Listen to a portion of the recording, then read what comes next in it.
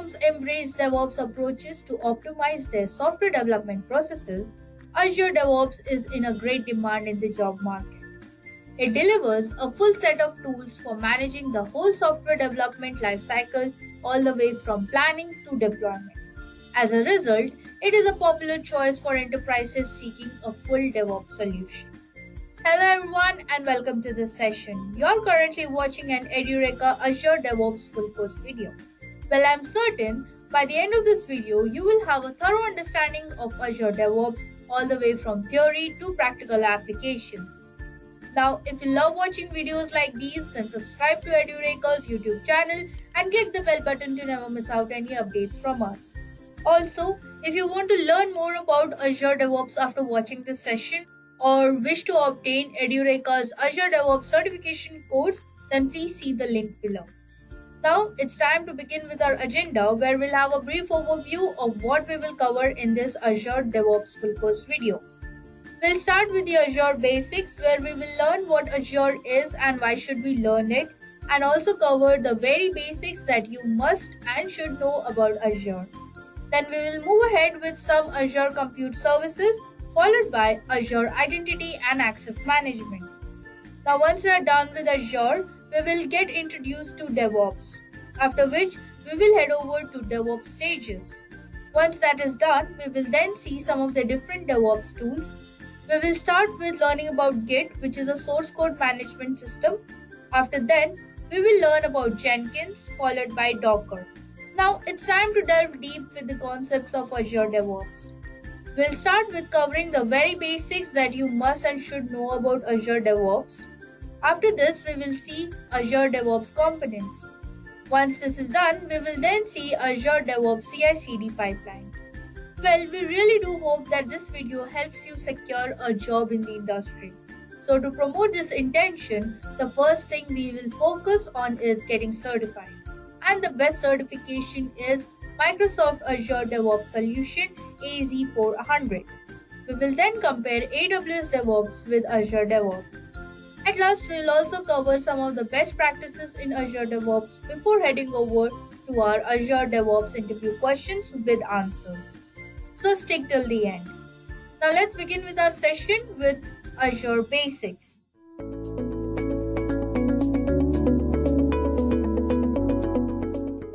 Let's kick things off by talking about why businesses, and everybody for that matter, need cloud computing. Here's an example. Meet John, who's an entrepreneur who has a brilliant idea for an app which solves a problem and has a great user experience. So what does John need? John will need developers to build his app, but other than that, in terms of infrastructure, he will need servers, then he will need storage devices, a dedicated network, security systems, and of course, he will need a dedicated IT operations team to monitor the whole infrastructure and make sure everything is working properly. John figured that there would be 4 major problems with this setup. And what are those? Let's take a look. So the first problem is that owning his own infrastructure would require a huge amount of money.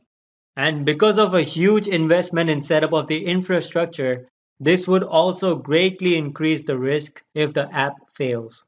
Second problem is that he noticed that the infrastructure would take too long to set up, as he would have to buy all the components required for his infrastructure, then hire IT technicians to install all the components and connect everything up so that everything is talking to each other and working nicely. So that means more money and more time. Next, he realized that even after the expensive setup of the infrastructure, he will have to hire a team of IT operations to work around the clock for the upkeep of the infrastructure. This would include things like resolving issues with the hardware or software, replacing broken pieces of the infrastructure, so he would need to have spare parts on hand, switching to backup servers if the server goes down, preventative maintenance, and so on. Means more money and more headaches when the issues crop up. Another problem has to deal with the inability of the infrastructure to scale. So what if the traffic on the servers increases or decreases abruptly? Well, if the traffic increases, he will have to scale the infrastructure to meet that demand, which means expanding the infrastructure, so buying more components, probably renting more office spaces, hiring more IT staff to monitor the expanded infrastructure, and so on. But what if there's a sudden drop in the demand? All of this extra infrastructure and resources will sit idle. What about the extra people he hired? He will have to let them go? Well, it's terrible, but he may have to. Well, now let me tell you, John was smart. He did not opt for this setup. He opted for cloud computing because he was studying up on cloud computing and he found that all big and small companies that are at the top in their domains are using cloud computing. And this research into cloud computing was a real eye opener as he found that all these issues that he would face with the infrastructure that we just talked about could be solved by using the cloud. So obviously he opted for cloud. This is because there was almost no initial setup cost required, and it could be done in a few minutes or hours by using a single computer. And he wouldn't need a dedicated team to take care of the physical machines because that is taken care of by the cloud provider. And finally, to John's relief, infrastructure in the cloud scales automatically as the demand changes. Isn't that freaking amazing? So, why don't we find out more about cloud computing in this next section? What is cloud computing? Cloud computing is the delivery of the computing services like servers, storage, databases, networking, software, analytics, intelligence, and so on over the internet, which we call colloquially the cloud. Okay, so let's understand that. John takes a computer that is connected to the internet, then he accesses the resources on cloud platform. So these resources that John needs are running on physical machines in the data center that are owned by cloud providers. So like I said before, all John needs is a computer that is connected to the internet, and the remainder of the infrastructure is actually provided by the cloud provider, and he can access the resources that he needs from the data center using the cloud platform. So how does this work? Well, first, John goes to the cloud provider, whichever one he likes the most. Amazon Web Services, Microsoft Azure, Google Cloud, these are the top cloud providers.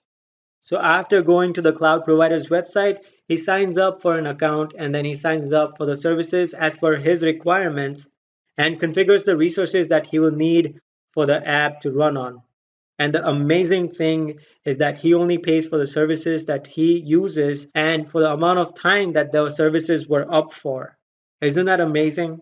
Of course it is. So let's now talk about what is Azure. Azure is a cloud platform that is provided by the company Microsoft from which you can rent your resources and services.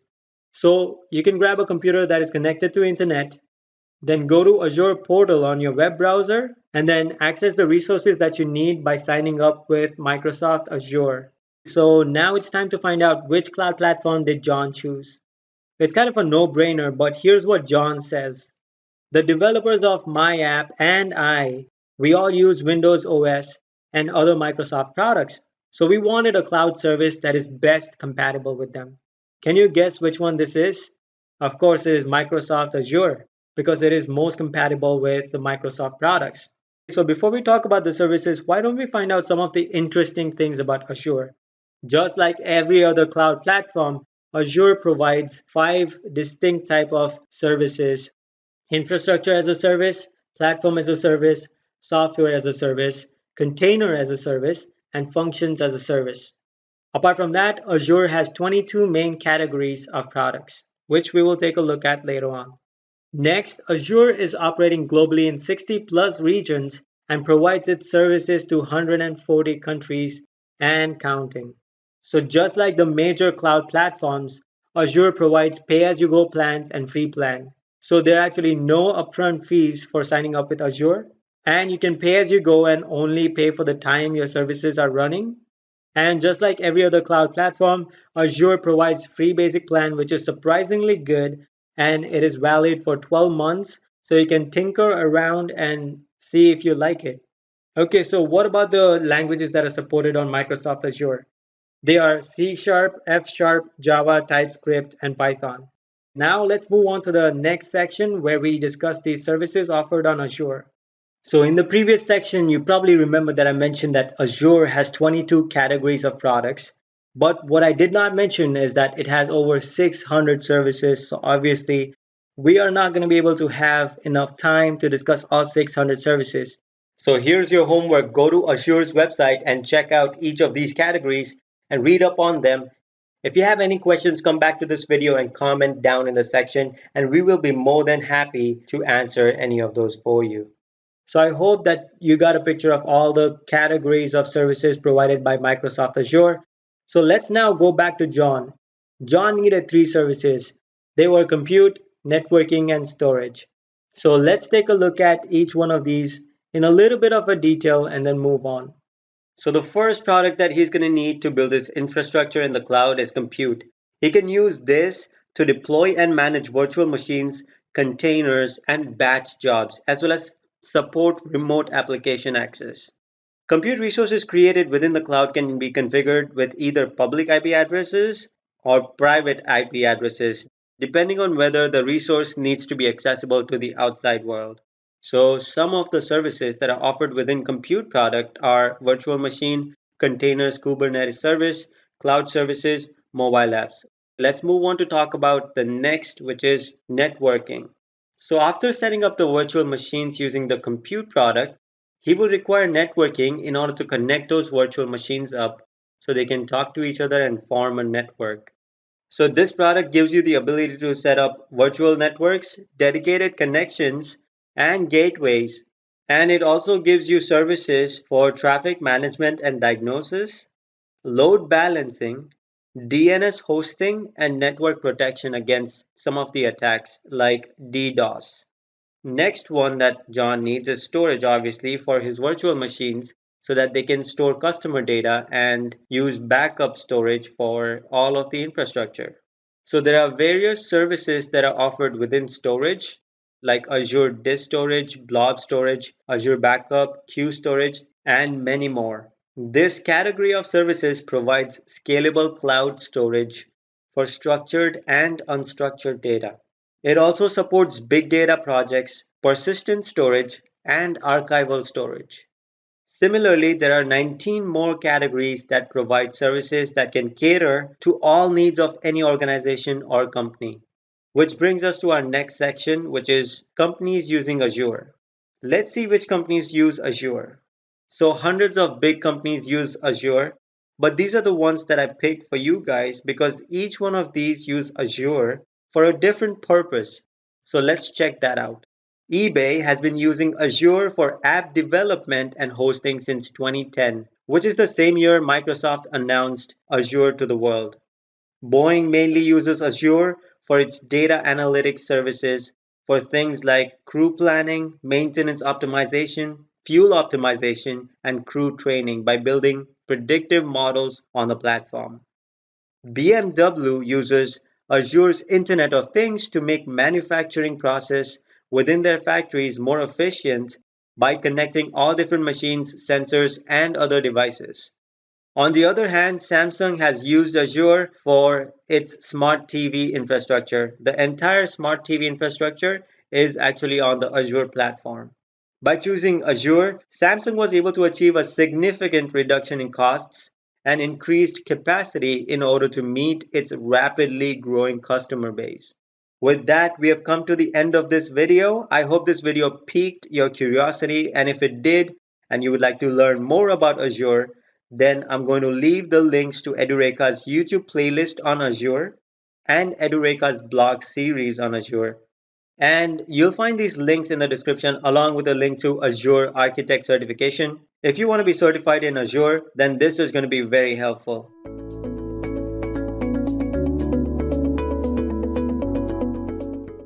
Okay, let me show you the user interface for Azure now. So guys, this is how the user interface for Azure looks like. You have all the services listed here on the left side, right? And this is the dashboard. This is called the dashboard. Whatever services you launch, you can pin it here for basically getting access quickly. It is just like a desktop on your computer which has all the shortcuts and everything, and this is what the dashboard is actually used for. All right, having said that, let's see how we can launch the app service in Azure. So first you will click on app services. As you can see from here, you can click on app services, and moving ahead, once you have clicked on app services, you will reach this page. Click on create app services, and then you'll click on web app, and that is it. Let me show you how you'll do that. So you'll click on app services, click on create app services. You go down, click on web app, and over here, as you can see, after this you will reach the screen wherein you will see that you have four options. You can either code your website in .NET, PHP, Node.js, or Python. So if it is either of these four languages, you don't have to do anything. You just have to upload your code in this web app that you'll be creating, and your app will be deployed automatically without installing any software, without doing any configuration, just this. All right. Okay, so once you have reached this page, you will click on create. So let's click on create, and then you will reach the screen. So now you have to give your application some name. So let us give us this name as Edureka-01. So it says everything is fine. So this subscription is pay as you go. Resource group is something which you can create or you can use as existing. So resource group is something, it's a group of all the resources, right? So we'll be creating a storage account, we'll be creating database account, we are creating an app service, right? So all of this will come under one group. It can be clubbed in one group and it will be called as resource group. So any changes that you want to put across the group, you can do to the resource group. All right, we'll be discussing in detail what a resource group is in the further modules, but for now, all you should understand is that a group of resources is called a resource group. So if you have an application and it's utilizing, say, 3 or 4 resources, it's better to put those resources under one group. All right, so this is about that. Then you have the app service plan. So app service plan is something as in what kind of computers you use and everything. So let's create a new plan for you so that you understand it better. Under the pricing tier, this is the main part that you have to select, guys. You can select the app service plan. You can give it some name. Let's give it as app service -1. All right. And this is my app service plan. You can select what kind of plan you need. Let me select the basic plan as of now and click on select. All right. And then click on OK. So this was about app service plan. You can click on application insights, which basically gives you the monitoring tools.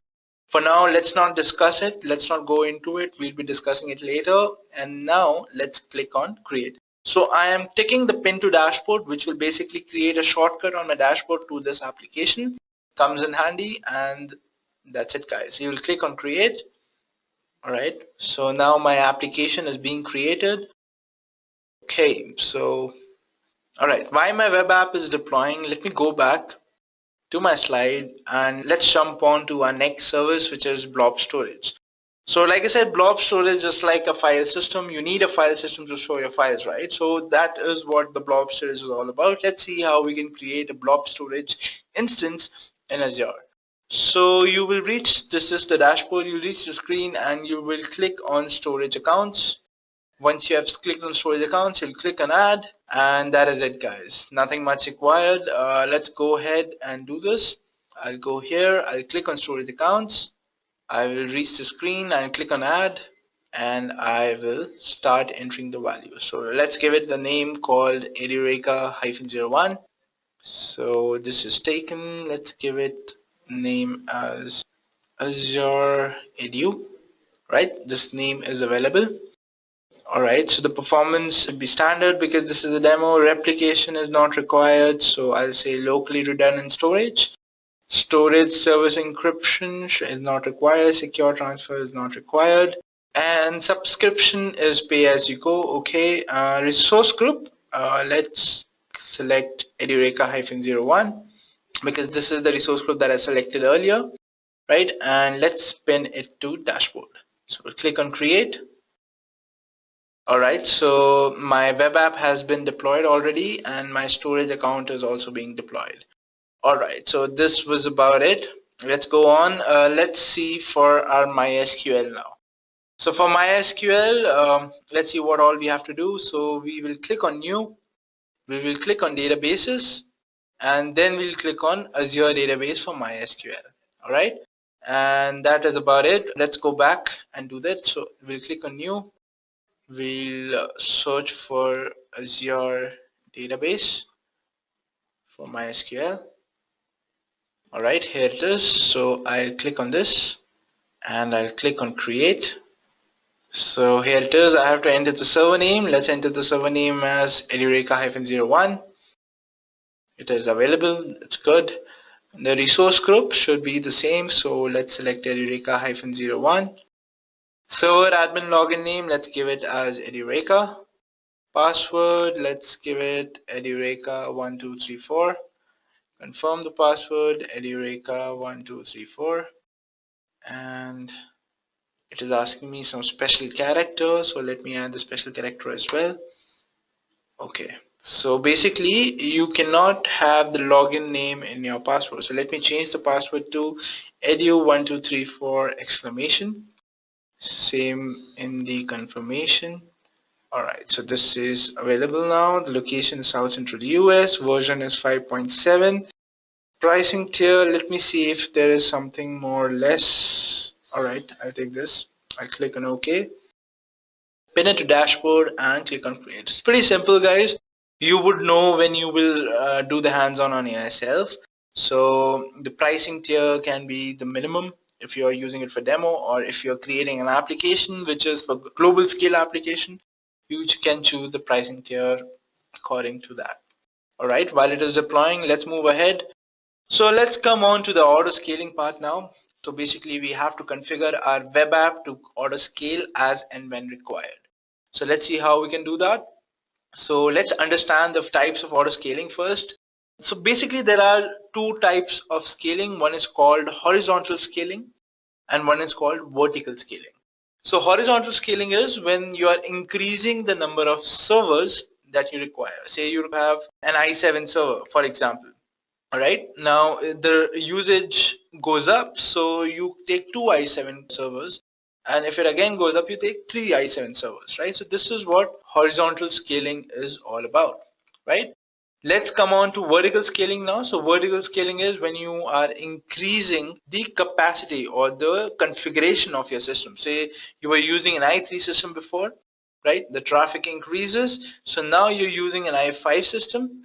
The traffic increasing, now you're using the i7 system. So you are having only one machine, but you're increasing the configuration of your system, right? So these are the two types of scaling which exists in auto scaling.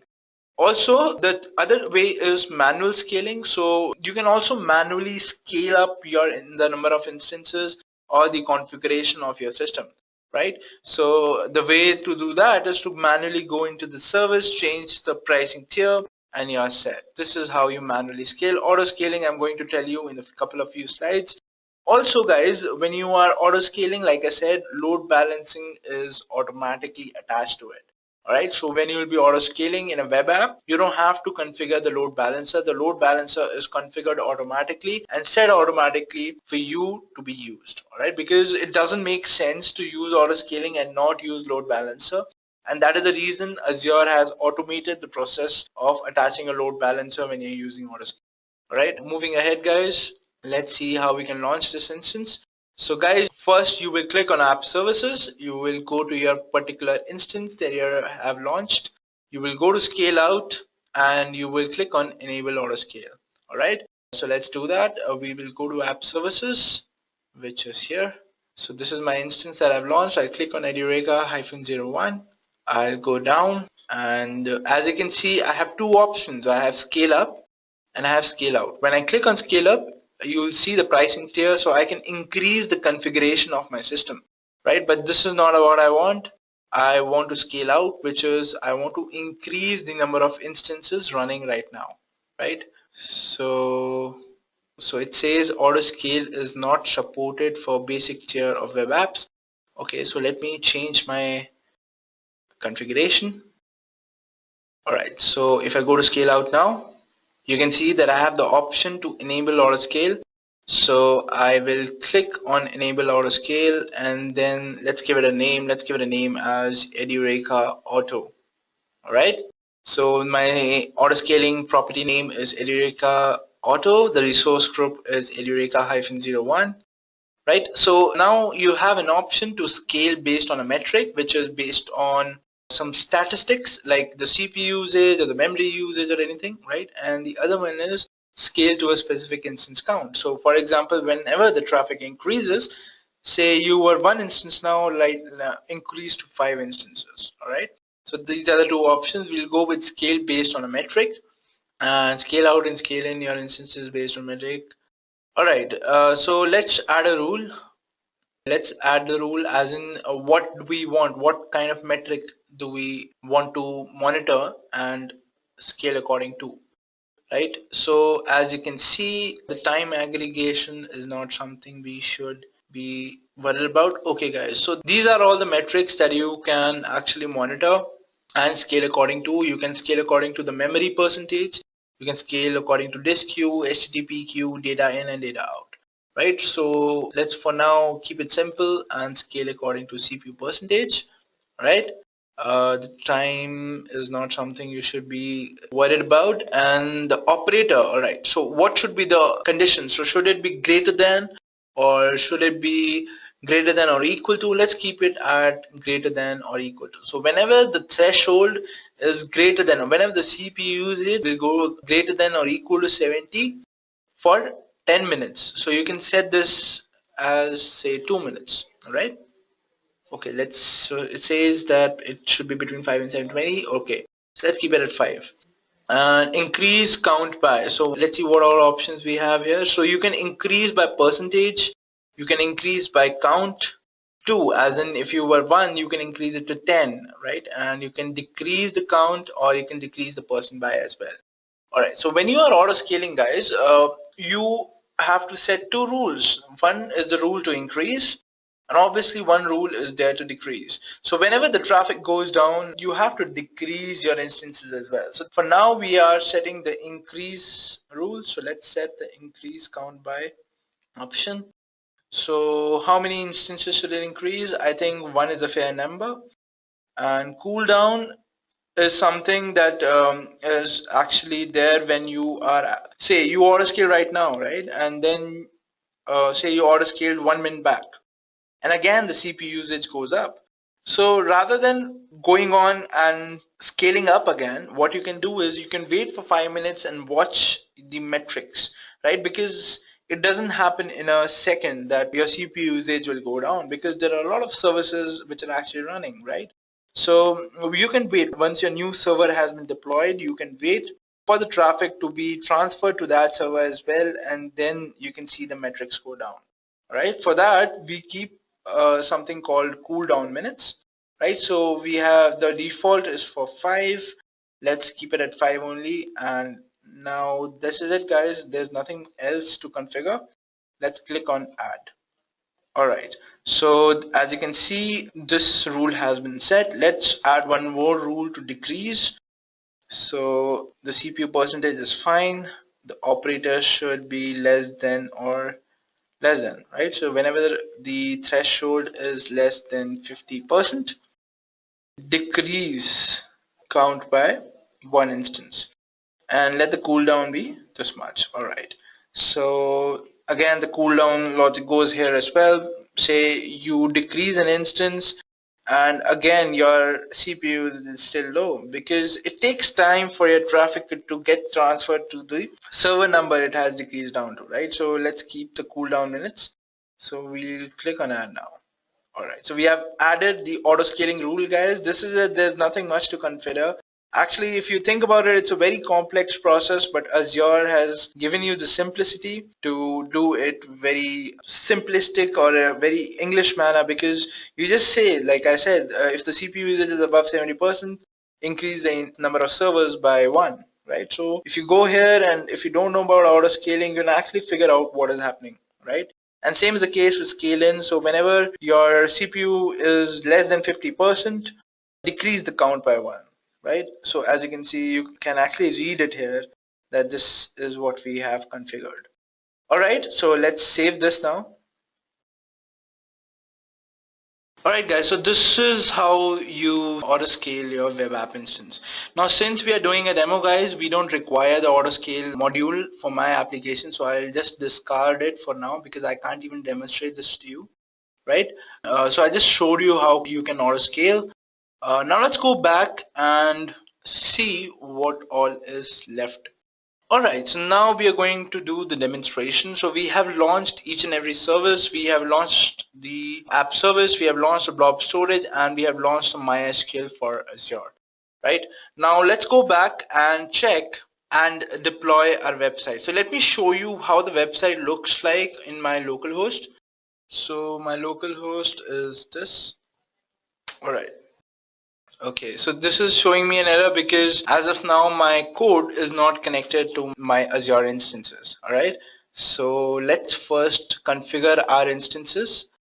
So let us go to the dashboard and let's first configure our database.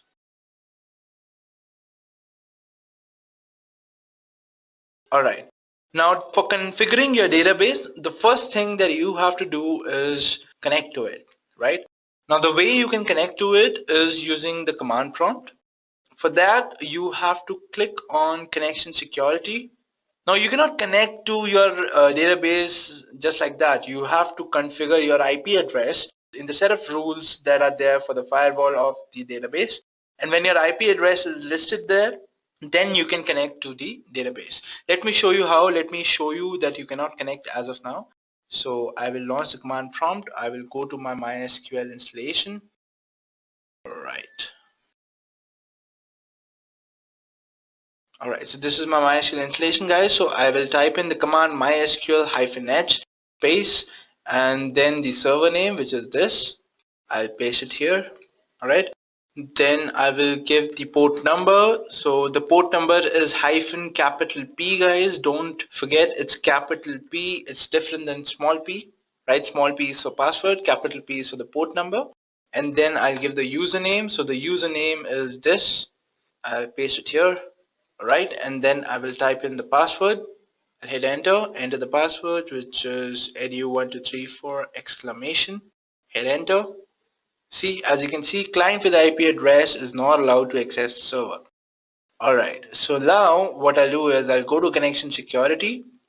I will add my IP and I'll click on save. So it says successfully updated connection security. Let's go back to our command prompt. Execute the same command again, type in our password, and now as you can see I have successfully connected to my database. Now I can create a database here called Edureka. Let me create a database. Let me clear the screen.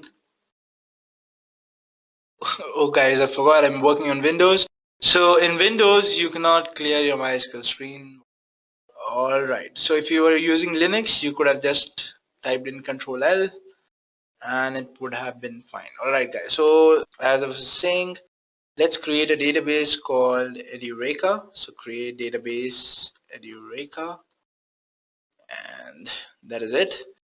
Then I'll type in use Edureka. I'll create a table. Let's create a table called image, right? And the item name as this. One second. My column name is name. Alright, so I've created a table. So if I type in show tables, it will show me the table name, which is image. Alright guys, so this is done now. I have created a table. First I created a database called Edureka in my MySQL, which is hosted on Azure. And then I created a table called image in it, and the table has one column called name. Alright, so this is it. This was my MySQL. So my MySQL has been configured now. Alright, so my MySQL has been configured now. Let me go back to the overview. Alright, so my MySQL has been configured. As you can see in the databases, it will show that there's a database called Edureka which I just created. Alright, let's go back. You might have to add the web apps IP address as well. We'll do that later. Let's go to our web app now. Awesome. So we'll go to our web app. And guys, this is your web app. This is the URL for your website. We'll click on this URL and you will see a welcome page. This is your welcome page. So now what you have to do is you have to upload your code over here. Alright. So the way you can do this is using GitHub, or you can do it using FTP as well. Now I know most of you are from non-technical background, so you might not be knowing what GitHub is. So for now what I'll be doing is I will be using a FTP software called FileZilla. for transferring my files. From the next session onwards, I'll be using GitHub. And for that, I have actually, there is a video in your LMS, which is a short tutorial on GitHub, how to use GitHub, which is enough for a demonstration. So you can go through that video before coming to the next session, and then we will be using GitHub. All right, for now, let's use the FTP software, which is called FileZilla. All right. So the way you can connect here is like this. So you have to create a deployment credential. All right. So my deployment credentials is HR1. Let's give it a password, and the password could be, okay, let me give as Hemant199. All right. And over here also Hemant199. All right. Let's click on save. Or maybe this username is not available, so let me give it HR12. Click on save. Okay, let's try this again. HR12. Alright, maybe I'm connected here, maybe that's why. Let me exit it. It's Hemant1994. Let's click on save. Alright, so I get the error out of here. Alright, so we have successfully reset the deployment credentials now. Alright, so what we can do is I will go back to my web app. Alright, so now I can get connected to my web app. I'll have to enter the FTP hostname, so it'll go here. 1 second. Alright, the hostname will go here. The username is HR12. Password is this. Right, and what else? Alright, the username is this. I'm sorry, the username will be this. Alright, let's click on quick connect.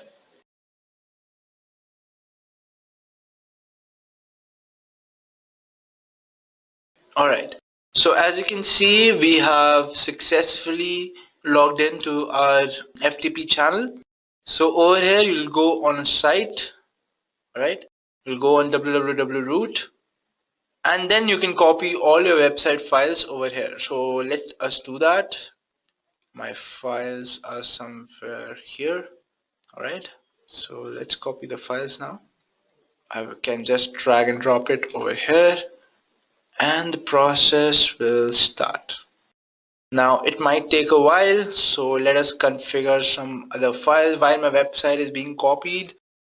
Okay, so now what we can do is we will go to our dashboard and we can configure our storage. Mind you guys, I might have to upload my code which in my web app, because there are some things that I have to change in the code, because the addresses and all, I'm creating new services, right? So I'll have to change the services address in my code. So I'll do that, and then I will update the particular file that I'll be changing in my web app. So let me just give me a minute. Okay, so now what I'll do is I will create a blob. Over here I'll create a container, and the container name shall be hello, and the access type be container. Alright, I click on OK. So I have successfully created a container called blob. If you go in properties, you will see that this is the URL for it. Right, so let me show you the code for my website, guys. So this is the code for my website. Alright, now I'll have to change the URL at places, so let me do that. So it will get changed here. Alright, then my container name is hello, so that is okay. And now one more thing, guys, so whenever you are basically going to connect to your storage account or your blob storage, you have to go here. I'll show you. You will have to go to access keys. So here is your key, right? So this is the connection string that you have to include in your code. I've copied it. I'll go here and I will include it in the connection string code. All right, so I'll control V, and over here you have to remove the endpoint suffix. Alright, so this is not required. If you put this, it will not work. Okay, I don't think anything else is required. Oh yes, I have to change the database credentials as well. So let's do that as well. So your storage account is set. You don't have to change anything else. Let's go to the MySQL part. Alright, here it is.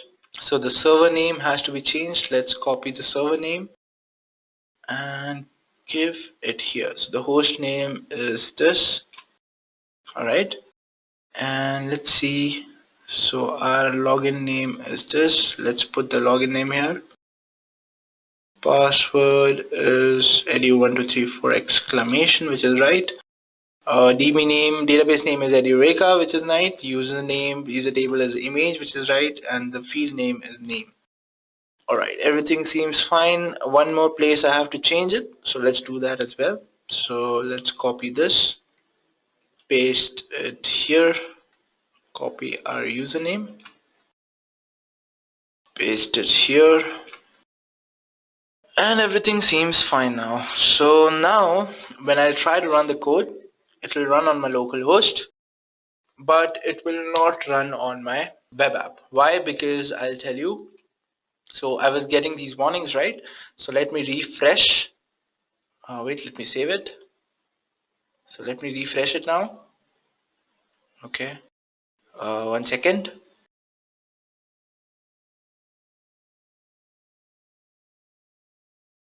Okay, so say successfully updated. Let's go back and check whether it's working. Alright, so basically you have to disable the enforce SSL connection in your MySQL, and that would be it. I forgot to do this. Alright, so now I will choosing a file and I'll be uploading this particular file, which is desert. I'll click on upload image and it will take some time to upload the image, and it says well done, blob update complete. And as you can see, my image is loading. Let's check whether we have it in our dashboard, as in our storage account. We'll go to Azure Edu, we'll click on blobs, we'll go to hello container, and you can refresh it. And as you can see, there will be a file here which says 1496742468. Alright, so let me connect to my MySQL now again. Alright, just give me a second. I will type in MySQL-H and then the username. So this is my hostname, guys. So I'll copy this hostname, paste it here, and then my port number, which is 3306, my username, which is this, I'll paste it here, and then the password, which is as of now this edu1234 exclamation. I've connected to my database. I'll use the database that I've created, select table, and I'll show you the record.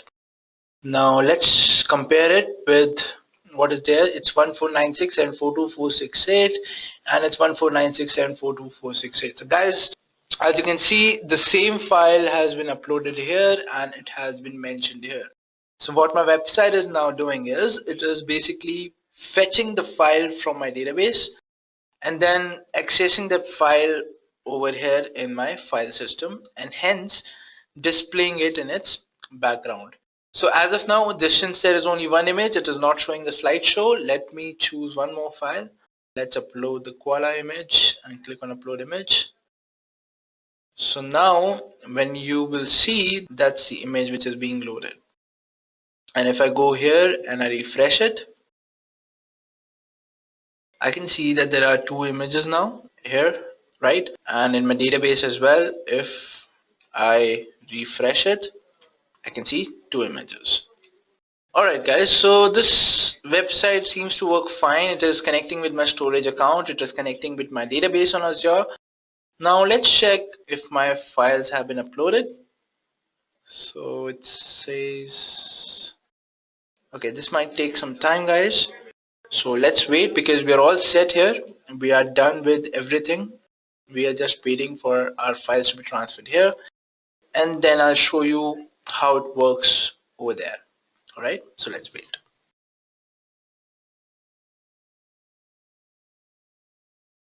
Alright guys, so my transfers have finished. So now let's check whether my web app is working or not. Right, so I'll go to the dashboard. I'll go to my web app. And this is the link. I'll click on this link. Now guys, like I said, you have to add the IP address of the web app in the MySQL as well. So when I go here, you'll see an error. Right, and now like I said, we have to send the index file again. So I delete the index file from the server from here.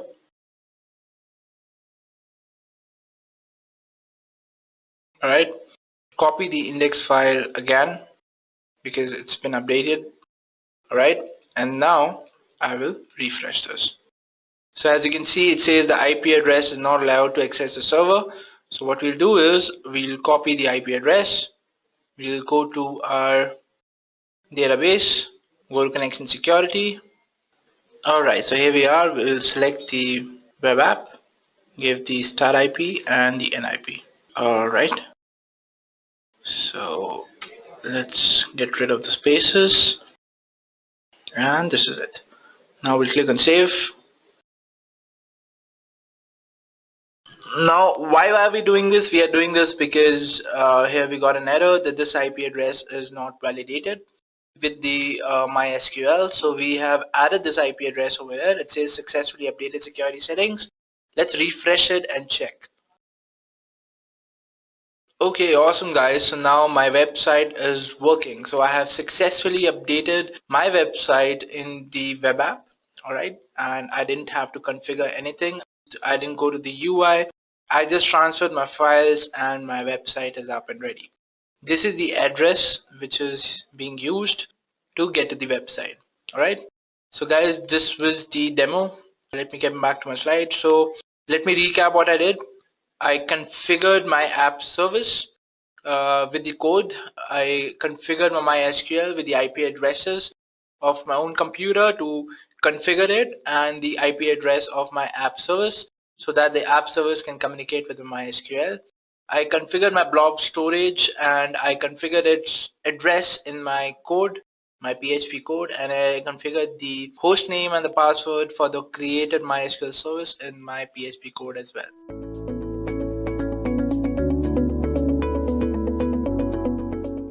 What is Azure Certification? Azure Certification is a level of Microsoft Cloud expertise that an individual obtains by passing one or more certification exams. Microsoft Azure Certification validates an individual cloud expertise and skills. Now let us move on to our next topic and see some of the benefits of Azure Certification. With an Azure Certification, you validate your cloud skills in your selected domain. You will earn the credibility, and your present or your future employee will know for sure that you have worked on Azure and have the skill as you mentioned. The next advantage is you will have higher salary packages. Business Wire has estimated that Azure Course certification have raised their wages by 20 to 40%.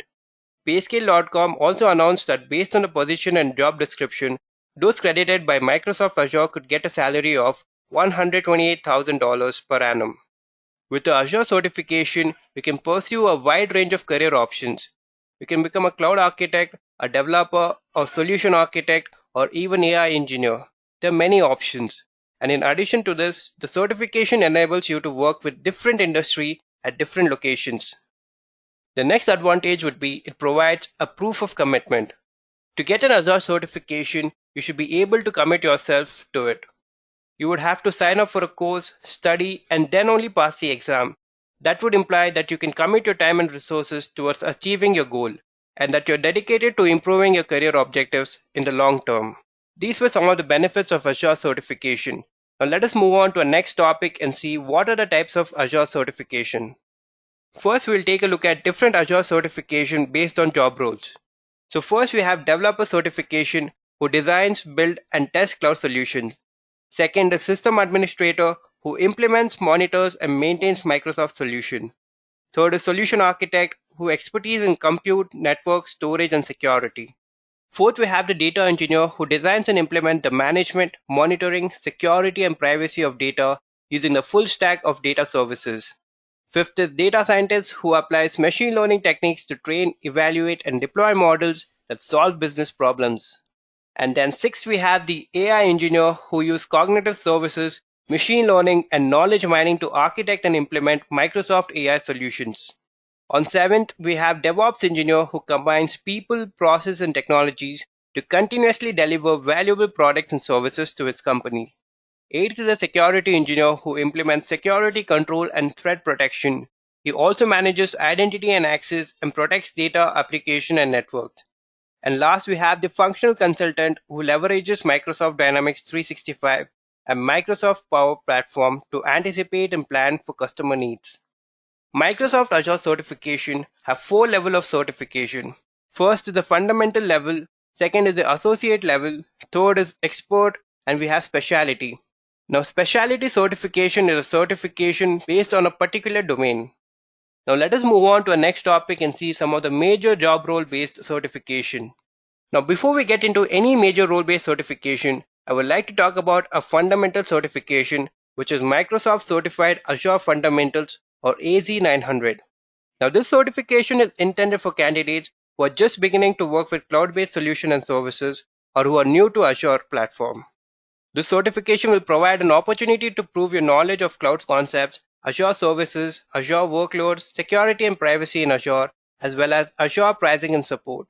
Candidates who take this certification should be familiar with general technology concepts, including concepts of networking, storage, compute, application support, and application development. The AZ900 certification is the fundamental certification which can be used to prepare for any other Azure role-based or specialty certification, but it is not a prerequisite for any of them. Now let us see some of the major role-based Azure certification. We have the Azure Administrator Associate, or AZ104. Candidates for the Azure Administrator Associate certification should have subject matter expertise in implementing, managing, and monitoring an organization's Microsoft Azure environment. The responsibility include implementing, managing, and monitoring the identity, governance, storage, compute, and virtual network in a cloud environment. They also have to monitor and adjust resources wherever and whenever needed. They often serve as a part of larger team dedicated to implementing an organization's cloud infrastructure. For this certification, a candidate should have at least 6 months of hands-on experience administrating Azure. Along with that, they should also have strong understanding of core Azure services, Azure workloads, security, and governance. The next certification is Azure Developer Associate, or AZ204. Candidates for the Azure Developer Associate certification should have subject matter expertise in designing, building, testing, and maintaining cloud application and services on Microsoft Azure. The responsibilities include participating in all phases of cloud development, from requirements definition and design, to development, deployment, and maintenance, to performance tuning and monitoring. Azure developers should participate with Cloud Solution Architect, Cloud Administrator, and clients to implement solutions. A candidate appearing for this certification should have at least 1 or 2 years professional development experience and experience with Microsoft Azure. Next, we have an expert level certification, which is Azure Solutions Architect Expert, or AZ303 or 304. Candidates for the Azure Solution Architect Expert certification should have subject matter expertise in designing and implementing solutions that run on Microsoft Azure, which would include aspects like compute, network, storage, and security. The responsibilities include advising stakeholders and also translating business requirements into secure, scalable, and reliable cloud solutions. They should partner with Cloud Administrator, Cloud DBAs, and clients to implement solutions. A candidate appearing for this certification should have advanced experience and knowledge of IT operation and also know how decision in each area affects an overall solution. These were some of the major role-based certification. Now let us move on to our next topic and see an overview of the exam guide. First, we have the exam format or question types. Microsoft continuously introduces innovative testing technologies and question types. Your exam might contain questions like multiple choices, repeated answer choices, short answers, mark review, drag and drop, labs, and so on. The time limit for different examination is: for associate and expert job role exams, you have 130 minutes to complete it. For job role fundamental exams, you have 60 minutes to complete it. For associate and expert job role exam that contains lab, you have 150 minutes to complete it. Now, talking about the cost for the exam, for the fundamental exam, it would cost you $99. For the associate and the expert level exams, the cost is $165. And you can write the certification exams in either English, Chinese, Korean, or Japanese. Now, the fundamental certification can also be written in Spanish, German, or French. Now, let us move on to a last and important topic, which is how can you prepare for the certification? First, start with the basics. So if you're not 100% sure which certification to start with, I would recommend you to start small by taking the AZ900 Azure Fundamental Certification exam. This will help you understand how Microsoft exam work by not being too deep into technologies. And after you have experience taking the Microsoft exam, this will help you understand how Microsoft exam work while not being too deep into the technology. Having experience taking the Microsoft exam, it will also help you focus on the actual topic and not on the testing process. The next step is to understand the exam content. The first thing to do after you decide which exam you're going to write is to see what you're asked during the exam. Every Microsoft exam page has the skill measured in the exam. This list is very accurate and helps you focus and study the right content. The page will also have some training and courses to prepare for the exam. You should also understand the different question types asked in the exam, which will help you in the certification. The next step is to take hands-on learning courses on Microsoft Learn for free. Microsoft Learn is a free learning platform for a lot of different Microsoft technologies. It provides you with various learning paths depending on your job roles or the skills you're looking for.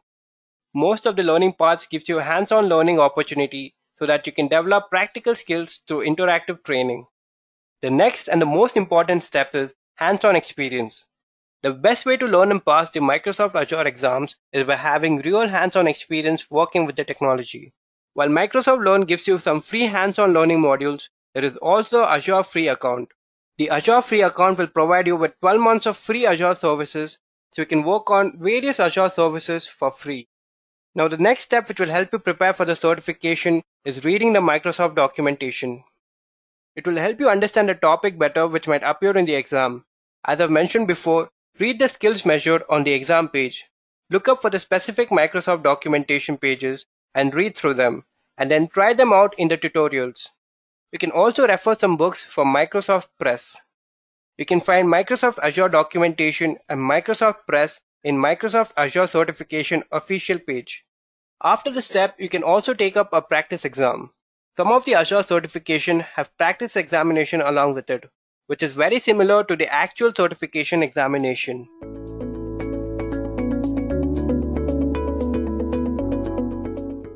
Now let us understand what you will get after you sign up for Azure free account.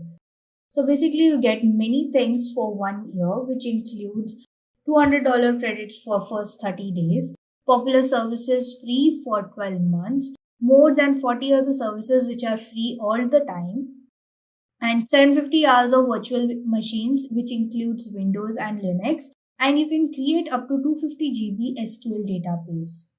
Apart from this, you can get other services like free dev test labs, free load balancers, free batch jobs, free SQL server, etc. Now we'll see how to create an Azure free account. For this, you require a phone number, a credit card, a GitHub or a Microsoft account to create your Azure free account. The best way is you can create a Hotmail or a Outlook email ID, then you can use the same email ID and password to sign up for the Azure free account. So firstly, you need to sign in through the Microsoft account using your Outlook, Hotmail or any ID. And after that, you need to follow the couple of steps. That is, you need to first fill out about you, and then you will go through a verification by phone, and then you go through the verification by card, and finally you sign up. In the first step, that is about you, here you fill up your basic details, that is first name, last name, email ID and phone number. Then followed by next step, that is identity verification by phone. So here you give your phone number and you will receive an OTP, and you need to just type your one-time password and just verify your phone number. So once you're verified, you move on to the next step, that is identity verification by card. Here you fill up your all credit card details followed by card hold number, then credit card number, its expiry and CVV and your address. Once all it is done, then they charge you around 2 rupees just for your verification. They charge you 2 rupees and it is deducted. Once it is deducted, you move to the next step, that is like accepting the agreements. So you need to just tick mark all the agreements and finally you sign up. So once all this process is done, then you are ready to start with Azure. So this is how you create your Azure free account. It's very simple and super easy. So now let us know how to create an Azure free account without a credit card. So can we do this? So the answer is yes. Yes, you can. You can create an Azure free account without a credit card. But for this, you need to have a school account or a required school email ID. So you basically log in as a student. In this case, if you log in through a student account, so you will receive only 100 credit points, and you also get various other services like 750 hours Windows virtual machine, and you can create up to 250 GB SQL database, and you also get machine learning free workspaces, SQL Server Developer Edition, that is also for free, and lots of AI and machine learning features. This is how you create your Azure free account without a credit card. Now, let's move on to the next topic, that is, can we delete a credit card? So many of us had a doubt that can we actually delete our credit card?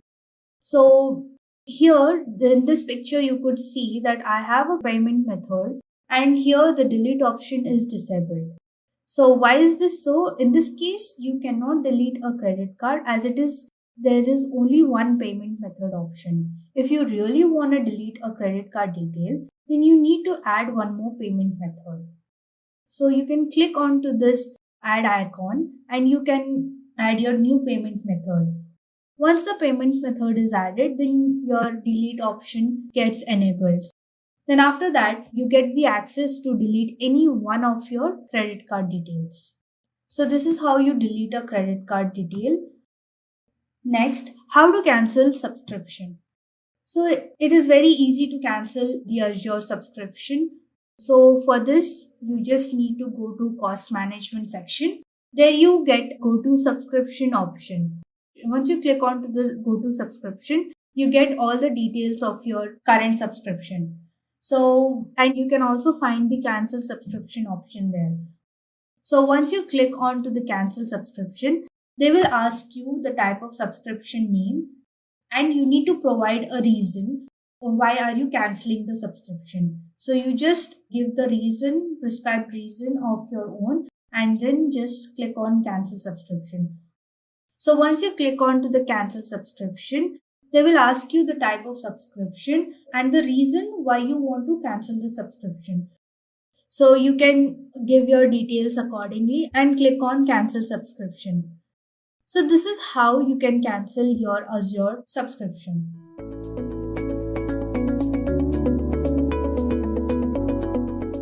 How easy it is to actually go ahead and carry out your business processes or computing processes on Microsoft Azure. So what makes it this easy for you to actually go ahead and use all these services on this particular platform? Well, one of the major reason is its portal. Azure Portal actually helps you do a lot of things that basically simplifies your work of cloud computing. So let us just go ahead and take a look at what this Azure Portal does. Before I start about Azure Portal, I would like to inform you that we would be opening Azure's portal and then we would be understanding what this portal is, what are the services it helps you with, and how it actually relates or combines all the stuff that cloud has to offer to you. So to do that, let me just quickly switch into the console part and we can just get started with the remaining part as well. So guys, what I've done is I've gone ahead and I've switched into Microsoft Azure Portal. So for people again who are completely new to cloud computing, they might ask as in what is this Azure Portal and how do I get to this portal? So this is what the link is. It is portal.azure.com. if you are a completely new person to this particular page or this website, you would be required to sign in and create an account. Now, as you can see, I already have an account here. It is a fresh account. The reason I've chosen a fresh account is I wanted this dashboard to be clean so that we could go through certain pointers. However, there are certain applications that are running which would help us to understand certain pointers which otherwise you wouldn't have. So this is a perfect account for me. Apart from that, if you need to have this account, as I've already mentioned, you would have to go ahead and create a particular account. How do you do that? You visit this link, that is portal.azure.com. Once you do that, it would ask you to sign in and put in certain details. So when you do sign in or sign up, you'd have to enter certain details like your email ID, contact details, and why do you want to use this account. One pointer you need to consider is Microsoft Azure would ask you to enter your credit or debit card details. Now, do not worry, they do not charge you unnecessarily. What happens is this is a free tier account where Microsoft Azure would give you certain credit limit, maybe 12,000, 15,000, something like that. I do not remember the exact number, but it is somewhere around 10 to 15,000 in that range. 10 to 15,000 Indian rupees, because I am based in India right now, so I'm talking about Indian rupees. When you talk about it in dollars, I think it is somewhere around $200. So based on where your account exists, in that local currency, you would be given certain amount, which you can spend for 1 month and use all these services for free. So yes, you have sufficient time to explore all the resources. What Microsoft Azure does is it asks you to enter your credit card or debit card details. That is, once you exceed these limits, you might be charged because all these services have a certain cap on that. Don't mistake it for the fact that you'd be charged, because these limits are fairly high and probably you won't be charged in any way, but still you would be wanting to get through the documentation as in how much would you be charged. But before that, I would suggest that you actually go ahead and enter in all these details, create an account, and once you have an account, probably you can go through the pricing models as well to avoid getting billed in case if you actually go ahead and exceed these limits, which is very less likely to happen. So that being said, we have an account. If you do create an account and sign in, this is what your interface would look like. And this is something we call it as the Microsoft Azure portal. So let us try to understand what does this portal has to offer. What are the components that are there? Now, as you can see on the screen on your left hand side, you have all the services that are listed.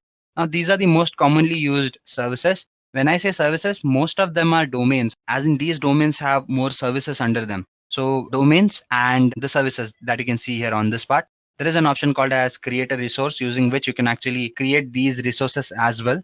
Then you have this dashboard. It is blue in color for now. Let me see whether the color changes. Yep, as you can see, the color has changed. So if you double click on this dashboard, the color would change. So you can probably customize it to meet the needs. For now, let me just stick to the standard version, which is this. So you have the freedom of changing the color and all the stuff that happens, the applications you launch, you can actually go ahead and have a picture of these things on your dashboard. How do you do that? Probably you can choose first of all which dashboard do you want to use. If you have multiple dashboards, you can do that. As you can see, this is one dashboard which has certain things pinned here. You can unpin those things and you can pin in all your applications to this dashboard. You can click on those applications and you have an option of pinning them to the dashboard.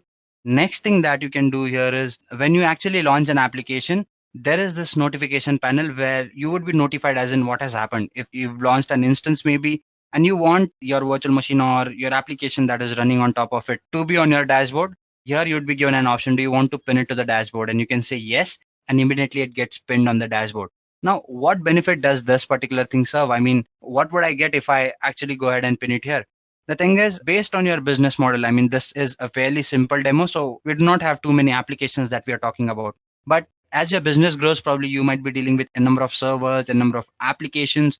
So you might want particular information which is readily accessible to you. So you can probably pin those things on your dashboard. You get stats on those dashboards. If there are certain insights, you can actually have a plugin for analytics, which gives you reports and all those things. It readily integrates with Power BI, which is a very powerful data visualization tool using which you can actually have all the insights that you need. So yes, this is what the dashboard is. You have all the options here. You can create a new dashboard. You can upload files, download files. You can edit it, share the stuff that is there on your dashboard. You can probably maximize the screen size as well, clone certain dashboards and delete it here and here. So when you talk about dashboards, you have all the features. Now this is your cloud shell, guys. So what does a cloud shell do basically? So when I say a cloud shell, as I've already mentioned, you have your portal using which you can launch applications and you can do all the stuff right away. But at times you might be required to use command prompt, you might be required to hard code certain things. And how do you do that? You click on Cloud Shell, where you can use it through the command prompt medium as well. Cloud Shell is the command prompt which is provided by Microsoft Azure. Apart from that, you have settings where you can actually go ahead and modify the settings. As you can see, this is the theme. You can change the theme here as well if you want. Some other features which you would want to explore, you can just go ahead and explore all the settings, delete certain settings, private dashboards as well. That boils down to your requirement. If you are unable to figure certain things on yourself or on your own, you'd want to actually go ahead and check in what the support has to offer to you as well. Feedback, you can submit feedback whether you're happy or not. And this is your account. If you click on this link, whether changing your passwords and stuff like that, all those things would be taken care of here. So guys, yeah, this is pretty much the dashboard. I mean, you can click on these services and you can just explore those services. If you have a particular requirement, you can type it here. Say if I type Azure bot service, if there is something or any service that is related to this, any documents as well, that would be popping up here, and you can actually go ahead and direct or redirect yourself to those services from this mode as well. So yep, this is pretty much the interface, guys, the portal which I wanted you people to see. But let's not keep it this basic for now. What I'm going to do is I'm going to go ahead and create something. So if I click on this create option, it gives me an option of the stuff. I mean, I can choose, say for example, for now it says Windows Server VM, which means that it would launch a virtual machine, guys, which is Windows Server 2016 VM. Now, let me tell you what a VM is for people who are completely new. This might be basic for people who have some experience of cloud computing, and they might wonder as in, why am I talking about these small little things? But probably we have people around who are completely new. So for them, I might get into the details of certain basic topics as well. So when you talk about a virtual machine, what we do is, suppose I am running a particular application and it is supported by a particular operating system, say Windows in this case. So I want my architecture to support that particular operating system, right? But when you talk about larger applications, you might not always work on a particular environment. Your environment might change. So what cloud computing does is it readily lets you launch these virtual machines that can deal with different environments. And yet all these virtual machines can be under one network, and they can stay connected under one VPC or one virtual network basically. So yes, you can run multiple environments, you can have multiple applications running on different platforms and stuff like that. So this is one service that lets you do that. That is virtual machines offered by Microsoft Azure. And you have something called as web app, which lets you launch web applications. It is more platform as a service kind of an application. So what is a platform as a service application? Here, a complete platform is provided to you by a vendor. You just enter in certain details and it does everything for you. It launches virtual machines. I talked about having different environments, right?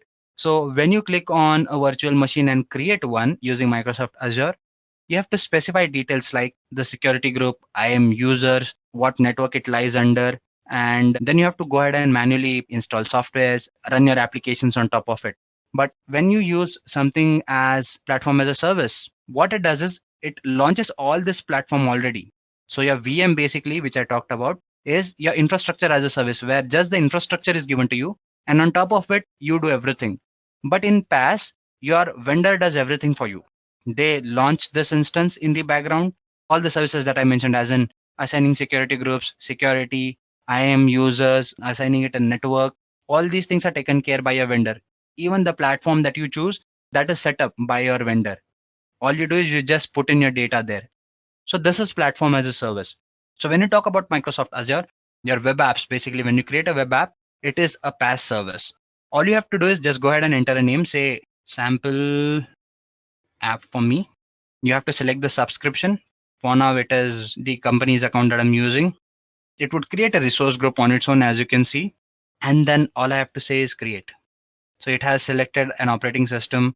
Whether it wants to use a code or a Docker image, it is up to it, right? So it would take care of everything that is happening here, guys. My application would be launched right away. As you can see, I have been notified already that the deployment is in progress. It might take maybe half a minute or minute and a half maybe for this deployment to complete. I mean, all the processes that I talked about, those are happening in the background right now. And once those processes complete, I can actually go ahead and launch my application. So this would be a very basic application, guys. And as I've already mentioned, when you have a dashboard, it would ask you, do you want to pin your application to the dashboard? And if I say yes, it would pin it there directly. Let's hope that it happens quicker. See, it says pin to the dashboard. I would say yes. And there you go. It has been pinned to the dashboard. I can delete it, unpin it, and do whatever I want to. I can click on it and the application would open for me. So this is what the interface does. It gives me certain options, guys. I can check in the activity log what all has happened in this application. If I click on this icon, it would give me the information. The operations, see, this is the operation name, that is write sites. So it has written a site. Access controls, who gets to control this application in particular. If you need a quick start guide, you can come here. Deployment slots, you can take a look at that as well. Application settings, you can click on this and you'd be getting all the settings. If you want to make a change to that, you can do that as well. The version, what application are you using and stuff like that. Configuration preview, click on this, certain other details would be given. So what framework are you using and stuff like that. Authentication process, guys, if you click on this icon, it would give me details about that as well. So if I scroll down, I come here, I have quite a few other things which I can actually look at. So if you are interested in these things, you can just come here and explore as in what is happening here. So this is pretty much it. I mean, the application has been launched. So if you take a look at it, it would give you details. What is the resource group that you're using? What is the URL? Where is it located? It is located in central US, guys. So see, I'm based in India right now and I've launched an application at a data center based in USA. So that is what you can do. And if you click on this link, it would tell you that your application is up and ready. So yes, a simple application has been created. So this interface, that is Microsoft Azure's portal, is fairly easy to use, fairly nice to use, and there are quite a few things which you can do. I've talked about certain basic things only. There are quite a few things that you can explore. I would suggest that you do go ahead and explore all these resources. As you can see that this has been done. If you want to take a look at some of the services here, you can actually go ahead and say all services, and it would give you details about all the services, all the resources. Yes, you click here and you have all the resources that are available to you. You can actually go ahead and modify your search as well. You can decide which resource group you want to view your data into. For now, I have these many resource groups that are there, which are running because this is an account that belongs to someone else. So this is my resource group. I can actually go ahead and select which resource groups I want to use to shortlist this data. Here's the information about all the resources. You can modify them, delete them, work on those, and do all the stuff that is required. If you go back to the dashboard, you would be taken here. If you open, you have all the other information again, diagnosis, application insights. You can install certain plugins that give you all these insights as well. For now, one more thing that you need to know is if there are certain applications that might charge you on the longer run, you'd want to get rid of those resources once your usage is done. You can just go ahead and delete those resources as well. Type the name of the app. It says it is sample app for me if I'm not wrong. There you go. You can just go ahead and delete this application and it would delete that application for you guys. It's fairly simple, guys. The application has been deleted as well. So yes, you're free to actually go ahead and explore this particular portal. And I hope that you'd be having a lot of things to do. As far as this particular session goes, this was what my aim was, to introduce you to these basic things, and which I feel I've done. In case if you feel that I might have missed out on certain things, you might put those in the comment section, and probably next time when we do have a session on this, we can have a discussion on that as well.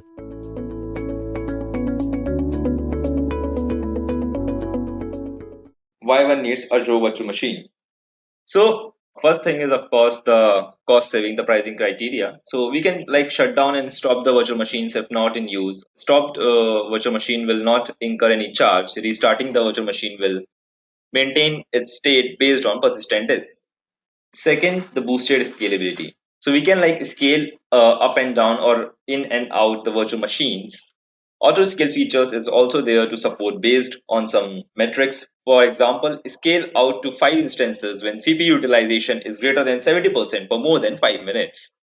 Third is alerts. So like we can trigger actions and alerts based on metrics of computing resources consumed by a virtual machine. Fourth is we can have a better control or say more amount of control. So with Azure Virtual Machines, developer have more control over the development environment, which is very helpful in case of building a highly secure architecture for a complex solution. Developers can choose operating system, networking, storage connections, etc. to build a sandbox solution. Lastly, easy diagnostics means Azure Virtual Machine provides the facility to troubleshoot issues with options like remote debugging, event logs, IIS logs, application logs, etc. Moving ahead, let's understand in brief what is Azure Virtual Machine.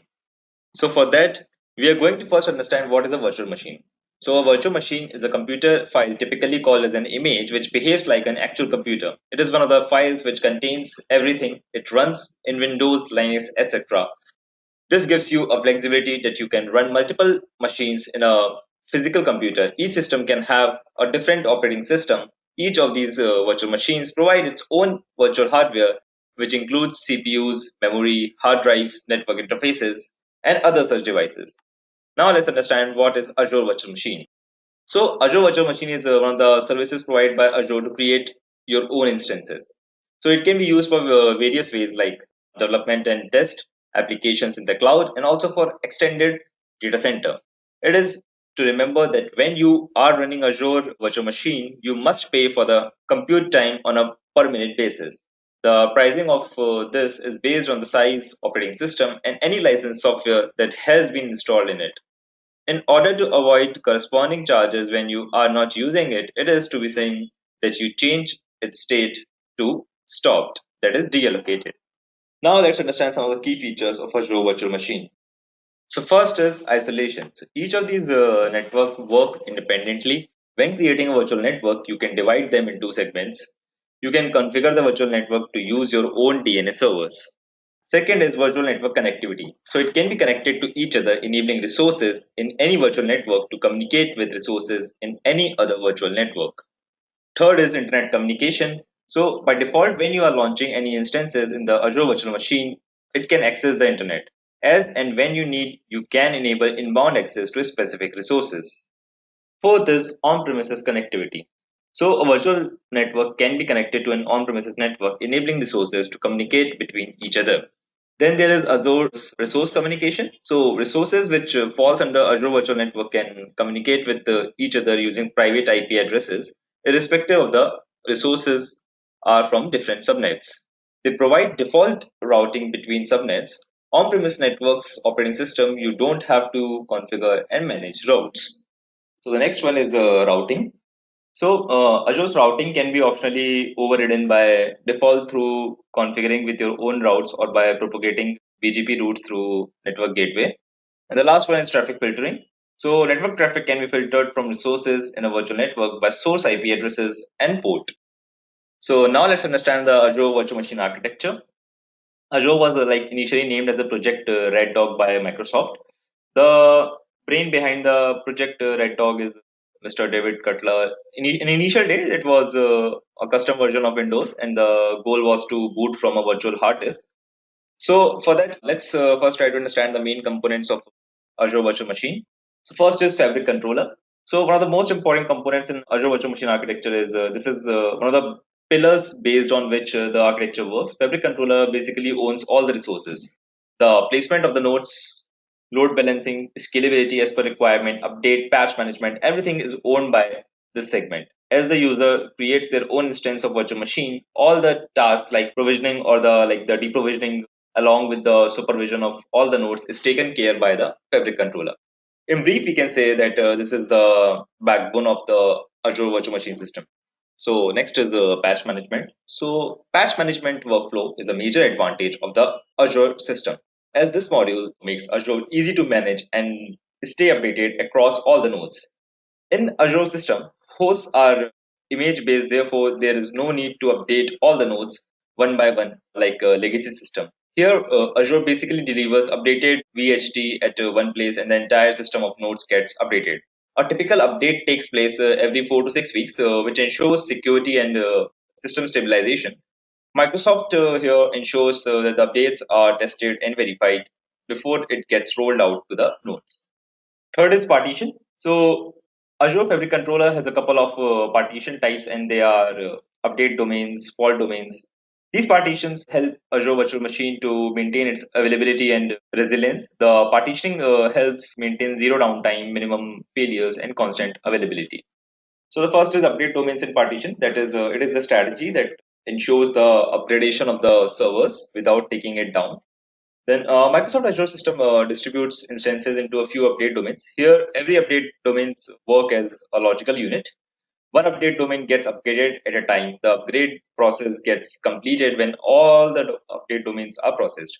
Azure makes sure that the upgrade is completed with minimum impact on the running services. Then there is fault domains. Fault domain is nothing but a single failure point. Fabric controller ensures that isolated hardware failure does not happen by distributing the instances to multiple fault domains. This will prevent the malfunctioning of the system due to any single component malfunction. Then there is Azure Compute Stamps. So Azure divide things into multiple stamps, and each stamp has its individual fabric controller. Azure has two kinds of stamps: compute stamps and storage stamps. The fabric controller is also distributed in multiple branches. Azure generally has 5 replicas of a fabric controller, and they are all in synchronization to replicate the state. In these 5 instances, one is primary and the information is passed to primary by the control panel. Now, primary instances make sure that same instruction has been passed to the secondary instances. Now, the last one are like some other virtual machine components. So, apart from these, there are 3 other important components of Azure Virtual Machine. They are computer, storage, and networking. So Microsoft Azure also has the capability to monitor the health of the virtual machines in place, and if any issue is found, there is an option to auto recovery. This service is known as service healing. As the Fabric controller has the capability to detect the failure, therefore this task is carried out by the Fabric controller to detect failure and trigger auto recovery. So this was all about the components of like the main components of Azure Virtual Machine. Now let's understand the architecture of how to run a Windows virtual machine on Azure. So provisioning a virtual machine in Azure requires some additional components beside the virtual machine itself, including networking and storage resources, as we recently talked about the other virtual machine components. So let's understand this step by step. The first is the resource group. Resource group is a logic container that holds related Azure resources. In general, group resources based on their lifetime and who will manage them. Then there is a virtual machine. So you can provision a virtual machine from a list of published images or from a custom managed image or virtual hard disk, like what we say as VHD file, uploaded to Azure Blob Storage. So Azure offers many different virtual machine sizes. If you are moving an existing workload to Azure, start with the virtual machine size that's the closest match to your on-premises server. Then measure the performance of your actual workload in terms of CPU memory and disk or input or output operations per second and adjust the size as needed. So generally choose an Azure region that is the closest to your internal users or customers. Not all virtual machine sizes are available in all regions, so keep that in mind. Then there are disks. So for best disk input output performance, we recommend like premium storage for that. Go with premium storage, which stores data on solid state drives, means SSDs. So cost is based on the capacity of the provisioned disk. IOPS and throughput also depend on disk size. So when you provision disk, consider all the factors like capacity, IOPS, and throughput. We also recommend using managed disks. So managed disks simplify disk management by handling the storage for you. Managed disks do not require a storage account. You simply specify the size and type of disk, and it is deployed as a highly available resource. The operating system disk is a virtual hard drive stored in Azure storage, so it persists even when the host machine is down. We also recommend creating one or more data disks which are persistent. So virtual hard disks used for application data. When possible, install applications on a data disk, not the operating system disk. So some legacy applications might need to install components on the C drive. In that case, you can like resize the operating system disk using PowerShell. The virtual machine is also created with a temporary disk. This disk is stored on a physical drive on the host machine. It is not saved in Azure storage and may be deleted during reboots and other virtual machine lifecycle events. Use this disk only for temporary data such as page or swap files. Then there is a network. So the networking components includes the following resources like virtual network. So every virtual machine is deployed into a virtual network that can be segmented into multiple subnets. Then there is network interface. In short, we say it as NIC. The NIC enables the virtual machine to communicate with the virtual network. So if you need multiple NICs for your VM, be aware that maximum number of NICs is defined for each virtual machine size. Then there's public IP address. A public IP address is needed to communicate with the virtual machine. For example, via remote desktop means RDP. So the public IP address can be dynamic or static. The default is dynamic. Then there is a network security group, where we say it NSG, which are used to allow or deny network traffic to virtual machines. NSGs can be associated either with subnets or with individual virtual machine instances.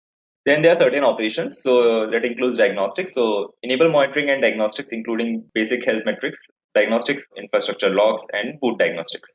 So boot diagnostics can help you diagnose boot failure if your virtual machine gets into a non-bootable state. Create an Azure storage account to store the logs. A standard locally redundant storage account is sufficient for diagnostic logs. Then there's availability. So your virtual machine can be maybe affected by planned maintenance or unplanned downtime. You can use virtual machine reboot logs to determine whether a virtual machine reboot was caused by planned maintenance. For higher availability, deploy multiple virtual machines in an availability set. Then there are backups to protect against accidental data loss. So use the Azure backup service to back up your virtual machines to geo-redundant storage. Azure backup provides like application consistent backups. Then there is a stopping a virtual machine. So Azure makes a distinction between stopped and deallocated states. You are charged when the virtual machine status is stopped, but not when the virtual machine is deallocated. In the Azure portal, the stop button deallocates the virtual machine. If you shut down through the operating system while logged in, the virtual machine is stopped but not deallocated. So you will still be charged. Then there is deleting a virtual machine. So if you delete a virtual machine, the virtual hard drives are not deleted. That means you can safely delete the virtual machine without losing data. However, you will be charged for storage. To delete the virtual hard drive, delete the file from blob storage to prevent accidental deletion as a resource log to log the entire resource group or like log individual resources such as virtual machine. So this is all about the major components and how they work in synchronization with each other to form a virtual machine. So this is how the architecture looks like and how it works of Azure Virtual Machine. Now that we have a theoretical as well as an architectural understanding of Azure Virtual Machine, let's try our hands on it on how to create a virtual machine and how to connect it. So you can just go to the Azure portal. Here you see all the services which you have recently used, and you can just directly go search for virtual machines from here. Go to the virtual machines. Here you see there's no virtual machine being created till now, so you can just go to create. So subscription Azure Labs we have, and then resource group we have to give. If you already have a resource group, just give or create a new one from here. Resource. You can give a name as well. I'm going to give VM demo 01. Area is Central India, so yeah, region I'm choosing Central India, which is nearest to me, and also my consumers are nearest to me. That's the region I'm selecting. So always keep in mind while you select the region, select the region which is near to you and also to your consumers. Then in availability options, requirements, security type standard, Windows 2009 data center generation 2, right? Azure, no, not required. Size, then we have to choose. Yeah, I can go with B1, or you can like select any other size. You can see for all the sizes, so you can select any one of them. Like right now I'm using B1. I can use B2s as well, so I will just select B2s. That has 2 virtual CPUs and 4 GB of memory. Then I will be creating a username. So Azure admin is good for me, and I will give a username as well. It should be alphanumeric along with special character with 1 capital letters as well. So keep that in mind while creating the password. Password meshed. So let's go to the next step. Public and more not selected. Now selected report. So RDP 3389 you have to select if it's not selected. So yeah, now let's go to the disk. No thanks, not required. Then select whichever is viable for you, like SSD or HDD standard one. It also like the price was also dependent on which option you are going with. So I'm going with standard SSD right now. Next, networking. Nothing is required. If you want to change anything as per your requirement, you can change that to management. Auto shutdown, if you require enable, like if you enable auto shutdown, it will auto shutdown. That's depend on you. Right now I don't require that, so go to the next one. Extensions and everything is there. So I'm selecting an extension here for myself. You can also like select which one is required for you. I require Microsoft entire malware. Go next. So then I just have to create that. So I've created next text. If you want to add any text, you can. It's up to you. And then you can just go to review and create. So here you will actually get the price. Right now I'm not getting because I have a different kind of an company based account. But if you have any personal account, then you will be getting the total price of your virtual machine you're going to host, right? So you can recheck all the information you have selected for, all the services you have been selected, sub services, and then you can create it. So the virtual machine is getting deployed. So here you can see deployment to resource group is in progress. So now you can see the deployment is complete. So you can just go to your resource from here. Let's see what all is created. We can see a virtual machine is created, public IP address is there, a network security group is created for security purposes, then there's network interface being created, and a storage disk is being created, and as well as the virtual network. As we have understood, all these things are required in virtual machine architecture. You've understood, right? So that's all being created. So we can go to a virtual machine. Now you can see here status, it is running right now. Location, every the region location, you can see it's showing Central India, and you can see the public IP address as well here. So all this is here. You can actually like copy the public IP address and directly connect it through your remote desktop connection by pasting it here and connecting it, or you can just go to connect and go to RDP, and here you can like download the RDP file, the personal RDP file. Just for that, one thing, remember, you have to go back to that. You have to copy the IP for that. So you can see the IP is copied. So let's open the RDP. Yeah, go to connect.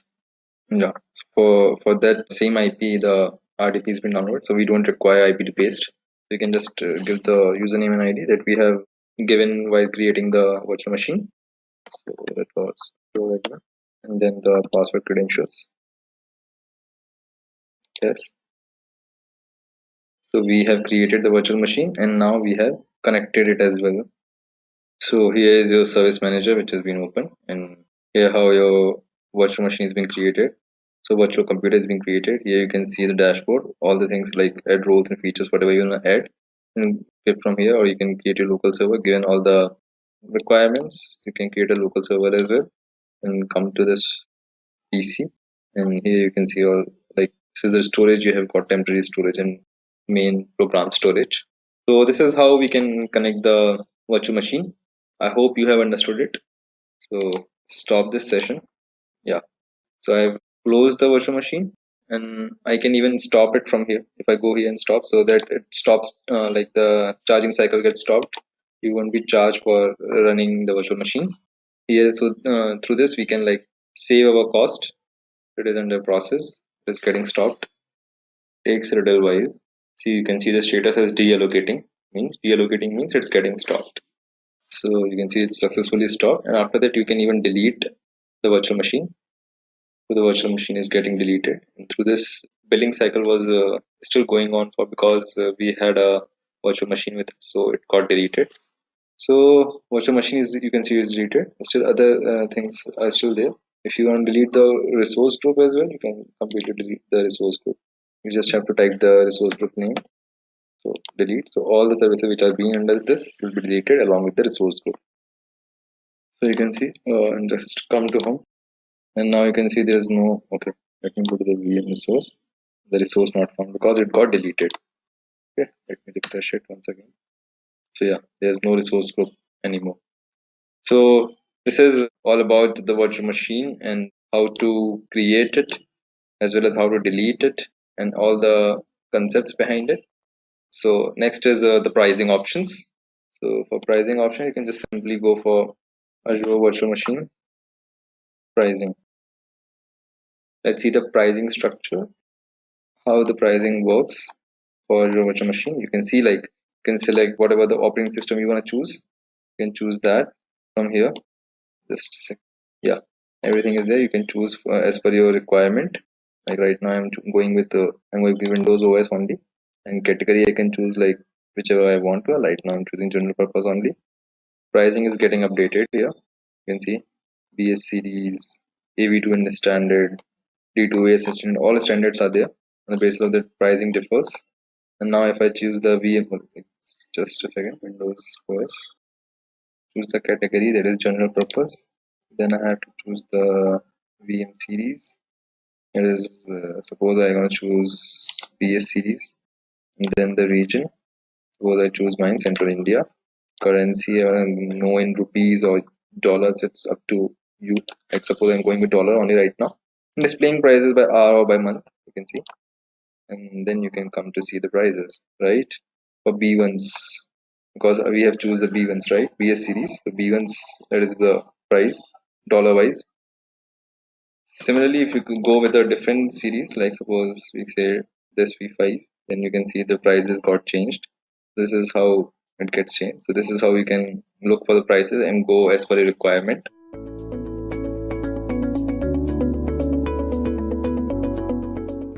What Azure Kubernetes service is. Now, I'm not going to get into the details of this service right away, but just to give you an introduction, Azure Kubernetes service is a fully managed container management service. It is provided by Microsoft Azure, obviously, which is a very popular cloud service provider.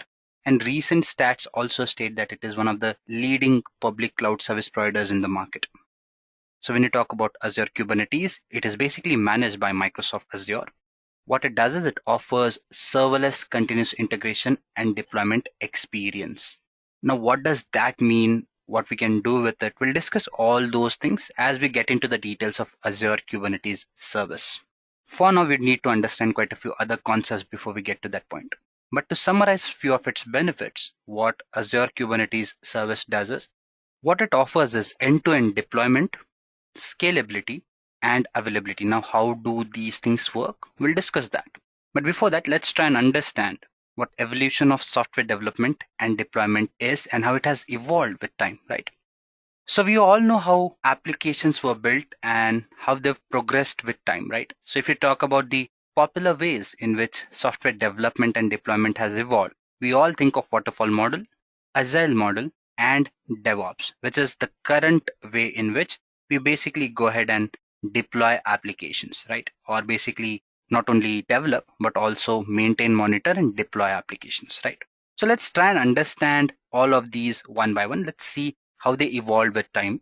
So when you talk about waterfall model, agile model, or DevOps, they all have these three things, which basically sets them apart, right? The application architecture, be it their deployment or packaging. And finally, the application infrastructure that we can think of. Now, when you talk about the application architecture, the first one, that is your waterfall model, is known for its monolithic architectures, right? Something that we came away from. If you talk about current generation, we are more into the microservices model that is handled by a DevOps, right? So when you talk about waterfall, we had monolithic applications. That means everything was inside a single application. Your servers, right? Your applications, be it your management tools and stuff like that, everything was inside a single application. And these kind of architectures were called as monolithic architectures. Now, with time, we had agile model where we had multi-tier applications where some of your applications or some of the functionalities of your applications were handed over to some other domain or to some other tier, right? And hence we had multiple tiers. Say, for example, you would have your application tier in one place and you'd have your basically your database tier in other place, right? Something like that. And when you talk about DevOps, they took this functionality to a further classified, I'd say, architecture where we had microservices or granular parts of your application that could function independently. Now, why do we need these kind of changes, right? Why did we not opt for monolithic applications? Now, when you talk about monolithic applications, these were bulky and these were very rigid, not easy to basically go ahead and modify. If you had to change the entire thing. When you talk about Agile, it gave you more flexibility. How? We had multi-tiers, right? So if one of the tiers is not functioning, right? So we could actually go ahead and work on that tier and it would not affect the remaining functionality. But when you talk about DevOps or when you talk about microservices in particular, it basically breaks down your application into granular chunks where each of these applications performs as a whole, but you can think of them as an individual part, which you can basically go ahead and function or operate on individually, and also ensure that you can basically make changes to these individual parts individually without affecting the functioning of the entire application. Now, when we talk about deployment and packaging, we have different ways in which these applications are hosted, right? Or in which these different ways of software development and deployment work, right? So when you talk about deployment packaging, your waterfall model supported or supports your physical servers, right? You have a physical server. Similarly, when you talk about your DevOps, or rather we have Agile first. So when you talk about Agile, you had your virtual servers. Now, if you talk about cloud computing, yes, to some extent it supports virtualization, but back in those days, virtual servers were a little different. So if you talk about Agile model, it basically lies on a deployment model which is based on virtual servers. When you talk about microservices, on the other hand, they are more based on containers kind of an deployment is what I would say. Similarly, if you go ahead and discuss their application infrastructure. Now, for your waterfall models, we had data centers that basically had all these applications being hosted, right? Your monolithic applications. Similarly, when you talk about Agile, we mostly move to the hosted platforms, right? And when you talk about current microservices or your container infrastructure, we talk about cloud hosting. And that is why we've come up with this session where we'd be understanding how containers work on top of cloud. That is your Kubernetes orchestration tool. In this case, would be working on our Microsoft Azure cloud platform. So I believe the evolution of development and deployment is clear to you all. Let us now go ahead and understand or discuss some of the other bits that are there on our plate. Now, before we actually go ahead and understand how Kubernetes works, right? And why are we talking about containers and stuff? We need to understand how containers are different from virtual machines, because virtual machines are something that people have been using and many of them have migrated to containers. Why? Because both of them, they have their benefits and reasons for these benefits. So let us try and understand how a container is different from a virtual machine. More than a comparison, it is just understanding how they're different from each other. Now, this image should give you an understanding as to how these two things are different. The one on the left hand side, you have your container, and on the right hand side, you have your virtual machine. Now, when you talk about virtual machine, what a virtual machine does is, on top of your server, it lets you host your guest operating systems. To give you an example, when you talk about a service, right, or if you talk about a cloud platform like Microsoft Azure, where you have Azure virtual machines, which again lets you spawn instances or virtual machines. Now, these virtual machines or instances can have different guest OSs. Say, for example, if you launch a virtual machine that basically has a guest OS of Linux, and there's another virtual machine that has a guest OS of your Windows, right? So we are talking about two different virtual machines or entities which function on the same server, but they have different operating systems. That means if I want an application to run in Windows, I can do that using my VM, that is Windows in nature. And similarly, if I want something to run on top of Linux, I can use the virtual machine that is Linux in nature, right? So that is what virtual machines offer you. Okay. But there's a catch here. When you talk about a virtual machine, you're talking about a server, right? On top of that server, you'd be having your host operating system on which you'd be running a hypervisor. Now, this is more of a middleware, okay? Or a service that supports all the applications that are there on top of it, including the operating system, the guest operating system that we are talking about.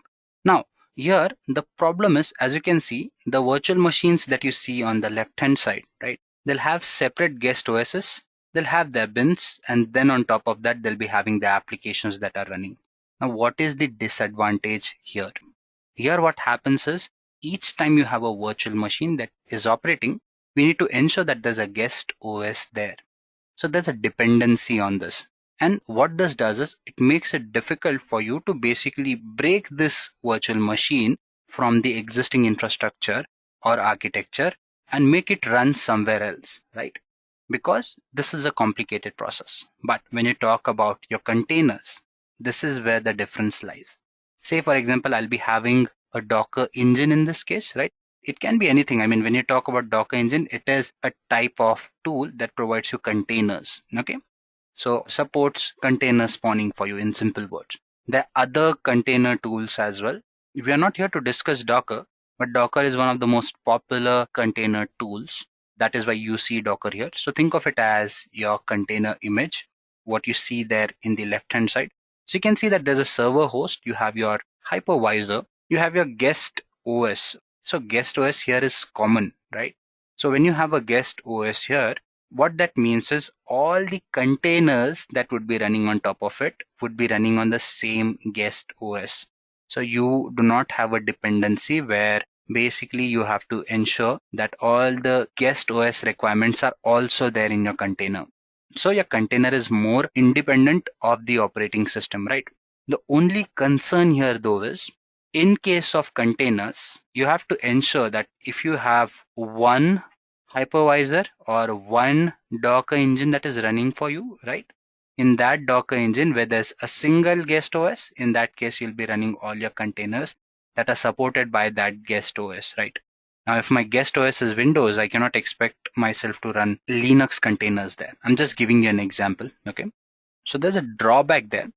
But the benefit here is, right, since your applications, your bins and your library files are independent, you can package them in a container and move them across easily. So you can run it on other Docker engines as well to support your claim.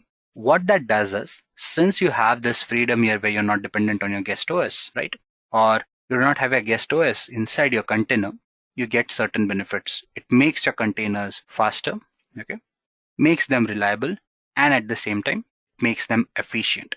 So that is what basically containers are, and that is how they're different from virtual machines.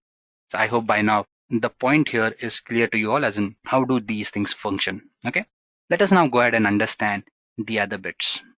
So now let us try and understand what Kubernetes is, right? Because many of us know that it is a container orchestration tool.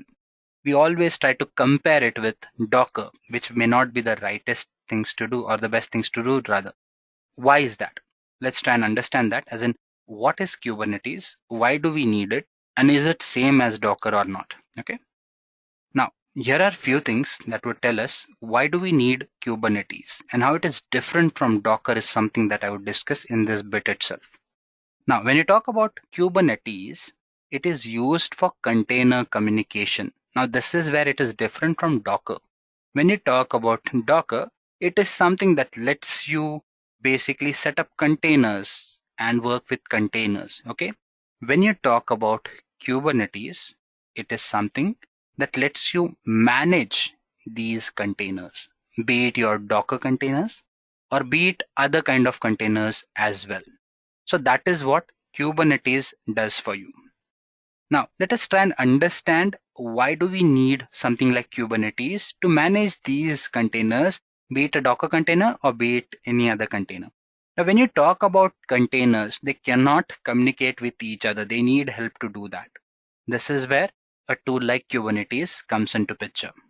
Apart from that, if you go ahead, what containers do is they basically can be deployed as applications, right? As individual applications. But since it is easier to deploy these applications thanks to containers, you cannot just go ahead and deploy applications the way it suits you. You cannot just go ahead and deploy your containers the way it suits you, right?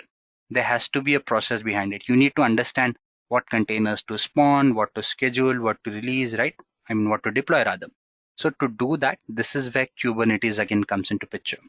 Third bit here is careful container management. Now, what do you mean by careful container management? It again is similar to what we discussed, right? As we talked about how deployment works, similarly, we also need to understand how container management works, right? When you talk about containers, there are quite a few pointers that come into picture. Now, at the start, when I talked about Azure Kubernetes Service, you realize that there were certain pointers that talked about, I mean, there were some highlights or features there on the first slide that showed you it helps you in better deployment, right? And quite a few other things. So when you talk about those pointers, right, what services like Kubernetes do is they ensure that your deployment is happening properly. You are able to deploy multiple applications, right? And you are also able to track whether these applications are up and functioning, whether one of these applications is dead. Do you need to work on it, right? So you get this kind of management when you talk about Kubernetes. Enable auto scaling. To give you an example, let's assume that you have an application that basically deals with 3 servers. Now, let's assume that that application does very well, right? In this case, you might need to scale that application. Is it easier just to go ahead and scale these applications? No, right? Because there could be a possibility that now you have to manage not just 3 servers, but you're required to manage like 100 servers. In that case, using a tool or using an orchestration tool rather like Kubernetes would help you ensure that all your containers running in different 100 servers on top of these different 100 servers are functioning properly. So this is where auto scaling comes into picture. What Kubernetes does is it gives you an ability to auto scale your applications in situations where manual intervention is not needed. And that is what Kubernetes does for you. So these are some of the reasons why Kubernetes came into picture. So yes, we had containers, but these were some of the drawbacks that containers had. And this is what something like Kubernetes lets you do. Okay, let us now go ahead and understand what is Kubernetes, right? So I've already explained what Kubernetes is. There's not a lot of different pointers that have left to be explained. So if you talk about Kubernetes, right, it is an open source container management tool which automates container deployment, container descaling, and container load balancing. So all the activities that we discussed, right, be it managing multiple servers, ensuring that all the containers are working together, right, they're able to communicate with each other. So basically all the container management, it happens, all the orchestration, it happens using your Kubernetes, and that is what it does. Okay. What is one of the benefits it offers? It works brilliantly with all cloud vendors, be it your public, hybrid, or on-premise. Okay. And one of those popular cloud platforms, as I've mentioned, is Microsoft Azure, which we'll be discussing as we move further. So what do you need to know more about Kubernetes? Now, these are some of the facts, right? I mean, some of the things that might intrigue you. I'm not very sure about that. But if you talk about Kubernetes, it was developed by Google. Okay. So Google, as we know, brings in a big customer base, a big audience, right? A big community to discuss. And that is why this in itself is a big thing. Why? Because when you talk about something like Kubernetes, it is going to have a huge community. And that would mean that there's huge support, huge documentation for you to work with. It was developed using a programming language called as Golang, and it entirely was built using it. Apart from that, to summarize what Kubernetes is, you can think of it as a number of containers that can be put into one logical unit so that you can simplify the process of managing these containers and how they work. Okay, so this is what Kubernetes is in a nutshell. Let's try and understand how the architecture of Kubernetes works and what are the components that you should know about Kubernetes. So this is what the basic architecture of Kubernetes looks like. Okay, so you have your APIs, you have your Kubernetes master, you have your image registry, then you have your nodes, which basically are nothing but your applications. So let's try and understand these one by one, as in how do these function. Okay, so when you talk about the APIs, the CLI, and the UI, right, the first thing that you need to do is you need to set up a Kubernetes cluster, right? So when you talk about a Kubernetes cluster, a cluster would be nothing but your central management point using which you'll be managing all your applications or your different containers that host your applications, right? So first what you do is you create this cluster, something that you can do by using your CLI, right? And then you can interact, or others can also interact with your cluster by using an API server. Okay, so your API server is nothing but that basically ensures the authentication and the identification of the people or the resources interacting with your Kubernetes master or with your Kubernetes cluster. Okay, now if you talk about Kubernetes cluster to start with, your Kubernetes cluster here, what you can see is you have your Kubernetes master, right? Kubernetes master is something that basically manages your containers. And what you see on the left hand side, the nodes and stuff, right? This is nothing but your worker nodes. Now this is where you'll be having your applications that are actually running. So your worker nodes would be implementing or running your applications. Your Kubernetes master, on the other hand, would basically be managing these applications and telling you how to basically run these applications on top of it. To understand this better, let's go ahead and take a look at this diagram that you have. Okay, so what you see here is you see a Kubernetes master, right? And inside this Kubernetes master, there are quite a few other things as well. We'll discuss those. But what you see on the screen are some key components that you need to know. Okay, so inside your Kubernetes master, you'd be having two important pointers, that is your replication controller and your service. Okay, so when you talk about a replication controller, It is nothing but a resource that is owned by your master, that is your Kubernetes master, right? What it does is it ensures that the requested number of pods are running on nodes always. Okay, so your replication controller is something that controls the functioning, not controls, it basically tells your worker nodes that keep the nodes or the pods running. Now, what are the pods and what do they do? We'll discuss that. Do not worry about that. It's not very complicated, but that is what your replication controller does.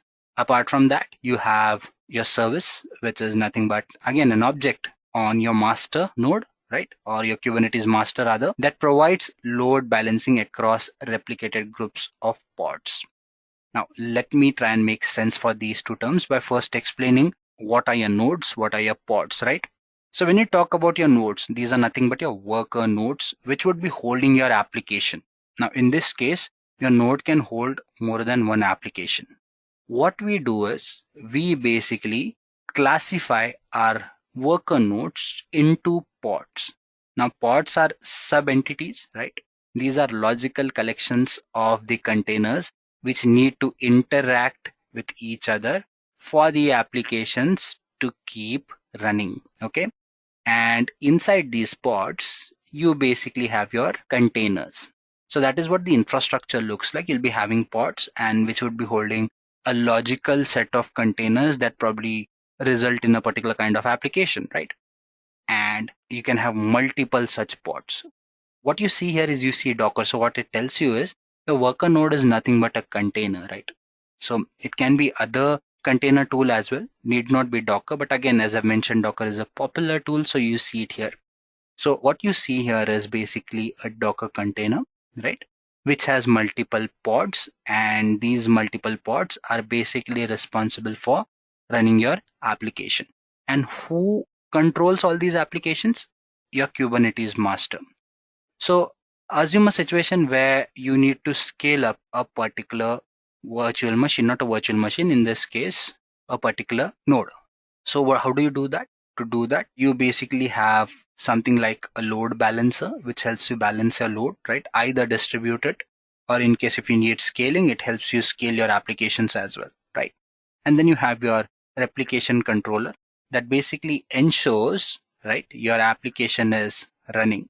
So what your replication controller does is it tells your node that this application has to run, okay? And who makes it run? There's something called as kubelet. Now inside every node, there would be another entity called as kubelet. That kubelet is responsible for running your application. So this is how your Kubernetes architecture looks like, and this is how it functions. Now, we've understood what Kubernetes is, how it works, right? Let us now go ahead and understand Azure Kubernetes Service.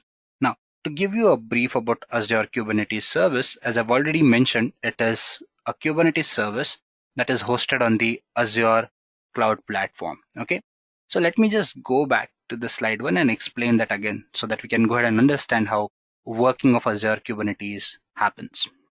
So we've already seen this slide, right? What is Azure Kubernetes Service, but now it would make a lot more sense for you. Okay, so what can happen or what Azure Kubernetes Service offers to you. Now, if you talk about Azure to start with, it is a popular cloud service provider. What that means is with Azure Kubernetes or with Microsoft Azure, you can basically have various services that help you in software development, planning, management, right? Be it your administrative practices, development practices, or architectural practices related to a software. All these things can be hosted on a public server in this case, which again can be your Microsoft Azure cloud. Now, what it does is it basically gives you all the services that are needed to carry out all the actions that I just mentioned, where you can rent these resources or follow a pay-as-you-go model and use these services to benefit your requirement. Okay. Now, when you talk about a platform like Microsoft Azure, which again is a cloud platform, as I've just mentioned, the possibility of dealing with applications are plenty, or the possibilities rather are plenty. So you can do so many things.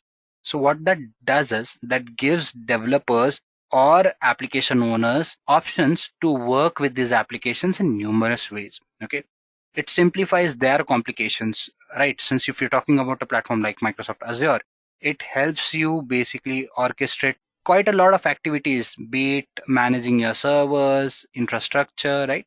Be it basically load balancing, be it auto scaling, all these things can be controlled by using the cloud platform.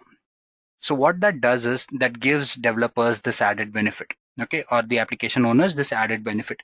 And that is why what these cloud platforms are doing these days is they are encroaching or basically covering different domains, be it your big data, DevOps, analytics, right? All these things are or can be implemented using these cloud platforms, because when you talk about these cloud platforms, they're already owning various markets of software development and application hosting. Okay. So that is why having something like Kubernetes work on top of Azure is a benefit. Why? Because some of the complications that you'd find difficult to implement using Kubernetes can be controlled by using Microsoft Azure. And that is why you have these added benefits, be it your end-to-end deployment, be it your availability or scalability. If you talk about some of the benefits that it actually offers, what it does is you pay only for the nodes that you use. That means last time I checked, Microsoft Azure did not charge you for your master node. You only get charged for your worker nodes that you use. Okay. Your cluster upgrades are easier, so you do not have to worry about the patching part and stuff like that. Integration with various Azure and other tools and services becomes easier. Not just that, what you can also do is you can actually go ahead and enforce various rules that are under Azure policy across multiple clusters to have uniformity if you need to, right? What you can also do is you can scale Kubernetes and other nodes using autoscaler that Microsoft Azure supports. And you can even expand your scale even greater by scheduling your containers on Azure containers. So that is what Microsoft Azure Kubernetes service provides you with. Okay. Let us now move further in this Azure Kubernetes service tutorial video, and let's try and understand some of the other important pointers, like how does the architecture of Azure Kubernetes services works. Okay, to understand the working of AKS or Azure Kubernetes service, right? You can see this diagram on the screen. It's a fairly simple diagram and it tells you what Azure Kubernetes service does. Okay, so we've already seen how Azure Kubernetes architecture works, right? I mean, we know what all components it has and stuff like that. This is a more detailed view. So what you'll have is you'll have again a Kubernetes master node or cluster is what you can call it. Okay, so in this master node, the functionality would be same. It would be controlling how the deployment and how the management of your containers work. So basically, Azure will manage your master node. It will basically help you control quite a few activities that are there. As a customer, you'd be managing the applications only. There too, you would have support from Microsoft Azure. How we would understand that? Now, if you talk about the control plane, what you have here is you have your API server. Now, when you talk about your API server, what it does is it basically tells you how the underlying Kubernetes APIs are exposed. Okay. What this component basically does is it provides the interaction for your management tools, be it your kubectl or the Kubernetes dashboard. Similarly, you have your etcd. Now, etcd basically what it does is it maintains the state of your Kubernetes. When I say the state of Kubernetes, I'm talking about the Kubernetes cluster, and basically it helps you control all the configuration that is there. This thing is highly available and it is key value based in nature. Okay. What you also have here is basically you have a scheduler. What a scheduler does is it lets you create and scale your applications to basically determine which nodes can run on what workload and stuff like that. Okay. And finally, you have your controller manager. Now, this is an important bit again. What it does is it controls or oversees a number of smaller controllers, whether they're performing their actions or not. And what it also helps you in doing is replicating the pods that you have and handling your nodal operations as well. So this is what your control plane does, and it is basically managed by your Azure. Now, what is the benefit of having Azure manage it, right? Since Azure is managing it, you do not have to worry about the configuration part, setting up part, right? Your cluster node is basically set up by Microsoft Azure, and that is what it simplifies. Then the other bit is your customer managed bit, be it your kubelet, right? Kube proxy, your container and container runtime. To understand this better, I think this diagram should draw a clearer or a better picture for you. Okay. So basically, when you talk about your customer part, now there are quite a few things that you need to know. I've mentioned kubelet, which basically lets you run your pods, right? Your pods are run by your kubelet. That is what your kubelet does. Okay. There are other things as well that you need to know here. You have your Azure Virtual Network Interface. Now, it is something that takes care of all the interface requirements that you might otherwise have. Okay. And similarly, you have your kube proxy, right? Kube proxy again works together with your virtual network interface, right? Or basically your Azure virtual network and tells you what needs to be done. Okay. Now, all these things, they reside on a virtual machine again. So we've discussed all the differences and benefits of it. So what Azure does is it basically launches a virtual machine for you on top of which your containers would reside. Okay. So when you talk about these containers again, these are nothing but your applications that are running for you. Okay. And these are the services that would help you actually implement or control all these applications that are there. You can actually go ahead and scale up your virtual machines to meet the requirements of your application in different ways. So this is how the working of AKS is. I mean, this is how the master node works, and this is how your basically customer node or your worker nodes work when you talk about AKS. We'll see these as we get into the demo part. But before that, let's go ahead and understand a use case or see a use case as to how vehicle safety with AKS is supported. Now, when we say vehicle safety, we are talking about a use case that was set forth by Bosch. Okay. Bosch, as we all know, is a very popular company which has numerous thousands of employees working across the globe for meeting different technological needs of the world. Okay. In this particular use case, what they thought of was the amount of accidents that happen due to wrong way driving. Okay. And what they thought was, could we find a solution that could basically help us overcome this bit of problem? Okay.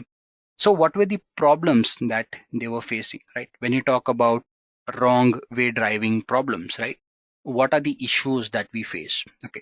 Because of wrong way driving, there could be a lot of accidents, unplanned casualties and stuff like that. But if I am to avoid wrong way driving using technology, it's a very tedious task. The reason for that is what I can try and do here is I can basically set up an application that notifies me of wrong way driving, right? But then for that to happen, I have to have a lot of data that is in real time. And when I'm driving, my only way of fetching data is by using cell phones and GPS, right? But then again, there are problems with these things. When you talk about cell phones, they basically function very well in a radius of 5 meters distance when you talk about their operational radius or their limitations when you talk about range on exchanging this data. Okay.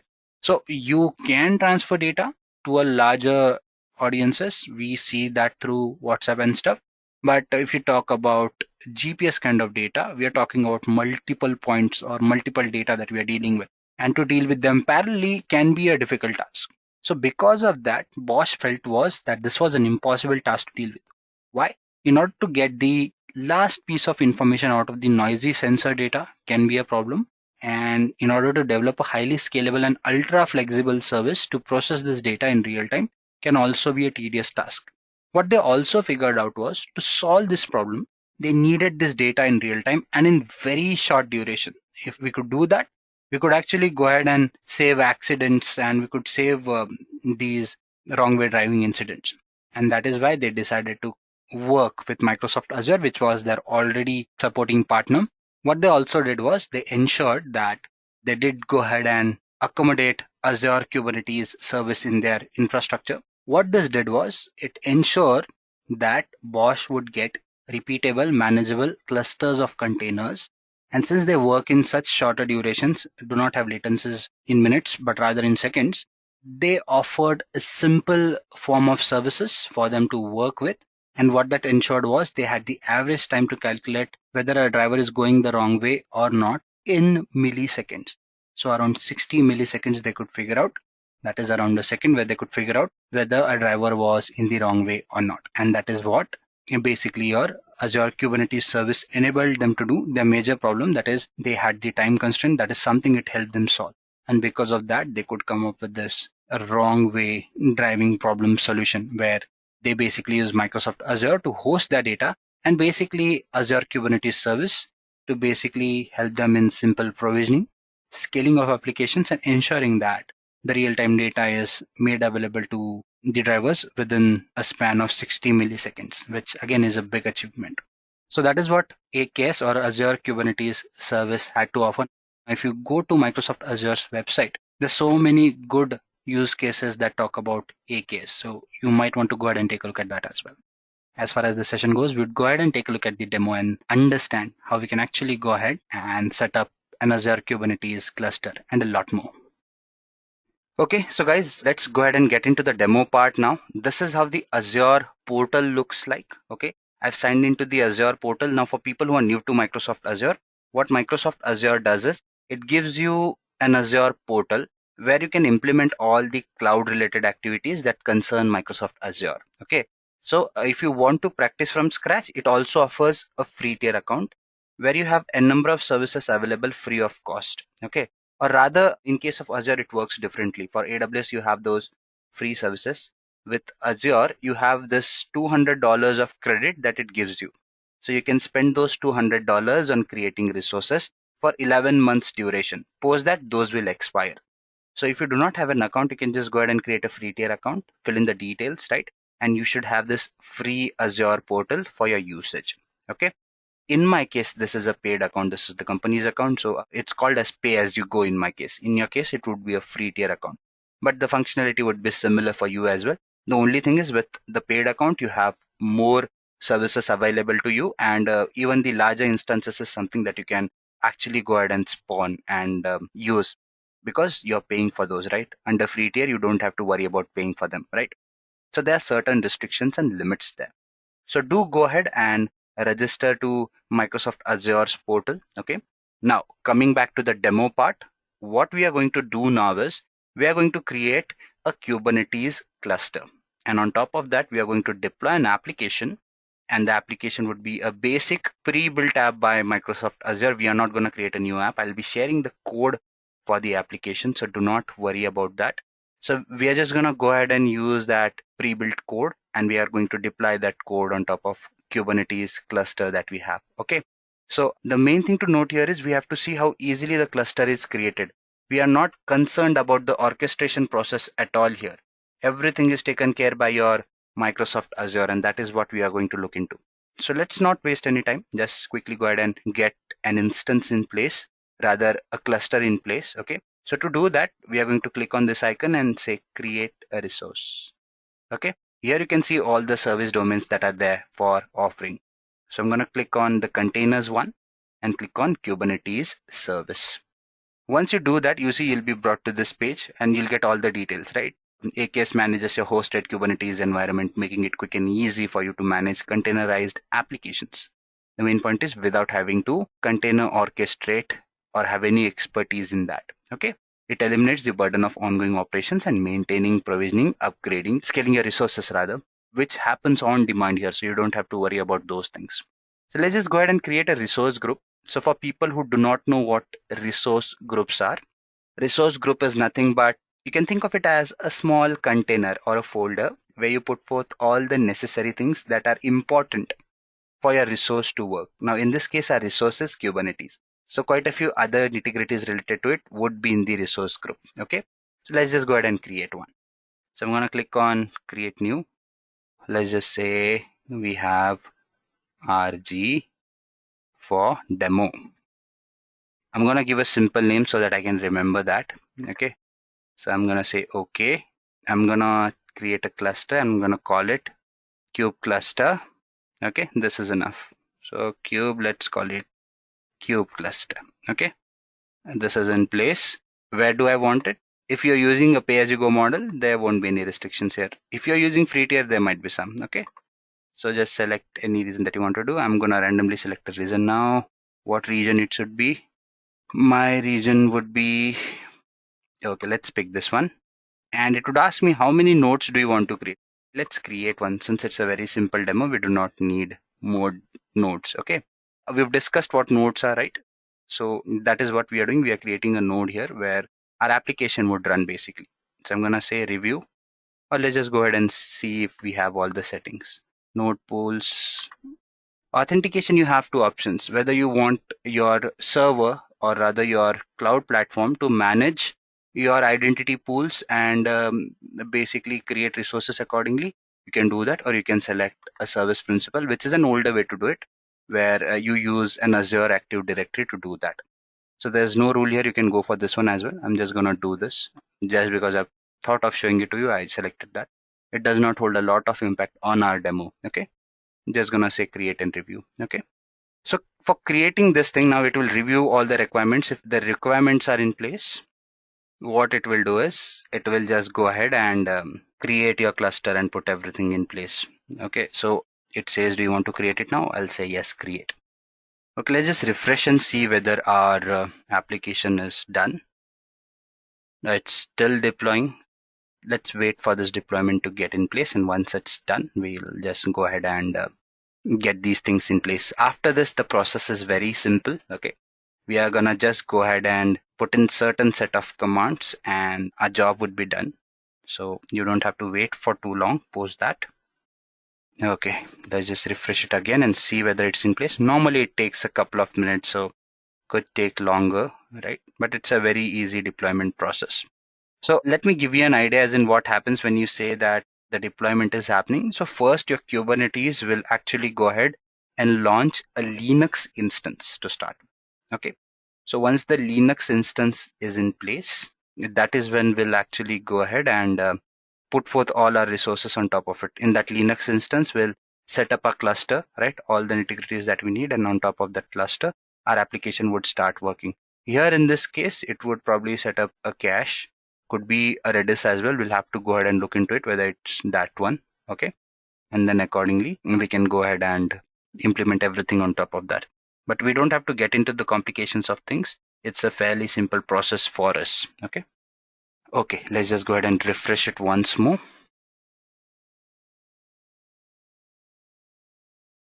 Okay, it's done. Your deployment has been complete is what it says. That means we are good to go ahead and use our resource. You can do other things as well on top of it. It is suggesting what all you can do. Okay, so we are going to do one of these things. Do not worry. So just go to the resource in our case. Okay, and in this resource, you can see there's all the information that you need. Okay, you'll get to know where it is hosted and stuff like that, what kind of instance it is, where it is located, everything. One node pool is what you have, right? So you have all the information to actually go ahead and connect to it. So in your case, I'm hopeful that it would happen faster than what you see in my case, or on my screen rather. You see, Cloud Shell is up and running. So let's just go ahead now and basically get credentials, right? Here, let's get the credentials or merge our cluster, okay? So that we can start using it. So how do we do that? We use this command. We say AZ-AKS, okay? And in this case, what we are going to do is we are going to say get credentials. Okay. Now the next thing is, what do we need? Resource group details. So I'm going to say resource dash group. And I'm going to give the resource group name, which I am certain that we should see if we just scroll up. Okay. So the resource name is RG for demo that we used. Okay, RG for demo. And what we also need is we need the name of the cluster. And in that case, it is kube cluster. So you can do it vice versa as well. You don't have to go this order. You can start by giving in the details for your cluster and then the detail for your resource group. I'm just going to hit the enter button now. Merged kube cluster as a current context in this path is what it says. Okay, now let's just go ahead and get the details for the node. In this case, we know there's only one node, but you could be working on multiple nodes, right? So in that case, you have to use this command. You say kubectl. Now it is basically a client-side interactive tool for interacting with your Kubernetes. Okay, so that is what kubectl is all about. Okay, and you say get nodes. If there are multiple nodes, it will give you multiple nodes. If there's only one node, it will give you only one node. So there you go. You can see that there's one node that we have with us. Okay, we have all the details. It's been running for 5 minutes, it says, right? Because that is when we started the node. Okay, now the next thing is we are gonna go ahead and select the YAML file where we've actually put forth the details for our application, right? So how do we do that? For that, we are going to go ahead and use this command, okay? Nano, okay, space Azure. The name of the application is, or the application rather, is related to voting. So that is why I'm going to use this name, and I'm going to say .yaml, okay? Okay, so guys, I've already pasted a piece of code here because I tried implementing this demo before. So you'll see that there's code here, okay? So in this case, what we are going to do is we are going to remove this code just to be safe. I'm going to just paste the code again. So basically, this is where you'll have all the details. What is the API that is being used? What is the container port, right? What is the memory that you are using? What call are you making, right? All those details are here. Do not worry, I'll share the link to this piece of code in the description. If not, you can just look for Azure demos or getting started with Azure on your browser, and you'll find this piece of code. It's available everywhere. You'll get this code on GitHub as well. I do not own this code, so I will not take any right in saying that this is something that I've created. It is a code that has been used and it is somebody else's work. Okay. So you may check out online the details. I'll also pass in the details in the description. Okay. So everything is removed now. I'm just going to go ahead and paste my piece of code here. Okay. I'm going to say paste, and all the same code is again here with us. Okay. Now, how do I go ahead with it? In this case, I'm going to say justify, cut, uncut. Do I want to replace? I'm just going to say exit for now. So it's Control X in my case. And I'm going to say no, we'll discard the changes. So we'll say yes. So Y. That means it will save my code. Okay. I'm going to hit enter now. So it will take me back to my cluster. Okay. The next step is, now what we are going to do is we are going to go ahead and call out this YAML file. Okay. So once we do that, this is how we are going to do it. We're going to say kubectl again. Okay. And apply /f Azure. What was the name again? /vote dot YAML. I'm going to hit the enter button. And there you go. What it has done is it has created a vote back application. Its front is created, its back is created, right? So we need to see how it looks like, right? So we are going to find out all the details, as in if we want to watch this app working, we need the details for it. So we are just going to go ahead and use a command called as get service. Okay, so get service is in place. And in this case, again, my app name, Azure vote, but this time I want the front. Okay, so I'm going to say front, and I'm going to say watch and hit the enter button. I basically made a blunder here, and that blunder is we have to call this command through kubectl, right? So in this case, again, we'll have to type the remaining command again. So I'm just going to do it quickly. Okay, get service Azure vote dash front watch. And there you go. You have your external IP here. So guys, at times what you see here, your external IP, if your system is very slow, which is in my case, but I don't know how it happened, it says is only 85 seconds is what it says. So normally it takes time for you to see this external IP. Okay, but luckily we can see it. So I'm gonna just copy it here. Okay, and I'm gonna paste it here, and this way we should be able to see the application that we've created. Okay, so you can see you can vote here. One, let me vote for dogs, twice, thrice, and I can just go ahead and reset it as well. Okay, so guys, this is how you actually go ahead and create a cluster. Okay, a suggestion here would be you delete all the resources that is there. Delete this one, delete the resource group, and also the Azure Active Directory, so that you do not get charged. If you want to see what all we did here, right, and how the performance went on, Azure lets you track all the working as well, right? If you want to take a look at the insights and stuff, if you click here, you'll have all those details as well.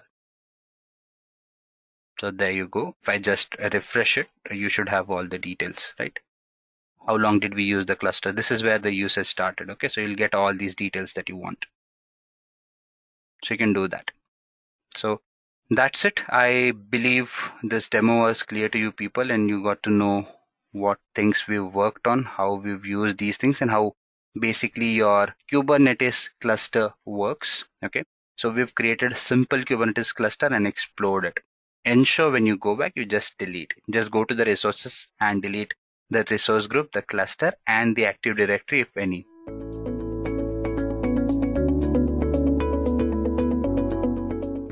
What are ARM templates?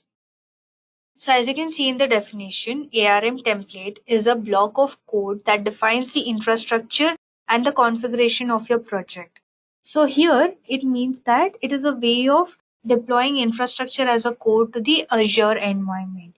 So here you create a project in that you define the objects you want, and you also specify their properties, names and their types, and you convert it into a JSON file.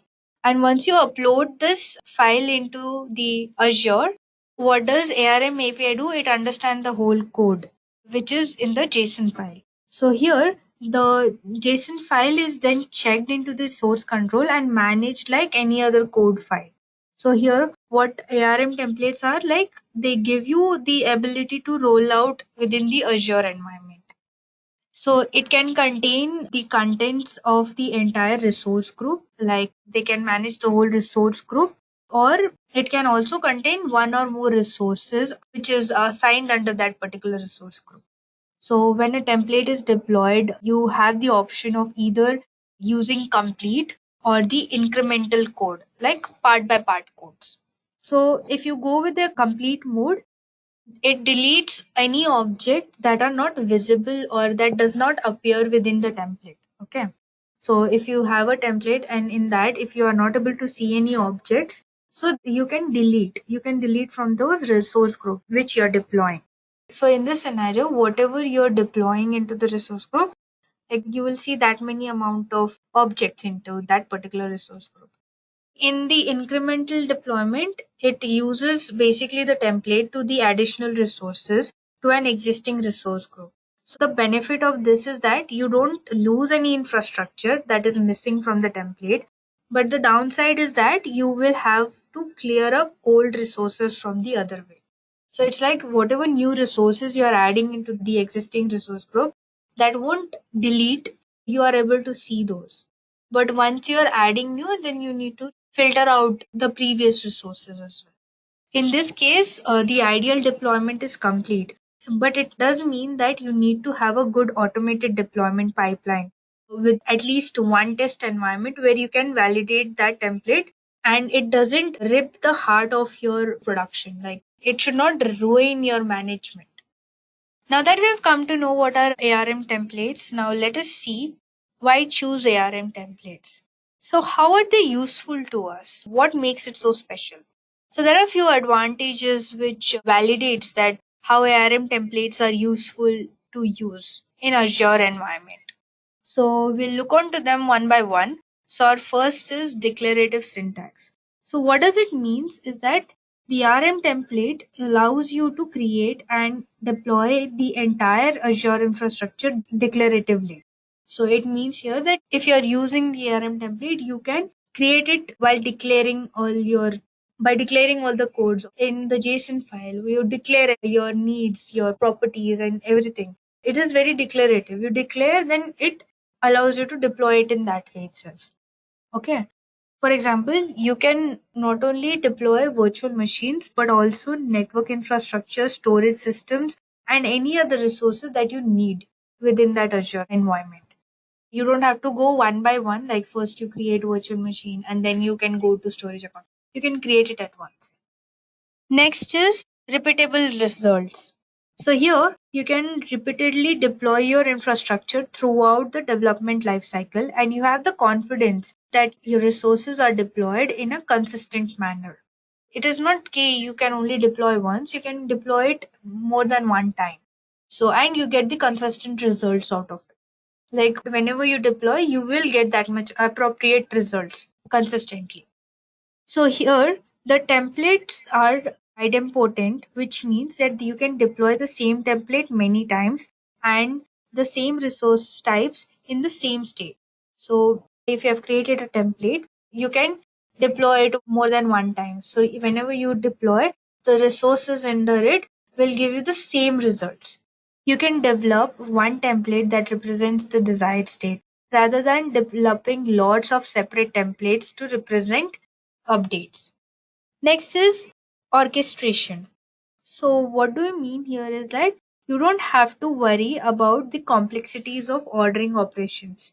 So, the resource manager orchestrates the development of interdependent resources so they are created in the correct order. So, here you don't have to worry that in which order, like you don't have to think that which one should be deployed first, which one should be deployed second. So, ARM template manages, it reads the code and it manages itself and it makes it in order which has to be deployed first, which has to be deployed last. So it is done by the ARM itself. You don't have to do it manually. When possible, Resource Manager deploys resource in parallel so your deployment finish faster than serial deployment.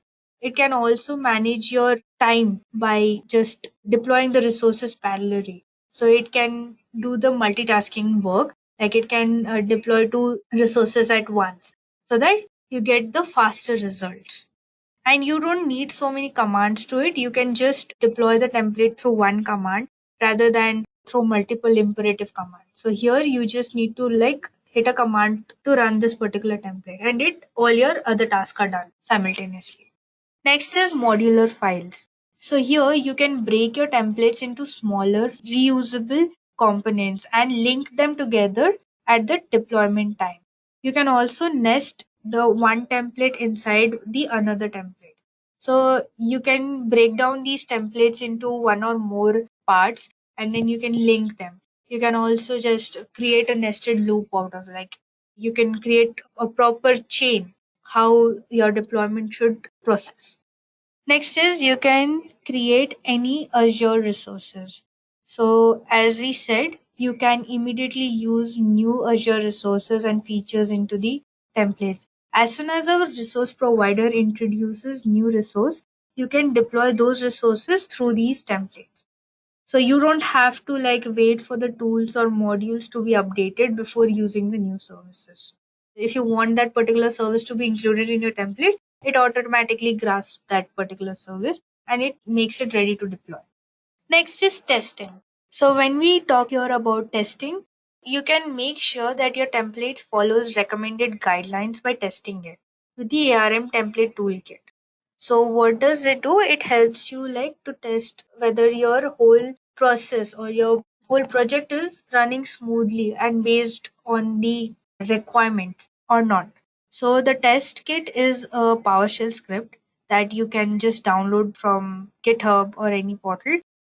So the main benefit of this toolkit is that it makes it easier for you to develop expertise using the template language itself. Everything is within the ARM itself. You don't have to have a separate testing toolkit for it. All right. Okay, so one of our folks named Rohan has asked, is there any other toolkit available? So as I said, Rohan, the testing process is within the ARM manager. So ARM itself has its own toolkit. So when you're deploying a particular template into that ARM API, so once it is in the process of deployment, it checks once it is deployed, it will automatically go under the testing process and it will test the whole template over there. So you don't need an extra toolkit for it because ARM is one whole soul thing. It is managing your services, it is managing your resources, whatever you're deploying into the Azure. And lastly, once it is deployed, it is also testing it whether that particular resource is working smoothly or not. I hope you got clear with this. Moving ahead, we have deployment blueprints. So before we see what is the advantage of these blueprints, let us understand what are basically blueprints. So just as blueprints allow a particular engineer or an architecture to sketch a project's design or the parameters. So Azure Blueprints is also one kind of them that enables the cloud architects or the central information technology groups to define a repeatable set of Azure resources that implements and adheres to an organization's standard patterns and requirements. So basically, the blueprint makes it possible for the development team to rapidly build and start new environments with same trust that they are building within the organizational compliances, with a set of built-in components such as networking, speeding up of development and the delivery. So basically, it is a declarative way to orchestrate the deployment of various resource templates and other artifacts such as role assignments, policy assignment, ARM templates itself, resource groups. So, what is the advantage of deploying blueprints is like you can meet the regularity and the compliance standard. So, these blueprints include pre built templates for various architectures, which will help you organize your work as well as fasten your deployment rate. Next is track deployments. So in Azure Portal, you can review the deployment history and get information about the template deployment. And you can also see the template that was deployed, the parameters value passed in, and any output values. Other infrastructure as a code service aren't tracked through the portal. So here, whatever your deployment history, you can track down the deployment history. You can also get to know which template has been deployed and what were the parameters under that particular template and what output did you get out of those templates. So you can have keep a track of each and every deployments. Next is exportable code. So here you can get a template for an existing resource group by either exporting the current state of the resource group or viewing the template used for that particular deployment. So viewing these exported template is a helpful way to learn about the template syntax. Lastly, policy as a code. So, Azure policy, as we know, Azure policy is a policy as a code framework to automate the governance. So, if you're using the Azure policies, policy remediation is done on the non compliant resources when deployed to the template. So, these are some of the key benefits of the advantages of ARM templates, which makes it more useful within the Azure environment. Now, let us understand what are templates. So basically, the template is a JavaScript object notation or a JSON file that defines the infrastructure and configuration of your project. As we had discussed before, to create a particular object, or if you want to run a particular resource, you need to specify what services you want to use and what are the parameters, its properties and its name, and all the information into a JSON file, and then you upload it. So it becomes a template. The JSON file is nothing but a template that is run inside the ARM, that is nothing but Azure Resource Manager. So the template uses a declarative syntax which lets you state what you intend to deploy without having to write the sequence of programming commands to create it. So in the template, you specify the resources to deploy and the properties for those resources. That is nothing but in the JSON file, you specify each and everything. What are the properties, whatever resources you want to deploy. And it becomes a template form and it gets deployed in the ARM. Now that we have understood what are templates, now let us understand the template design. So, defining the templates and the resource group is entirely up to you and how you want to manage your solution. For example, you can deploy your 3-tier application through a single template. So, as you can see in this diagram, so this is a 3-tier template. All right. So, in this template, you can run 3 types of application, that is virtual machine, app services, and SQL database. And it can be done within the one resource group itself. So here you don't have to define your entire infrastructure in a single template. Often it makes sense to divide your deployment requirements into a set of targeted purpose specific templates. But you can easily reuse these templates for a different solutions. So now if you see in this another diagram, you can also deploy a 3-tier solution through a parent class or in the nested form. So as you can see here, this is a parent template. Under this, we have created sub templates.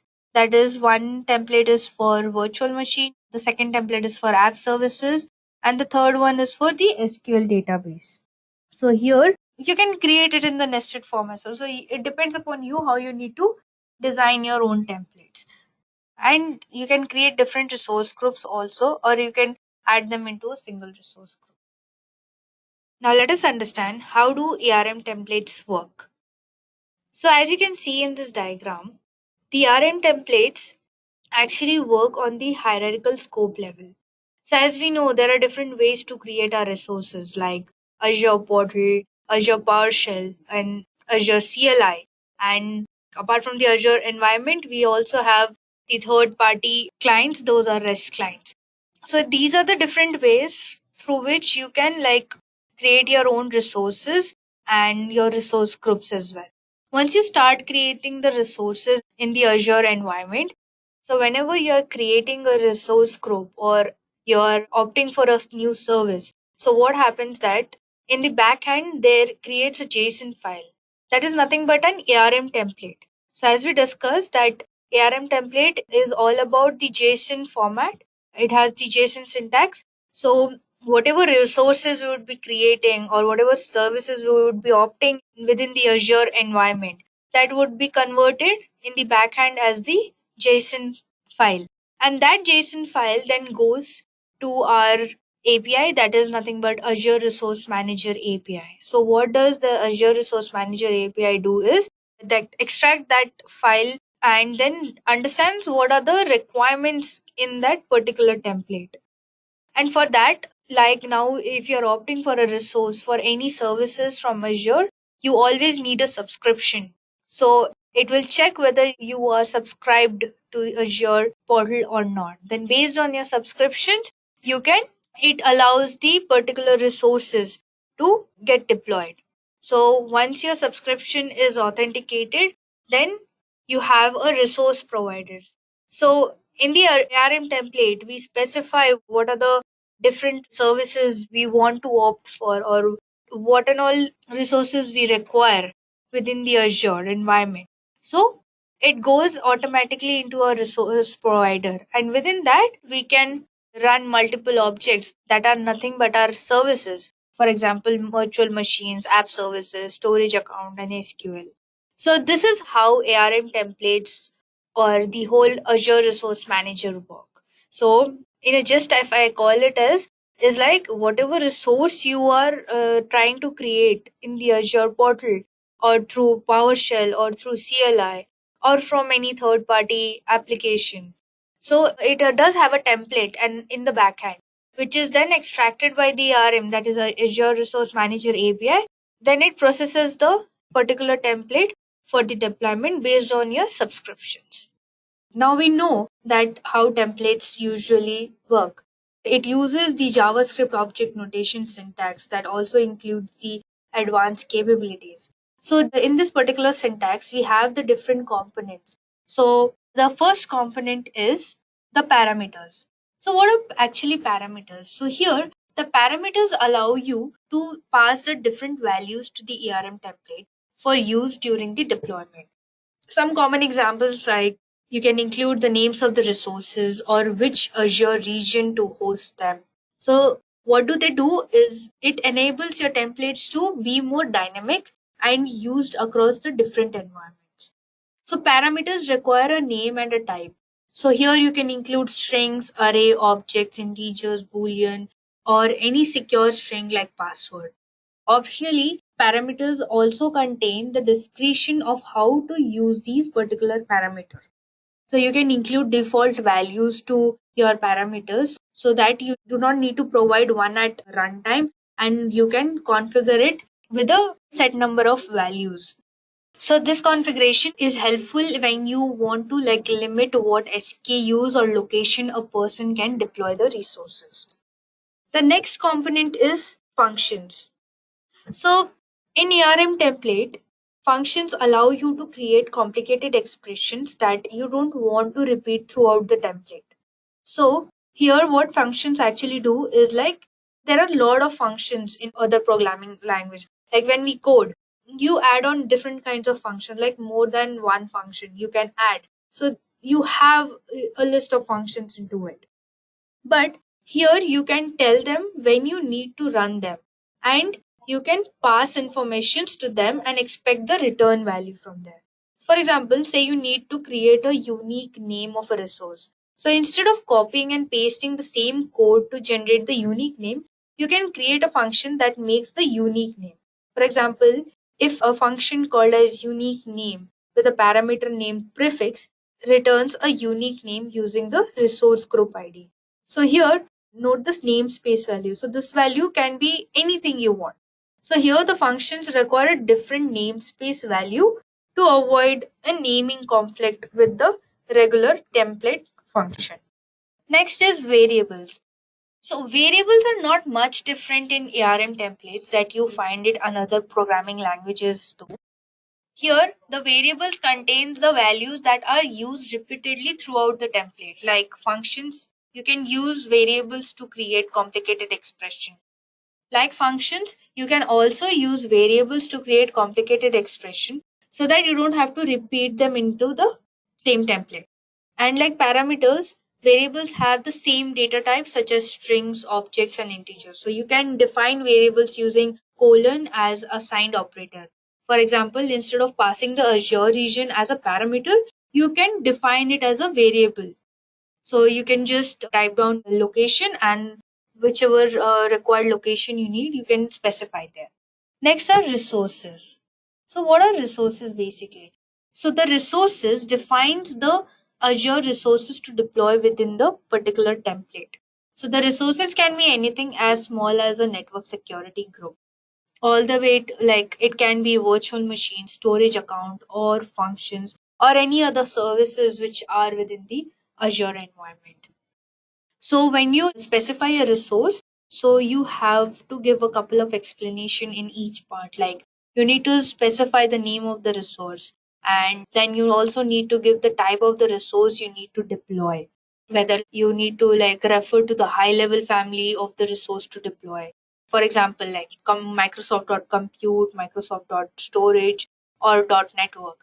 So this will help you out to map out these resources to deploy more precisely. Next, you need to also specify the API version, that is like to check the configuration of that particular resource. So you also specify the dependencies. So here dependencies determine the order of Azure, how Azure should deploy these particular resources. So for example, if an ARM template is deploying a virtual machine and then a virtual network, so the virtual machine will exist first before creating a virtual network. And then you start giving up the properties. So here the properties contain the configuration information for the deployment. And last is the output. So the output section will define the values and information returned from the deployment. It is helpful for the data that Azure dynamically generates through the public IP address. So these are the key components that are used in ARM templates and which will help you to work with these Azure Resource Manager. Now that we have an overview on the ARM templates, and all the key concepts related to ARM templates, now let's have a quick demo and let's see how do they actually work. So for that, let's quickly move on to our Azure portal. So we need to first log into our Azure. So let's quickly sign in. So this is our Azure portal. Now, as we had discussed that there are different ways, like you can use the portal itself to create your services. As you can see here, there are different services you can opt for, like create a resource group or service bus, virtual machines, application gateways, etc. And you also have your CLI, that is your cloud shell. So you can even run your commands, and you can create your resource group. So let's see how are these templates created while we create a resource group or any resource through Azure portal. So let's quickly create a resource group first. So as you can see, we don't have any resource group yet. So let's quickly create a resource group.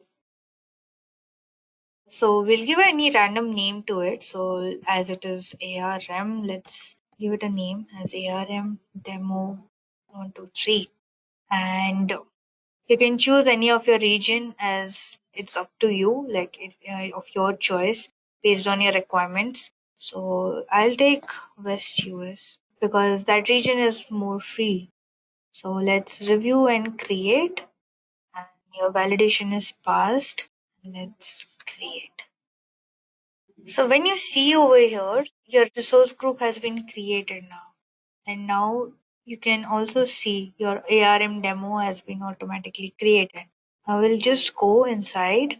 So now that we have created a resource group, now if I just go into their properties, like we just click onto this resource group and we'll just go to their export template. So here you can see the template has been created. So this is a snippet code where it shows whatever object you have created. So under that, what are the parameters and what are the variables you need to add. This happens in the backend once you create any resource or any resource group. So one of our folks have a doubt. Tejashwini has a doubt that how does these template create? So Tejaswini, as we had discussed before, that whenever you create anything in the Azure, no matter if it is a resource group or if you're using any services, so whatever resource you're creating, either it is through Azure Portal or PowerShell or CLIs. So in the backhand, it automatically creates a JSON file. In the backend, it automatically creates a JSON file, which then becomes a template. It is formed in the backend process so that it goes to the ARM, that is our ARM API, Azure Resource Manager API, then it can process the rest of the resources accordingly. All right. So it is formed automatically. So whenever you create any resources or any services you're applying to or you're utilizing any resources and you create any resource, so it will create a template and that template will then go to the our ARM and from there the whole process of the deployment starts. I hope you got an answer to your question. So as we have seen that we created a resource group and as we go under their overview, you just come into these export template and here you find out your template, that is the JSON file, and you can even download it or you can send it to deploy as well. So now what we'll do, we'll create a resource within this resource group. So you can take any resources. So I'll just take up the storage account. Let's create a storage account at first. And our resource group is ARM demo 123. And now let's name our storage account as well. And we'll change our location. All right. And our performance would be standard because as our subscription is free and it is only for the demo purpose, so we'll be keeping everything as it is and we'll just review and create. All right. So here, as you see, they are initializing the template deployment to the resource group. So as I said, whatever resource you're creating, it automatically creates a template of that particular resource within that particular resource group. So now once it gets deployed, we'll see. So here you see the overview, the input and outputs and your template. So we'll just get into this and you see, this is the ARM template of our storage account. This is how your ARM templates are created.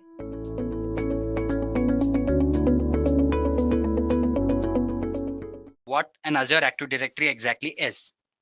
Let us start by taking a look at the definition first. Now, if I talk about the definition, this is what we have. It is Microsoft's multi-tenant, cloud-based directory and identity management service that combines core directory services, application access management, and identity protection into a single solution. Now, there's so many terms in it and so many things to understand. Let me simplify this definition so that you understand it in a much better way. To do that, I would be giving you an example.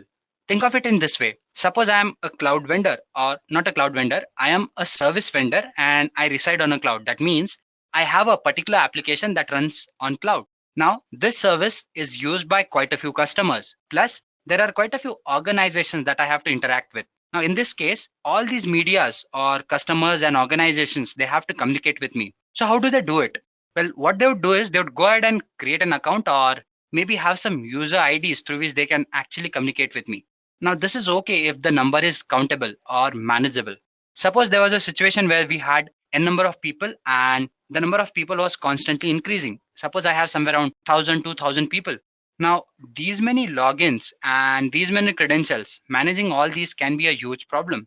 let me give you an example. How does this happen exactly, or what problems do you face normally? Suppose I have 10 organizations. Now, to log into all these or give access to all these 10 organizations can be a huge problem. Why? All these organizations might have different kind of accesses. Based on that, I have to set in different security protocols as well. If certain organizations have an easier protocol, what if they get an access to other organizations as well, or to the data that other organizations have to correspond to? In that case, it can be a huge problem. Apart from that, I might have n number of customers, and keeping track of so many customers can again be a problem when you talk about creating credentials. So all this is a huge problem. So what happened was Microsoft Azure, it went ahead and created something called as Azure Active Directory. It is nothing but something that acts as a middleware. It takes care of all the sign-ins and all these things. How? Now the users will have a single sign-on process. That means they would sign in only once. Plus, they can have access to the applications that are there, which I provide them. Now, this intermediary, that is your Active Directory, what it does is it federates all the responsibilities of taking care of access and all those things. That is, the way I set all the rules, it just incorporates those rules and accordingly it gives access to all the users, thus simplifying all the complexities that I would face otherwise. So this is what an Active Directory exactly is.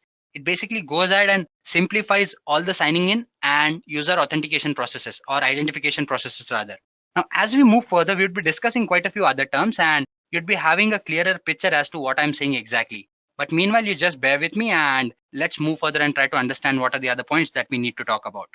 Okay, yes, I did miss out on this point. What Microsoft Azure does is it also gives you something called as a better platform where developers can develop their applications with a lot more ease. Again, as we move further, we'd be understanding this point as well.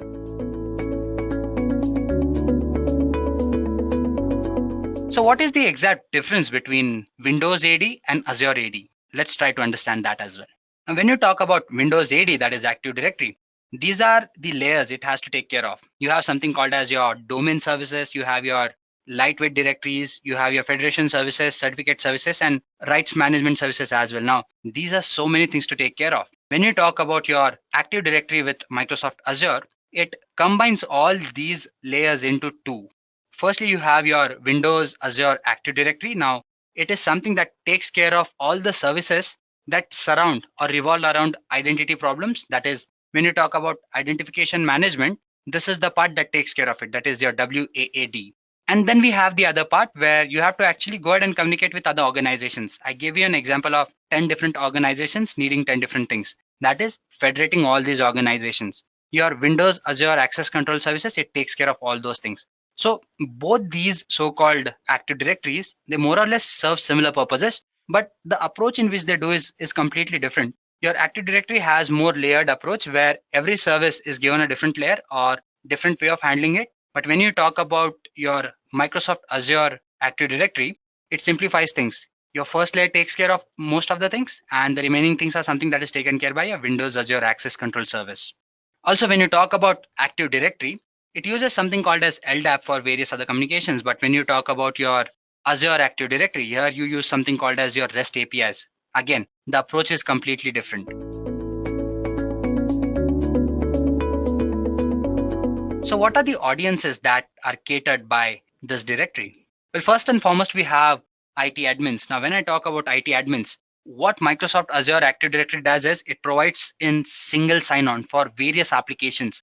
Now, there are quite a few SaaS applications, that is software as a service applications, and various on-premise applications to which you have a single sign-on. You do not have to log in every now and then. Now, I've worked on quite a few applications, and places where you have to log in every now and then, you have a lot of trouble because you have to remember so many passwords and so many logins, and these different credentials can be a problem. Now, this is something your Microsoft Azure takes care of. Single sign-on is very convenient. Apart from that, it ensures strong identification, and there are quite a few processes that ensure this. Now, I won't be discussing those points in detail, but yes, when you talk about identification, Microsoft Azure ensures that it happens in a very good manner. Plus, it automates quite a few processes, again easing up this process. Apart from that, it also caters quite a few developers as well. Now, I'm talking about quite a few organizations, and since sign-on becomes easier here, your application developers can focus on building applications. And since they have access to so many organizations and so many resources, application development definitely becomes easier. Online customers. Now, people who have been working for quite a while, they might know that we have things like Office 365, or you have your CRM services as well. Now, you had an access to all these things by using your Windows Active Directory, but your Microsoft Azure Active Directory also gives you access to all these services. That means if you're using or have account on any one of these things, you can have access to all these services or have access to all the Active Directory services that Azure has to provide to you. So what this does is it caters the needs of various online customers as well.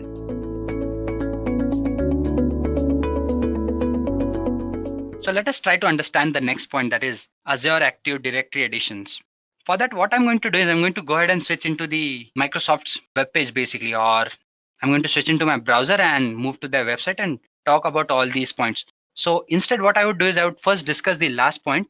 And before we do go ahead and take a look at the demo, then we would just go ahead and talk about these points as well so that we can directly switch into the demo part. So let's move further and try to understand the next point and then come back to this point.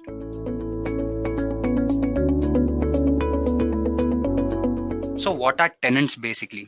Now, when you talk about a tenant, it is nothing but an organization. I just mentioned that we have tens of organizations that a particular application might cater. Now, all these organizations are treated as tenants. All these tenants can have access to a particular Active Directory or more than one Active Directory. As we move into the demo part, I would be talking about how to create multiple directories as well. Yes, we can have more than one Active Directory. We'll discuss that as we move into the demo part. But before that, you just understand these points as in what I'm trying to say exactly.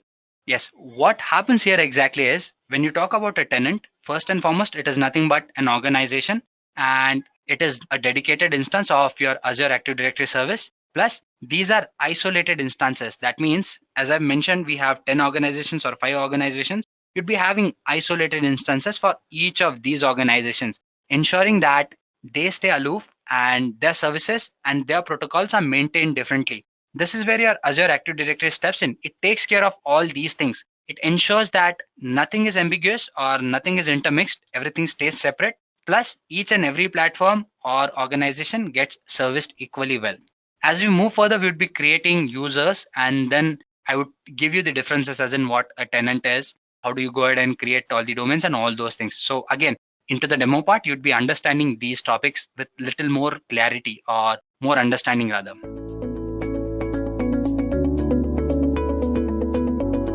This is the demo part, but before that, as I've already mentioned, let me quickly switch to the website of Microsoft Azure and I would be discussing the editions that you can choose from, and then we can directly jump into the demo part.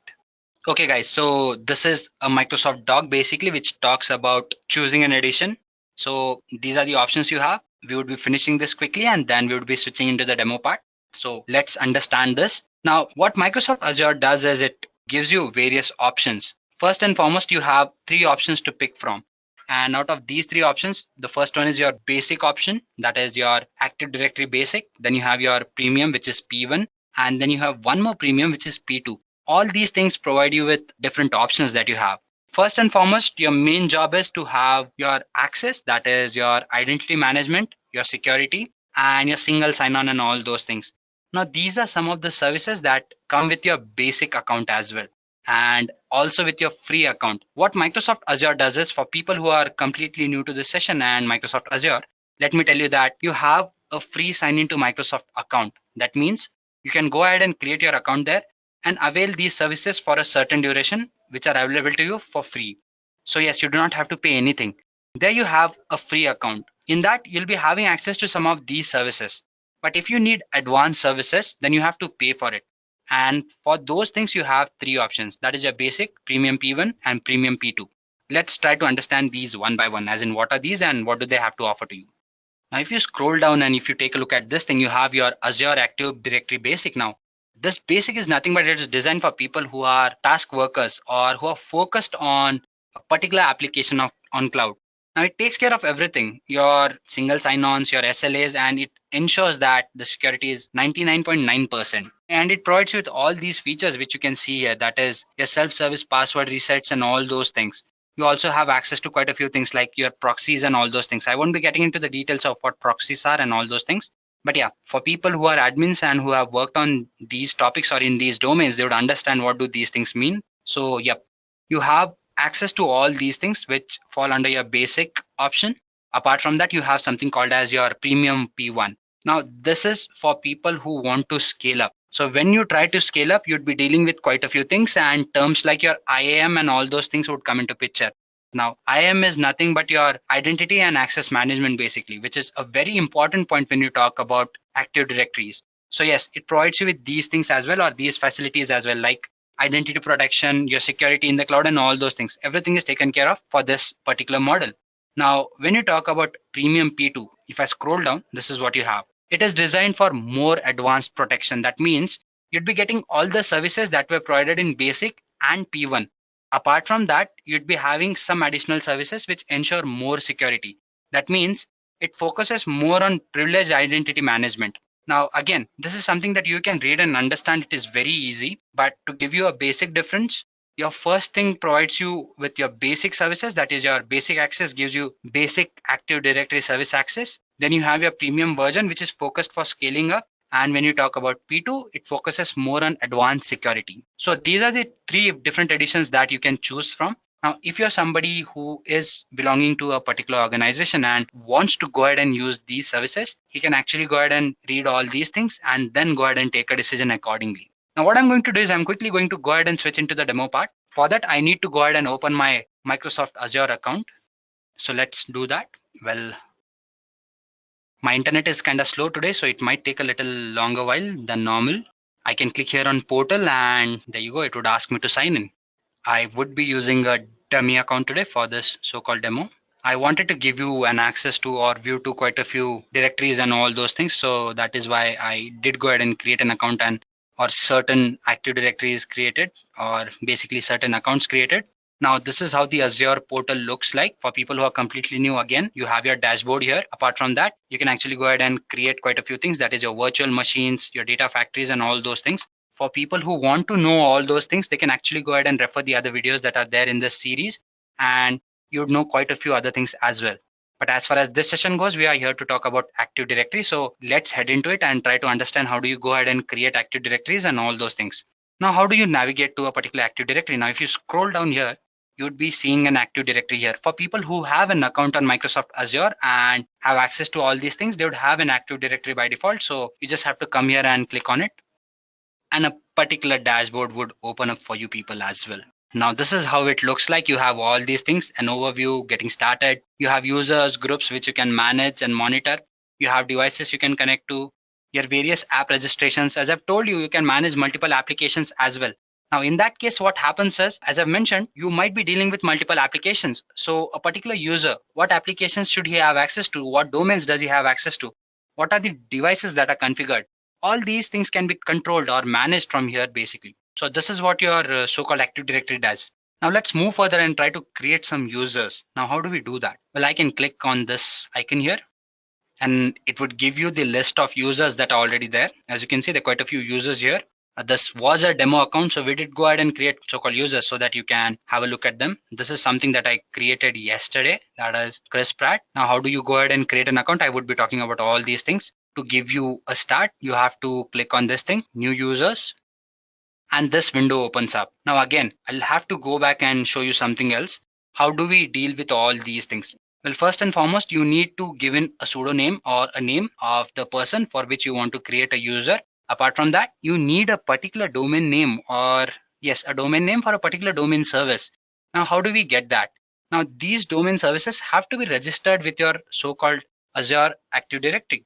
So I have these accounts here, right? So I can use one of these accounts to just go ahead and create a particular user. Suppose I want that user to be assigned or maybe associated with this ID. So I can select this domain service extension basically.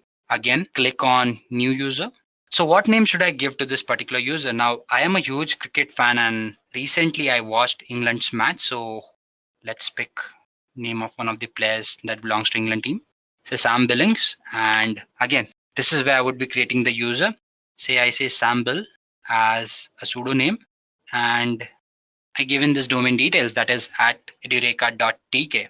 Now this is something that is configured already. That is why I can use it and I can have an account.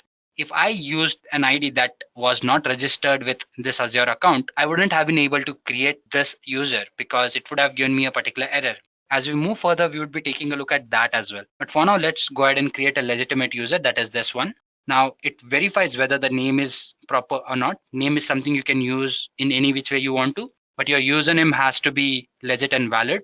So I have these details which I've entered. Configuration not required, properties can be default, and if I have to assign him a role, I can click here. You can see the name is verified here as well. Let's make him a global admin maybe. And again, you'd be given a password here. If you say show, it would show you the password, and I would suggest that you note it down because you would be required to go ahead and log in, and in that case you might be needing this password. So a suggestion that you note it down. I say okay here and I create the user. Now it might take a while because at times there are certain things that take a while, but in this case it has happened pretty quickly. So as you can see, we've gone ahead and created a user. His name was Sam Billing if I'm not wrong. So yes, there you have this account, which is Sam Bill. And if you click on it and open it, you can have access to that account where you can enter in other details, what applications that are there under this user and what applications do you want to assign, which devices do you want to configure, and all those things. If you scroll down, you have some other options as well, sign-ins and audit logs. Now I won't get into the details of these things, but you can assign all these things to this particular user as well. So yeah, this is what the user looks like, and you can actually go ahead and log into this Azure account through this user profile as well. We can do that. What I'm going to do is I'm going to go ahead and create or open an incognito window where I'm going to go ahead and log in as this user. Let's just say incognito. And now if I try to log in, I would have to enter in the details. I've actually gone ahead and tried logging in, but I've forgotten the credential details. So let me just quickly switch to this window, copy this email ID and again switch here. So this is the email ID which we have, Sam Bill, next. And my password was, I hope it is right. Yes, so when you log in for the first time, it would ask you to enter the current password. And then you can enter the new password, let's say. And then you re-enter the password. There you go, and you sign in. So what happens is you enter into this portal as a fresh user. See, I'm a completely new user and it says, do you want to start a Tor? But I don't want to do that, so I would just say maybe later. There you go. You have your fresh dashboard. There is nothing pinned here and everything is completely new. So yep, you've entered in as a completely new user. And this is the Active Directory where I'm assigned to. That is my previous Active Directory. As you can see, this is what we have here to offer. So yes, as a user, I have certain privileges and I can have access to this so-called portal. So this is something I wanted you all to see. There are quite a few other things which we are going to go ahead and take a look at it. But for now, let me just log out and close this tab. Now I'm back here. There are other things I want you to understand. And those things are, if I come here, what you can say is we have certain users here, right? There you go. Now, if you take a look at certain email IDs, you can see these email IDs. Now, these are quite huge email IDs, right? What happens is when you do go ahead and register your domain service, you register that domain service with Microsoft Azure account. And when you do go ahead and create users, you would not want to have such huge names. That is, say, for example, Vishal at Microsoft something, something, something, something. That can be long, right? And that is complicated to handle or manage. So instead, what you can do is you can provide them with pseudo identities or pseudo IDs as well, so that the process becomes easier or simpler to handle. Let's try to do that and see how can we do that. Can we just go ahead and assign a particular domain name or a domain service when we just go ahead and create a new user or all those things? So in order to add a particular domain, what you have to do is you have to go ahead and again, where is my Active Directory? Here it is. And I just kind of scroll down. You can see custom domain names, where you can actually go ahead and add domain names, but there are certain catches to it. Let's try to understand those. Now it would ask me to enter a custom domain name and I say demo domain maybe. Yeah. And let me give it some extension. Now, again, let me tell you that this is a demo practice and it won't take in this particular domain name. I'll tell you why. But first, let's just try to add this domain. Yeah, the domain name is added. But as you can see, to use demo domain.add with Azure AD, create a new text record with your domain name registrar using the info below. So if I say text, I need to copy this part and I have to actually go ahead and add this to my particular domain name. Now, I won't be going ahead and doing that because that is something that we are not discussing here, because for that, we would be needing some other domain name, which I do not have right now with me. So if you do go ahead and try to add a particular domain name, you need to have that particular domain. That is, suppose I'm using a particular website, or I have a particular organization which has a particular website or a domain name that is xyz at xyz.com or something like that. So I need to make sure that I go ahead and register or have access to that particular domain, and then I need to go ahead and attach this particular text to it or authorize this text with it, so that I can actually go ahead and confirm with Microsoft Azure that yes, I have an access to that particular domain, and only then can I go ahead and use this particular domain with my Microsoft Azure. Now if I click here on verify, it would give me an error that I'm very sure of. See, could not find the DNS record for this domain. DNS changes may take up to 72 hours to propagate. That means I have 72 hours to go ahead and add this particular text message to that domain, and so that I can verify that yes, this domain is legal. But in this case, it isn't. I just took something for the demo purpose or for the reference sake, and this is the domain that I might have or which I can actually go ahead and use. So yeah, this is how you actually go ahead and add a particular domain, and you can actually go ahead and create a user as well. What you have to do is, when you do go ahead and register this particular domain, you can just go ahead and follow the processes like creating a user, which we did in the previous case, because that was the registered domain. When I used that so-called edureka.tk, it was registered with my so-called Azure account, and I could actually go ahead and register that particular user. But in this case, I cannot. But yes, if you do go ahead and create a particular domain, or you want to go ahead and create a particular domain or register a particular domain, make sure that it is valid and it is under use, and you can actually go ahead and register that particular domain by using this particular process. So yeah, this is how you actually go ahead and do all these things. Now, when you have this particular domain, which is not registered, and if you do go ahead and create a particular user on it, what happens is your Microsoft Azure would let you create that user, but the credentials or the access that user has is as a guest user, because your Microsoft isn't sure that this domain which you just created is actually registered or something that you can actually go ahead and use. So that is one point which you need to consider. Now let me just quickly go back to my Active Directory and see if there are anything or any points that I need to discuss with you or something that we have missed upon. So what I'm going to do is I'm going to talk about something else called as creating an Active Directory. Or can we create multiple Active Directories? That is a question. If you ask me, I would say yes, definitely you can create multiple directories. Now, as you see here, if I go to a particular directory, I would be having an option called as switch directories. Now, if I click here, I have certain options from which I can pick a default directory. Now, in my case, I have quite a few directories which I can actually go ahead and choose from.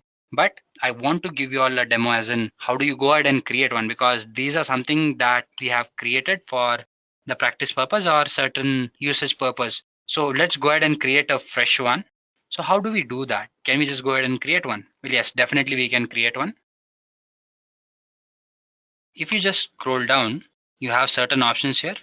We had an option of creating a new directory. Let me just go ahead and see where that option is. See, yes, this option, create a directory. So let's start by giving it certain names, say Edureka 1, 2, 3, 4. Not 1, 2, 3, 4. Let's call it, say, Edureka, maybe. Is it there? Yep. And what should be the domain name? Edureka 121. Edureka 121. State, well, since I'm from India, let's stick to India. And I say create. Now it might take a couple of minutes when you just go ahead and create this so-called directory. So yep, meanwhile you bear with me. And there you go, you have your directory here. You can just click on this thing to manage your directories. As you can see, it's a completely new directory which is fresh and new to use. That means, as you can see, it's Edureka. And if you click on any one of these things, you won't be having anything else. Now, in my previous Active Directory, I had so many users. Now, if you come here, you'd see there's just one user, main admin. I do not have anything else or no other user whatsoever. That means this is a fresh directory. Like as you can see, if you just go back to the Edureka option, you'd be having an option of resetting your so-called directory, and you can do that as well.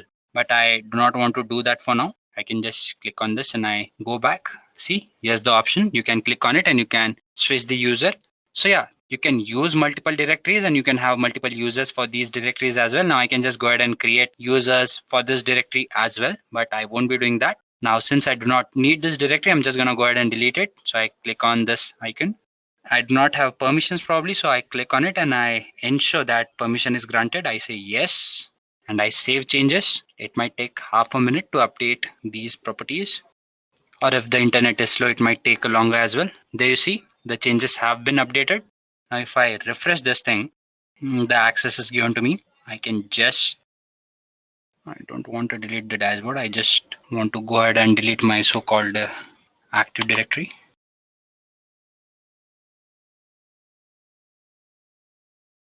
Okay, so I do not have an access to my domain services, because of which I'm not able to delete this account. But yeah, you normally have an option where you can actually go ahead and delete this directory. So yep, you can go ahead and do that as well.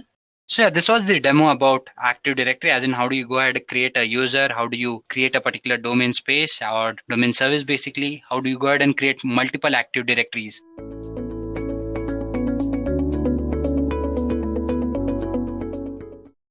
What is DevOps? DevOps is basically a combination of two words, development and operations. So what do we get when we combine these two? Simply speaking, DevOps is a culture that implements technology in order to promote collaboration between development and operations team to deploy code to production faster in an automated and repeatable way. The goal of DevOps is to increase an organization's speed when it comes to delivering applications and services. Many companies have successfully implemented DevOps to enhance their user experience. Let's take for example, Facebook's mobile app, which is updated every 2 weeks, effectively telling users, you can have what you want and you can have it now. Ever wondered how Facebook is able to do this so smoothly? It's the DevOps philosophy that helps Facebook ensure that its apps aren't outdated and that its users get the best experience. Facebook accomplishes this through a code ownership model that makes its developers responsible. That includes testing and supporting through production and delivery for each kernel of code they write and update. It's through policies like this that Facebook has developed a DevOps culture and has successfully accelerated its development lifecycle. Industries have started to gear up for the digital transformation by shifting their needs to weeks and months instead of years while maintaining high quality. As a result, we will soon see that DevOps engineers have more access and control of the end user than any other person in the enterprise. So what are you waiting for? Don't be in the sidelines when that happens. To master your skills, enroll in Edureka's DevOps Certification program and become a leader.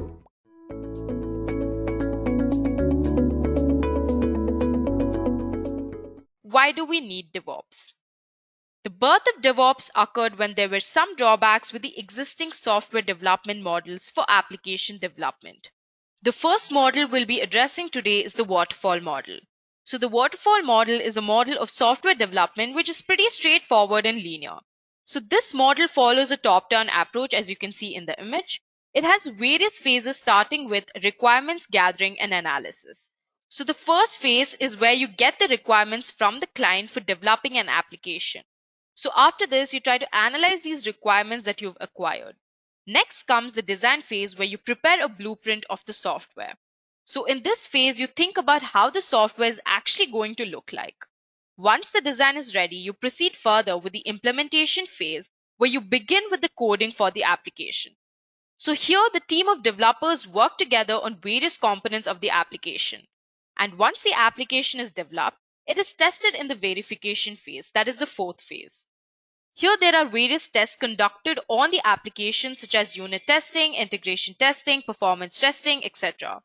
After all of these tests on the applications are done, it is finally deployed on the production servers. At last, that is the fifth phase, is the maintenance phase. So in this phase, the application is monitored for performance. So any issues related to the performance of the application are resolved in this phase. But unfortunately, this model, that is the waterfall model, has some major drawbacks. So the first drawback is gathering and documenting your requirements each step of the way can be extremely time consuming, not to also mention difficult. It is hard to assume things about your product so early into the project. And because of the same reason, your assumptions might be flawed and different from what the customer expects. The second drawback is that now if the above case is true, your customers are basically dissatisfied with your delivered product. Adding changes to the product can be expensive and most of all difficult to implement. So the third drawback is that in general, the risk is extremely high with the waterfall approach because the scope for mistakes is extremely high. If things go wrong, fixing them can be hard as you have to go a couple of steps back. The next model is the agile model. So agile is an iterative based software development approach where the software project is broken down into various iterations or sprints. So every iteration has phases like the waterfall model, such as requirements gathering, design, development, testing, and maintenance. You can see each of these iteration in the image. So each of this iteration generally lasts for about 2 to 8 weeks. So the difference between agile and waterfall model is that you release the application with some high priority features in the first iteration. After its release, the end users or the customers can give you feedback about the performance of the application, so the necessary changes are made to the application along with some new features. And once these features are added to this application, it is again released, which is in the second iteration. This procedure is repeated until the desired software quality is finally achieved. Now, in spite of being used often, the agile method has a few disadvantages. The first one is that for the approach to work, all the members of the team must be completely dedicated to the project. That is, everyone must be involved equally if you want the whole team to learn and do better on the next run. And this is mainly because Agile focuses on quick delivery. There might be an issue with hitting deadline. The second drawback is that the approach may seem extremely simple, but it is hard to execute. So it requires commitment and for everyone to be on the same page, ideally in the same physical space. The third drawback is that documentation can sometimes be ignored. Because agile methodology focuses on working software over comprehensive documentation, things might sometimes get lost through each stage and iteration. As a result, the final product can feel different from what it was first planned. So these are the few drawbacks that the agile model or the agile methodology gives us. So in delivering valuable software to customers, development and operation teams are always in conflict with each other. While development wants to deliver its changes to customers quickly, operations want stability, which means not changing the production systems too often. So the gap between the development and operations team occurs on three different levels. The first one is the incentives gap. This is because of different goals of development and operations. The second one is the process gap, which is the result from different approaches of development and operations and how to manage changes, bring them to production, and maintain them there. The third one is the tools gap, which results from the fact that development and operations often use their own tools to do their own work. And this is resulting from the fact that development and operations often use their own tools to do their work. As a result, from all of these reasons, development and operations often act like silos, as they are two distinct teams. So the conflict between development and operations is because of two reasons. The first one is need for change. This is because development results in change. That is, they're always working on new features, bug fixes, etc. It wants the change to quickly roll out to production. And the second one is fear of change. Once the software is finally delivered, the operations department avoids making changes to the software to ensure stability. This is the major conflict between both of these teams. So this is where DevOps comes into picture. DevOps links software development to operations. I hope that is clear. That is, DevOps bridges the gap between agile software development and operations experiences. It is important to know that DevOps is a set of principles to break down silos. Specifically, DevOps is all about culture, automation, measurement, and sharing. So the first one is culture. So in culture, people and processes comes first. If you don't have a culture, all automation attempts will be fruitless. The relationship is important in culture because its functions include engage early, engage often, destroy silos, be open to options, and stop blaming. And the second one is automation. So once you understand your culture, you can simply start with automation, right? Now you can finalize various tools to achieve automation for DevOps. That is, tools for release management, provisioning, configuration management, systems integration, monitoring and control, and orchestration becomes extremely important pieces for DevOps. The third is measurement. So if you cannot measure, you cannot improve. Makes sense, right? A successful DevOps implementation will always measure everything it can as often as it can. Performance metrics, process metrics, people metrics, capacity planning, trend analysis, fault finding, etc. All of these have to always be measured. So the last one is DevOps is about sharing. Sharing is the loop back in the cycle. So creating a culture where people share ideas and problems is extremely critical. So exposing ideas can create great open feedback that in the end it helps to improve shared ideas, share metrics, give DevOps shell access, see what technology can be leveraged, etc. So DevOps is all about these four particular features. I hope this is clear. So now let's move on to the next part of today's session, that is Introduction to DevOps. So finally, we will address what is DevOps. DevOps is simply a combination of two words. You can see that. One is the software development and the second one is operations. So this allows a single team to handle the entire application lifecycle. That is from development to testing, deployment, and finally operations. So DevOps really helps you to reduce the disconnection between software developers, quality assurance engineers, and system administrators. That is, it basically promotes collaboration between the development and operations team to deploy code to production faster in an automated and repeatable way. So DevOps basically helps to increase organization speed to deliver applications and services. It also allows organizations to serve their customers better and compete more strongly in the market. It can be also defined in another way, that is, it is also a sequence of development and IT operations with better communication and collaboration. So, in the market, it has become one of the most valuable business disciplines for enterprises or organizations. With the help of DevOps, the quality and speed of the application delivery has improved to an extremely great extent. Organizations that have adopted DevOps notice a 22% improvement in software quality and a 17% improvement in application deployment frequency. They have also achieved a 22% hike in customer satisfaction. Overall, a 19% of revenue hikes as a result of the successful DevOps implementation has been achieved. Moving on, DevOps workflow is another important concept. So what is a DevOps workflow? So it basically provides a visual overview of the sequence in which input is provided. Also, it tells about which one action is performed and output is generated for an operations process. So basically, DevOps workflow allows the ability to separate and arrange the jobs which are top requested by the users. Also, this workflow gives the ability to mirror their ideal process in the configuration jobs. Moving on, let's see some of the DevOps principles. So the main principles of DevOps are continuous delivery, automation, and fast reaction to the feedback. But there are 6 other principles that we'll be discussing today. The first one is the end-to-end responsibility. So DevOps teams need to provide performance support until they become the end of life. It enhances the responsibility and the quality of the products engineered. The second one is continuous improvement. DevOps culture focuses on continuous improvement to minimize waste. That is, it continuously speeds up the growth of the products or the services that has been offered. The third one is automate everything. Automation is an essential part of the DevOps process. We'll be discussing about this later on in this session.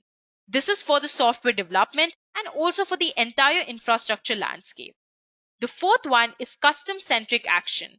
So the DevOps team must be customer-centric so that they should continuously invest in products and services. The fifth one is monitor and test everything. The DevOps team needs to have robust monitoring and testing procedures. The last one is work as one team. In the DevOps culture, role of the designers, developers, and testers are already defined. So all they need to do is work as one team with complete collaboration. These principles are achieved through several DevOps practices, which include frequent deployments, quality assurance automation, continuous delivery, validating ideas as early as possible, and in-team collaboration.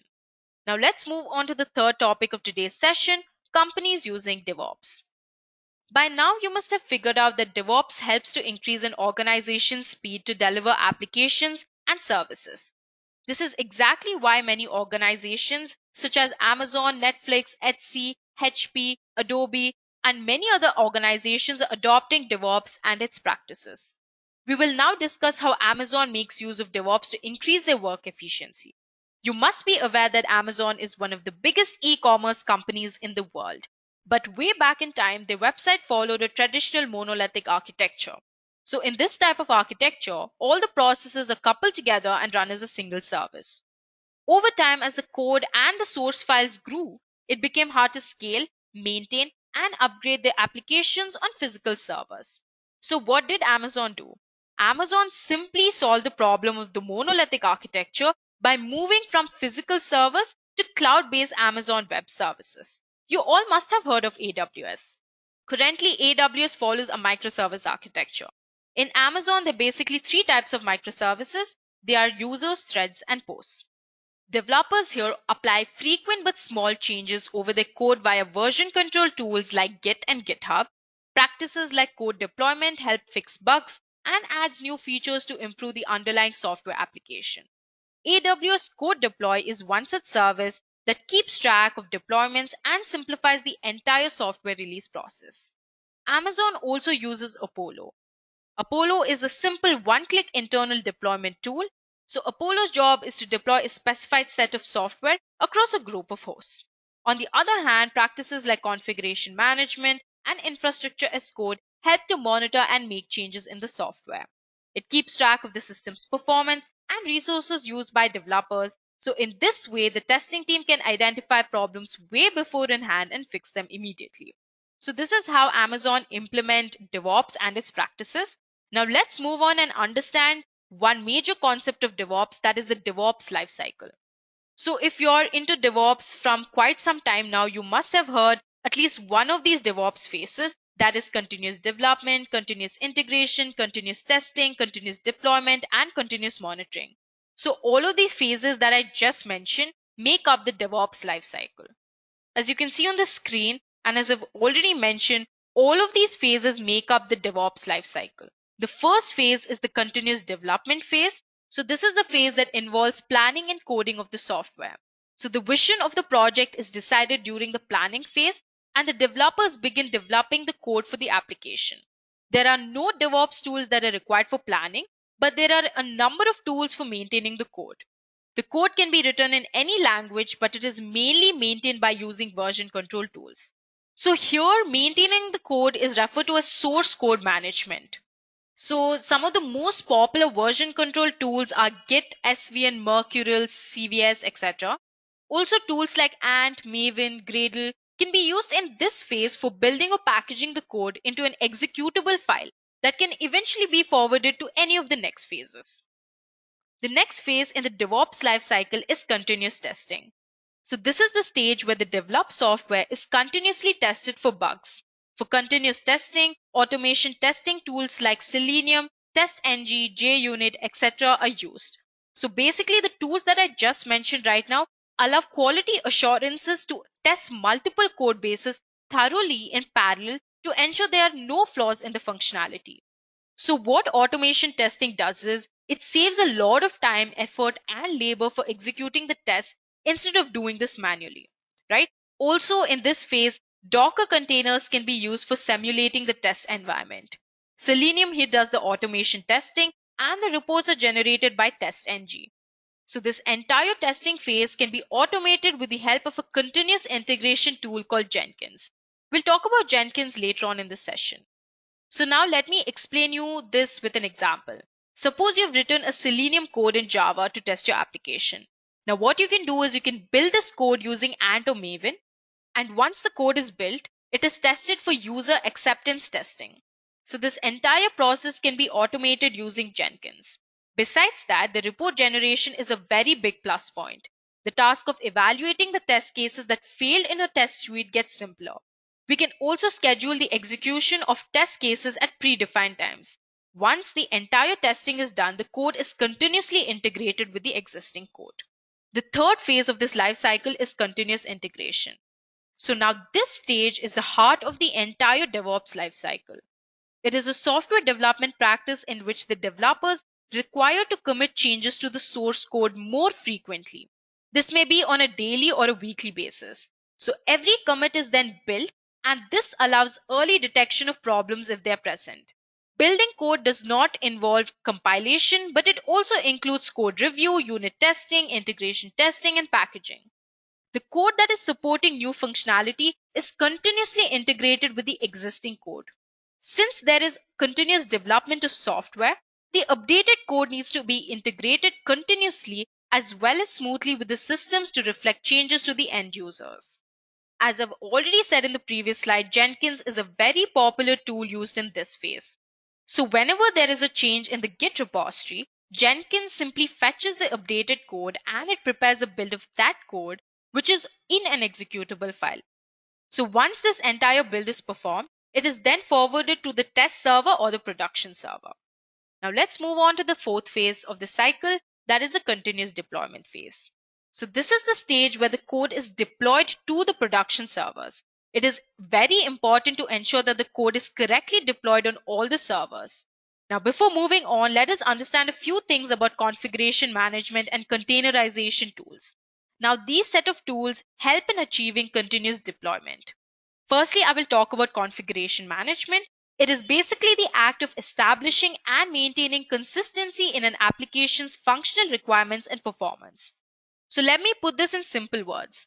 It is the act of releasing deployments to servers, scheduling updates, and most importantly, keeping the configurations consistent across all the servers. Since the new code is deployed on a continuous basis, configuration management tools play an extremely important role in executing tasks quickly and frequently. Now, some popular tools that are used here are Puppet, Chef, SaltStack, and Ansible. Containerization tools also play an equally important role in the deployment stage. Docker is one of the most popular tools used for this purpose. Basically, these tools help produce consistency across development, test, staging, and production environments. Besides this, they also help in scaling up and scaling down of instances very swiftly. Basically, containerization tools help in maintaining consistency across the environments where the application is deployed, developed, and tested. Using these tools, there is no scope of errors or failures in the production environment as they package and replicate the same dependencies and packages used in the development or testing or staging environment. Basically, it makes your application easy to run on different computers. The next stage is the continuous monitoring stage. This is the last stage in the DevOps lifecycle. This is a very crucial stage where you continuously monitor the performance of your application. So here, vital information about the use of the software is recorded. This information is processed to recognize the proper functionality of the application. The system errors such as low memory, server not reachable, etc. are resolved in this phase. The root cause of any issue is determined in this phase. It also maintains security and availability of the services. Also, if there are any network issues, they are resolved in this phase. That is, it helps us automatically fix the problem as soon as they're detected. So now this practice involves the participation of the operations team who will monitor the user activity for bugs or any improper behavior of the system. The most popular tools used for this phase is Splunk, ELK Stack, Nagios, New Relic, and Sensui. So what these tools do is they help you monitor the application's performance and the servers very closely, and they also eventually enable you to check the health of the system proactively.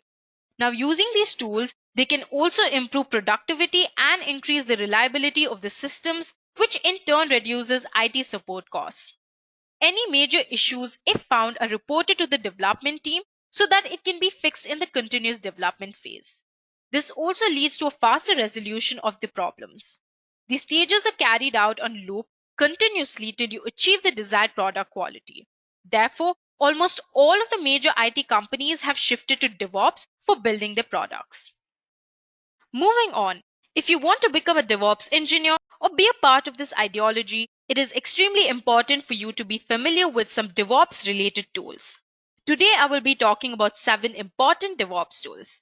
Now, before we understand the tools DevOps engineers use, it is important to understand containers. So, what are containers? Containers allow you to package your application and its dependencies together into one manifest that can be version controlled, allowing for easy replication of your application across developers on your team and machines in your cluster. This is exactly why container-based microservices architectures have profoundly changed the way development and operation teams test and deploy software. Containers really help companies modernize by making it easier to scale and deploy applications. But they have also introduced new challenges and complexity by creating an entirely new infrastructure ecosystem. IT companies are now deploying thousands of container instances daily, and that's a complexity of scale they have to manage. How do they do it? Here is where Kubernetes comes to the rescue. Kubernetes is a container management technology developed in Google to manage containerized applications in different kinds of environments, like physical, virtual, cloud infrastructure, etc. So it really is just an open source system which helps in creating and managing containerization of applications.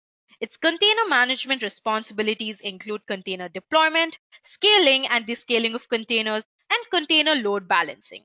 It is extremely important to remember that Kubernetes is not a containerization platform, it is a multi-container management solution. Now let's move on and discuss some of the features of Kubernetes. The first one is automated scheduling. So Kubernetes provides an advanced scheduler to launch containers on cluster nodes based on their resource requirements and other constraints, while not sacrificing availability. The second feature is self-healing capabilities. So Kubernetes allows you to replace and reschedule containers when nodes die. It also kills containers that do not respond to user-defined health checks and does not advertise them to clients until they are ready to serve. The third feature is automated rollouts and rollback. So what Kubernetes does is it rolls out changes to the application or its configuration while monitoring your application health to ensure it does not kill all your instances at the same time. So if something goes wrong with Kubernetes, you can simply roll back the change. The fourth feature is horizontal scaling and load balancing.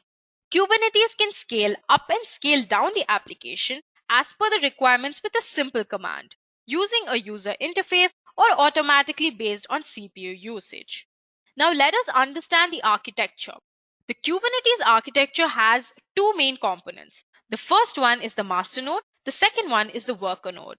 So the master node is responsible for the management of Kubernetes cluster. It is mainly the entry point for all administrative tasks. There can always be more than one master node in the cluster to check for fault tolerance. So there are a few components in the master node that I'd like to discuss. The first one is the API server. So here the API server is the entry point for all the REST commands used to control the cluster. The second one is the controller manager.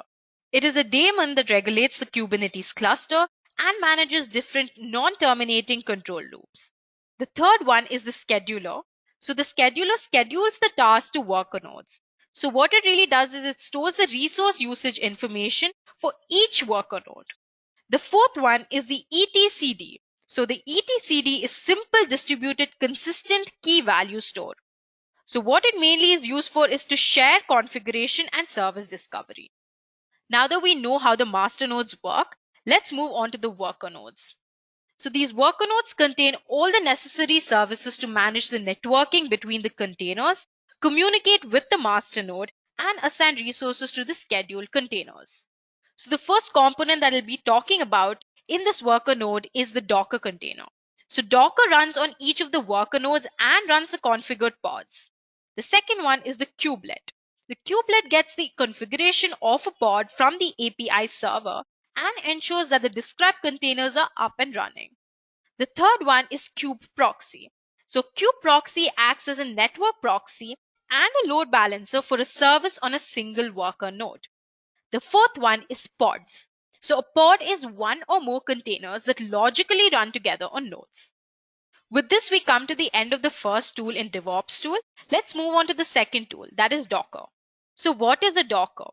Docker is simply a containerization platform that packages your application and all its dependencies together in the form of containers to ensure that your application works seamlessly in any environment. So each application here will run on a separate container and will have its own set of libraries and dependencies. It must be really convenient to move around these containers, right? So containers also ensures that there is a process level isolation, meaning each application is independent of other applications, giving developers surety that they can build applications that will not interfere with one another. Now, the quality assurance team need not install all the dependent software and applications to test the code, and this helps them save lots and lots of time and energy. This also ensures that the working environment is consistent across all the individuals involved in the process, starting from development to deployment. So here the number of systems can be scaled up easily and the code can be deployed on them effortlessly. There are some basic concepts of Docker you must be aware of. That is Dockerfile, DockerImage, and Docker container. So a Docker image is created by the sequence of commands written in a file called Dockerfile. When this Docker file is executed using a Docker command, it results into a Docker image with a name. So finally, when this image is executed by Docker run command, it will by itself start whatever application or service it must start on its execution. So I hope Dockerfile, Docker images, and Docker containers are clear. We'll understand what is Docker Hub now. So Docker Hub is basically a cloud registry where you can find Docker images uploaded by different communities. Also, you can develop your own image and upload on Docker Hub, but first you need to create an account at Docker Hub. So let's move on and understand what a Docker engine is. So the Docker engine is the heart of the system. It is simply the application that is installed on your host machine. Basically, it works like a client-server application. It uses a server, which is a type of a long-running program called a daemon process. It also uses a command line interface client. And finally, it uses an REST API, which is used for communication between the CLI client and Docker daemon. As per the image, in a Linux operating system, there is a client which can be accessed from the terminal and a host which runs the daemon. We build our images and run containers by passing commands from the CLI client to the daemon. However, in the case of Windows or Mac, there is an additional toolbox component inside the Docker host. So this Docker toolbox is an installer to quickly and easily install and set up a Docker environment on your Windows or your MacBook. So this toolbox installs Docker client, machine, compose, which is only present in Mac, and VirtualBox. With this, we come to the end of Docker. We'll move on to the third tool of DevOps tools, that is Git. So Git is an extremely important tool for software developers. It is a free open source distributed version control system designed to handle everything from small to very large projects with speed and efficiency. It was created by Linus Torvalds in 2005 to develop Linux kernel. Git has the functionality, performance, security, and flexibility that most teams and individual developers need. It also serves as an important distributed version control DevOps tool. So Git is primarily used to manage a project comprising a set of code or text files that may change over time. Now, before we go further, let us take a step back to learn about version control systems and how Git came into existence. So version control is the management of changes to documents, computer programs, large websites, and other collection of information. There are basically two types of version control systems. The first one being centralized version control system. The second one is distributed version control system. So Git is a distributed version control system where every contributor, that is the user, has a local copy or clone of the main repository. What is a repository? A repository is simply a storage space for your project files. Here, everyone maintains a local repository of their own which contains all the files and metadata present in the main repository. So the local repository is usually on the local machine of the user. So every programmer maintains a local repository, which is actually the copy or clone of the central repository on their hard drive. The central repository may be present on a web hosting platform like GitHub. They can commit and update the local repository without any interference. They can also update their local repositories with new data from the central server by an operation called pull and affect changes to the main repository by an operation called push from the local repository. So I hope everyone understood how Git works. Now moving on, let us understand the role of Git in DevOps. So Git plays a very vital role when it comes to managing the code that the collaborators contribute to the shared repository. So this code is then extracted for performing continuous integration to create a build and test it on the test server and eventually deploy it to the production. Tools like Git enable communication between the development and the operations team. When you're developing a large project with a huge number of collaborators, it is extremely important to have communication between the collaborators while making changes within the project. Commit messages in Git play a very important role in communicating among the team. The bits and pieces that we all deploy lies in the version control system like Git. To succeed in DevOps, you need to have all of the communication in version control. Hence, Git plays a very vital role in succeeding at DevOps. Now let's move on to the next tool, that is Selenium. Selenium is one of the most widely used open source web user interface automation testing suite. It was originally developed by Jason Huggins in 2004 as an internal tool at ThoughtWorks. So Selenium supports automation across different browsers, platforms, and programming languages. So this tool can be easily deployed on platforms such as Windows, Linux, Solaris, and Macintosh. Moreover, it supports operating systems for mobile applications like Windows and Android. Selenium supports a wide variety of programming languages through the use of drivers specific to each language. Languages supported by Selenium include C#, Java, Perl, PHP, Python, and Ruby. Currently, Selenium WebDriver is the most popular with Java and C#. Selenium test scripts can be coded in any of the supported programming languages and can be run directly in most modern web browsers. Browsers supported by Selenium include Internet Explorer, Mozilla Firefox, Google Chrome, and Safari. So basically, it can be used to automate functional tests and can be integrated with automation test tools such as Maven, Jenkins, and Docker to achieve continuous testing. It can be also integrated with tools such as TestNG and JUnit for managing test cases and generating reports. So now moving on, what are the advantages of Selenium? Why should we choose Selenium? Since Selenium is open source, there is no licensing cost involved, which is a major advantage over other testing tools. There are many other reasons behind Selenium's ever-growing popularity. The first one is that test scripts can be written in any of the programming languages, that is Java, Python, C#, PHP, Ruby, Perl, .NET, etc. Tests can also be carried out in any of the operating systems, that is Windows, Mac, or Linux. Tests can also be carried out using any browser, that is Mozilla Firefox, Internet Explorer, Google Chrome, Safari, Opera. We've all discussed this in the previous slide. And the last use is that it can be integrated with Maven, Jenkins, and Docker to achieve continuous testing. So in short, Selenium can be used for automated testing. Also, because it has cross-browsers compatibility, it is more preferred. And it also increases test coverage and reduces test execution time. Now moving on, let us understand an important concept in Selenium, that is the Selenium Grid. Selenium Grid was developed by Patrick Lightbody and initially called it Hosted QA. It was used in a combination with remote control to run tests on remote machines. In fact, with Grid, multiple test scripts can be executed at the same time on multiple machines. Parallel execution is achieved with the help of hub node architecture. One machine will assume the role of hub and the others will be the nodes. Hub controls the test scripts running on various browsers inside various operating systems. Test scripts being executed on different nodes can be written in different programming languages. Grid is still in use and works with both WebDriver and remote control. So we'll be learning about the WebDriver in the next slide. However, maintaining a grid with all required browsers and operating systems is a very huge challenge. For this, there are multiple online platforms that provide an online Selenium grid that lets you access to run your Selenium automation scripts. For example, you can use Lambda Test.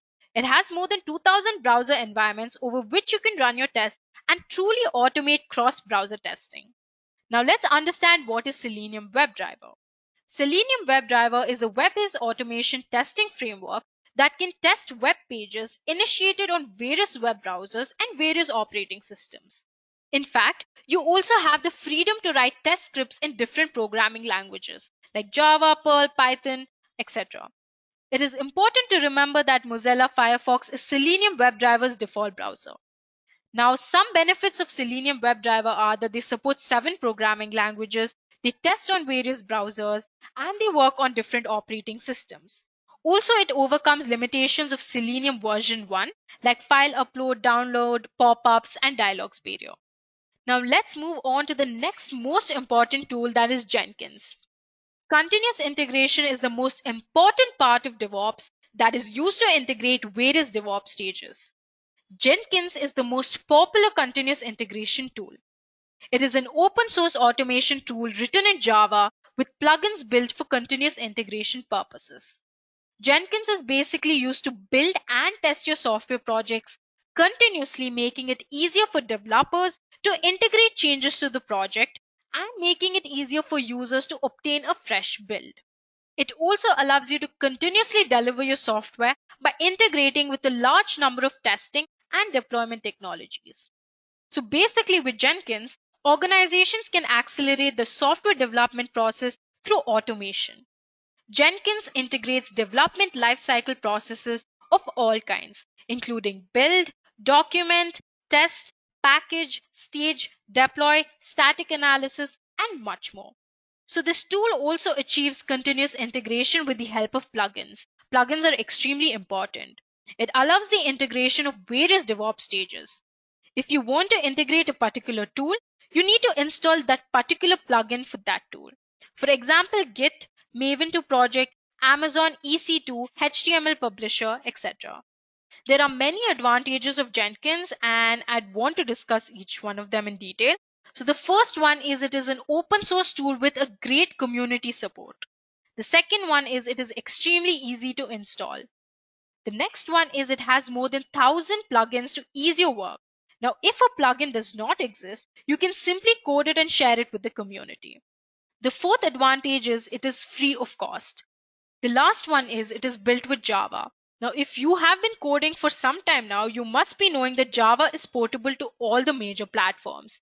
So this gives an added advantage to Jenkins. So what makes Jenkins different from the other continuous integration tools? There are two reasons. The first one is adoption, the second one is plugins. So Jenkins is widespread with more than 147,000 active installations and over 1 million users around the world. The adoption of Jenkins is extremely high. The second one is that Jenkins is interconnected with well over 1,000 plugins that allow it to integrate with most of the development, testing, and deployment tools. So these two features, that is adoption and plugins, make it one of the best continuous integration tools currently available in the market. Now let's move on to the next tool of DevOps tools, that is Puppet. Today, the most mature tool for configuration management is Puppet. But I know you must be wondering why Puppet is so popular and what makes it unique when compared to other configuration management tools. Puppet is a configuration management tool that is used for deploying, configuring, and managing servers. So now let's understand the functions of Puppet. So the first one is it helps in defining distinct configurations for each and every host. And it also continuously checks and confirms whether the required configuration is in place and is not altered on the host. The second function is dynamic scaling up and scaling down of machines. The last one is it provides control over all your configured machines. So a centralized change gets propagated to all automatically. Puppet basically uses a master-slave architecture in which the master and slave communicate through a secure encrypted channel with the help of SSL. Now let's see this architecture in detail. So as you can see the diagram on the screen, the Puppet agent sends the facts to the Puppet master. Facts are basically key value data pair that represents some aspect of the slave state, such as its IP address, uptime, operating system, or whether it's a virtual machine. Puppet Master uses the facts to compile a catalog that defines how the slave should be configured. Catalog is a document that describes the desired state for each resource that Puppet Master manages on a slave. Puppet Slave reports back to the master indicating that the configuration is finally complete, which is visible in the Puppet dashboard. Now with this we come to the last tool of DevOps, NAG iOS. NAG iOS monitors your entire IT infrastructure to ensure systems, applications, servers, and business processes are functioning properly. It is an integral to the DevOps lifecycle. So it is basically used for continuously monitoring of systems, applications, servers, and business processes in a DevOps culture. So in the event of a failure, NAG iOS can alert technical staff of the problem, allowing them to begin remediation processes before outages affect business processes, end users, or customers.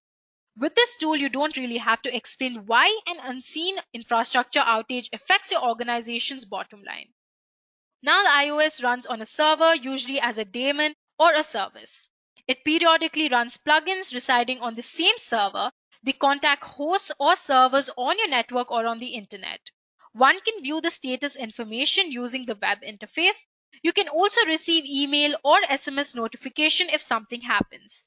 The NAG iOS daemon behaves like a scheduler that runs certain scripts at certain moments. It stores the results of those scripts and will run other scripts if these result changes. NAG-iOS also use plugins. So these are compiled executables or scripts that can be run from a command line to check the status or a host or a service. NAG-iOS also uses the results from the plugins to determine the current status of the hosts and services on your network. NAG-iOS is built on a server or agents architecture. Usually on a network, a NAG-iOS server is running on a host, and plugins interact with local and all the remote hosts that need to be monitored. So these plugins will send information to the scheduler, which displays that in a graphical user interface. With this, we come to the end of DevOps tools. Let's move on to the next part of the session, that is DevOps automation. Automation is the crucial need for DevOps practices, and automating everything is the fundamental principle of DevOps. We discussed this initially in the session. Automation kickstarts from the code generation on the developer's machine until the code is pushed to the code, and after that to monitor the application and system in the production. Automating infrastructure setup and configurations, software deployment is the key highlight of DevOps practice. DevOps practice is dependent on automation to make deliveries over a few hours and make frequent deliveries across platforms. Automation in DevOps boosts speed, consistency, higher accuracy, reliability, and increases the number of deliveries. Automation in DevOps encapsulates everything right from the building, deploying, and monitoring. In large DevOps teams that maintain extensive, massive IT infrastructure, the tools can be classified into 6 categories.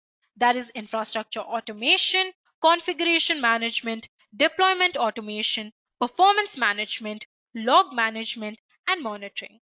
So for infrastructure automation, a great example is the Amazon Web Services.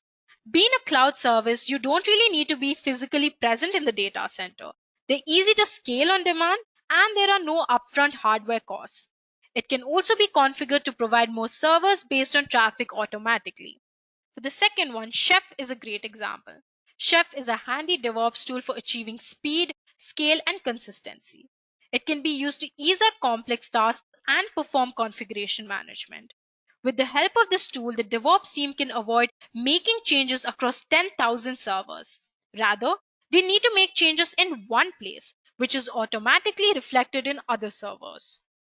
For deployment automation, Jenkins is a great example. As we have already discussed before, it helps facilitate continuous integration and testing. It integrates project changes more efficiently by quickly finding issues as soon as builds are deployed. For the fourth one, that is performance management, Application Dynamic is a great example. It offers real-time performance monitoring. The data that is collected by this tool helps developers to debug whenever an issue occurs. The fifth one, that is for log management, Splunk is a great example. This DevOps tool solves issues such as storing, aggregating, and analyzing all logs in one place. So for the last one, that is monitoring, NAG-iOS is a great example. It notifies people when infrastructure and related services go down. It is a tool for this purpose which helps the DevOps team to find and correct problems immediately.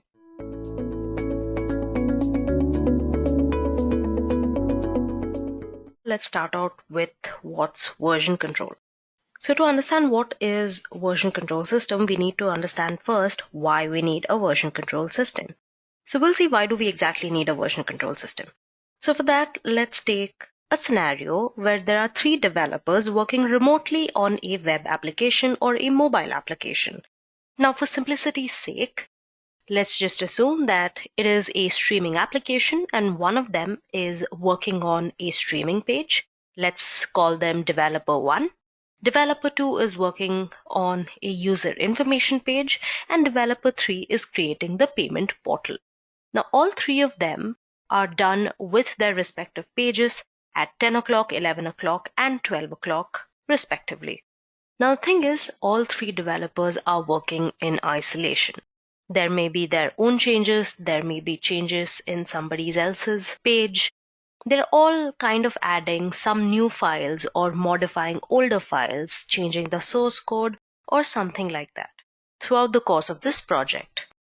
But how exactly are they going to collaborate considering that they are working remotely? The solution to this is a version control system. With this system, I'll tell you what happens. At 10 o'clock, developer 1 uploads all the files regarding the streaming page. With a version control system, this modification is recorded and updated to one central directory or folder. So every time you're modifying an older file or adding a new file, it creates a snapshot of the latest version or the latest update of the changes that you've made or all the files that you've uploaded. So the snapshot of your update at 10 o'clock is saved, and then when developer 2 adds their user info page, this modification is also saved as a snapshot. Now there are 2 snapshots saved, and finally the payment portal page is added, and this is the last modification done at 12 o'clock, and this is the most recent snapshot saved, along with other snapshots of other updates and modifications done throughout the course of this project. Every change in your project, a snapshot is created and your entire project is saved that way. And these snapshots are actually known as different versions, which are basically the state of your project at a particular time or at the current time. It means that it will contain the kind of files your project is storing at one particular time and what kind of changes you have made so far between the previous version and this particular version. And this is exactly how a version control system works. So version control system basically is a system that records changes to a file or a set of files over time so that you can record specific versions later. These versions are recorded in a repository and they can be recalled anytime from these repositories during the course of your project. So version control systems essentially are of 3 types. Now the local version control system is one of the simplest forms of VCS and has a database that keeps all the changes of the files under revision control. So all the files are saved by this one user and they manage all of the files. But it's actually really hard to maintain the changes of the file, and you can accidentally replace one or the other file that you need. It also needs something known as RCS or revision control system, which keeps patch sets or the differences between updates in a special format on your disk. All of this, your local version control systems maintains all the track of all the files within your local system. As a user, you can track specific versions later, and it basically works as an independent standalone system for an application. So your applications like spreadsheets and word processors have this control mechanism. So that's one type. Apart from this, you also have your centralized version control system, which basically uses a central server to store all the files and enables team collaboration. So it's not one local system, but multiple systems which work on a single repository to which users can directly access as a central server. So the repository is a central server that could be local or remote, which is directly connected to each of the programmer's workstation. And the third kind of VCS is a distributed version control system. Now these systems do not necessarily rely on a central server to store all the versions of a project file.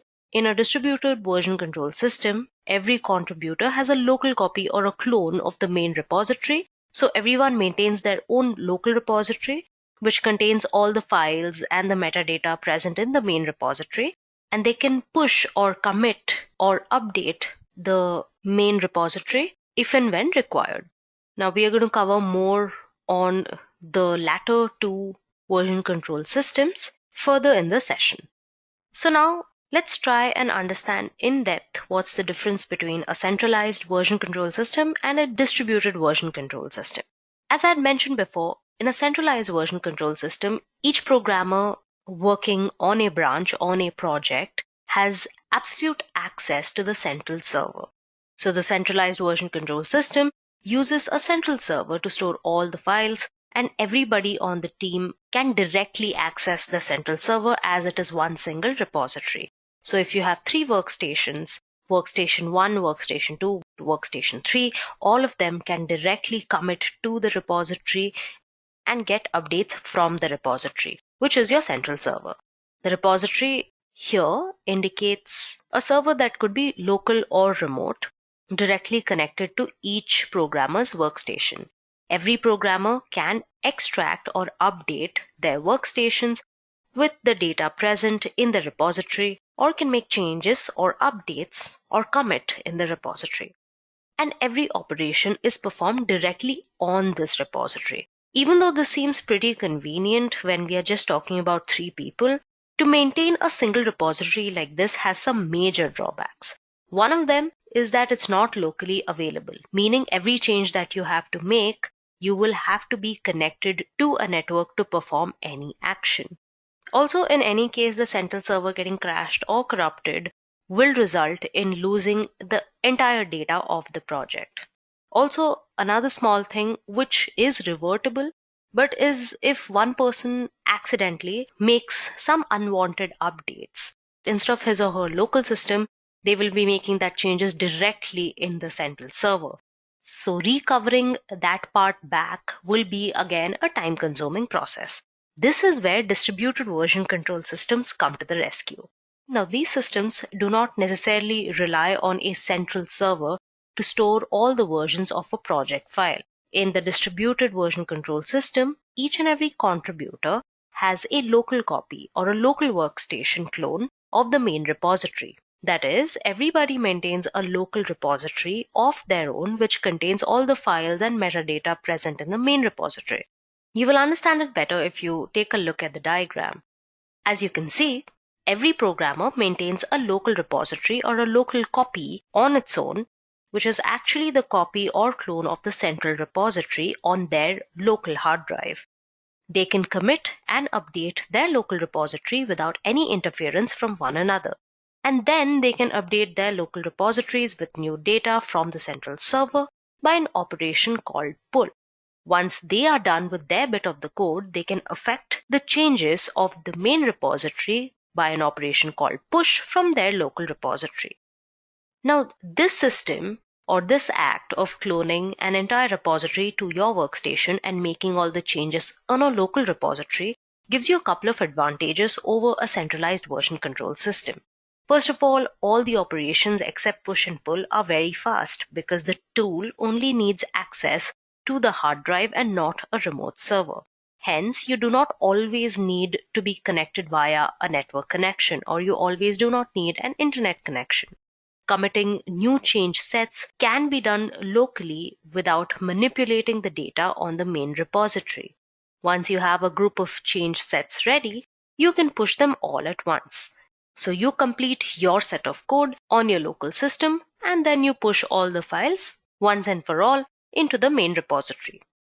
Third, since every contributor has a full copy of the project repository, they can share changes with one another on wanting to get some feedback before affecting the changes in the main repository.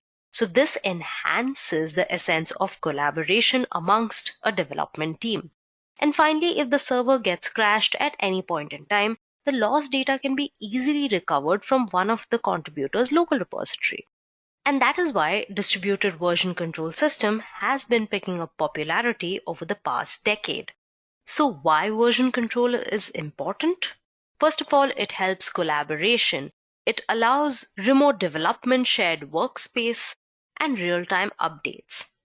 All versions of your code are preserved, hence it helps you manage versions of the same code. Easy rollback from current version. Suppose a part of your project has been headed to a wrong direction, you can easily roll back from the current version to the last version which was stable. Now, because you can reverse faulty updates, you can save time and hence it reduces downtime of your project development. And finally, it improves visibility. You can analyze and compare different versions, and that gives you like a 50-foot top view of your entire project, which just accelerates your product delivery. So now that you have a bare sense of what is version control and why do you need version control, let's understand one of the most popular version control systems that exists today, and that is Git. So Git is a distributed version control tool that supports distributed nonlinear workflows by providing data assurance from developing quality software. So basically what it does is that it lets you and your team of developers work together on the same project remotely from anywhere across the world. Your team members can work efficiently on files and easily merge their changes into one source without the fear of losing or deleting anything of importance due to the easy rollback feature. Git is primarily used to manage your project comprising of a set of code or text files that you may want to change from time to time. Now, Git is an integral part of DevOps. DevOps, as most of you might have the idea of, is the practice of bringing agility to the process of development and operations. A couple of years ago, it was this entirely revolutionary ideology which swept IT organizations worldwide, boosting project life cycles and in turn increasing profits. DevOps promoted communication between development engineers and operations participating together in the entire life cycle, from design through development process to production support. Now, in the entire life cycle of DevOps, starting from planning of the projects to its deployment and monitoring, Git plays a vital role. When it comes to managing the code that collaborators contribute to the shared repository, this code is extracted for performing continuous integration to create a build and test it on the test server and eventually deploy it to production. Tools like Git enable communication between the development and operations team. When you are developing a large project with a huge number of collaborators, it is extremely important to have communication between the collaborators, between the developers while making changes in the project. Commit messages in Git play a very important role in this particular collaboration or communication amongst the team. The bits and pieces that we deploy or update lies in this version control system, such as Git. To succeed in DevOps, you need to have all the communication in version control. Hence, Git plays an extremely vital role in succeeding at DevOps. And due to this very reason, Git has earned way more popularity compared to other version control tools available in the market, such as Apache Subversion, concurrent version systems, and Mercurial.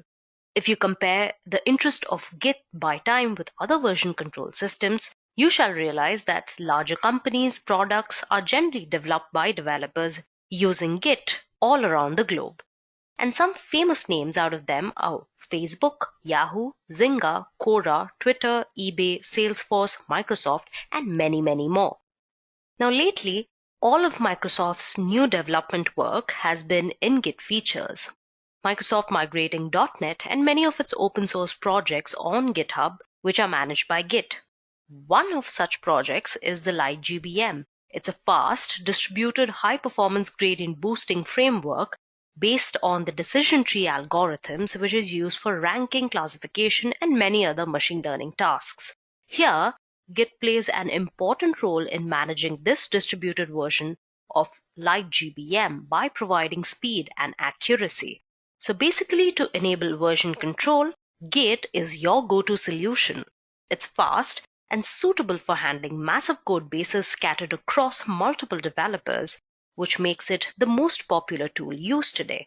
Now that you know about Git, a terminology we'll be using a lot while talking about Git and GitHub is a repository. Now, repository, or a repo as it's most commonly known as, is a directory or a storage space where your projects can basically live. It can be local to a folder or your computer, or it can be a storage space in another online host such as your GitHub. And in this particular space, in this particular directory, you can keep your code files, text files, images, you name it, all of it inside a repository. Through the course of this, we shall also be talking about something known as GitHub, which is nothing but a central repository, the kind that we spoke about when we discussed centralized versus distributed version control systems. There's a central repository, and that is where all of your code will live. You have your local repository where you'll make the changes, and there you have the central repository to which you will push all of the changes. Yeah? And the central repository is something that all of the developers involved in this particular project, in a certain project, have access to. All right, moving on, let's discuss a few Git features which make it so popular amongst organizations as well as individuals. First of all, it's economical. It's free and open source. Git is released under GPL's General Public Licenses, open source license. So you don't need to purchase Git. It is absolutely free. And since it's open source, you can modify the source code as per your requirement. Second is its speed. Now, since you do not have to connect to any network for performing all of the operations, it completes all the tasks really fast. Performance tests done by Mozilla showed it was an order of magnitude faster than other version control systems. Fetching version history from locally stored repository can be 100 times faster than fetching it from the remote server. So the core part of Git is written in C, which avoids runtime overheads associated with other high-level languages, which makes it extremely fast compared to other version control systems. Next is that Git supports non-linear development. Git supports rapid branching and merging and includes specific tools for visualization and navigation of a non-linear development history. A core assumption in Git is that a change will be merged more often than it's written, as it is passed around various reviewers. Hence, branches in Git are very lightweight and is only a reference to a single commit. With its parental commits, the full branch structure can be constructed. Next, let's talk about the robustness. Nearly every single task in Git is undoable. Git gives each developer a local copy of the entire development history and the changes copied from one repository to another.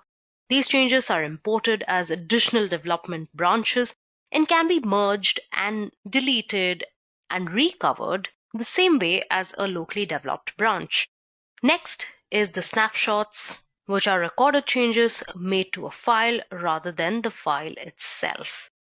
Followed by which you have integrity, which means no changes can be made without Git recording it.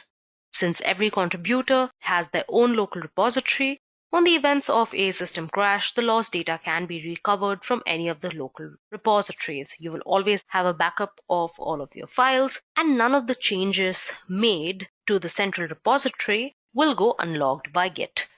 Git uses the SHA1 or the secure hash function to name and identify objects within its repository, and every file, every commit is checksummed and retrieved by its checksum at the time of the checkout. The Git history is stored in such a way that the ID of a particular version, a commit in Git's terms, depends upon the complete development history leading up to that commit. Once it's published, it's not possible to change the old versions without it being recorded. Then it's a distributed system, which means every user has their own copy of the repository and the data is stored locally. Git gives each developer a local copy of the entire development history, and the changes are copied from one such repository to another.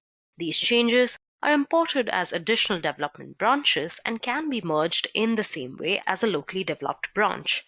And finally, it's easy branching. Now, branch management with Git is very simple. It only takes a few seconds to create, delete, and merge branches. Feature branches provide an isolated environment for each change to your code base. So when a developer wants to start working on something, no matter how big or small, they can create a fresh new branch which is not interfering with the main branch, which ensures that the master branch or the main branch always contains production quality code. So any little experimentation that you want to do or little things that you want to try out can always be on a separate feature branch instead of the changes made to your master branch. Because ultimately, your master branch should contain your publishable product. So now that you know the basic features of Git, let's try and understand what the basic workflow of Git is, or how does Git work. So the basic overview of how Git works goes like this. You basically create a repository or a project with a Git hosting tool like Git or Bitbucket. You copy or clone the repository to your own local machine or your working directory. You add a file to your local repository and commit the changes, which basically means you save the changes. Then you push the changes to your master branch. Then you make changes to your file and commit. Then you pull the changes to your local machine. you create a branch or a version, make a change, commit the change, same process, open a pull request, and merge your branch to the master branch. Now this is a little complicated listening to it like this, but once we get on to our demonstration, I think things will be way more clear. You can still take a good look at this diagram, but if you don't get it, don't worry. I will be explaining these operations one by one when we get to the demonstration part of this Git tutorial. Moving on, let's get to the good part, the hands-on section, starting with the installation and setup of Git. Now there are two ways in which this goes. First of all, for Windows users, you need to install Git Bash for Windows. And for Linux users, you'll have to start by updating the package index and then install Git using the terminal. So first of all, for our learners using Windows, you'll have to log on to gitscm.com/downloads and then click on Downloads for Windows button and then run the executable file and follow through till you finally install Git Bash. I'm not going to install it completely as I already have Git Bash downloaded, but I'm still going to open the page to show you guys. All right. So the latest source release is Git 2.30.1 on the 8th of Feb, and you can just click on this button. The moment you click on this button, it's going to start downloading Git for you. And once you have the executable file, all you have to do is open it or run it in your own system, right? Next, for people using Linux, this is an example considering you are using Ubuntu. If you're using CentOS, a lot of the commands don't change, but instead of apt install, you will be using yum install for CentOS. So for that, now I'm going to open my terminal on a virtual machine. So here I have running an Ubuntu machine using the Oracle VirtualBox. So I'm going to start by running an update. All right, this is going to take a while. Kindly be patient. So here I have my Ubuntu running on a virtual machine. So to install Git on your Ubuntu machine, you have to start by updating. So this will take some time. We're going to use sudo apt update. If you're using CentOS, you will be using yum instead of apt.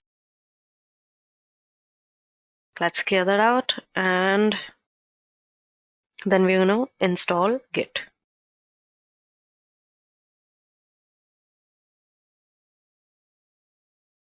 And then you can look for the Git version. Yeah? All right. Now that we have our Git installed, let's go ahead and look at the operations and commands that we are going to take a look at today. You have your repository setup, which include the commands init, clone, config, and alias. Then you have your save changes operations, which have your add, commit, diff, and stash. All of these commands we are going to go on and off and look at collectively mostly. Then we are going to look at the inspect operations, your inspect repository operations, of which the git status command is something we are also going to look at throughout this demonstration right from the beginning. So apart from that, you have your git log, git tag, and git blame commands. So you have your merge rebase command. So let's move on to our first set of Git operations. First of all, you have your git init command, which basically creates a new empty Git repository. Now this can be used to convert an existing unversioned project to a Git repository or initiate an absolute fresh Git repository. Now most other Git commands are not available outside of the initialized repository. So this is usually the first command that you will run in a new project. That is, if you're using Git Bash. So when I run git init, it reinitializes an existing Git repository, which I already have here. Now what this does is it reinitialized my existing Git repository in this particular directory, in this .git directory. Yeah. what git init does is that it creates an empty Git repository or reinitializes an existing one, like it did for me right now. It basically creates a .git directory with subdirectories and template files, and when you run the git init command in an existing repository, it will not overwrite the things that are already there. It'll rather pick up the newly added templates. So that's the repository initialized. You can go ahead and create some files in the directory or repository, whatever you call it.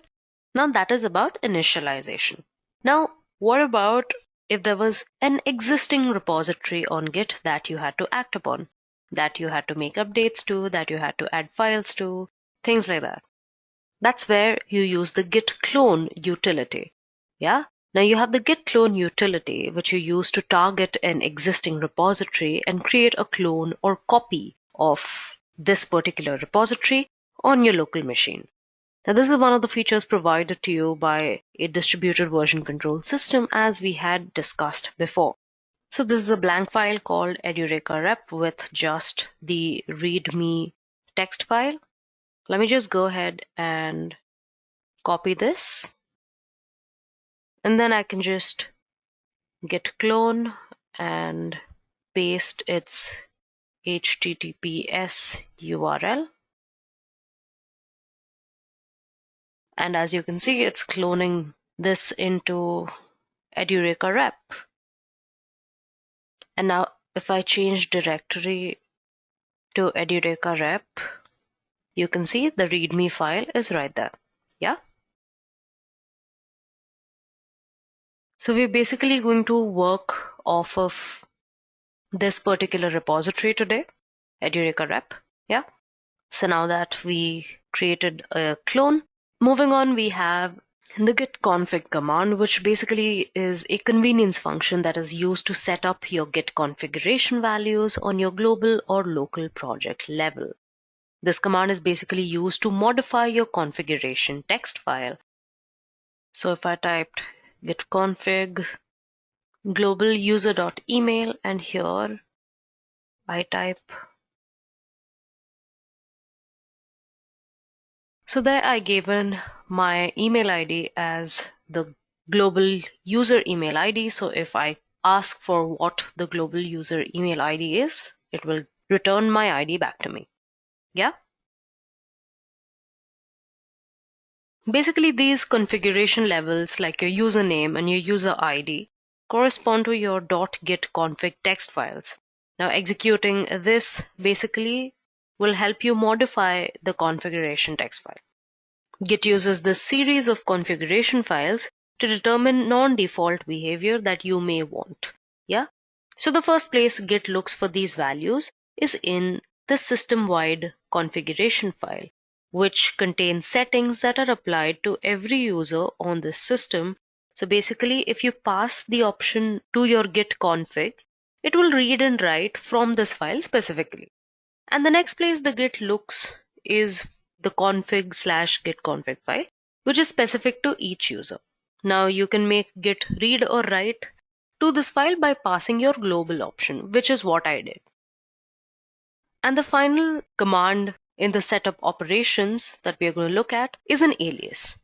Now, alias, as the name suggests, is basically used to create shorter commands that map to longer commands. They enable more efficient workflows when you obviously have to use lesser keystrokes to execute a command. There are these lengthy commands which obviously kill a lot of your time. So these aliases you can use to shorten those commands. And these are also something that you will create via the git config command. There isn't really a direct way or a direct command of creating aliases. Yeah, this is just something I wanted to add in here along with the git config command. Like a very common alias created is CO for checkout or anything else, CK for checkout. So yeah, this is something that you can do using the git config command, just creating aliases. Moving on, let's look at operations that you use to add changes and save changes to your Git repository. Now, the first two commands here that we're going to look at are git add and git commit. Now, this combination is basically used to create these snapshots that I was talking about initially in the session, right? So basically what you do is first you use the git add command to add a change in your current directory or your working directory. And you add that to the staging area. It tells Git that you want to include a particular set of updates or changes in a particular file in the next commit. Then what you do is you move on to git commit after making the changes to your working tree. Then you use the git commit command, which captures a snapshot of your project's current state. So basically you use add to update the index using the current content found in your working tree, and then you basically prepare the content in the staging area for the next commit. Then you run the commit command to take that snapshot of your project's current status. Now remember, this is very important and you have to do it each time. You must use the add command to add any new modified files to the index. You can't directly commit anything without adding it to the stage area first. Now what I did was I quickly went ahead and added 3 files to my repository Edureka rep. So if I go into this repository, you can see there are 3 files: Edureka file 1, file 2, file 3. Now let's see if these files are in my index or not using the command git status. Now git status basically displays the state of the working directory and the staging area. It will list all the modified files which are ready to be added to the local repository. It lets you see which changes have been staged and which haven't, which files are being tracked by Git and not. So if I typed git status, you can see on your main branch, you have 3 untracked files, which are the 3 files that I just added: Edureka file 1, 2, and 3. These are not added to the index yet. This means I cannot commit these changes unless I added them explicitly to the index. So now we are going to add these 3 files. This command will update the index using the current content, which is found in your working tree, as you can see in front of you, and then it'll prepare the content in the staging area for the next commit. So either I can just git add and put in the directory name, or I can just use git add with an extension of a, which means all, and this will add all of these files to the index which are in the directory but not updated in the index yet. Yeah, now I've done that. Let me go ahead and use git status again, and you can see all of these file names are written in green, and you can see changes to be committed written here, which means all of these changes are ready to be committed. They are added to the index. Now these files are added to the index. You're ready to commit them. Now, as I had mentioned before, we're going to commit them, and committing refers to recording the snapshots of the repository at any given time. So your committed snapshots will never change unless it's done explicitly. So I'm going to clear this, and we're going to commit this by typing git commit and then adding a tag or a message called committing 3 files. Let's try this out. As you can see, 3 files changed, 3 insertions. You can see our Edureka files 1, 2, 3 have been committed. The git commit command has committed the changes in the 3 files in your local repository. Now, if you want to commit a snapshot of all of the changes in your working directory at once, you can always go with commit-a. Now let me add a couple more files to my directory just to show you the difference between your files added to the index versus the ones that are not.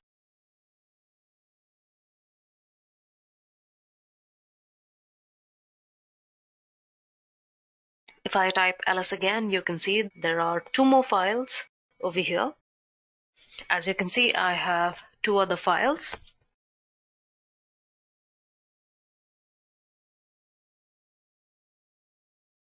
I'm just going to add the Edureka file 4 and now the file 5, and then I'm just going to git commit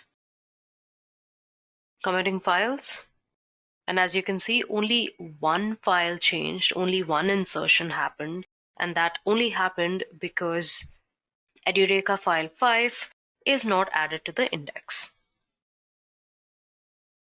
And even if I use the extension A, I cannot add Edureka file 5 because that has not been added to your index. Now if I just go ahead and add Edureka file 5, voila, the change has occurred in our Git repository. Now if I typed git status, there are no more files to add or commit. Our branch is ahead of the origin or main branch by 3 commits. And you can use git push to publish your local commits. Now what is git push? This is something we will cover later in this session. Now understand that before you affect the changes made to the central repository, you should always pull changes from the central repository to your local repository just to get the most updated version of your branch. You'll get all the work of your collaborators that have been contributing in the central repository. For that, you use the pull command. Now, as you can see, there's nothing to commit and your working tree is clean. There are other commands like the git status command, which you could use for similar purposes. For example, you have the git log command, which only operates on committed history. It basically will display to you the committed snapshots and will let you list the project history, filter it, and search for specific changes. So if you typed git log, it's going to show you all the commits that have happened since we started with this git file. Okay, so you can see at the bottom, your original main, there's your initial commit, right? Then our first commit where we committed 3 files, then we committed the 4th file, and finally when we committed file number 5, right? These are all the commits, including the initial commit, the first one. Yeah, along with the author and the date and time. Remember when I told you about everything is recorded when you're using Git? This is what I meant. You can always access who made commits at what time and what commits were made when you use a version control system such as Git. Now at a point like this, I think it's crucial to mention one more command, which is the git tag, and it's used to basically capture a tag in history or a point in history that is used for a marked version release, right? So it's basically like a branch that doesn't change, and after being created, they have no further history of commits. Yeah, so that is one. And another one is git blame. Now the git blame function displays of the author's metadata attached to a specific committed line in a file. It's used to examine specific points in a file's history and get context as to who the last author was that modified that line. So if I went back and typed git blame Edureka file 5.txt, it's going to show who the person is that is to blame, who committed the file or made this particular change, right? It'll also, if you paid attention, give you the commit number. As you can see, this E9D63EFO commit number. This also has this E9D63EFO, which is the first few characters of this particular commit number. Yeah. So now that you know how to check the status of the changes and see who made the changes, it's time that you understand how you fetch changes from your remote repository to a local repository, and how you push commits from your local repository to your remote repository. So here we are going to look at 2 commands called pull and push. Now first of all, you have the git pull command, which fetches changes from your remote repository to a local repository.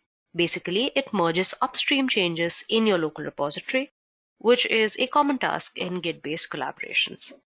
But at first, you need to set your central repository as the origin using the command git remote add origin, and I'm going to add the link to my central repository, which is this. And as it says, the remote origin already exists.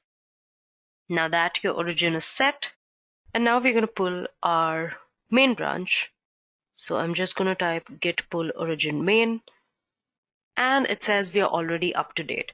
Now, certain number of tutorials or documents that you might be following might even give you the command git pull origin master, in which case you're working on the master branch. Now, to know which branch you're at, you can just use the command git branch vv. Yeah, I'll tell you which branch are you working on. Yeah. So yeah, we are working on the main branch, and we are already up to date with the branch since my local repository was already updated with files from the main branch. This is the message of an up-to-date branch. Now you can also use git pull origin and your whatever branch name. Here I'm using main. That's a mistake on my part. Maybe I was trying to clear the screen. All right. So here, even if I pull from the branch using git pull origin and the branch name to my local git repository, you can see it's already up to date. So now my local git repository is now all updated with the recent changes. So now it's time to make the changes to your central repository by using the push command. So we're going to use the push command. This command transfers commits from your local repository to your remote repository. And it is basically the opposite of your pull operations. Pulling will import commits to your local repositories, whereas pushing will export commits to your remote repositories. It's going to ask you for your username.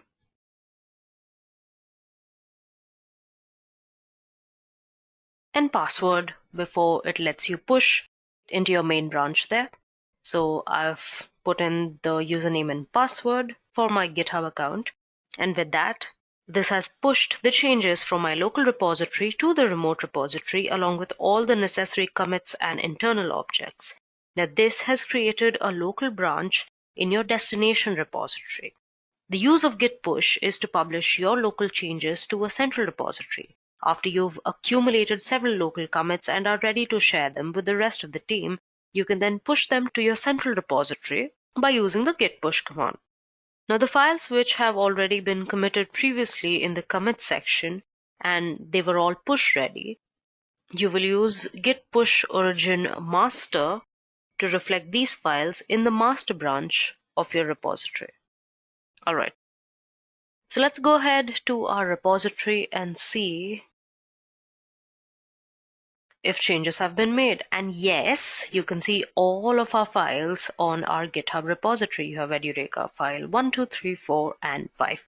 All the 5 files that we had created on our local repository. Yeah, you have all these 5 files and the README file here. Here also you have the README file and all the 5 files that we had created. Now at this point in this Git tutorial, I hope you have understood the basic commands of Git. You have pulling, pushing, adding, committing, things like that. Now let's take a step further and understand the 3 basic commands of parallel development. Here I'm going to be talking about branching, merging, and rebasing. So first of all, let's talk about merging. Now, merging is a way to combine the work of different branches together. This will basically allow you to branch off, develop a new feature, and then combine it back in. As you can see in the diagram, it shows you 2 basically different branches, new branch and master. Now, when we merge the work of the new branch into the master, it creates a new commit, which contains all the work of the master and new branch. Now, if we merge the 2 branches with the merge command, as I had mentioned before, Git allows you for easy branching, which means you have parallel branches with your master branch that help you carry on your individual work while not interrupting your main product, which is your master branch or your main branch. So branches in Git are nothing but pointers to specific commits. Yeah. So Git generally prefers to keep its branches as lightweight as possible. Now there are basically 2 kinds of branches via local and remote tracking branches. A local branch is just not the path of your working tree. On the other hand, the remote tracking branches have special purposes. Some of them are linking your work from your local repository to your central repository and automatically detecting which remote branches to get changes from when you do a git pull. So you can check what your local branch is by using git branch. So you know you are at your main branch. And the one thing you should understand, one thing is like a main mantra of people who use Git are branch early and branch often. Yes? So to create a new branch, you're going to use a command git branch and your branch name. And in this case, I'm just going to use a branch name Edureka Images. All right. And here you can see this diagram shows the workflow of a new branch that is created. When we create a new branch, it originates from the master branch itself. So since there's no storage or memory overhead with making many branches, it's usually easier to logically divide your work up than having big chunky branches. Hence, the branch often part. Now let's see how to commit using branches. Now branching includes the work of a particular commit along with all parent commits, right? So as you see, the new branch has detached itself from the master or the main branch, and hence it'll create a different path. So we are going to git check out the branch name, which in our case is Edureka Images. And then we are going to git commit. So you have untracked files, Edureka Images, and nothing added.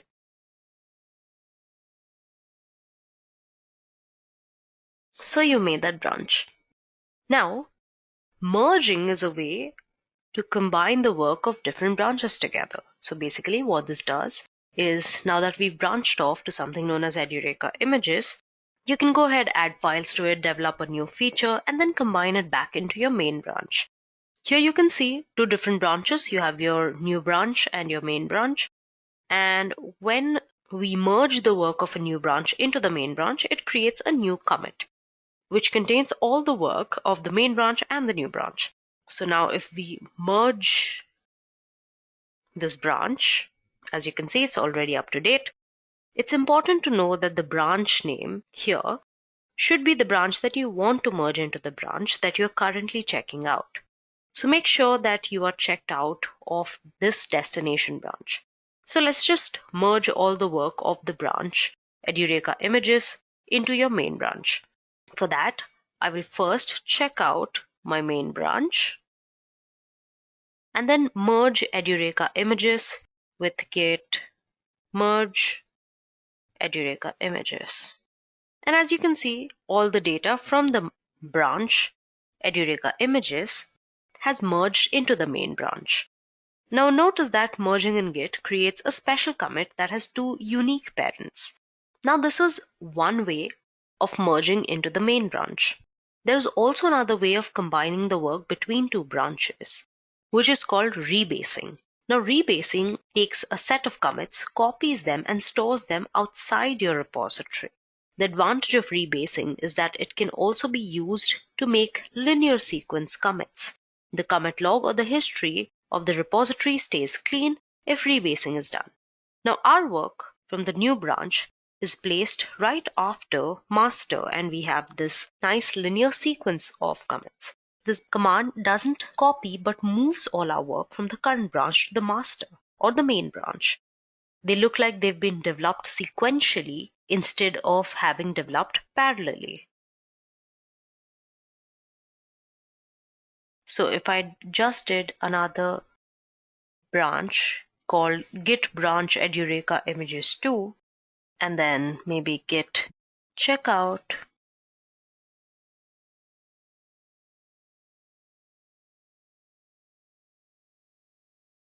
okay, then we git commit this, and then I could just git rebase main, and your current branch will be up to date.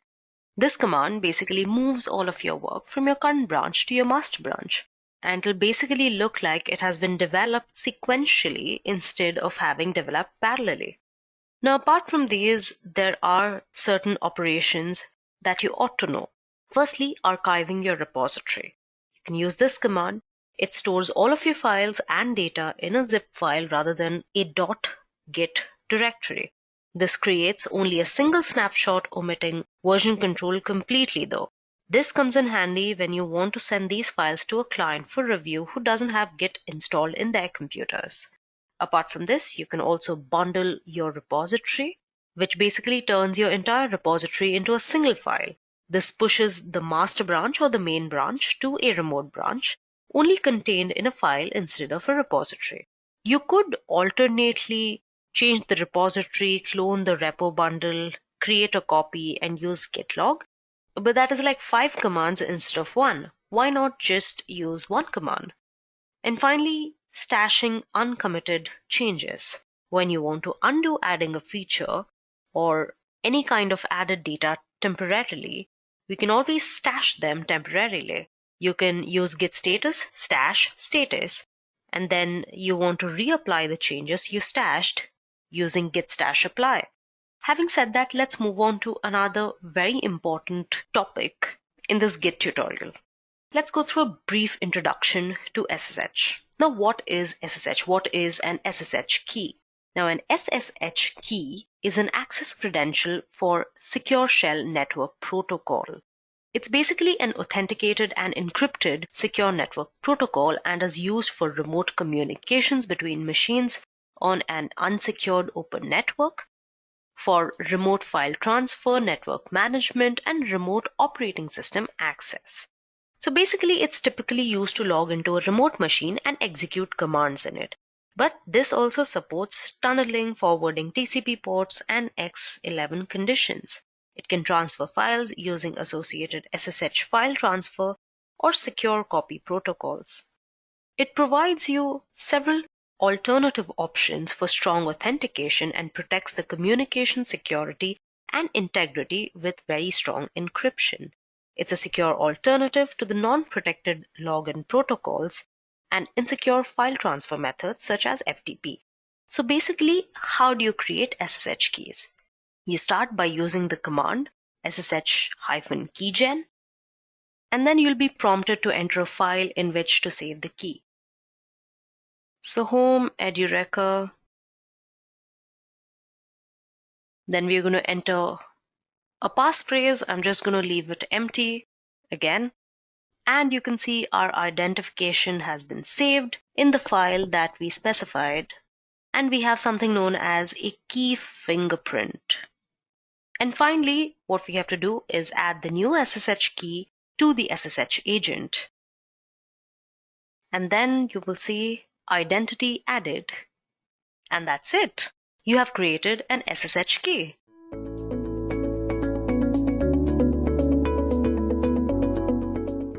The need for GitHub. It is extremely important for software developers to work on a web-based platform to share their projects and collaborate with other developers. This platform must be a version control system. That is, it must enable multiple people to simultaneously work on a single project. Each person edits his or her own copy of the files and chooses when to share those changes with the rest of the team. This application must also be capable of hosting millions of programmers and hobbyists that download and evaluate each other's work. GitHub is one such platform of choice for developers that can host multiple programmers and review their code. GitHub has several competitors. For instance, GitLab.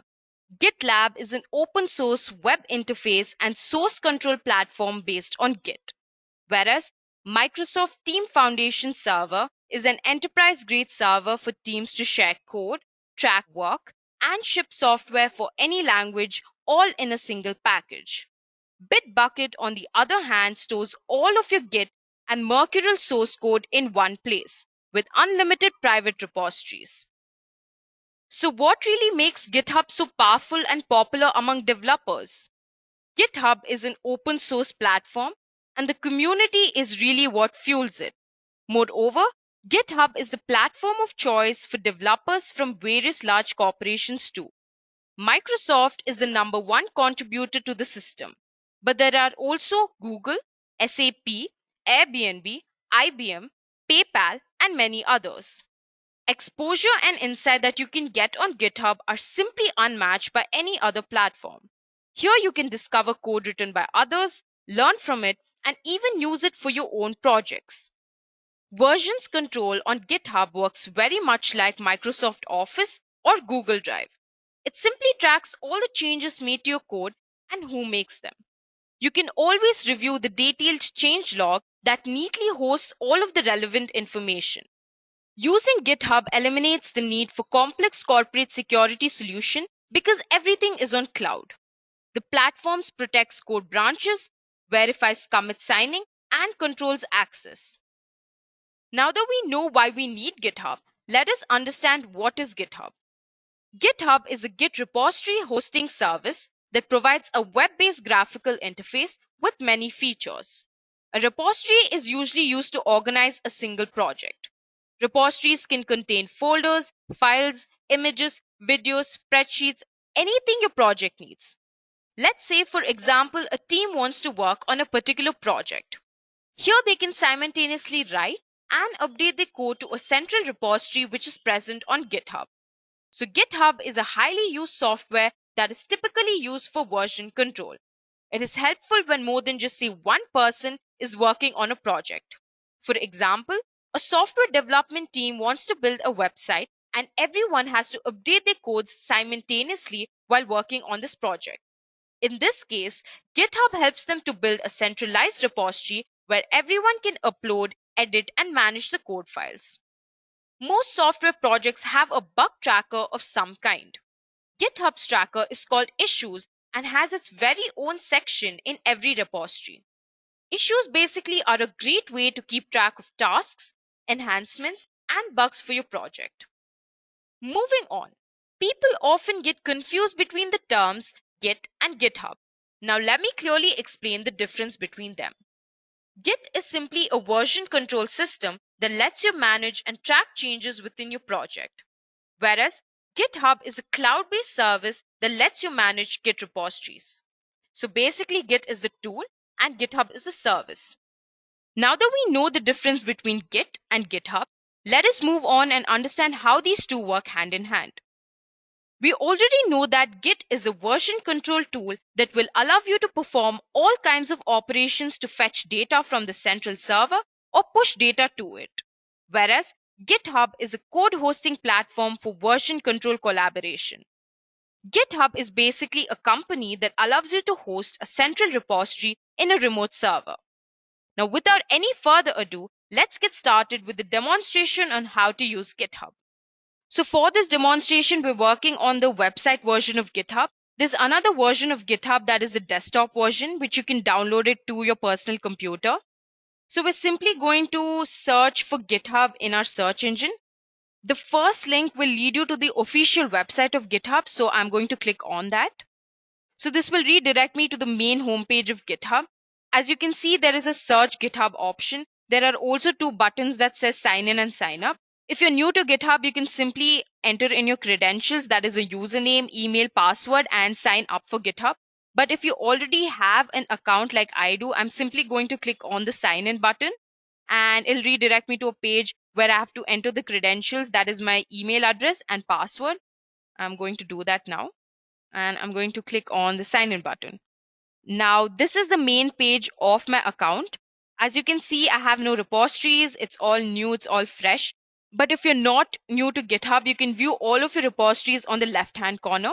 Now, before we move on, I'm going to explain you all the features that are present within GitHub. So you can see a search bar here. So the search bar will allow you to look for profiles, certain keywords, look for different kinds of projects that are available on GitHub. All of those can be done using this bar here. And you can see 4 options next to the bar that says pull requests, issues, marketplace, explore. Pull requests we'll learn later on in this session, but the issues and marketplace we won't be discussing in this video for now. The explore button, on the other hand, is an extremely important and interesting button. So once I click on that, it'll redirect me to a page with some activities that are going on around in GitHub. You can see here they're trending repositories, they're trending developers. Basically, this is a feed that will allow you to interact with developers and other people, collaborators from all around the world, basically. In Instagram too, you have an explore button, which will allow you to interact with different people from all around the world. So the same concept is implied in the GitHub explore button too. So you can explore topics, you can explore trending repositories, developers. Basically, it's an interaction with other people from different parts of the world. So I hope that's clear. Now, the most important part of the session are the three buttons that are available in the right-hand corner of the navigation bar. So you can see there's a bell icon, there's a plus icon, there's a pixelated icon on the right-hand corner. So the bell icon allows you to read notifications of your activities that occur in GitHub. So that's what it really is. You can see the inbox will allow you to view all of the notifications. You can also view the 100 notifications by clicking on this 100 button. As of now, I don't have any notifications, so there's nothing available. You can also group these notifications by the date or repository by clicking on this group by button here. You can also view your saved notifications by clicking on here. And the done button, on the other hand, will let you mark all of your notifications that you're done with, your previous notifications. So these are the three important buttons you'll have to know in this bell icon. And the filters are not necessary as of now, so I'm not going to discuss that. This button, on the other hand, will allow you to manage your notification settings and your subscriptions too. So that's all for this bell icon. The next important button is this plus icon. As you can see, there are 5 drop-down options that appear here. The first one being new repository, followed by import repository, new gist, new organization, new project. So new repository we've already discussed previously in this session. A repository is a place where you create your files for your project. It's basically a storage space, right? So your repository can directly interact with your Git, right? So the new repository option will allow you to make files, a repository to your GitHub account, right? The Git, on the other hand, the tool that which we use to make local repositories in our personal computer, can be directly pushed on. The local repositories can directly be pushed onto your GitHub account. So that's what the new repository button allows you to do so. But the new project, on the other hand, is a place to track issues, features, and other tasks that are related to the code within the repository. You can also connect with the DevOps build and deploy process, assign people to tasks, and so on by using this button. That is the new project button. So the difference between the new repository button and the new project button is that projects in GitHub are only a part of GitHub, but not Git. But the new repository option is a part of GitHub and Git. So that's the main difference between new repository and new project. I hope that's clear.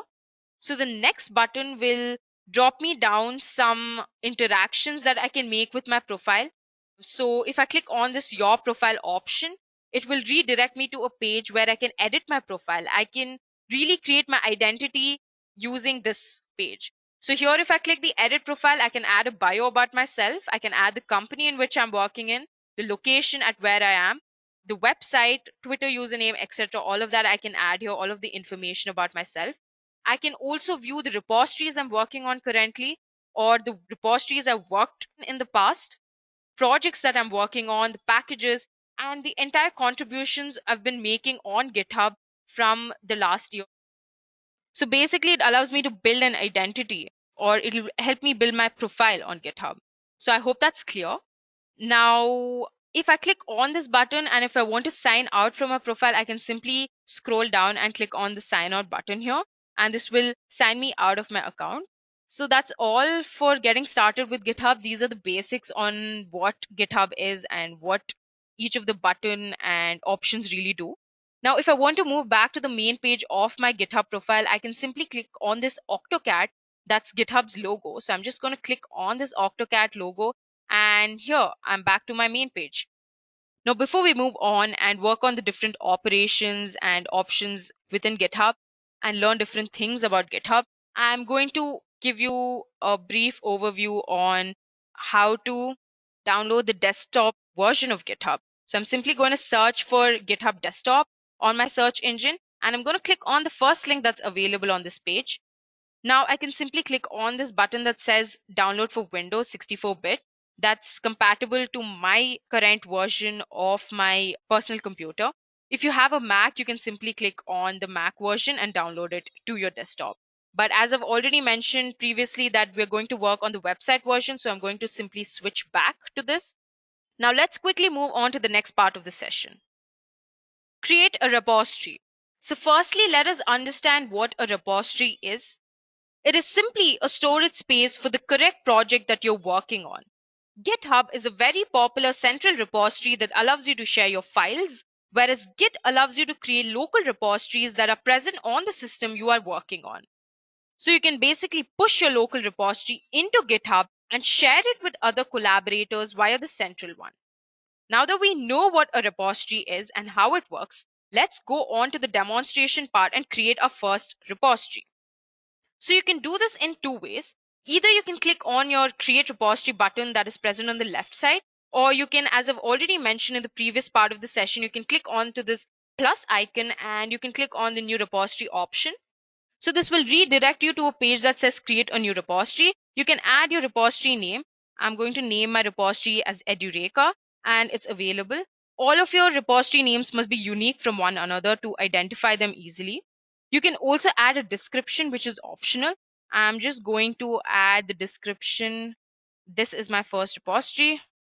And a description allows people or other collaborators to understand what your repository is all about. But as a good developer or a good programmer, you would definitely want to add a description and give an overview of what your repository is all about. There are two options now available that says private or public. Now you can choose your repository to either be public or private. So the private one lets you decide who can access your profile, whereas the public one lets anyone view and access your repository, but you can choose who can commit to it. That's the difference between public and private repository. I'm going to let my repository be public as of now. Now, if you scroll down, you can see that you can initialize your repository with three options. The first one being add a README file. The second one being add a git ignore file. You can always choose add a README text file to your project, which often contains information about the project and other necessary details the user must be aware of when he or she is accessing that particular project. Now, I want a README file for my repository, so I'm going to click on this button here. That's going to check it. The next option is add a .git ignore file. So this file will let you ignore a list of files when the user is pushing files to GitHub. That's what this option really does, but I'm going to let this be unchecked for now. For your repository to truly be open source, you will need to license it, so others are free to use, change, and distribute the software. You can simply click on choose a license option and pick the required license for your project. There are several licenses like MIT, GPL, Apache License 2.0, BSD, etc. But for this repository, we don't really need a license, so I'm going to untick this too. And now you can see there's a piece of information that says this will set master as the default branch, but I'm going to ignore this for now. I'm going to explain about branches later on in this session. So this is all you have to do to create your first new repository. You add a name, you choose a description, you add an optional description, you let your repository be either public or private, and you initialize your repository with either of these three options. And I'm simply going to click on my create repository option. Now this will redirect me to a page with all the information and the files that are currently present in my repository. You can see here my repository name is present here with the optional description that I gave, and the number of files. Currently we have only just one file, that's the readme text file, and that's present here. So this is all we have. Congratulations, you just created your first repository. Now you can see there are some options that says issues, pull requests, actions, projects, wiki, security, etc. We don't have to really talk about all of these right now. We will just learn about one option that says code here. So this is really important. If you click on this button, you can see that there's a link that is available here, an HTTPS link. So if you copy this link and paste it on your Git terminal that's present on your computer, you can download this entire project directly to your local system. So that's what the link is for. I hope that's clear. And the next option that says open with GitHub Desktop will allow you to open this entire repository in your GitHub Desktop version. And you can also, the last option that says download zip will allow you to download this entire repository in the form of zip files. So all of your project files will be within that zip file. So that's all you have to really know about your repository. And I'm going to click on the README text file that's available. It will take me to another page with some extra information about that file. You can see currently we have 2 lines and the memory space that is allocated to this file. So we currently have 2 lines, that is Edureka and this is my first repository. And you can also see the number of contributors to this project. That is just one, that's just me for now. And you can view the history of the commits or the changes that have been performed in your file. So we'll come back to that part later on this session, but you can move back to your main page of this repository by clicking on the name button here. So Edureka is the name of my repository, so I'm going to click on that. So now I'm back to the main page of my repository. Before we learn how to create our first branch, let us understand what branches are. Branches allow you to work on other features that can be included and merged with the master branch if required. So what is the master branch? The master branch is the main branch where your project resides on. So all of the changes, all of the activities that you do with your main project lies or is on your default branch that is named as the master branch. So what really GitHub allows you to do is it allows you to create additional branches. So on these additional branches, you can work on the other features or you can experiment with your project. And if you're happy with this, you can simply merge these features to your main branch, that is your master branch. This is what branches are really for. So they simply allow you to work on other features. That's what branches are. So let's move on to the demonstration part and look at how we can create our own branches.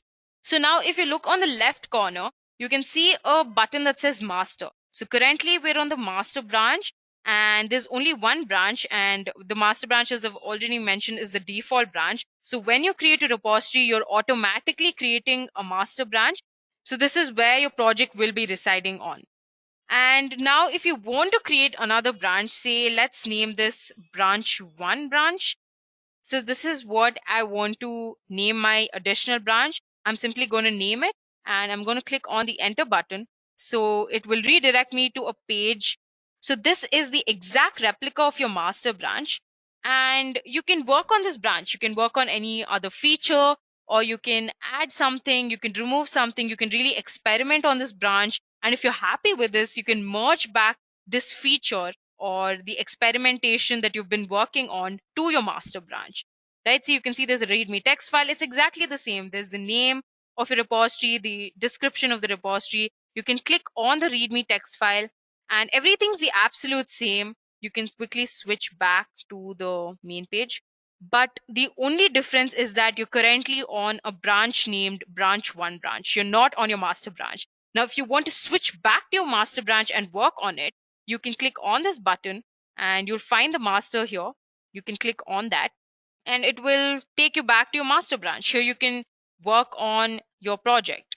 So there are currently 2 branches. You can see that, and everything's normal. Everything looks simple. That's all for branches. It's really easy. I hope it's clear. So you can look for branches here on this bar here that's present here. You can also create new ones in the same option. So that's all for branches. Let's move on to the next part of the session. Make a commit. Now, what are commits? Commits simply record changes to one or more files in your branches. So basically, they save the changes that you're making in your project. Git always assigns each commit a unique identification, which is called SHA or hash, that identifies the specific changes. So for any changes are made to your project files, you can simply go back and look at the version history or the history of each commit you've performed on your project files. So that's what really commits are all about. It's extremely easy. Let's go ahead and make our first commit. Now I'm going to switch to my branch 1 branch and I'm going to make my first commit. I'm going to click on my README text file. That's the only file currently in our repository. So we'll make the change in the README text file. There are 3 really important icons that are present in the right corner, as you can see. The first one is a PC icon that says open this file in GitHub desktop. So if you click on this file, this entire file will open in your GitHub desktop version.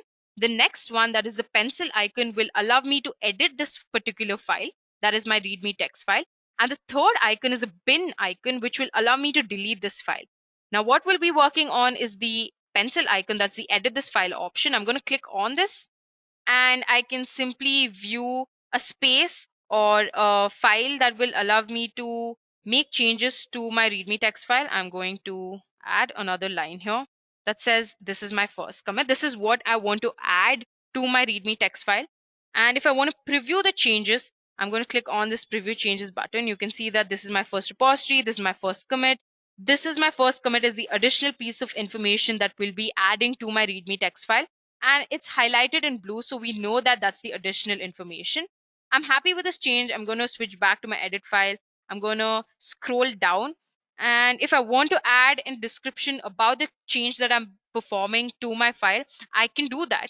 A good programmer would always add a description to the change that he's making to the project file. So other collaborators, when they view the commit or they view the change, they can read the extended description and understand what the change is about. So that's a good habit that you must follow. But as of now, we're not going to do that. So I'm going to leave this blank. As you can see, there are two radio buttons that are currently available. The first one says commit directly to the branch 1 branch. This will allow me to make the change or save or make the commit directly to my branch 1 branch only. So the change that I'm making currently is only implemented to my branch 1 branch. The second option allows me to create a new branch for this particular commit and start a pull request. We're not going to talk much about this option right now, but the first option is extremely important. So we'll let this be stuck on to the option that says commit directly to the branch 1 branch. And I'm going to click on the commit changes options. And this will simply implement the entire change to the file. You can see that the change is implemented. The additional piece of line that says this is my first commit is added to my README text file. Now, the interesting part is if I switch to my master branch, the change is not implemented in my master branch. So the change is only currently present in my branch 1 branch.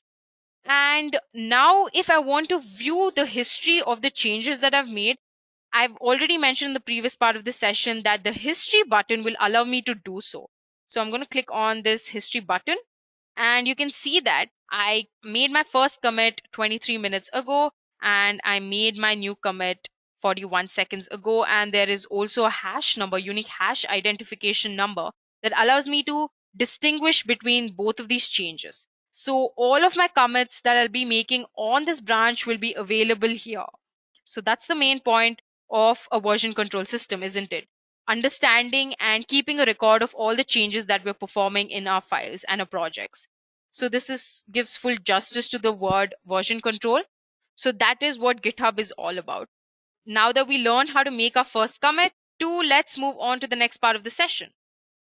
Open and merge pull requests. So what are pull requests? Pull requests let you tell other developers about changes you've pushed to branch in a repository on GitHub. So once a pull request is open, you can acknowledge and review the changes with collaborators and add follow-up commits after which your changes are merged into the base branch.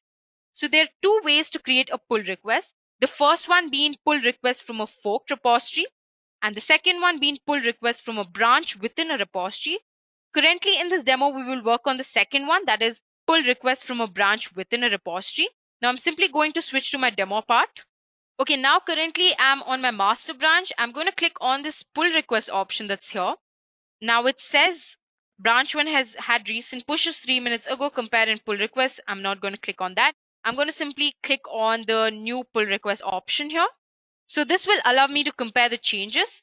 There's a base branch and a compare branch. The base branch is the master branch, and the compare branch, I will compare my master branch to my branch 1 branch. So this notification says that the merge between the branch 1 branch and master branch is definitely possible. So it's a green signal.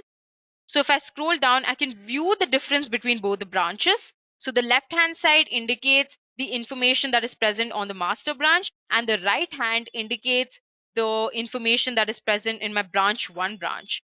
Plus sign indicates the additional information that is present in my branch 1 branch. I'm happy with this. So I'm simply going to scroll up and create the pull request. I'm going to click on that. I can also leave a comment and I can preview the change. That's not necessary for now. So I'm going to go ahead and create the pull request. Now this will redirect me to a page. So this page says that the pull request has been opened. And now I can choose to merge this pull request. That is, I can merge the branch 1 branch to my master branch. So it says this branch has no conflicts with the base branch. Merging can be performed automatically. And that's good news, right? So I'm going to click on merge pull request. and I'm going to confirm my merge, update my README text file. I'm happy with that, so I'm just going to confirm it. Now it says pull request successfully merged and closed. You're all set. The one branch can be safely deleted. I'm not going to delete the branch. I'm going to compare both of the branches and see if my master branch is exactly the same as my branch. So I'm going to click on this Edureka. I'm going to go to my main page of my repository. So my master branch has the additional piece of information that says this is my first commit. Now, if I switch to my branch, it has the exact piece of information. So the information that was present in my branch has been successfully implemented to my master branch. So that's all for the pull request part 2. We've reached the end of the demonstration part. Now let's quickly look at the case study of how Microsoft implemented GitHub. I'm pretty sure most of you have heard of Microsoft. Microsoft Corporation is an American multinational technology company. It develops, manufactures, licenses, supports, and sells different computer software, consumer electronics, personal computers, and other related services. So initially, Microsoft was against the use of the open source because they held very tightly to the internet protocol. They were completely hesitant to adapt to this new concept of sharing code to the entire world. But in 2010, they rethought this entire scenario, and now Microsoft is one of the biggest contributors to open source. Today, about 2,000 to 25,000 Microsoft engineers maintain TypeScript, .NET, Windows Terminal, DARP, Helm, and more than 1,000 other open source projects. So first what they did was they released new processes in measured containment. But later on, they released only licensed software. So here, developers can learn from the company's source code, but they couldn't really build on it. Eventually, the stigma died, and now even closed code like .NET is open source under an MIT license. Teams realize that they need to accept contributions to get feedback and learn from other developers. To organize and understand this approach, Microsoft created their Open Source Programs Office, which enables distribution and centralization of knowledge. So the OSPO provides the resources and maintainers to manage thousands of repositories and contributors effectively on GitHub. Even though Microsoft invests in its tools, they expect other individuals and organizations to lead the way. Microsoft believes that GitHub's value isn't in any one feature, but its entire community. GitHub is the place to collaborate, it's where everyone is, and where most of the entire world's open source is already happening. It's not just a feature, but the whole thing.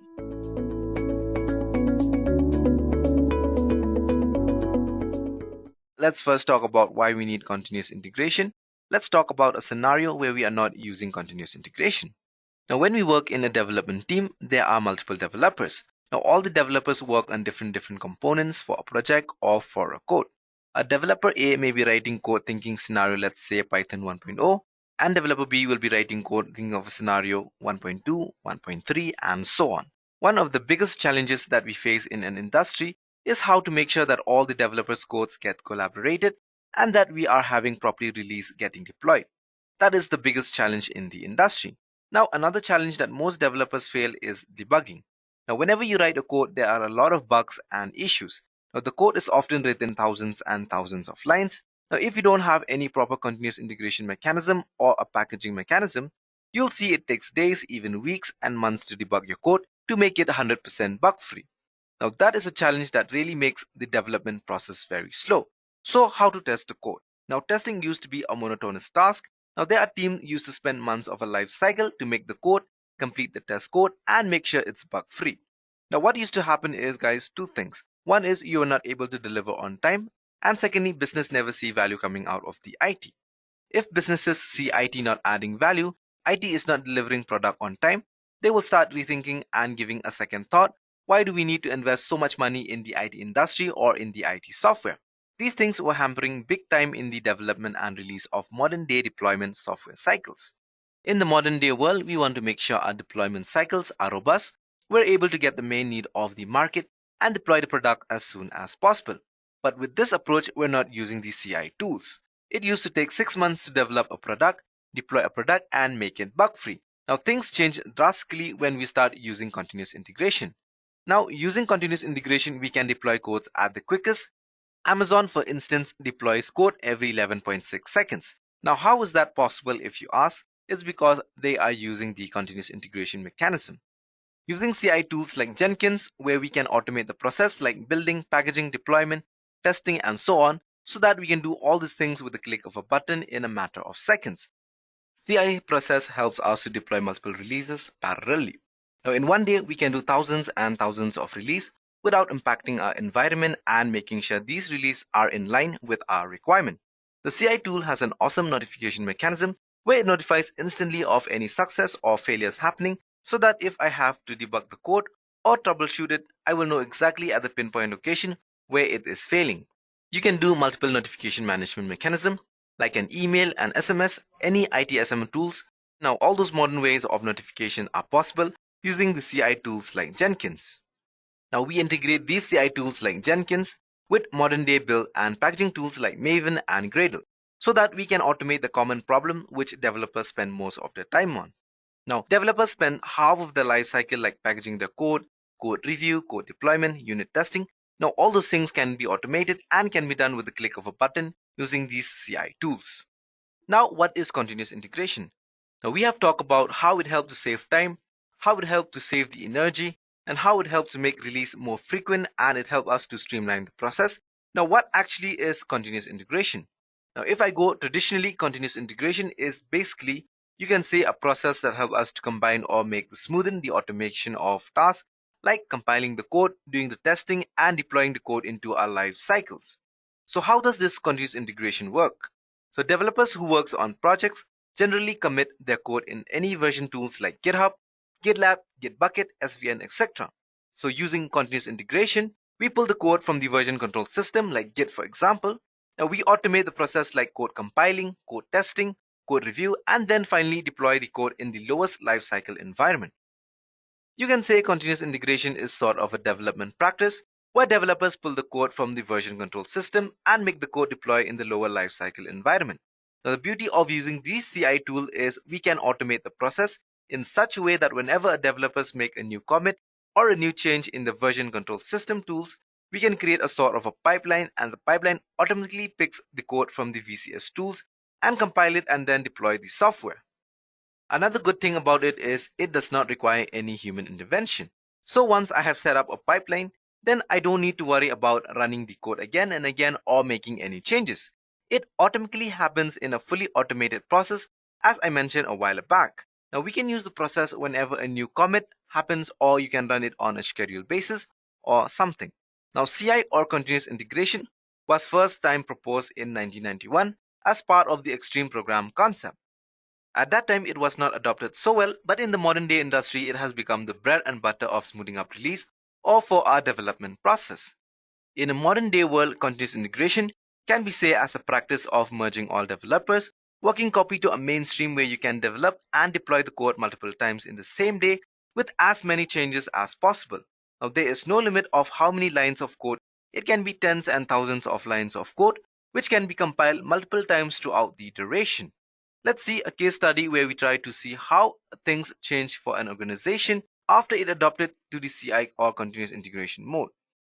Here we have picked up an example of Adobe to see how it helped in the development process.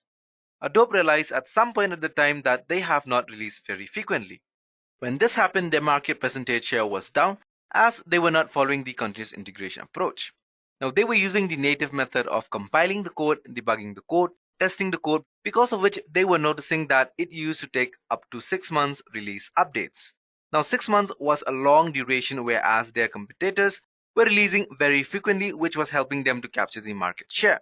Adobe decided some point at a time that they need to change their software development and deployment strategies, and they tried to adopt the continuous integration mechanism.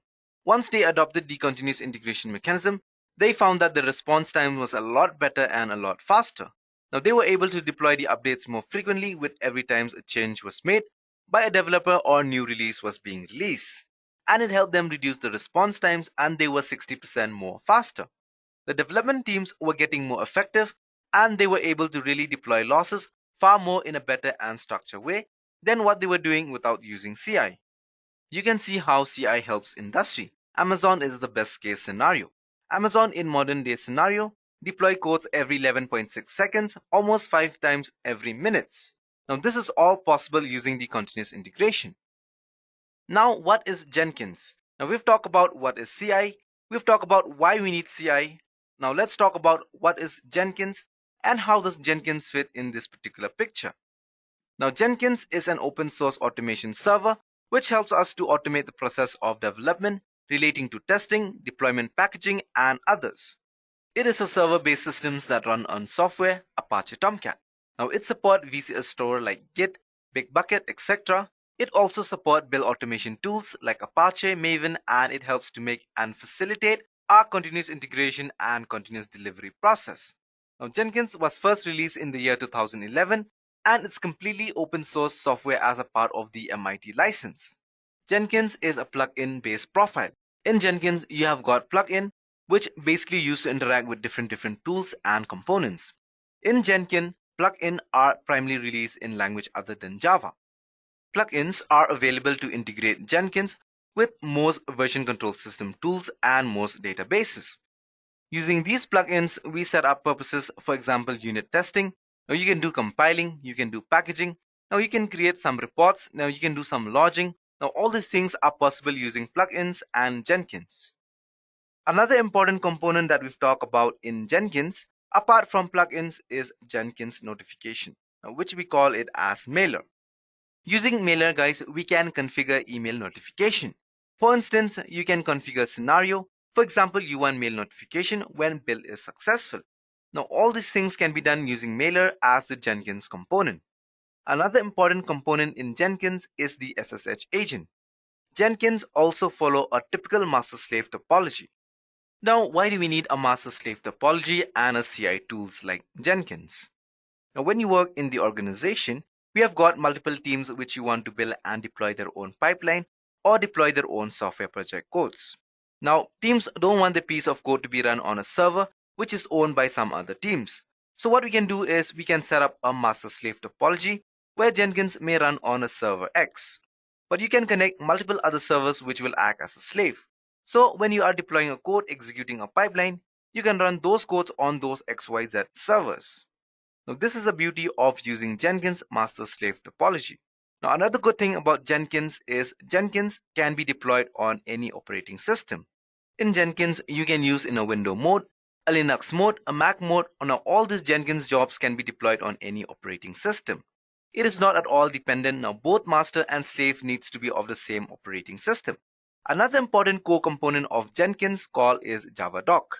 This is our plugin in Jenkins, which basically is a part of Jenkins core that helps us to publish results like build action, build directory, what is the expected build output. All those things that we see in Jenkins, they all are happening using JavaDoc. Now let's talk about security injection.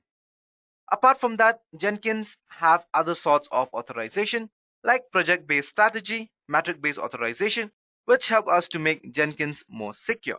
We'll talk more about this when we talk about the Jenkins overall. So as you can see on the diagram, Jenkins is pulling code from the source code control system like Git, Bitbucket, etc. To start deploying it in Jenkins, we have got a notification management system using Mailer, where if the build is successful, we get a WAR file or a zip file. We can define how we want the build to be created, and if it is a failure, it will send the notification management to a developer that something happened wrongly with the specific code lines and you need to rectify your codes. Now that is the beauty of using Jenkins. So Jenkins is still the bread and butter in the industry. There are some Jenkins competitors also in the market like GitLab Jenkins and some others. But by default, Jenkins is the to-go tool for the CI industry. So far we've talked about Jenkins. Now let's talk about what is pipelining in Jenkins. Now let's say I want to deploy a code. The code may have certain steps like first step, I'm building the code. Second step, I'm compiling, then code reviewing, then packaging, then deploying. So how do I automate a combine of all these steps which can be executed in one go? Now to deploy all the scenario, we've created a delivery pipeline. Now pipeline is nothing but it's a combination of different steps or different tasks that we need to perform in order to deploy our code. Now using a pipeline instead of doing this task or code deployment manually, we combine them and deploy them as a sort of one common approach of a delivery pipeline. Now there are multiple ways on how you can create a pipeline. The two most common ways or common approaches of using a pipeline, as you can see from scenario, a declarative approach. And the second one that is used in the industry is a scripted approach. This particular is an example of a Jenkins pipeline script. Here you are saying we are first doing a stage called build stage, where we will be combining multiple tasks. Like first we are using Java, then we are printing something called echo hello pipeline. Then we are using Maven as the build automation tool and try to deploy a package. And then we are doing a shell script output of what all things are present in that particular directory structure. This is a typical example of syntax of how to create a pipeline in Jenkins. Now let's talk about the two predominant pipelines that are used in the IT industry, scripted and declarative. Now let's talk about what is scripted and declarative and how they are different from each other. A scripted pipeline is a traditional Jenkins pipeline approach, and a declarative pipeline is a modern day pipeline approach that is used in the industry. In a scripted pipeline, the syntax was first strict, while in declarative pipeline we use something called as groovy syntax.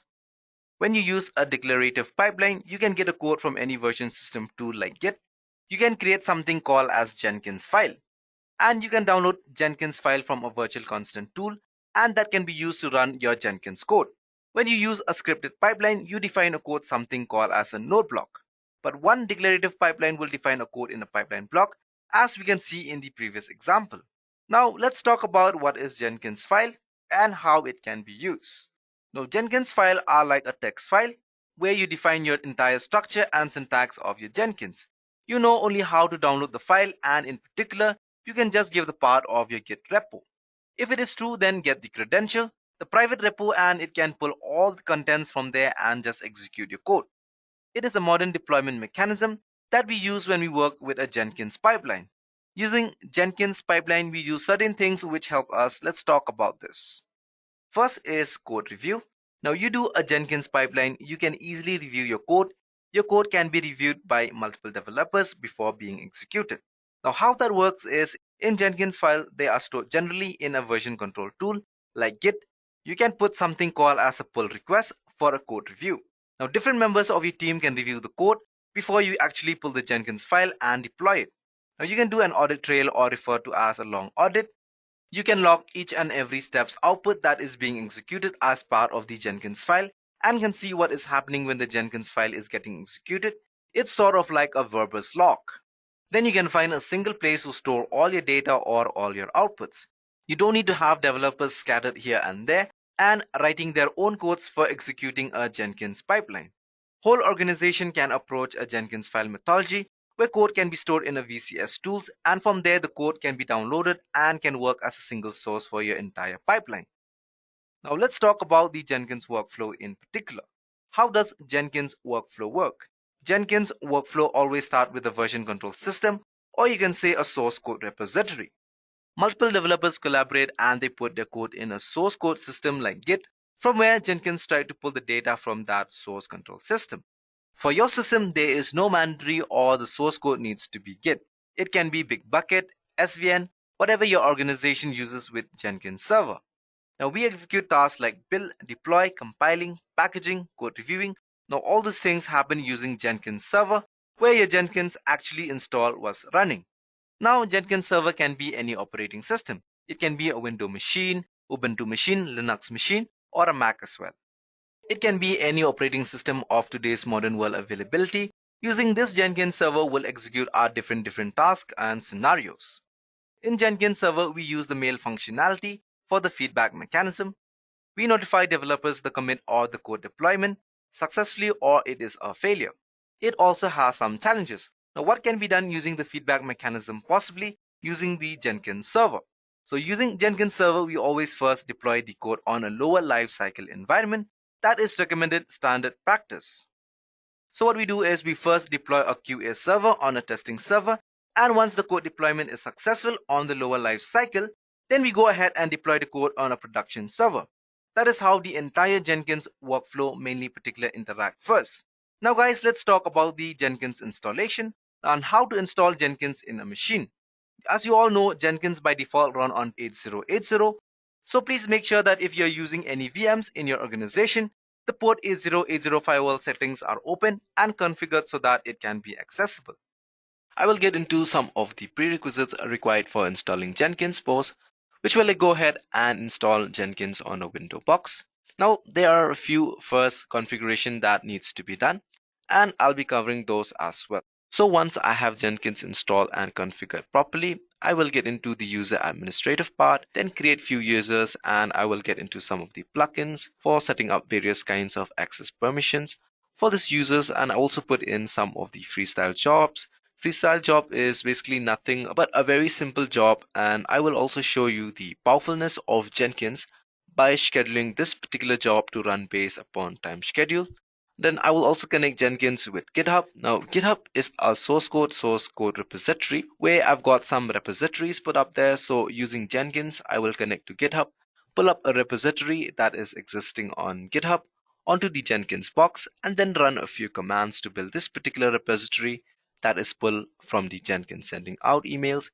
Now, it's a very, very important configuration of Jenkins or any other continuous integration server for that particular matter. Now, whenever there is any notification that has been sent as a part of either build going bad or by being good or building propagate to some environment and all these scenarios, now you will need the country's integration servers to be sending out notification. So I will get into the bit of details of how to configure the Jenkins for sending out emails. Now, I will also get into the scenario where I will have a web application such as a Maven-based Java web application, which will be pulled from the GitHub repository, and I will deploy it into the Tomcat server. Now, the Tomcat server will be locally running on my system. Eventually, I will get into the other very, very important topic, which is the master-slave configuration.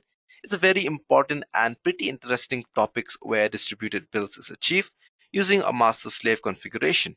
Now, all this can be very, very easily based up using a plugin. So this is what I'm going to be covering as a part of this tutorial. Now, Jenkins is a web application that is written in Java, and there are various ways in which you can use and install Jenkins.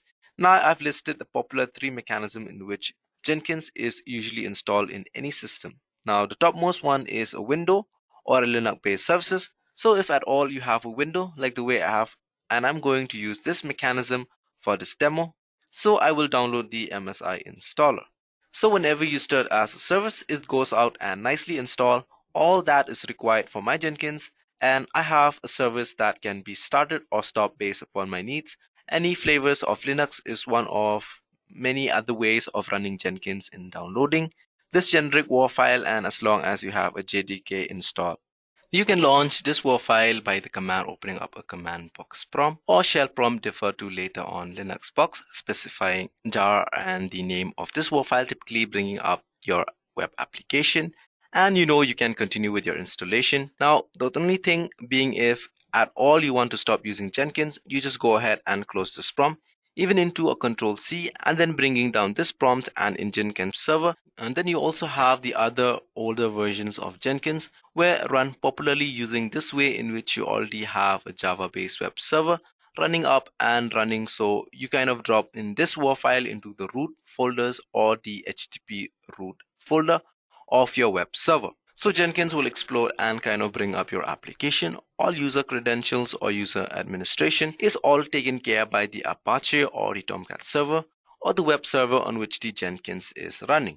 This was a very old way of running, but still some people use it because if they don't want to maintain two servers, now if they already have a Java web service which is being nicely maintained and backup, now Jenkins can't run a test to it, alright?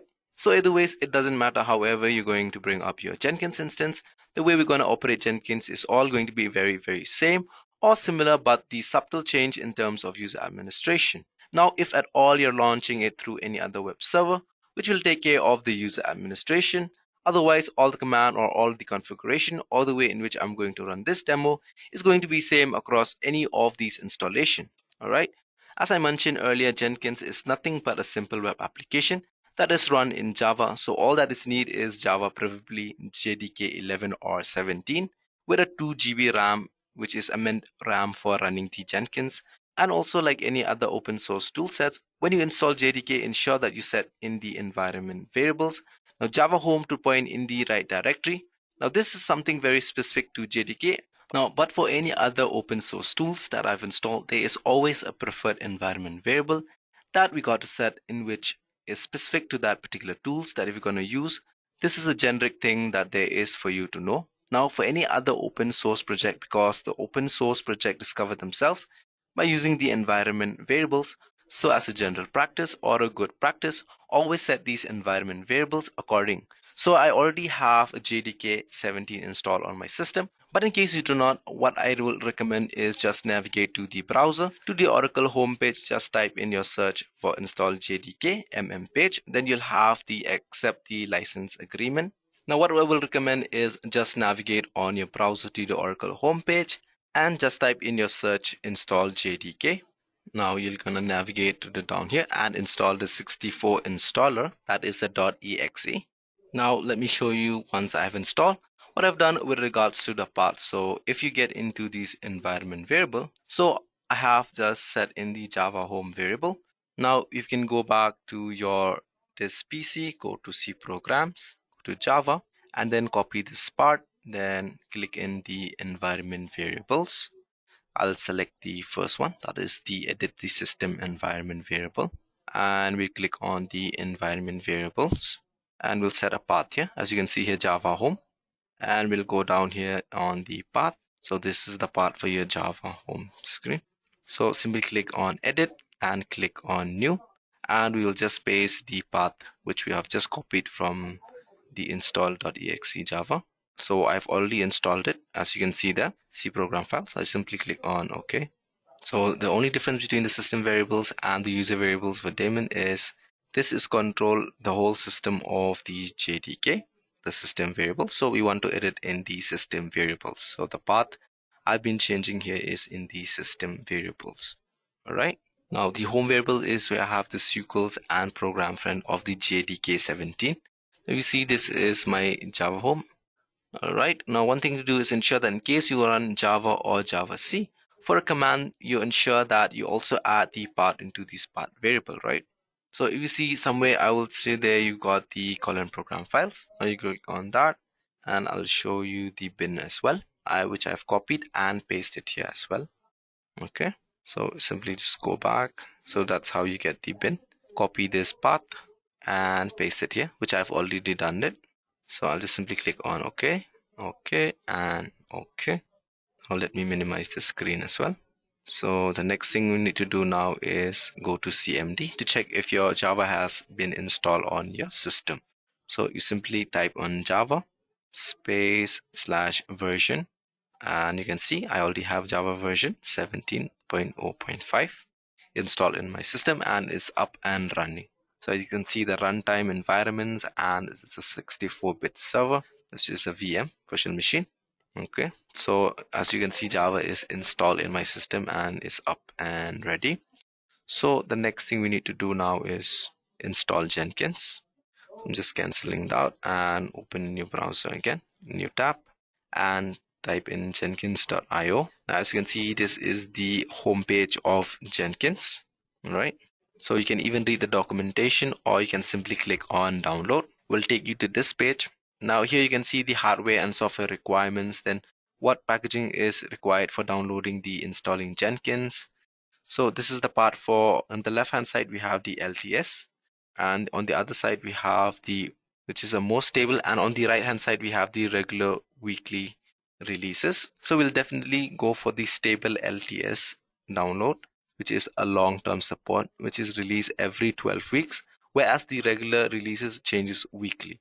So I'll be going ahead and scroll down and click on window.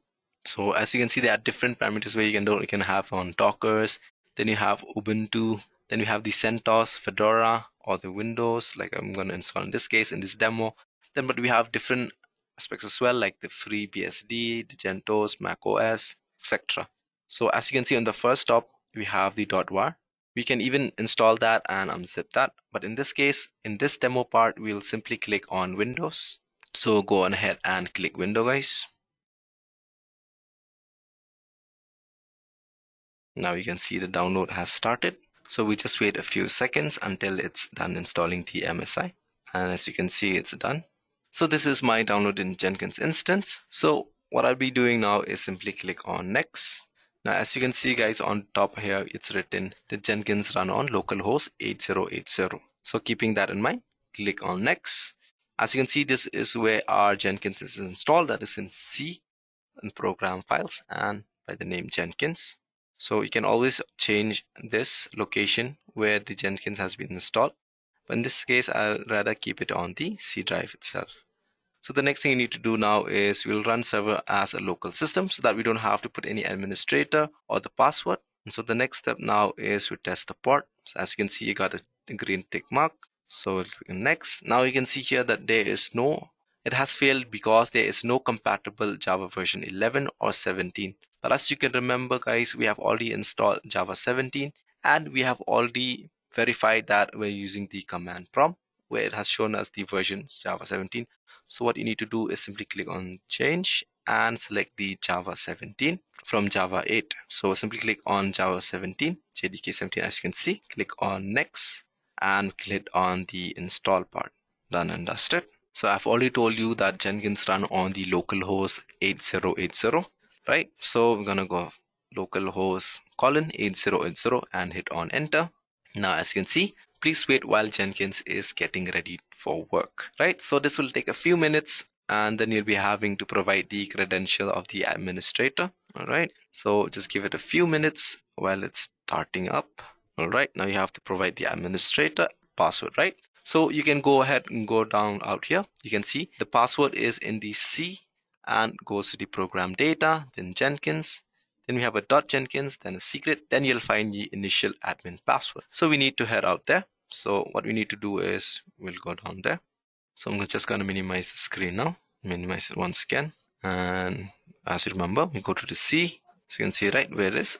I'll just show you, minimize the screen here so you can see and do it along with me. So you can see this in PC, then scroll down to C disk. Okay, this thing popped up, sorry. It's in this, so you have a program data, right? As you can see here down, there is no program data, right? So what you need to do is it's in the hidden file. So what you need to do now is click on the three buttons and view, click on show and click on the hidden items. Now let's see if it's there. Scroll down, program data, you can see at the last. Yeah, simply click on that, double click on it. As you can see, then we have to go to the folder name as Jenkins. Yeah, you can see on the top, Jenkins and .jenkins. Then we need to search for secrets. There it is, folder. And as you can see, there's an initial admin password. Now you simply click on that. We'll try with the notepad so we can copy. So simply copy that and paste it in the administrator password and click on continue. So in this case, I will not save it in my computer or system. So there are two installation plugins available, which is custom by Jenkins. One is they have suggested plugins, and the other one is you can select the plugins which you want to be installed. So in this scenario, I'll simply click on the install suggested by the Jenkins. So what happened is the plugins are all related to each other. So it's like the typical RPM kind of a problem where you try to install some plugins and got a dependency which is not installed and you get all those issues. In order to get rid of that, what Jenkins recommends is that there are a bunch of plugins that is already recommended and they are good to go, right? So just go ahead and blindly click on that recommended by the plugins, which is a suggested or custom by the Jenkins. And as you can see, these getting started process is going ahead.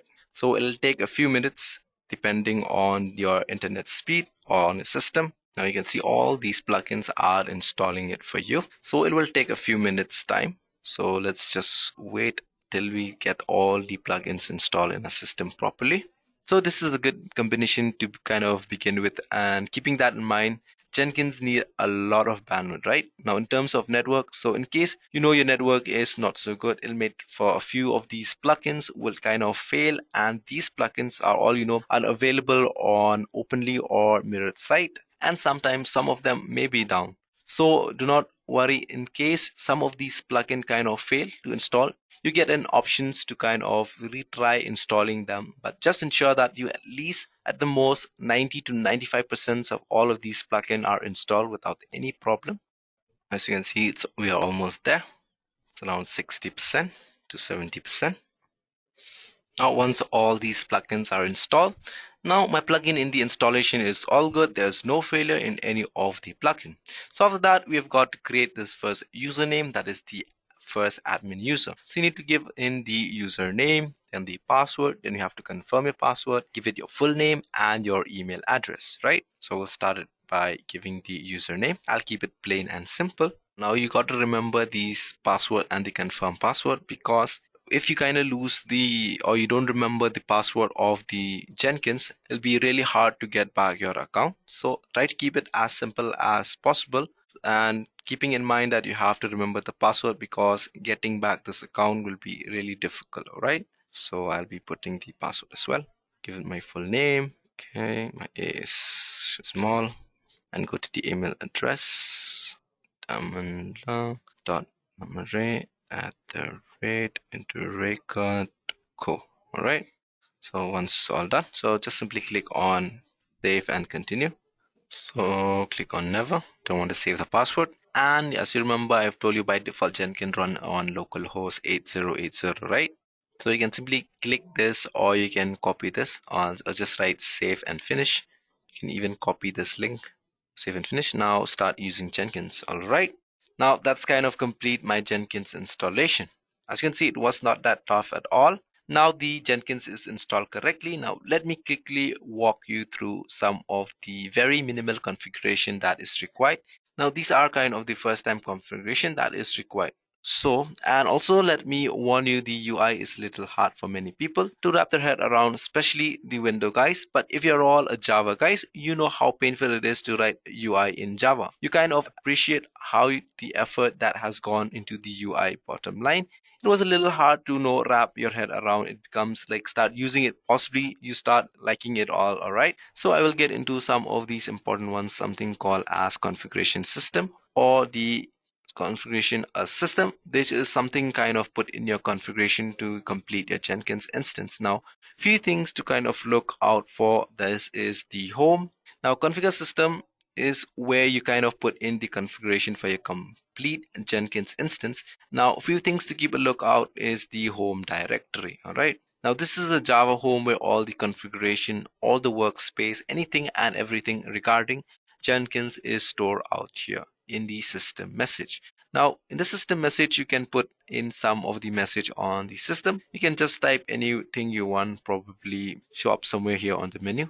Now the number of executors is a very, very important configuration. This just lets Jenkins know at any point in time how many jobs or how many threads can be run. So you can kind of visualize like a thread that can be run on this particular instance. As a thumb rule, if at all you're on a single core system, the number of executor you should be good enough in case at any point if there is any multiple jobs that kind of get triggered at the same time. Now in case the number of executor are less compared to the number of jobs that are out there to open up the new, so you don't need to panic, because they will get queued up and eventually Jenkins will be get up and running. So just keep that in mind that whenever a new job kind of gets triggered in the CPU usage and the memory usage, in terms of the disk, it's like a very high of the Jenkins instance. So that's something you got to keep in mind. All right, the number of executors for my system is kind of a good label.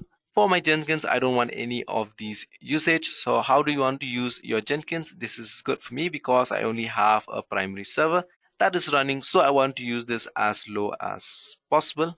All right, as you can see, it's 2. Now this is usage. So I can leave everything to default. So what I want is I want this SMTP server configuration. Now Jenkins will be sending out some emails. What I've done here is I've configured the SMTP details of my personal email details. In case you are, in your organization, you want some sort of an email that is like an email ID that is set up for a Jenkins server. So you can specify the SMTP server details of your company so that you can authorize Jenkins to kind of like send out emails. But in case you want to try it out, like I have configured my personal email ID, which is of the Gmail, for sending out notification for the same TP server, will be the SMTP Gmail. So just write as username as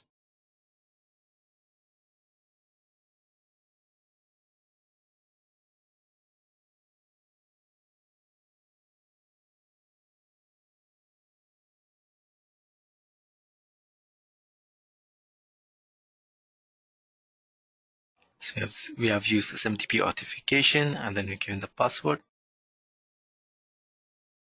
Now you can just send out an email to see if at all this configuration works again. Now Gmail will not allow you to allow anybody to send out notification on your behalf. So you just have to lower the security level of your Gmail ID so that you can allow programmatically somebody to send out email notification on your behalf. So I've already done that. So let's see if this works.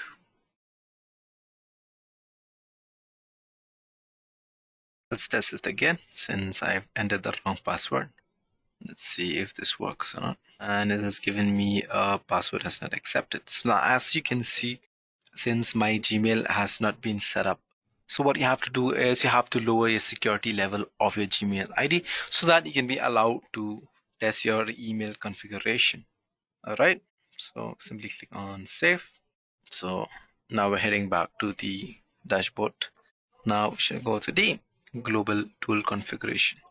Now look at the scenario where Jenkins is a continuous integration server. Now it does not know what kind of a code base it's going to pull and what kind of tool says is required or what is the code that is going to pull in and how it is going to build. So you'll have to put in all the tools that is required for building the appropriate kind of code that you're going to pull in from, like a source code repository. So for example, in case your source code is a Java code, and assuming that you have, because this demo, this is my laptop and I put all the configuration, JDK, everything on my laptop because I am a developer and I'm working on the laptop, but my country's integration servers will be known as a separate server without anything being installed on it. So in case I want Jenkins to, like run on a Java code, and I need to specify the JDK location of this out there. So, okay.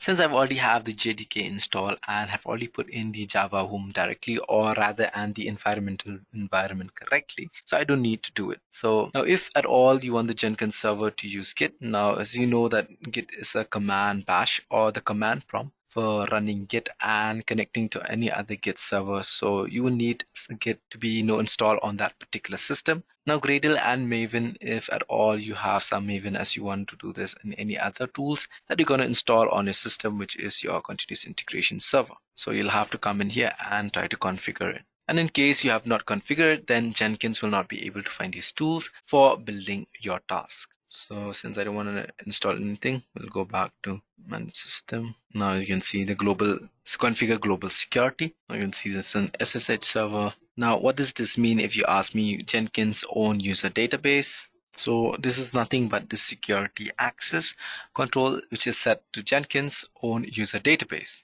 So what this mean is, Jenkins by default it uses files system where it stores all the usernames which hashes up like these username that kind of stores them as of it. So as of now, Jenkins is configured to use in your own database, assuming that you're running in an organization. So you will probably want to, have some sort of LDAP server, which will in turn have a control of your access to your Jenkins repository. So you will specify your LDAP server details, the root DN password or the managed DN. So the LDAP, as you can see, or the LDAP, which the Jenkins itself will tune in for your specific servers. Now you have the manager DN, the manager password. Now all these should be filled, all these details should be filled in case you want to connect your Jenkins instance with your LDAP server or any of the authentication server that you have in your organization. But for now, since I don't have any of these things, I'm going to use its own database. That's good enough, right? So I'll simply the Jenkins own user database. So I will set up some authorization methods. So for now, let me not get into any of these details of this. Just be aware that Jenkins can be connected for authorization to an LDAP server, or you can have Jenkins managing its own server, which is happening as of now. Let me put in a very, very simple job. All right. So let's create a new job in this video. So simply click on new item. Now simply you can add any item name here. So the most important here are the freestyle and pipeline.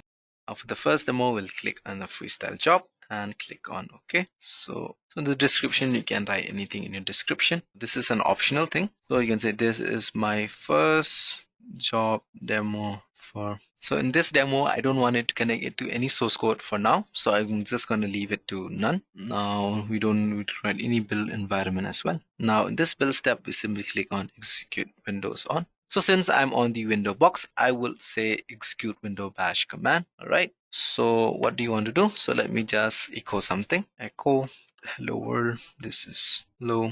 Welcome to my first demo job in Edureka. Then we'll specify the date and time as well. So put in date, colon as time as well. So you can see it's a very simple command. You just have to put an echo and we have something along with the date and time. So we'll keep everything as simple as possible. So we'll save this job. So once it is shipped, so you can see there's a bill history. So once you have saved this job, you know the job name comes up here. As you can see, project first job. By mistakenly, I've written double T in my first job. Now, as you'll see here, there's some bills history. So there is nothing as of now because I've put in a job. I have not yet run it.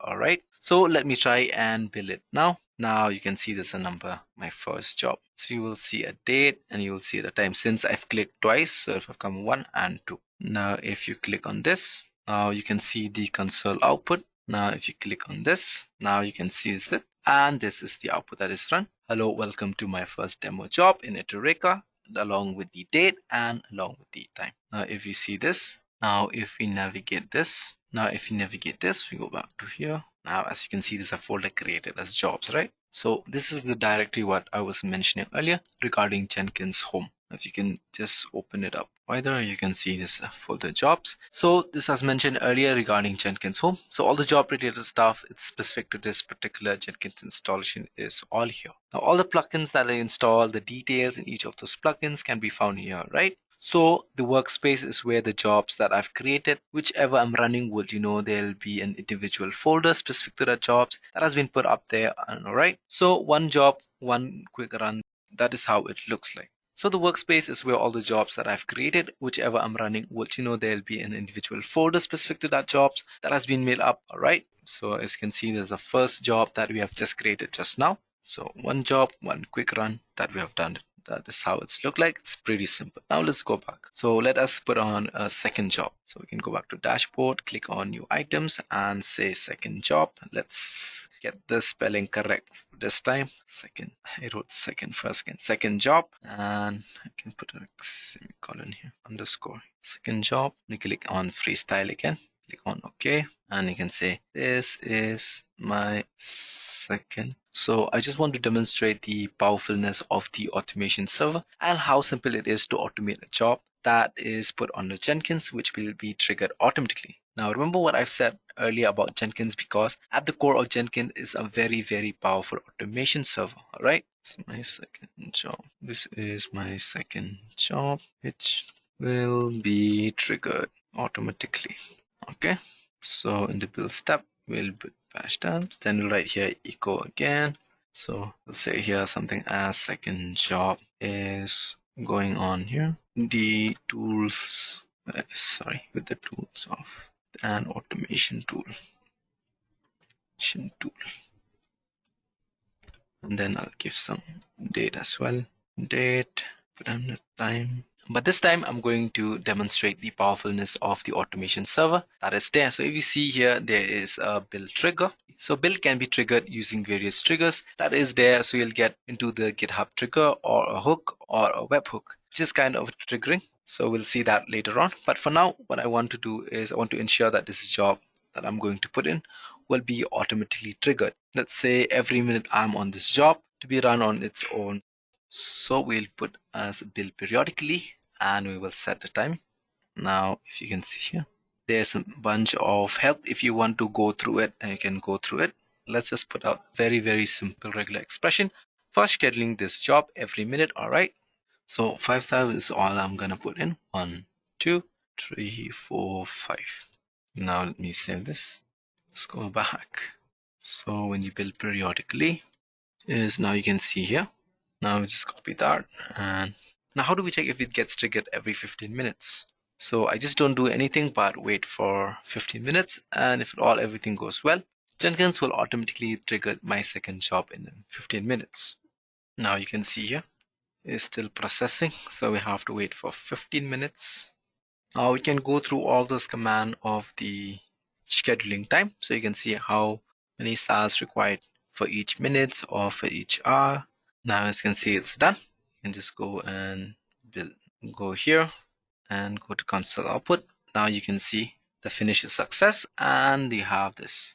Now we can go back and copy this and see if they're on your It's already there. You can go to workspace. You can see your second job has also been created automatically by Jenkins.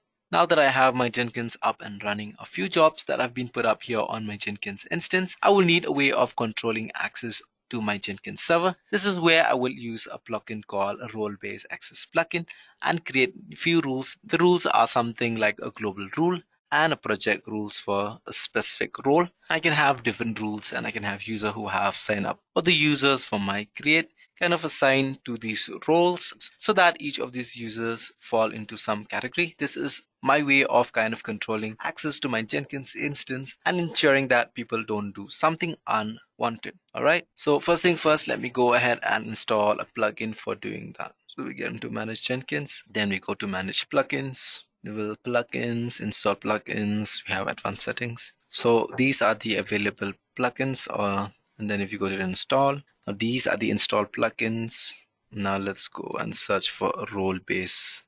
Now you can see here, base authorization strategy. So this will happen is it enables user authorization using a role-based strategy. Now roles can be defined globally or for particular jobs or nodes selected by a regular expression. This is the plugins everyone. So you will install it without restart.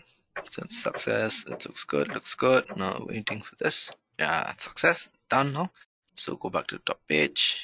Now one thing to remember guys is Jenkins is running on a Java using a Java instance. So typically many things will work the same way unless inherently you want it to restart. So but a good practice is whenever you do some sort of a big installation or a big patches on your Jenkins instance, just ensure that you can restart it. Otherwise there will be a difference in terms of what is installed in the system and what is there on the file system. So you'll need to flush out few of those settings later on. But for now, these are very small plugins. So this will run without any problem. But otherwise, if at all, there are some plugins which they will need to restart, you can kindly go ahead and restart your Jenkins instance. But for now, I don't need that. So it looks good. I have installed the plugins.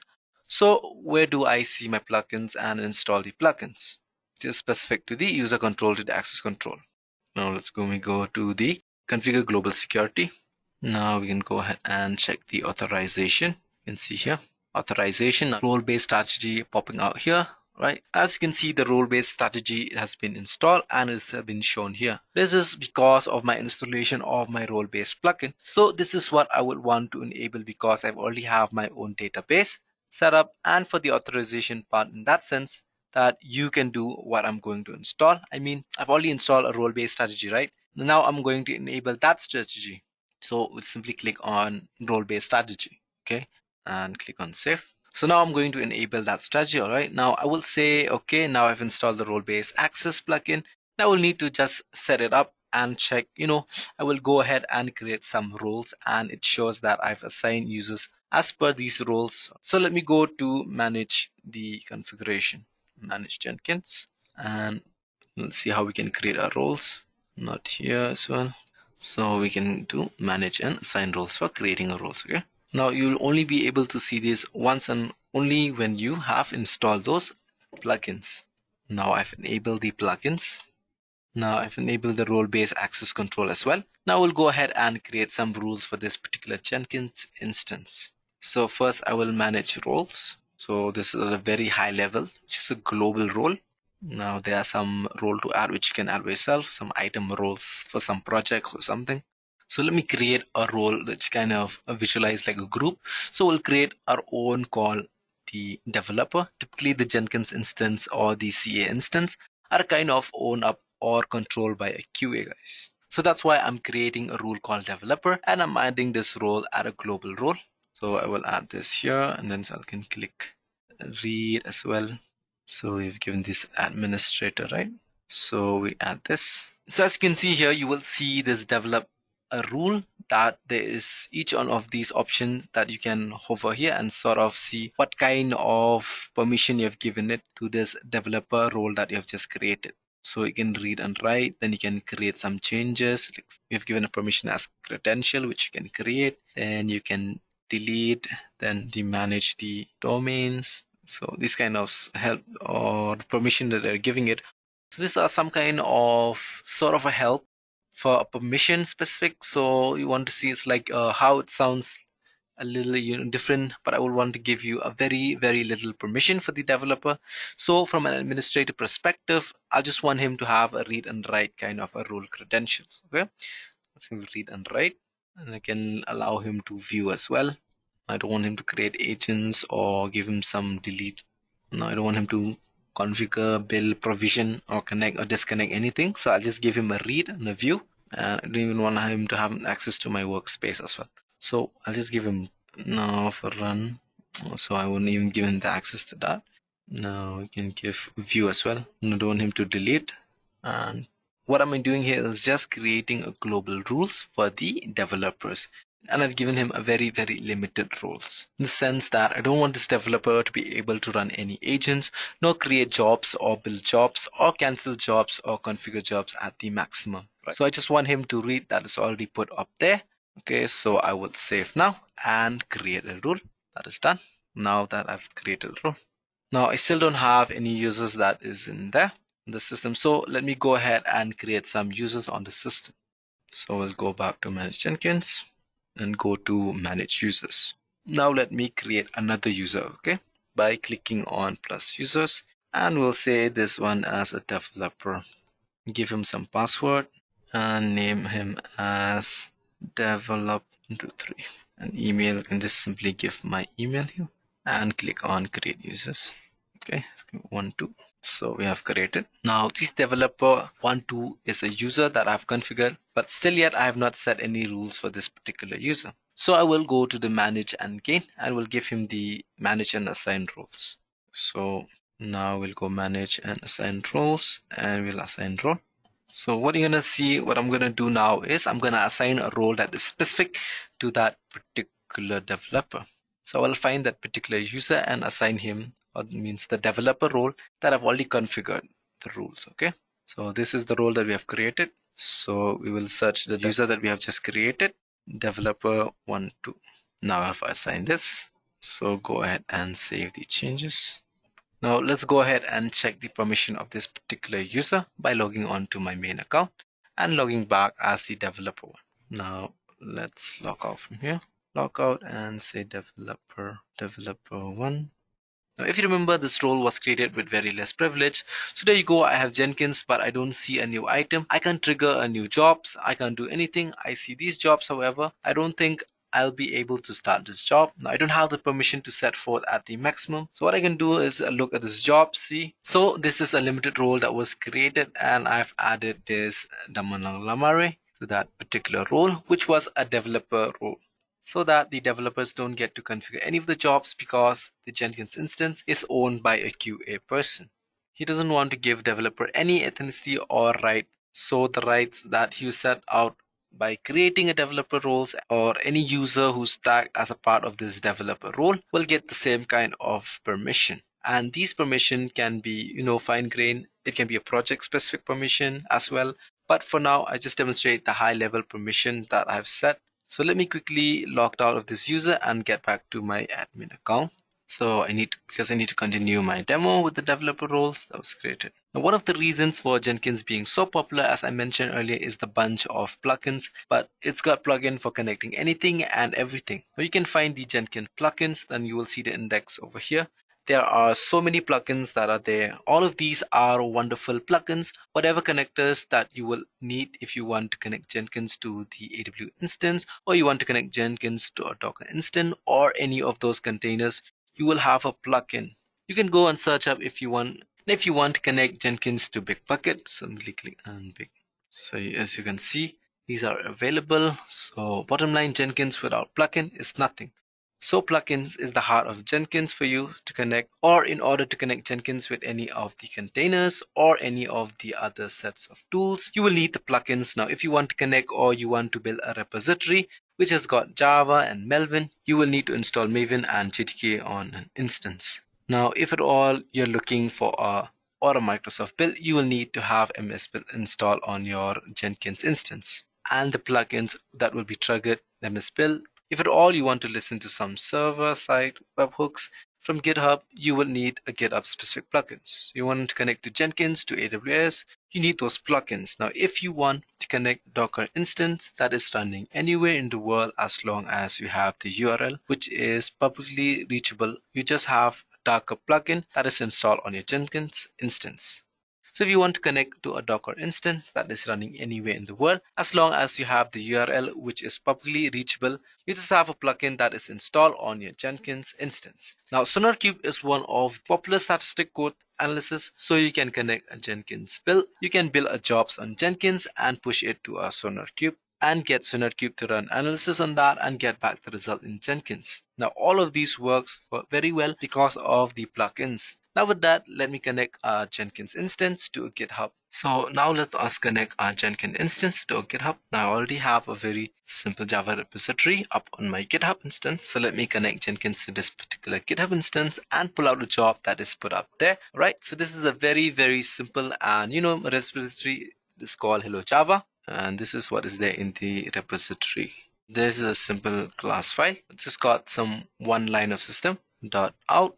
So this is already present on github.com at this place, and this will be the URL for this repository. So I will pick it up. So what I'll do is I will connect my Jenkins instance to go to my GitHub and provide my credential and pull out this repository, which is on the cloud hosted in the github.com, and get it to my Jenkins instance and then build this particular Java file. Now I'm keeping the source code very, very simple. It is just a Java file. Now, how do I build my Java file? How do I compile my Java file? I just say java.c and name.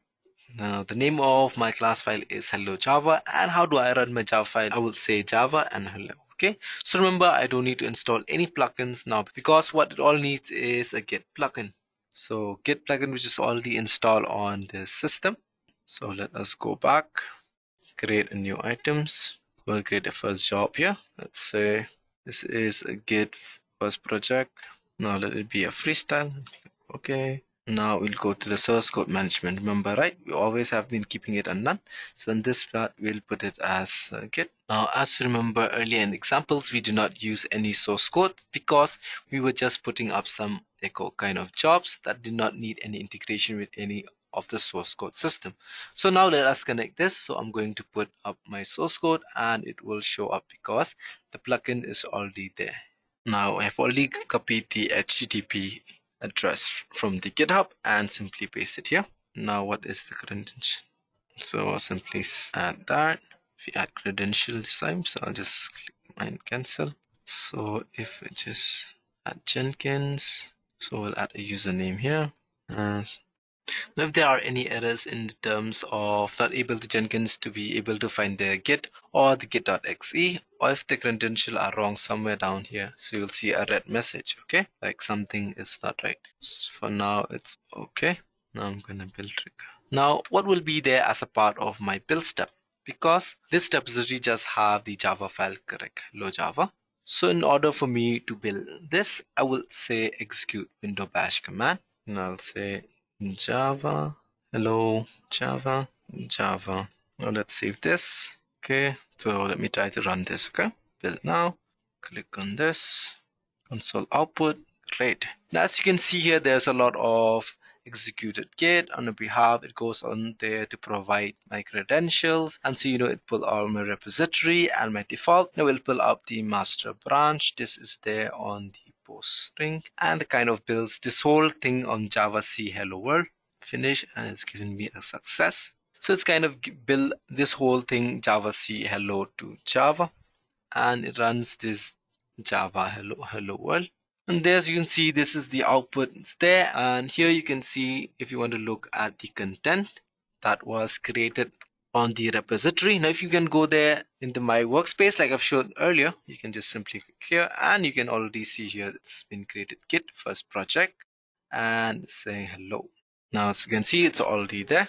Now, if you can go back, as you can see, and simply close that. Now what it did was Jenkins on your behalf went over all the way to GitHub, pulled this repository from there, and then it brought it down to your local system on my Jenkins instance. Now it's compiled it and it ran this particular application. Now that I've integrated Jenkins successfully with Git, simply within the Java application,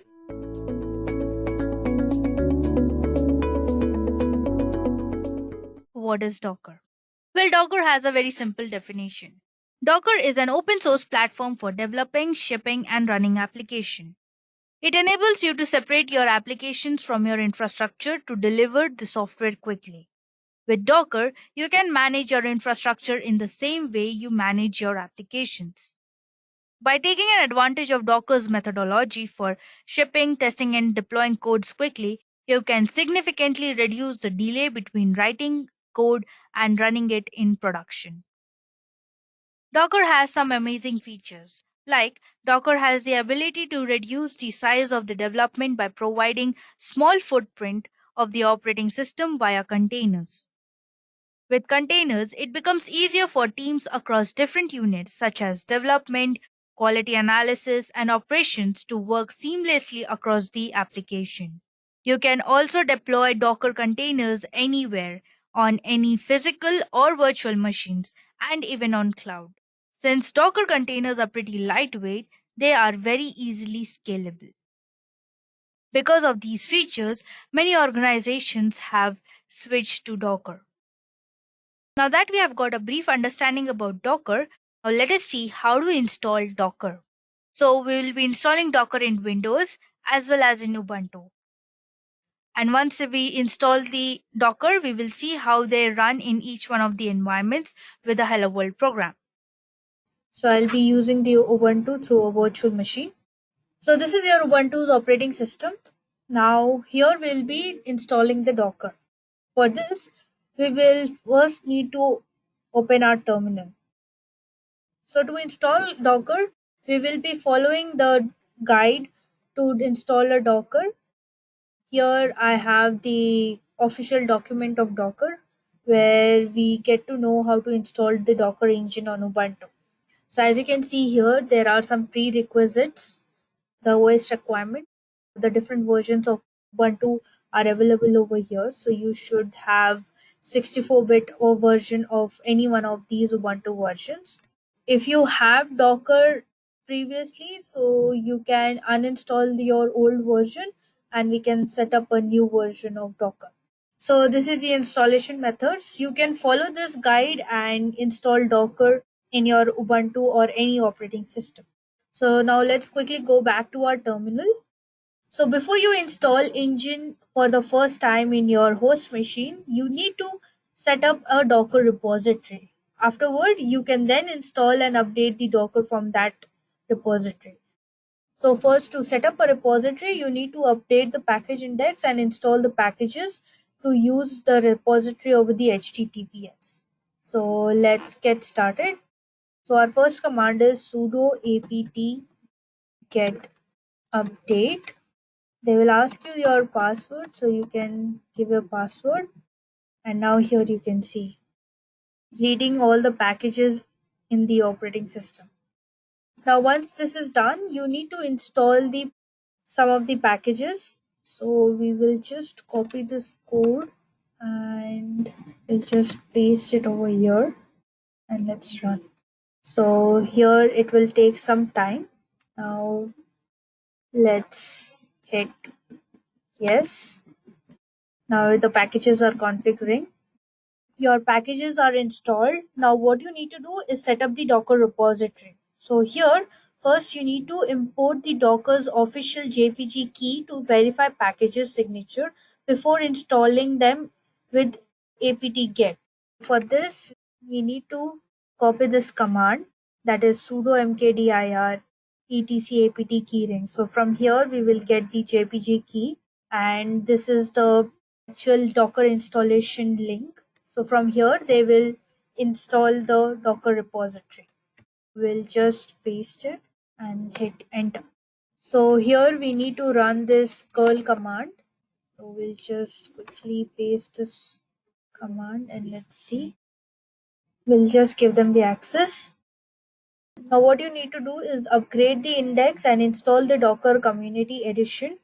For that, what you need to do is sudo apt get update. All our packages are installed. Now let's install the Docker.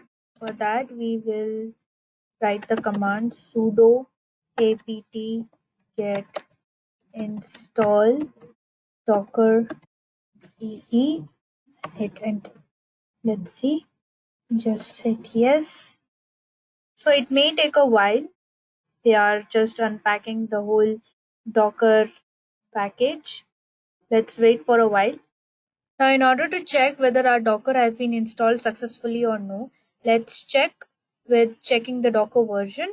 So for this, we need to just type docker/version and hit enter. So as you can see, guys, your Docker has been installed successfully. You can see all the different commands and the functionings of how to use the Docker has been mentioned here. So you can see the different type of commands they have specified here. Now let's run an hello world program and see how Docker works on Ubuntu. So here you just need to type sudo docker run hello world and hit enter. So here what has happened is as we had typed here the sudo docker run hello world. So what Docker has done, it has downloaded the test image of hello world and then it has been passed to the container. It prints a confirmation message. So when the Docker runs, it prints a confirmation message, as you can see over here, hello from Docker. So this is how we install Docker in Ubuntu. Now let's see how to install Docker in Windows. So let's get back to our Windows environment.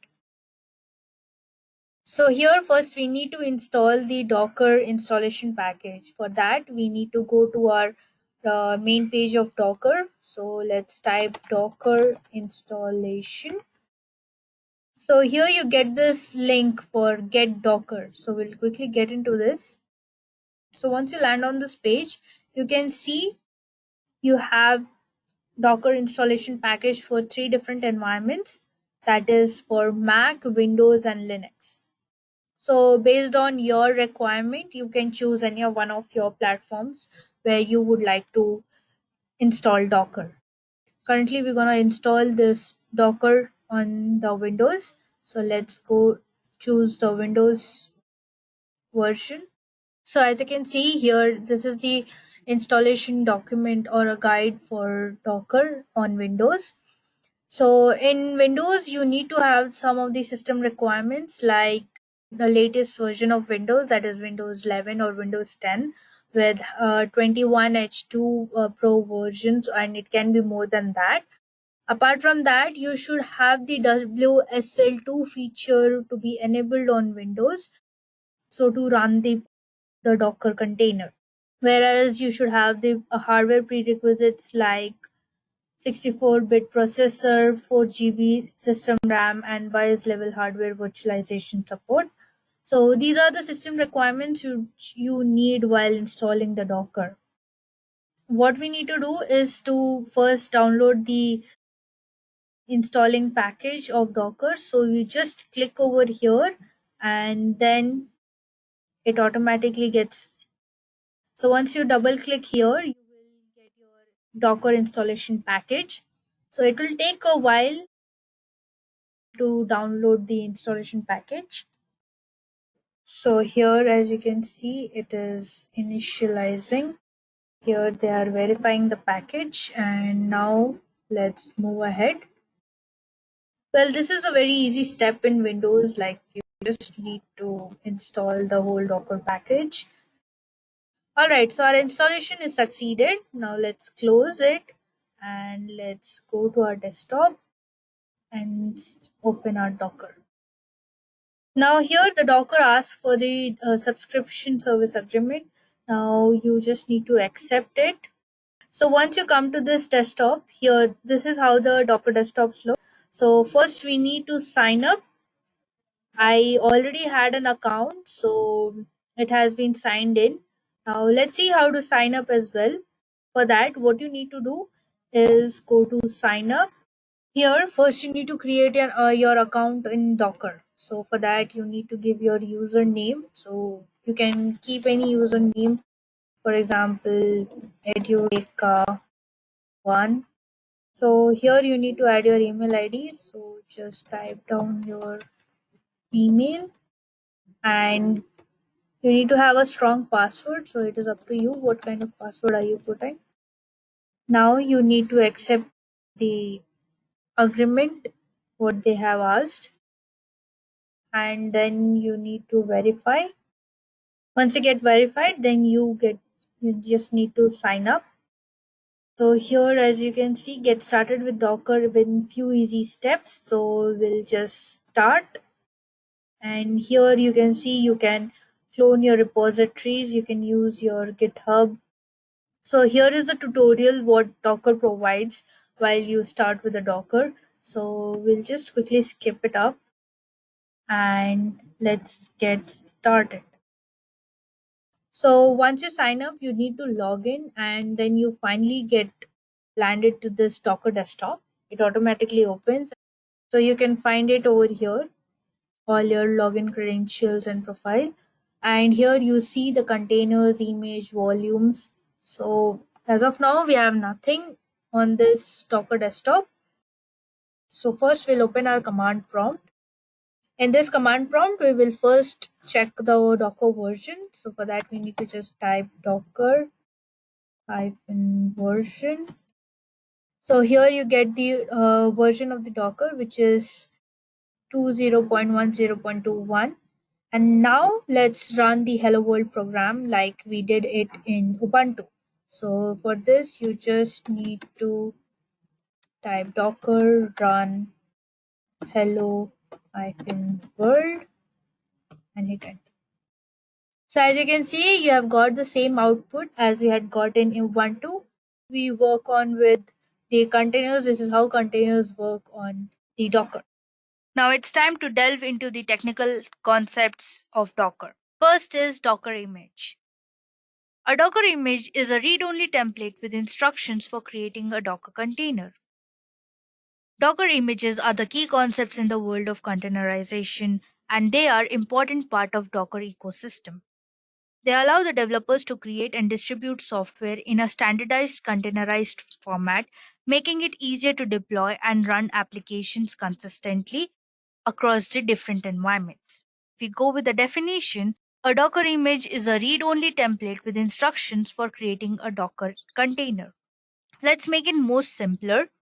They are built using a series of commands that are stored in a text called Dockerfile. These commands specify the base image to use, any additional packages or libraries that need to be installed, and any other necessary configuration. These Docker images are stored in the Docker registry, such as Docker Hub, we'll be studying in further, which is a public registry that anyone can use to store and distribute Docker images.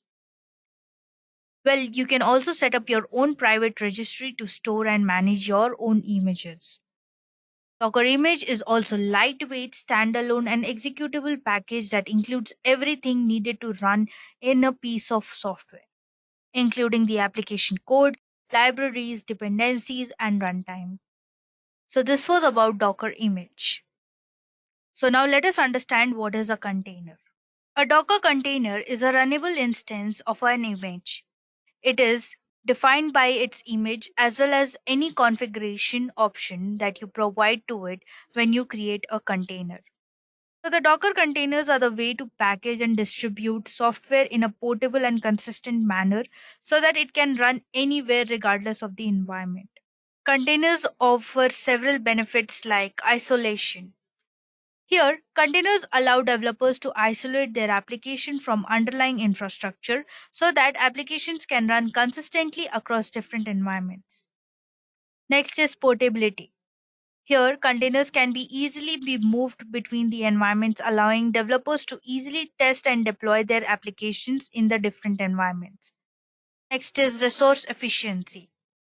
This means that containers allow developers to package only resources that their application needs, resulting in more efficient use of resources.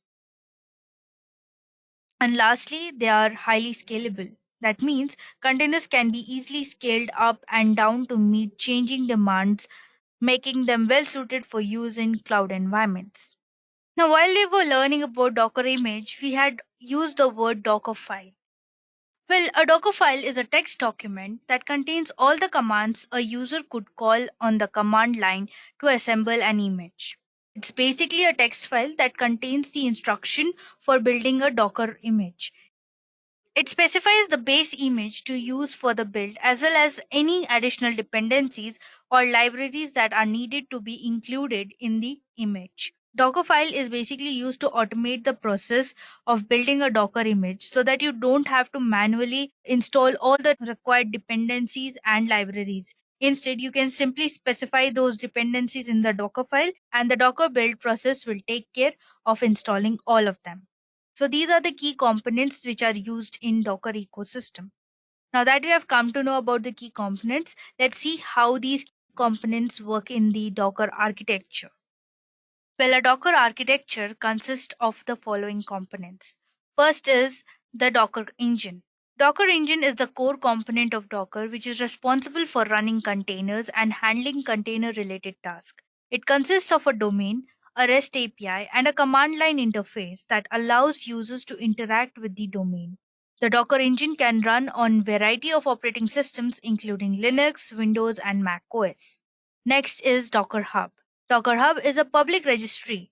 As I had discussed before, that Docker Hub is a public registry that hosts a large collection of Docker images, which are pre-built packages that contain all necessary components to run an application. Users can search for and pull images from the registry to use a base for their own containers. Next is the Docker client. The Docker client is nothing but the command line interface that allows users to interact with the Docker domain. The client sends requests to the domain through the REST API, which then carries out the requested actions such as building, running, and shipping containers. We all know what are containers. That is nothing but a standalone executable package that contains all the necessary components to run an application. So, to build a Docker image, we can use the CLI, that is nothing but the client, to issue a build command to the Docker domain. Then the domain will then build an image based on our inputs and save it into the registry, which can then either go to the Docker hub or a local repository. If we do not want to create an image, then we can just pull an image from the Docker hub itself, which would have been built by different other users, so that we can issue a run command from the CLI, which will create a container. So this is how the Docker architecture works. Now let us move on with our next topic, that is important Docker commands. So here we'll see some of the important and basic Docker commands that are used while you are working with Docker, and we'll see each one of them respectively. So starting with Docker version. Basically this command is used to get currently installed version of Docker. So whenever you install Docker and you want to know about its current version, then you can just type down this command to know what is the current version of that particular Docker. Next is Docker pull. So this command is used to pull the images from the Docker repository. So whenever you through Dockerfile create an image, when you run your image, so what does the Docker engine do is pull that image to run that particular image. The next one is Docker run. Here, this command is used to create the container from an image. So as I said, once your image is pulled from the repository, now it gets converted into containers, and then you can run those particular containers. So the main function of the Docker run is to create the containers out of that particular Docker image. So the fourth command is the Docker PS. Here, this command is used to list the running containers. So if you have created more than one containers and you want to see how many containers are running at that moment, then you can just hit this command and you can see how many containers are running. After this, we have the Docker PSA. So here, as in PS, we can only see the list of running containers. And in PS, we can see all the containers which you have created. That includes your running as well as the exited containers. Now, our sixth command is Docker execute. This command is used to access the running containers. Next, we have Docker stop. Here, we use this command to stop a particular running container. So if any container is running and you wish to stop that container, then you can just use this command. Next is docker kill. This command kills the container by stopping its execution immediately. So, well, you must be thinking the docker stop also stops the container, whereas docker kill also has the similar functions. Well, docker kill command is slightly different from docker stop. Let me tell you how. Well, when you use docker stop, it gives the container time to shut down gracefully. In situations when it is taking too much of time for getting the containers to stop, then you use the docker kill command. Well, this was the only difference between docker stop and docker kill. Next, we have docker commit. This command creates a new image of an edited container on the local system. And then we have docker logins. Use this command to log into your Docker Hub repository. You can just use this command when you're logging into the Docker. So on your command prompt itself, you can log in using this command. Next, we have docker push. So this command is used to push the image to the Docker Hub repository. That is nothing but export the image to the repository. Next, we have Docker images. So here, this command lists down all the Docker images, whatever you have created in the Docker. Then comes the Docker RM. Docker RM is basically a command used to remove one or more Docker containers. So when you run this command, Docker stops the container and removes the container's file system from the host. This is useful when you're finished using the containers and want to remove to free up the space on your host. This was the function of Docker RM. Next is the Docker RMI. This command is used to remove one or more Docker images. Don't get confused. Docker RM is used to remove the Docker containers and Docker RMI is used to remove the Docker images. So here, when you run this command, so Docker removes the images and any untagged parent images that were referenced by the deleted image. So if you have any sub images, like you have a parent image and a child image, so if you delete the child image, then automatically the parent image will get deleted. Here you can also remove multiple image at once by providing a list of IDs. You just need to type docker RMI and you need to specify all the image IDs which will remove all at once.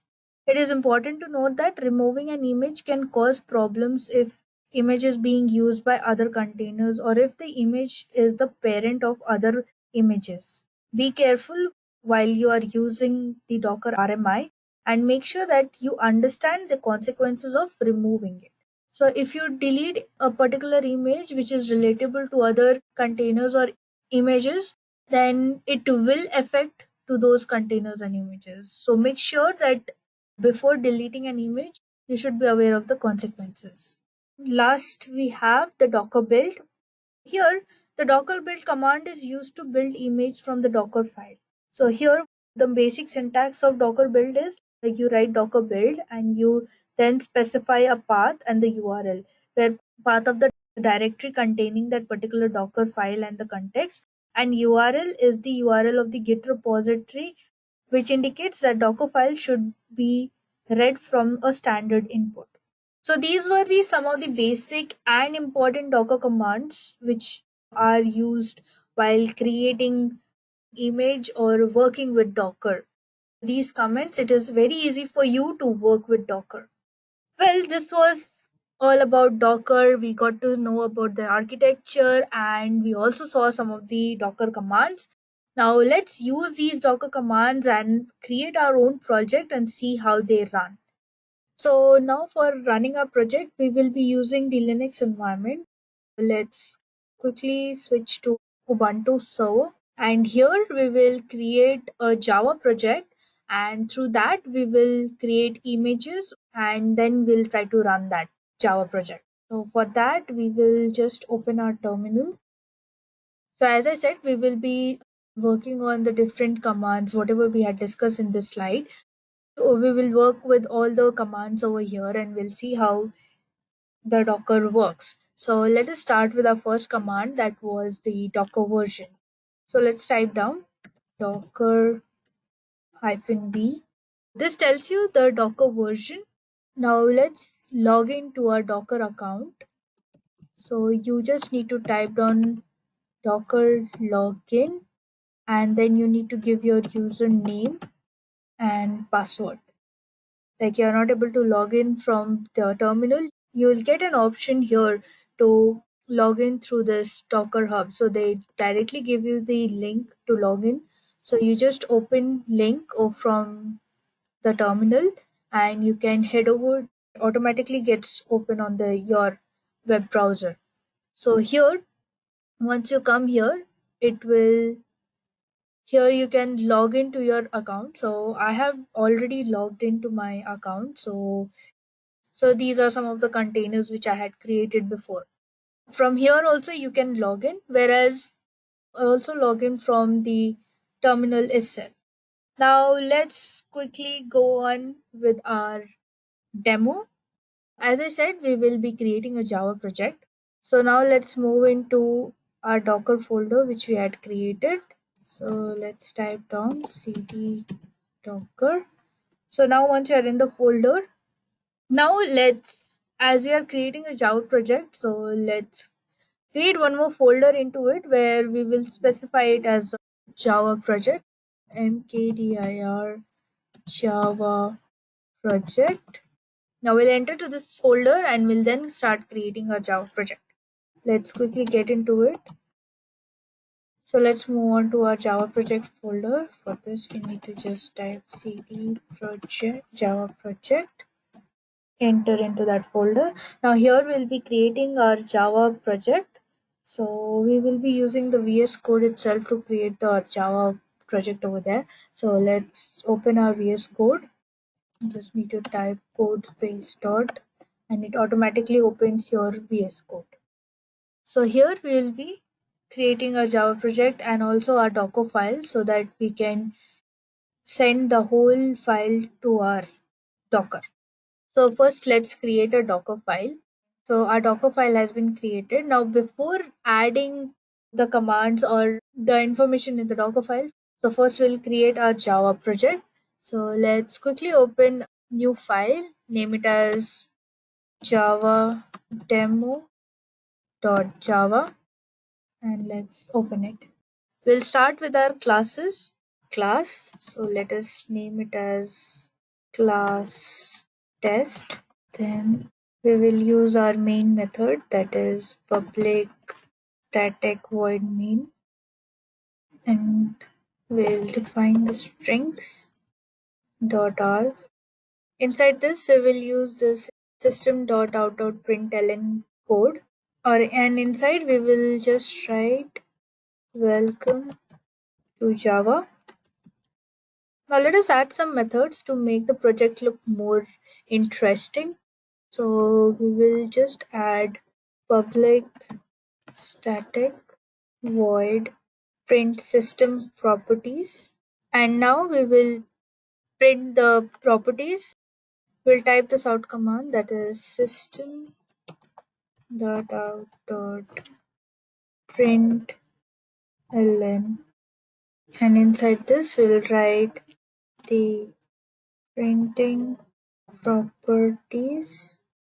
You can name it your way, the way you design it. So it's just a simple program just to see how we can run these in Docker. So it's totally on you.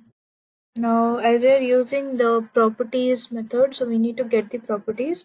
So how do we use it? We use the system class, that is system dot get properties, and now we'll specify it properties prop is equal to, we have called the method. Now how do we print it? We'll use the same sout command to print the properties. So system dot println and props.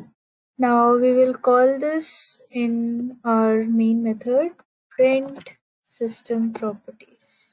Now let's save it and now let's run the command. Here now our Java project has been created. Now let's quickly run this on the terminal. Let's see how does it run. So we'll just quickly run this. Here, as you can see, enlarge this. You can see here. So what we had printed are welcome to Java project and the printing properties, and they have extracted all the properties of Java, the whole version, whatever properties of Java are there, and they have just printed over here. Our Java project is created and it has run successfully. Now put this whole project into Docker and let's run them through the Docker engine. Now for that we need to first create a Docker file. So let us just name it as docker java.docker file. And now here we need to give all the commands to run the project. So now here we need to first create the image. So we'll first need to give the base image. So let us give them the base image from base image. So here you need to specify what is your base image, that is your the JDK. So here you can also specify the JDK version if you want to, whereas it would be fine if you don't mention also, it will take it automatically. Now it's time to create a work directory where our Docker file will be stored. So let's create a work directory. For that we write work dir, and then now we need to give the path. So here you can see Docker and Java project folder is there. So we will take that path itself here and we will specify it Docker/Java project and /my app.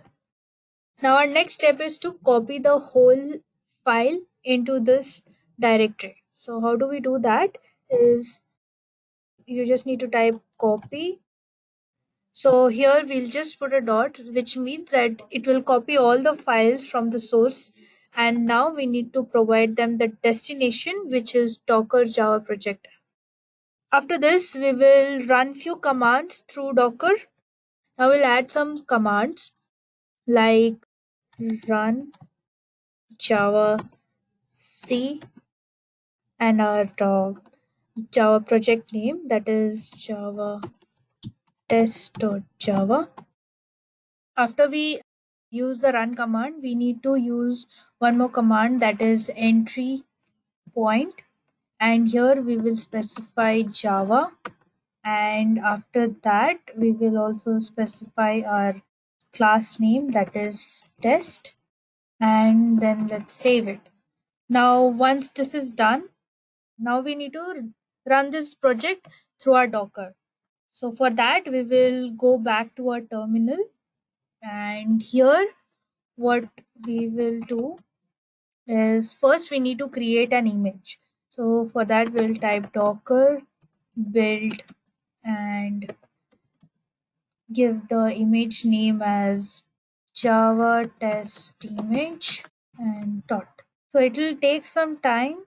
Here you can see it has copied all the files and the Java project, whatever it has to be taken, and the Docker file which had to be extracted, and it has created into an image. So now let us see whether it is listed in our images or no. For that we will just type docker images, and here you will see the list of images being created in this Docker repository. So here as you can see we had recently created Java test image.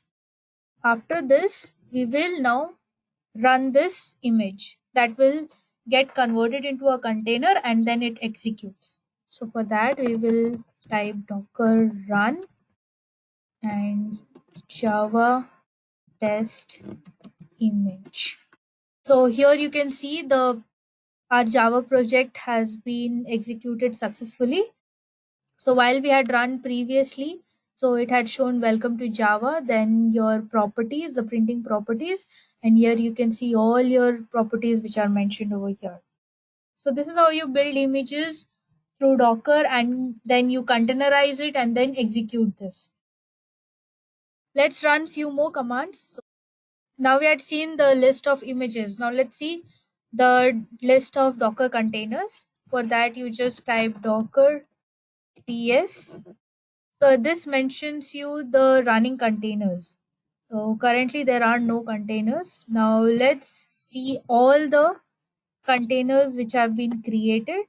So here you can see there are almost a lot Docker containers, and our Docker container which we had recently created has been also specified here.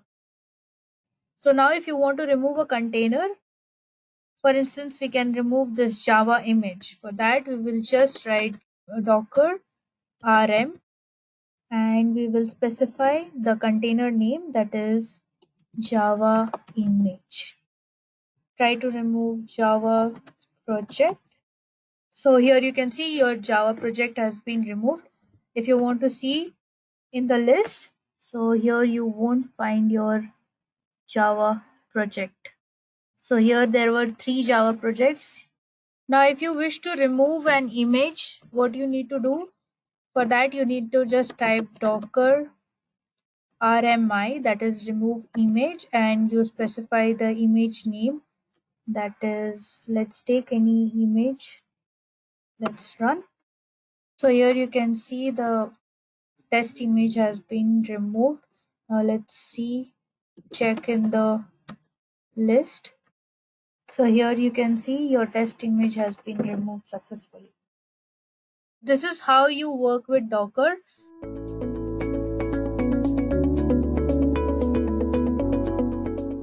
Let us understand what is Azure DevOps. Now, Azure DevOps provides developer services for support teams to plan work, collaborate on code development, and build and deploy applications. Azure DevOps supports a culture and set of processes that bring developers and project managers and contributors together to complete software development. It allows organizations to create and improve products at a very fast pace than they can with traditional software development approaches like the waterfall approach. You can now work in the cloud using Azure DevOps services or on premises using Azure DevOps Server. So you have 2 options. Now, Azure DevOps provides integrated features that you can access through your web browser or IDE client. Now, you can use one or more of the following standalone services based on your business needs. The first one that we'll be talking about is Azure Repos, which provides Git repositories or Team Foundation version control for source control of your code. Azure Pipelines, on the other hand, provides build and release services to support continuous integration and delivery of your applications. Azure Boards delivers a suite of agile tools to support planning and tracking work, code defects, and issues using Kanban and Scrum methods. Azure Testplan, on the other hand, provides several tools to test your applications, including manual or exploratory testing and continuous testing. The last component is Azure Artifacts, which allows teams to share packages such as Maven, NPM, NuGet, and more from public and private sources and integrate package sharing into your pipelines. Now that we know what is DevOps and Azure DevOps, let's understand how to implement continuous integration. Before that, we have to understand what is Azure Pipelines. This is really important. Now, Azure Pipelines automatically builds and tests code projects to make them available to others. That's all it does. So it works with just about any language. It could be Java, Python, or project type. And these pipelines combines continuous integration and continuous delivery to constantly and consistently test and build your code and ship it to any target eventually. Now, you must be wondering, what is continuous integration? Continuous integration is the practice used by development teams to automate the merging and testing of code. Implementing continuous integration helps to catch bugs way early in the development cycle, which makes them less expensive to fix. Automated tests execute as part of the continuous integration process to ensure quality. Artifacts are produced from continuous integration systems and fed to release processes to drive frequent deployments. The build service in TFS helps you set up and manage continuous integration for your applications. Now, continuous delivery, on the other hand, is a process by which code is built, tested, and deployed to one or more test and production environments. Deploying and testing in multiple environments drives quality. So, continuous integration systems produce the deployable artifacts, including infrastructure and applications. Automated release processes consume these artifacts to release new versions and fixes to existing systems.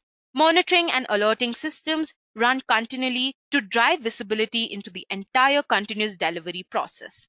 The release service in TFS helps you set up and manage continuous delivery for your applications. Azure also has continuous testing on premises or in the cloud, which is the use of automated build deploy test workflows, and with a choice of technologies and frameworks that test your changes continuously in a fast, scalable, and efficient manner.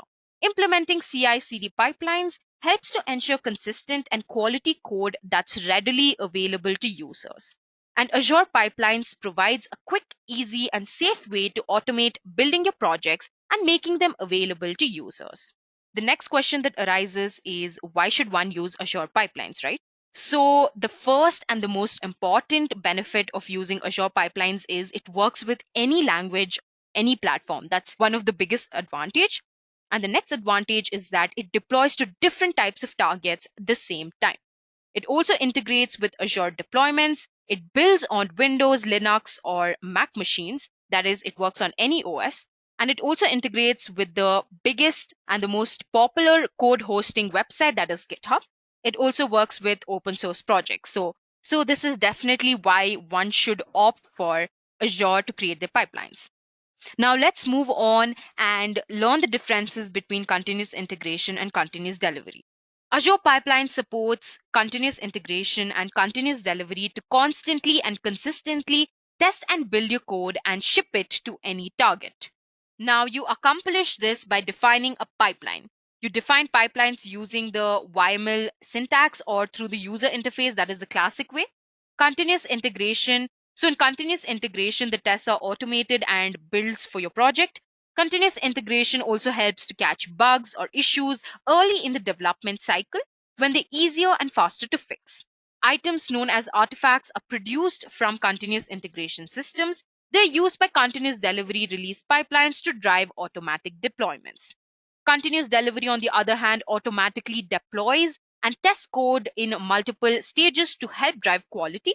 Continuous integration systems produce deployable artifacts, which include infrastructure and applications.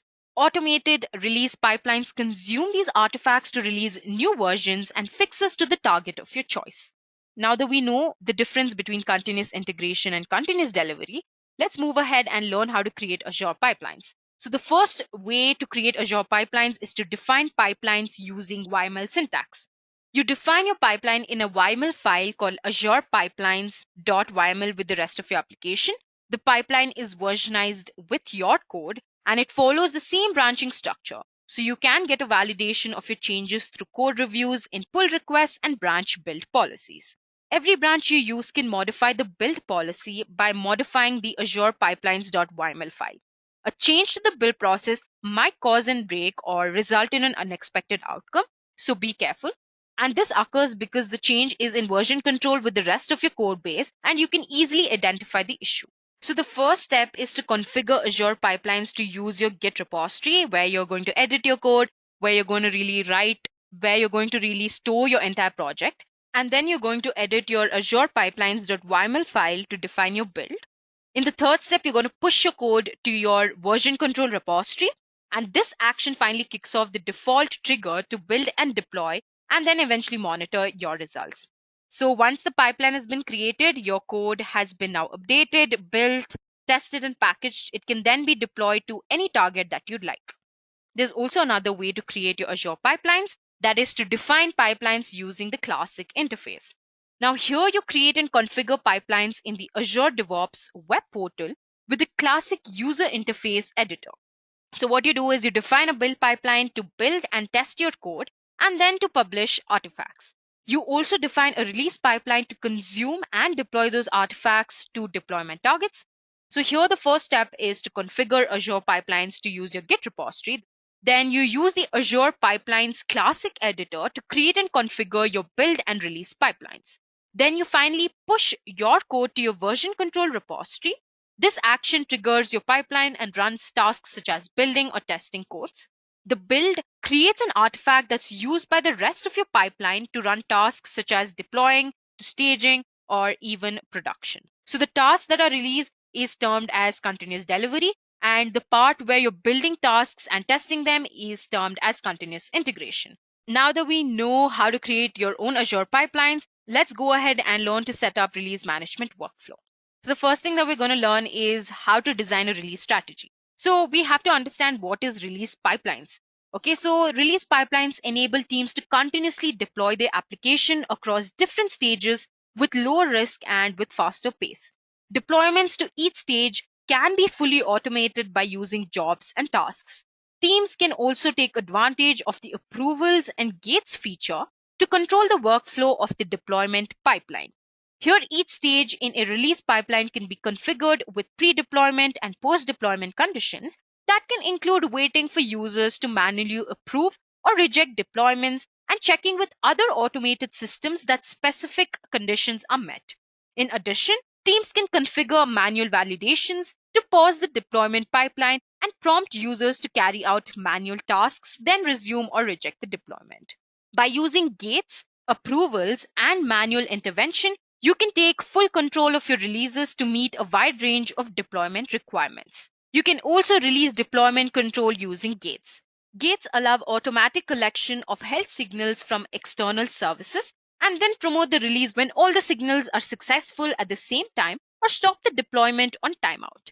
Typically, gates are used in connection with incident management, problem management, change management, monitoring, and external approval systems.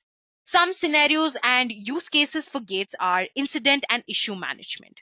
Here, you ensure the required status for work items, incidents, and issues occur regularly.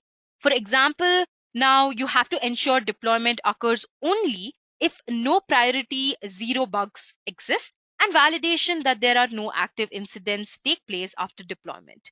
Also, another scenario would be to seek approvals outside Azure pipelines.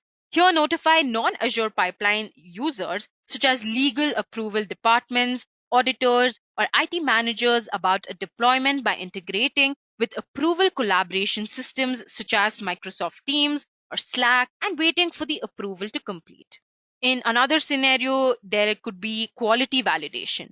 Query metrics from tests on the build artifacts such as pass rate or code coverage and deploy only if they are within a required threshold. There are many other use cases like security scan on artifacts, user experience relative to baseline, change management, infrastructure health. There are many scenarios that you can use gates for. So this is a really important topic. Moving on, let us learn how to implement compliance and security.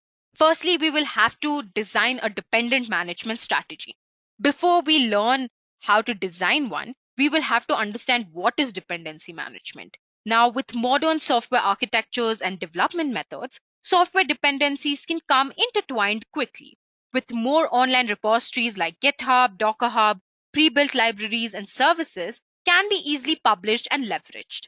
Now, these projects can be managed by all sorts of individuals or groups and have a very wide range of work ethics from well-maintained solutions with good community and multiple contributors and release schedules. That is all the way to the other end of the spectrum. Code is also developed internally and is often reused. Wherever the source comes from, the problem is the same. Once implemented, one project now has a dependency on other. Now, for example, when a team comes together to build a solution, they may decide for various reasons to leverage code that already exists. Now, depending on the type and language used for that particular project, there are different sources that can be leveraged to accelerate development. For example, let's say you're running a .NET application that's going to be processing JSON that you retrieve from Azure to describe Azure resources. Now, rather than having to write all the logic to handle the JSON file, your team decides to leverage a popular package called newtonsoft.json, which is a publicly available package. You could leverage the NuGet package that's already been built and published for consumption. By leveraging this package in your code, you have created a dependency on the package for your solution. Now, you must be wondering, what is a package? A package is simply a standardized way of distributing codes that can be consumed by another application or solution. Metadata is used to help store and version and identify these packages. So there are different types of packages, right? So these artifacts can be NuGet, NPM, they can also be Maven, and all of these are a part of the packages, okay? So we'll be talking about NuGet. So NuGet is a free open source package manager designed for the Microsoft development platform used in .NET since its introduction in 2010. NuGet has evolved into a larger ecosystem of tools and services So it is distributed as a Visual Studio extension. The NuGet packet has a NUPKG suffix and as a zip file with a specific folder structure. Maven packages, on the other hand, are often used for Java projects. Maven can also be used to build and manage projects written in C#, Ruby, Scala, and other languages. Now, a project object model file describing the metadata of the project is also stored within this package. NPM, on the other hand, is a package manager for JavaScript programming language, and it's primarily used for runtime environments with Node.js. An NPM package contains a package.json file describing the metadata of that package. The Python package index is a repository of software for the Python programming language. Python's packaging is built for distributing reusable code called libraries between developers. Now, these packages are libraries used as building blocks to create applications and have a tar.gz extension. Azure DevOps also has the ability to store universal packages. A universal package installed one or more files together in a single package that have a name and version, which is useful for many ad hoc situations where you want diversion and track files. Containerized workloads are becoming more popular as platforms like Kubernetes are becoming mainstream. We'll be talking about Kubernetes later on in the session. Docker images, on the other hand, are generally complete self-contained system. Azure artifacts are available in Azure DevOps, DevOps servers, as well as in Team Foundation Server 2017 and 2018. The sources allow you to integrate packages seamlessly into your CI/CD pipeline. Now, there are three concepts you need to understand when managing these Azure artifacts that we just talked about. That is feeds, views, and upstream sources. Feeds are the primary method for delivering packages. Microsoft really recommends one feed per project. And to achieve this, we can utilize the feature of upstream sources, which allows you to combine multiple sources into a single feed. Now, using this method allows you to control sources in your project in the various levels of access. Here we see two options we have when adding upstream sources: a public source and from an existing Azure artifacts feed from within your Azure DevOps organization. When adding a public source, the only supported package type is an NPM source, which we've already talked about. Now, when you're adding a source from within your Azure DevOps organization, you can target an Azure artifacts feed. This allows you to use different package types, that is NuGet, Python, and Maven. You can scope the visibility of your package feed to your organization, which is multiple projects. And this is by default.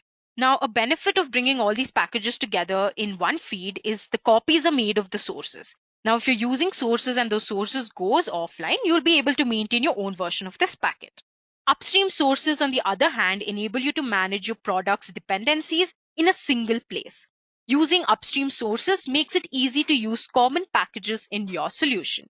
It has the added benefit and gives you protection against outages and corrupted or compromised packages from upstream sources, and also as a copy of the packages stored locally. Now let's move on and understand how to manage security and compliance. White Source Bolt is a lightweight open source security and management solution integrated within Microsoft's Azure DevOps Services and Azure DevOps Server, formerly that is DFS products. It enables you to do many things like detect and remedy vulnerable open source components. Also, you can generate comprehensive open source inventory reports per project or build. You can also enforce open source license compliance, including dependencies licenses. And also you can identify outdated open source libraries with recommendations to update. This is just one solution to manage security and compliance. Let's move on and understand how to implement continuous feedback. So you can design system feedback mechanisms. The first one is to use application insights metric dashboards. Now, Application Insights has always provided a summary overview pane to allow quick at-a-glance assessment of your application's health and performance. The new overview dashboard provides a faster, more flexible experience. Dashboards are basically customizable, interactive signboards that provide real-time information. Dashboards are associated with a team or a project and display configurable charts and widgets. Charts, on the other hand, are query-based status or trend charts derived from a work item, query, or test results. Widgets, on the other hand, display configurable information and charts on dashboards. The widget catalog provides brief descriptions of those widgets available to you. Now, in addition, you can add widgets provided through the Azure DevOps Marketplace. In context, reports are system-generated charts that support specific services. Examples are team velocity, sprint burndown, and the cumulative flow diagram. These reports are displayed on the Analytics tab for a specific service and derive data from analytics. Power BI reports allow users to create rich, customized Power BI reports or other reports using OData queries of analytics data and the return JSON data. If you see the fourth point, you can also configure a burn down or burn up widget. The burn down and burn up widgets provide the flexibility to create charts for any type of scope, any number of teams, and within specified time periods. Burn down charts focus on remaining work within a specified time period, while burn up charts focus on completed work. In the last point, both lead time and cycle time widgets are extremely useful to teams as they indicate how long it takes for work to flow through their development pipeline. Lead time measures the total time elapsed from the creation of work items to their completion. Cycle time, on the other hand, measures the time it takes for your team to complete work items once they begin actively working on them. Moving on, let us understand how to optimize feedback mechanisms. So the application lifecycle doesn't finish with application deployment. Feedback is a very important element of refining an application, whether that's exception detection and diagnosis or improving the user experience. You can do this in various ways. You can analyze alerts to establish a baseline. You can analyze telemetry to establish a baseline. You can also perform life site reviews, and you can also perform ongoing tuning to reduce non-actionable alerts. Moving on to the next part of the session, we'll be talking about some of the Azure tools. The first one that we're going to talk about is Azure Kubernetes Service, which simplifies deploying a managed Kubernetes cluster in Azure by offloading much of the complexity and operational overhead to Azure.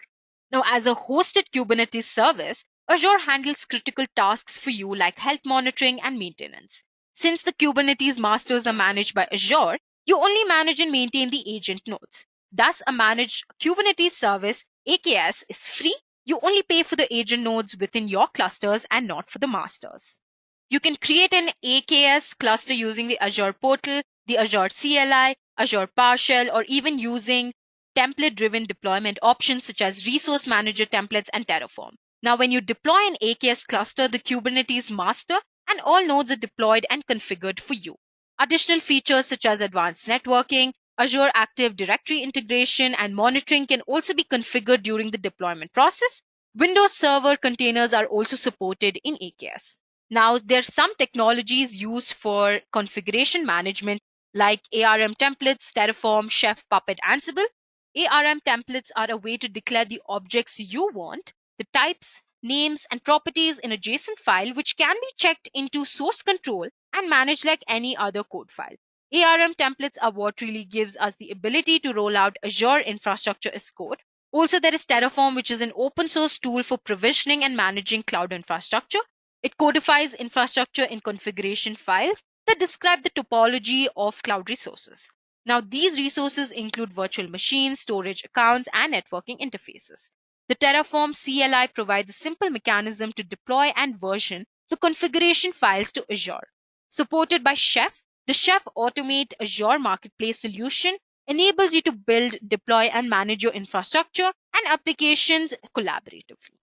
Moving on to the last part of the session, we have a case study for you. So we'll be talking about how ServiceNow want to make work easier and more efficient for their customers through its software as a service workflow platform.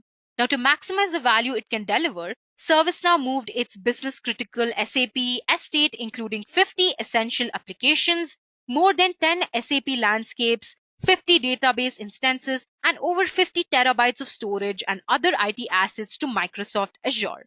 ServiceNow relies on the high level of security that Azure provides, along with the scalability and agility that a rapidly growing company needs to expand. Benefits of the migration include an 80% reduction in deployment cycle time, an improved service level agreement, better disaster protection, improved SAP application performance, and a 40% reduction in TCO. ServiceNow helps some of the world's largest and most influential companies work better. It also helps customers in numerous industries reduce costs, increase productivity, streamline processes, and accelerate digital transformation. It does this by delivering a comprehensive software as a service digital workflow platform with native AI capabilities and intuitive user experience. To support its customers, ServiceNow must ensure that its own internal systems and processes are powerful, dependable, and scalable. The company has long relied on Azure to keep its operations running.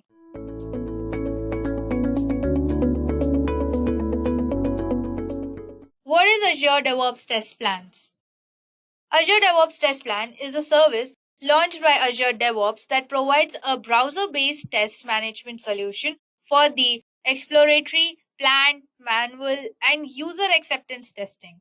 It provides rich and powerful tools so that everyone in the team can use to drive quality and collaboration throughout the development process. It is easy to use and it is browser based test management solution which provides all the capabilities required for a planned manual testing and user acceptance testing or exploratory testing and for gathering feedbacks from the stakeholders as well.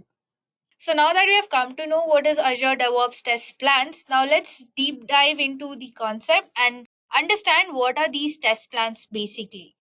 So first let us understand what do you mean by a test plan.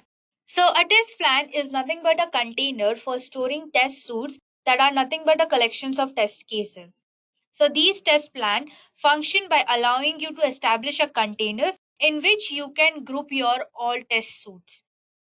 So as you can see in this diagram, this is a container which comprises of number of test suites which are grouped and then stored into these test plans.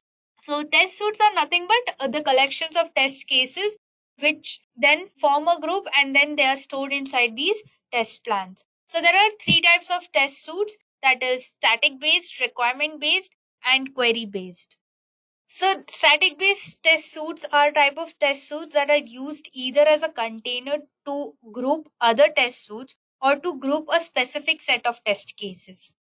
So in Azure DevOps Test Plan, you can have nested test suites. That means a static test suite itself become a form of a container where we can add different test suites and then we can place or as a place to create a test case ad hoc. So as I said, it will be in a nested loop form. So most of the time you will be using a static test suites as you mean by grouping test suites together.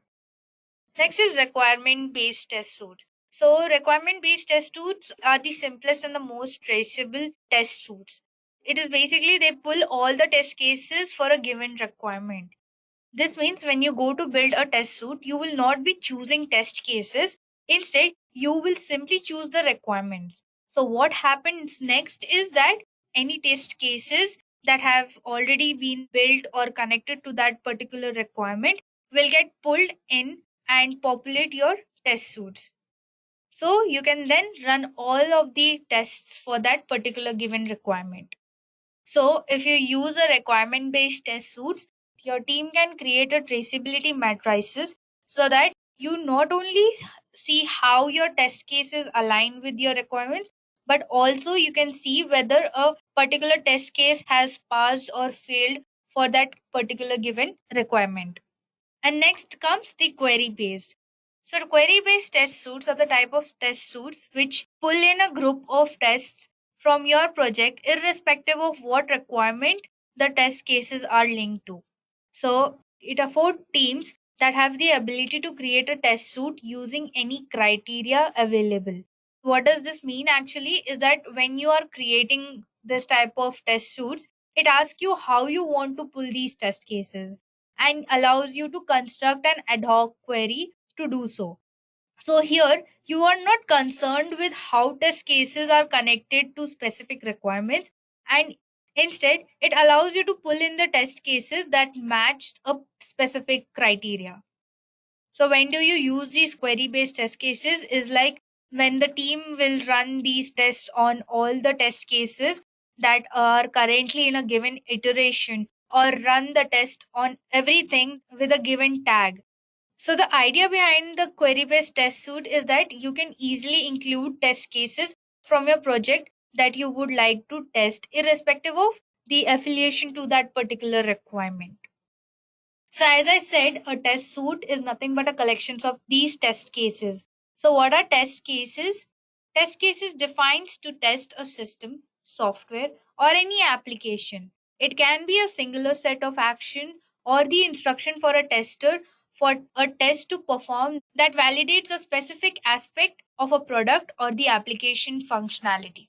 So here in this particular test suite, you can have n number of test cases which can be then grouped based on the different types of test suites, that is static based, requirement based, and query based.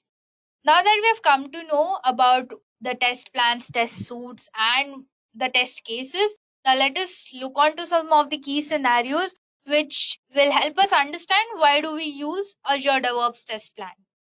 So Azure DevOps Test Plan provides software development teams some of the key benefits, such as they can test on any platform. So this means that with Test Plan's web portal, you can use any supported browser to access all manual testing capabilities. It enables you to create and run manual tests through an easy to use browser based interface that users can access from all major browsers on any platform. Next is it has a rich diagnostic data collection. So here using the web-based test runner and test runner client, you can collect rich diagnostic data during your manual test. This includes your screenshots, image action logs, screen recordings, code coverage, IntelliTrace traces, and test impact data for your apps under the test. And this data is automatically included in all the bugs you create during test, making it easy for the developers to reproduce this issue. Next is end-to-end traceability. So Azure DevOps provide end-to-end traceability of your requirement, builds, test, and bugs. You can create your requirement qualities from cards on the Kanban board, and the bugs created while testing are automatically linked to the requirement and builds being tested, which helps you to track the quality of the requirements and the builds. Next is integrated analytics. So, in this, the analytics service provides data that feeds into built in reports, configurable dashboard widgets, and customizable reports using Power BI. Data tracks test plan progress and trends for both manual and automated tests. The test analytics then provides real time visibility into test data for builds and releases. So, teams can act on this data to improve the test collateral to help maintain healthy pipelines. Lastly, is the extensible platform. So, you can combine the tools and technologies you already know with the development tools that work best for you to integrate with and extend Azure DevOps. You can use the REST APIs and contribution model available for the test platform to create extensions that provide the experiences you need for your test management lifecycles. So these were some of the major key benefits that makes Azure DevOps useful for the development teams. Now let's quickly understand how does these test plans work. You can work on with the test plans with two ways, that is manual testing and automated testing. In manual testing, the Azure DevOps test plan uses test specific work item types to plan and author these tests. In addition, it provides two test tools to support running the test. Test plans, parameters, and configuration hubs provide the tools to efficiently create, manage the test items, their settings, and as well as their configuration.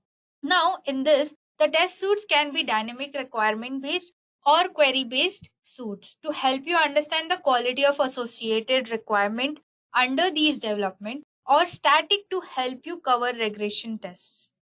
Next is automated testing. So, automated testing is facilitated by running the tests within the Azure pipelines. So, here the test analytics provide you real time visibility into your test data for builds and releases. It helps you improve the pipeline efficiency by identifying repetitive, high impact quality issues. So, these are the two types in which the test plans actually work. Now that we have come to know what are test plans, test suites, how do they work, so now let's have a quick demo on these test plans. Now let's quickly work on some of the demos where we'll create test plans, test suites, and see how it works. So for that, first we need to log into our Azure portal. So let's quickly log in. So for that, what do we need to do? First, we need to log in. Stay signed in. All right, now that we have come to our dashboards, here as you can see, this is the whole dashboard of the Azure portal where you find all the different kinds of services and resource group and all other subscriptions and stuff. So we'll be directly moving ahead to our Azure DevOps organization. Now let's go to my DevOps organization. So once we come here, so this is the dashboard of Azure DevOps where we can see projects and we can also create new organization. So it is basically you need to create a new owner where under which you have a different you can create different projects. So I already have one of the test plans, but we'll create a new project. So let's create a new project first and let's name it as Azure Test Plans Demo. Now we can give a descriptions to our project or else you can leave it as it is and it's just a demo for us. So I'll be taking the private option and now we can just create. So now our Azure test plan has been created. So this is our project overview. So in this, we can add boards, repos, pipelines, test plans, and artifacts. So let's quickly go to our test plans. Now, once we come here, now we need to first create a test plan. So as we said, a test plan is a container where we have group of test suites. So for that, we need a container. So let's quickly create one new test plan. So let's name it as Azure Test Plan 1. Okay, that would be cool. And here you can choose the area path. So as our project name is Azure DevOps Test Plan, so we'll be keeping it under that. And the iterations, so here the iterations are nothing but our sprint. So we can take, or we can keep it as it is. Later we can just change whenever to sprint 1. So let's quickly create. So now that we have created our test plan, now under this, we will be creating the test suite. So now here we need to see, here we can create a test suite over here. So this is our test plan. Under this, we'll be creating a new suite. So as we discussed before, we have 3 types of test suites, that is static, requirement based and query based. So we'll be taking here static suite. And now let's name it test suite 1. All right. Now our test plans are created and our test suite is also created. So if you go to our more options, so you can create one more under that particular test suite. You can create another test suite based on your requirements. And you can also assign testers to run the tests which are under these test suites. So now that we have created our test suites, so let's quickly go to our boards. Under that, we'll go to our sprints. So in this, we'll see whether our test plans are available or no.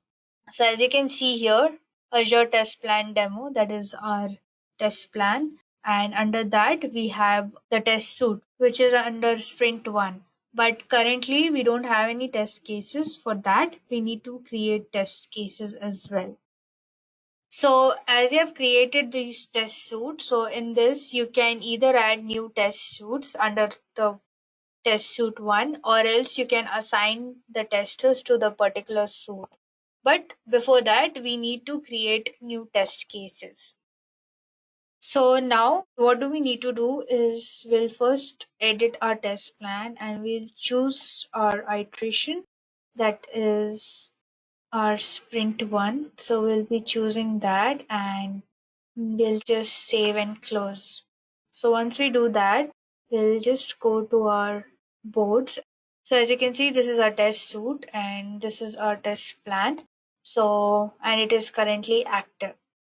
So once you go to our sprints, so here you can see, as I said, in sprint 1, we have only one sprint, but we don't have any test cases. So Now what do we need to do? Now we'll go back to our test plans, and here, as you can see, we can have add test cases. So let's quickly new test case. So here we'll enter the title for our test case. So let's keep it quite simple. So let's create a test case like change the title size from H2 to H3. Okay, so what do we need to do is like we are changing the title size from H2 to H3. So here we'll provide the test case states that will be in the design stage.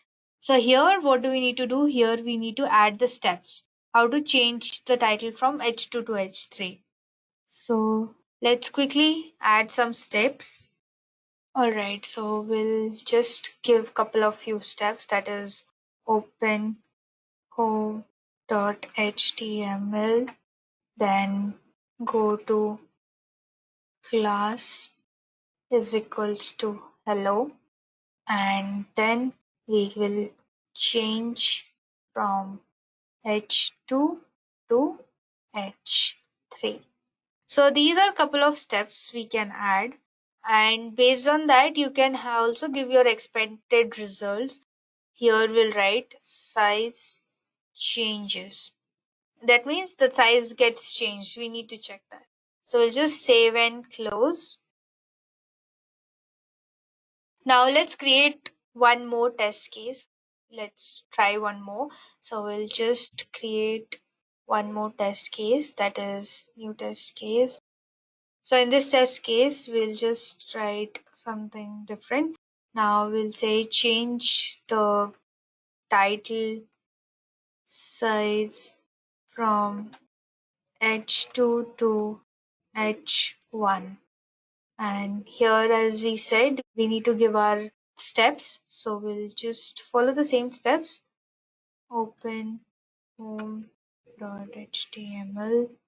then go to class is equals to hello, and then change from H2 to H1. So we have also created the steps, and this will be size change as we are just changing the size. So our expected result should be same. Now here you can also add the status, means you can give it the priority to our test cases. So there are different types of priority based on which you can create. So let's keep it 2.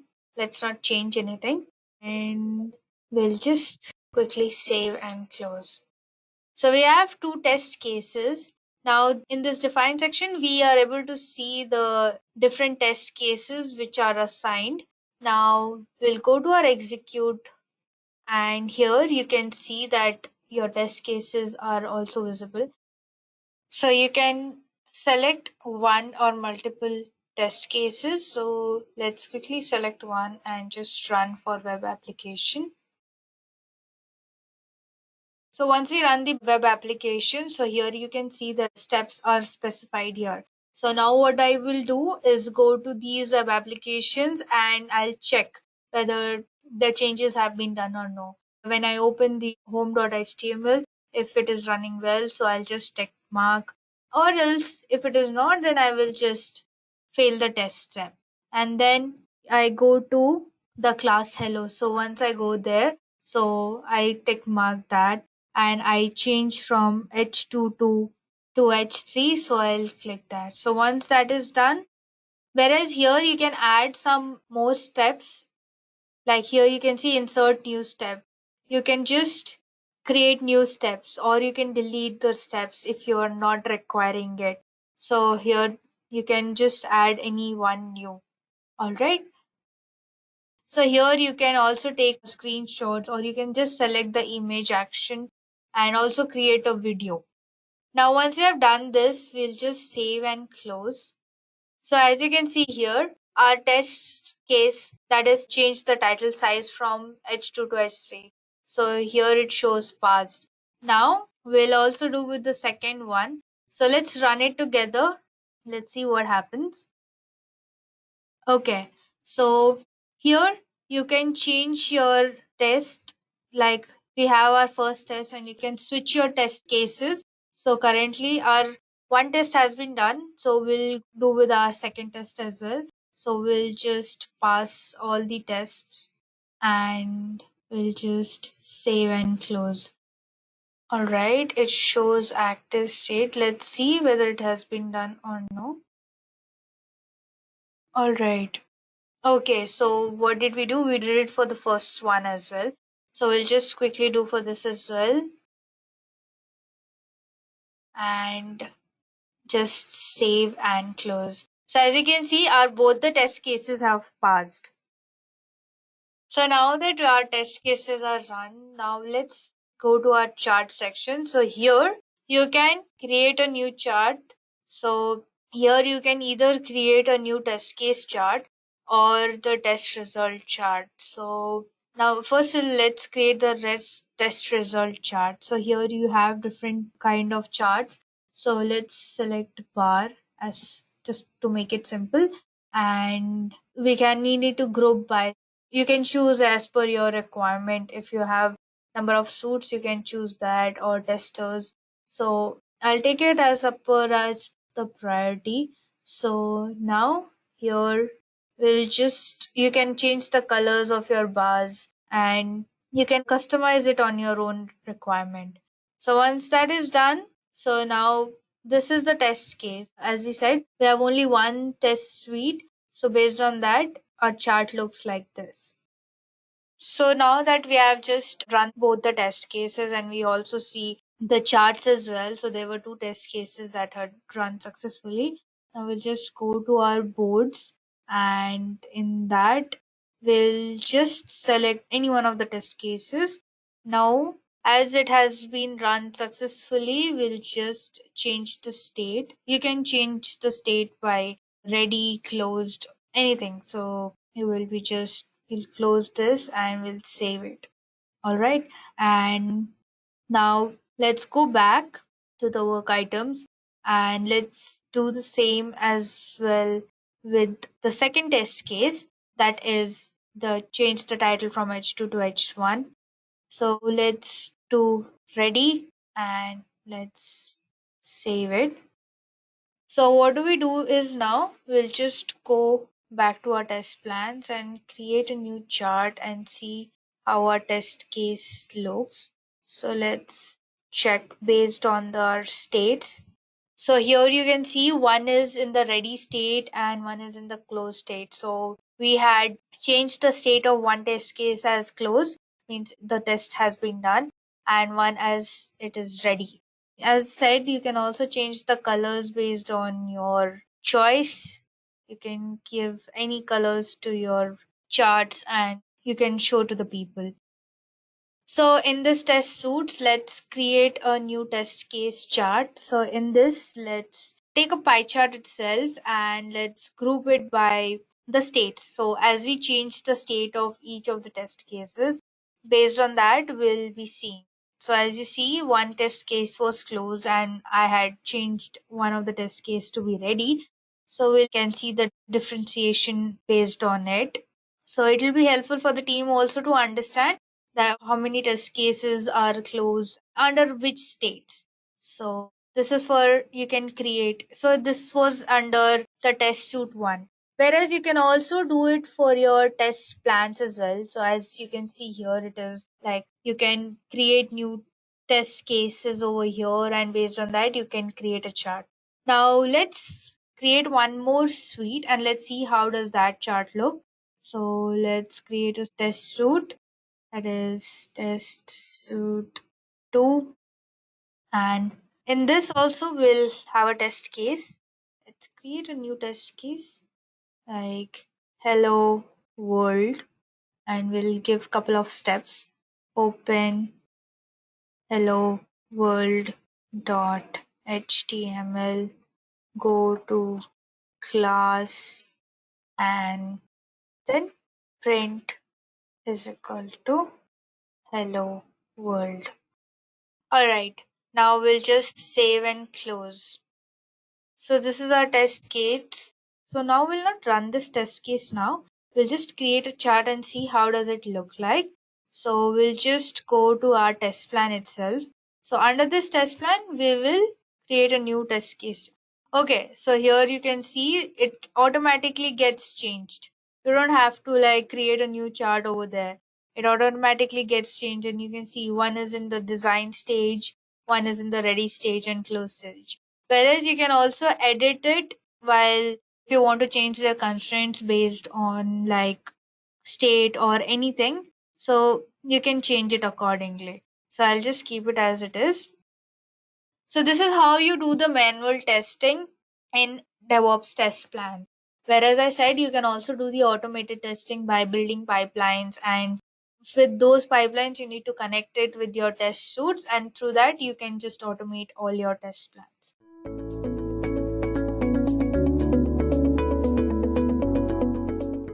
What are Azure artifacts? So, according to the definition, Azure Artifacts is a package management system integrated with Azure DevOps that allows you to develop and share packages like Maven, NPM, and Nugget, etc., via public and private feeds to any size business. So basically, Azure Artifacts is kind of an extension that makes it easy to discover, install, and publish packages in Azure DevOps. It's deeply integrated with other hubs like Build so that package management can become a seamless part of your existing workflow. It enables developers to share their code efficiently and manage all their packages from one place. Using Azure DevOps artifacts, developers can publish packages to their feeds and share it within the same team, access organizations, and even publicly. So this was all about what are Azure artifacts. Let's quickly move on to the next, that is why Azure DevOps artifacts. So there are three main features in Azure DevOps artifact which makes it more special and demanding. So let's quickly have a look. What are those three? So first is you can keep your artifacts organized. So what does it mean? That you can share code effortlessly by storing any packages irrespective of whatever programming language you are using, like Maven, NPM, Nugget, and Python, etc. You can just feed them all together in the artifacts and keep it organized. Second is protect your packages. So here it means that you can keep every public source package that you use, including packages from npm.js and nugget.org, safe in your feed where only you can delete it, and it is backed by the enterprise grade Azure SLAs. So that means that all your packages are safe and secure. Third is integrated package handling into your CI/CD pipeline. So what does it mean? That you can access all your artifacts in builds and releases in which artifact integrates natively with the Azure pipeline or CI/CD tool. So these were the three benefits, or we can say features, that makes Azure DevOps artifacts more demanding and mostly helpful to users, basically like developers. So let's quickly move on ahead. So next is Azure Artifacts workflow. So let's see how Azure Artifact work. So it is a three-step process in which makes it easy to work. So we can see the first step is to create a package. So basically what is it? A package feed is a location you use to host packages you want to deploy with a deployment manager. So when you set up a deployment manager, you need to choose a feed you want to use to host your package. So here what do you do? First you create a package feed or a team feed. So once you create a team feed, then we move on to the next step, that is build integration. So basically what do we do here is like we connect to the feed in the Azure DevOps and then we start building integration. The main purpose of build integration is to define the order in which the components and subsystem should be implemented, which builds to create when integrating the system and how they are to be assessed. After this, we move on to the third step, that is consume from feed. So here what do we do is that we pack and push packages to your feed, and then we consume feed by running build and restoring packages from team feed and setting up new solution locally to consume the feed. So these were the 3 easy steps, or we can say the whole workflow of Azure DevOps Artifact. So with no wait, let's quickly move on to our demo where we'll see how do we work with the artifacts. So first we need to open our terminal. Let's open our terminal. And now what we'll do is we'll create a folder where we'll be storing our both the projects. So let's quickly create the folder. So here you can see our DevOps folder has been created. Now let's just confirm whether it has been created or no. Document. Alright. So here you can see this is our DevOps folder. So now here we'll be adding our both the projects, whatever we'll be building. So let's quickly build our projects. Let's move to our Visual Studio. Okay, so here we'll be creating our project. So as I said, I'll be using the Java project. So let's quickly make it. Control Shift P. And this is the option, Create Java Project. So we'll just click on this. And I'll be taking Maven. You can take any other tools like Gradle, Spring Boot, Quarkus, Microprofile, any of your choice. For me, I'll be choosing Maven and then Maven Arctag Quick Start. And our version would be 1.4. And now here we need to give a name to our group ID. So let's keep it Azure Artifacts. Alright. And now they ask for the artifact ID. So we'll keep it very simple. Project 1. And here we need to select the folder. So we'll be selecting the DevOps folder which we had created. So this would be our destination folder. So here you can see it is executing. Alright. So here you can see your group ID, artifact ID, and the version. So our version would be 1.0 snapshot. So just copy this and paste it over here. Hit enter. And they asked for the confirmation of your properties. So our group ID is Azure Artifacts. Artifact ID project 1, version 1.0 snapshot. Package. So here we must update the package name. It should be similar to the artifact ID. So let's just update it. Snapshot, our version is 1.0 snapshot. And package, will name it as our artifact ID.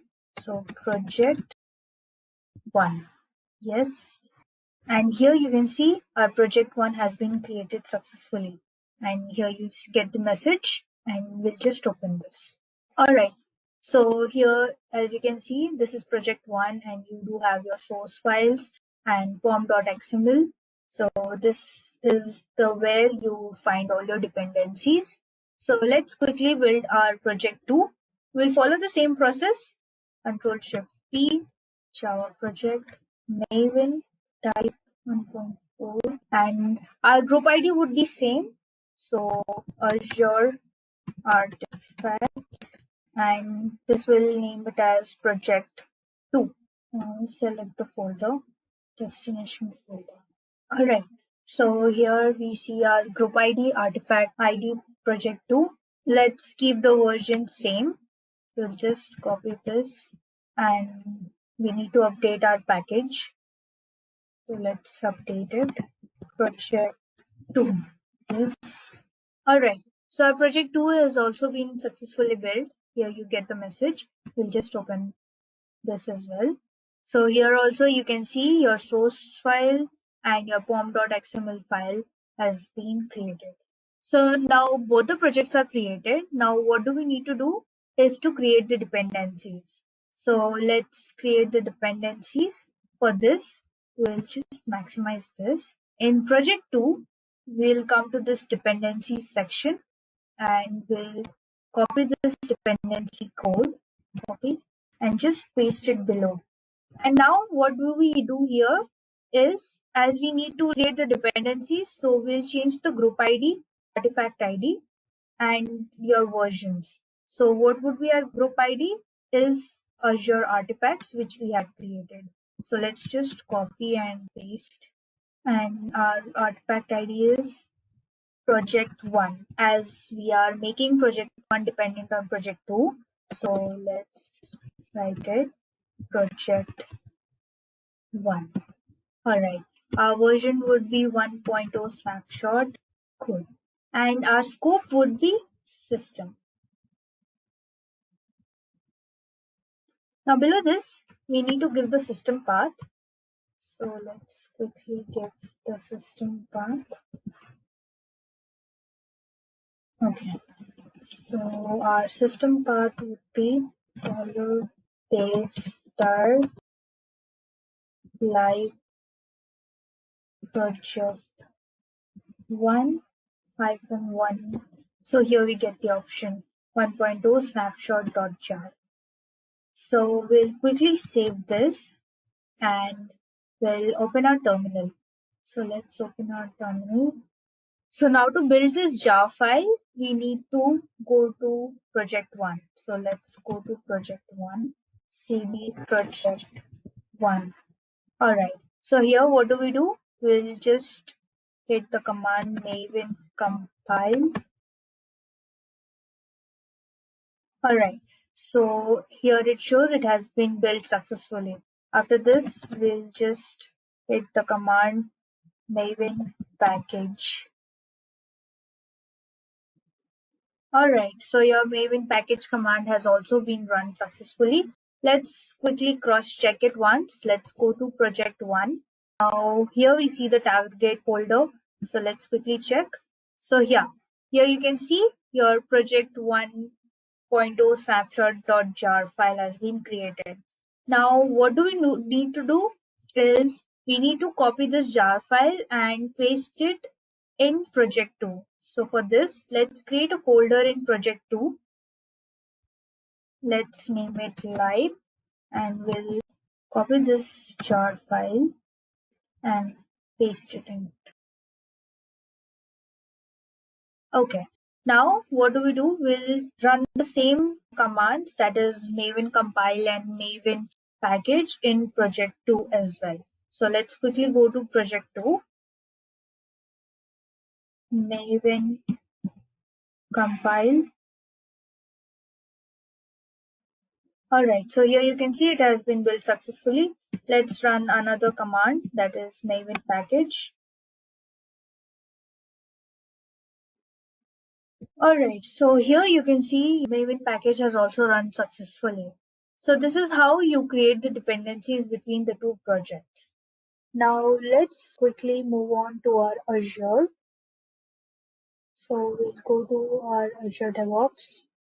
Okay, so here first we'll be creating a project. Let's create a new project and let's name it Azure DevOps Artifacts. And we'll make it private.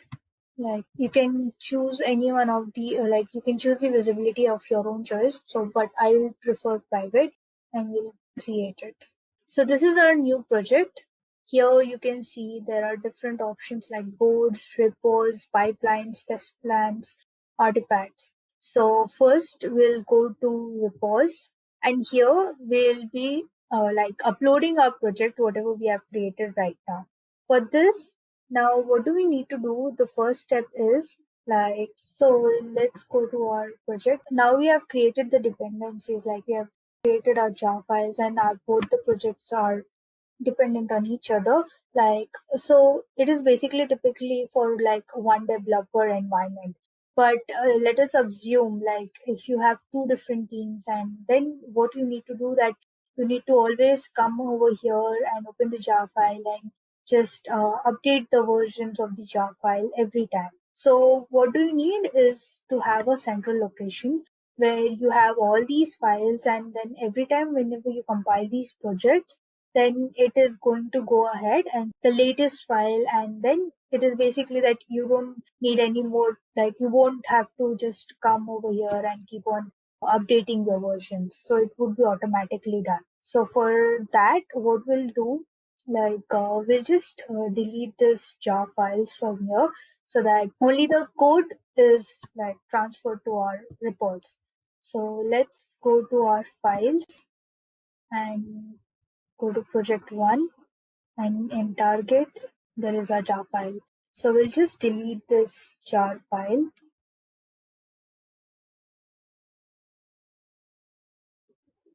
Same would be done in project 2, project, and we'll just delete this folder.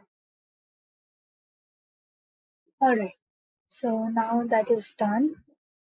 So let's move on to our terminal.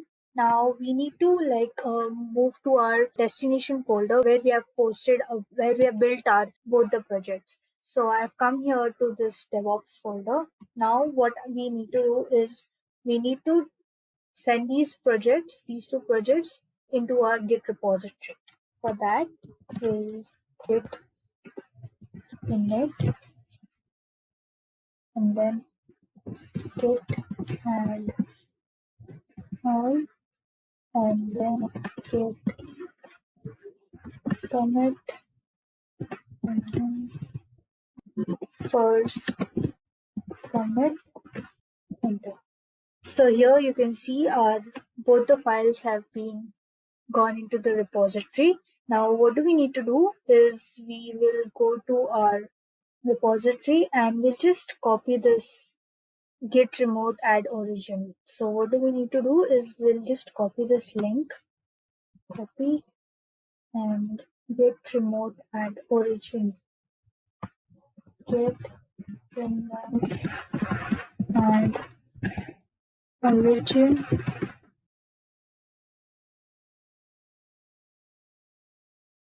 And now we'll use the git push command.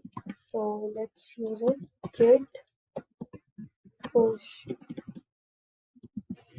-u origin master. Alright, so our files are uploaded now. Just let's refresh this repository.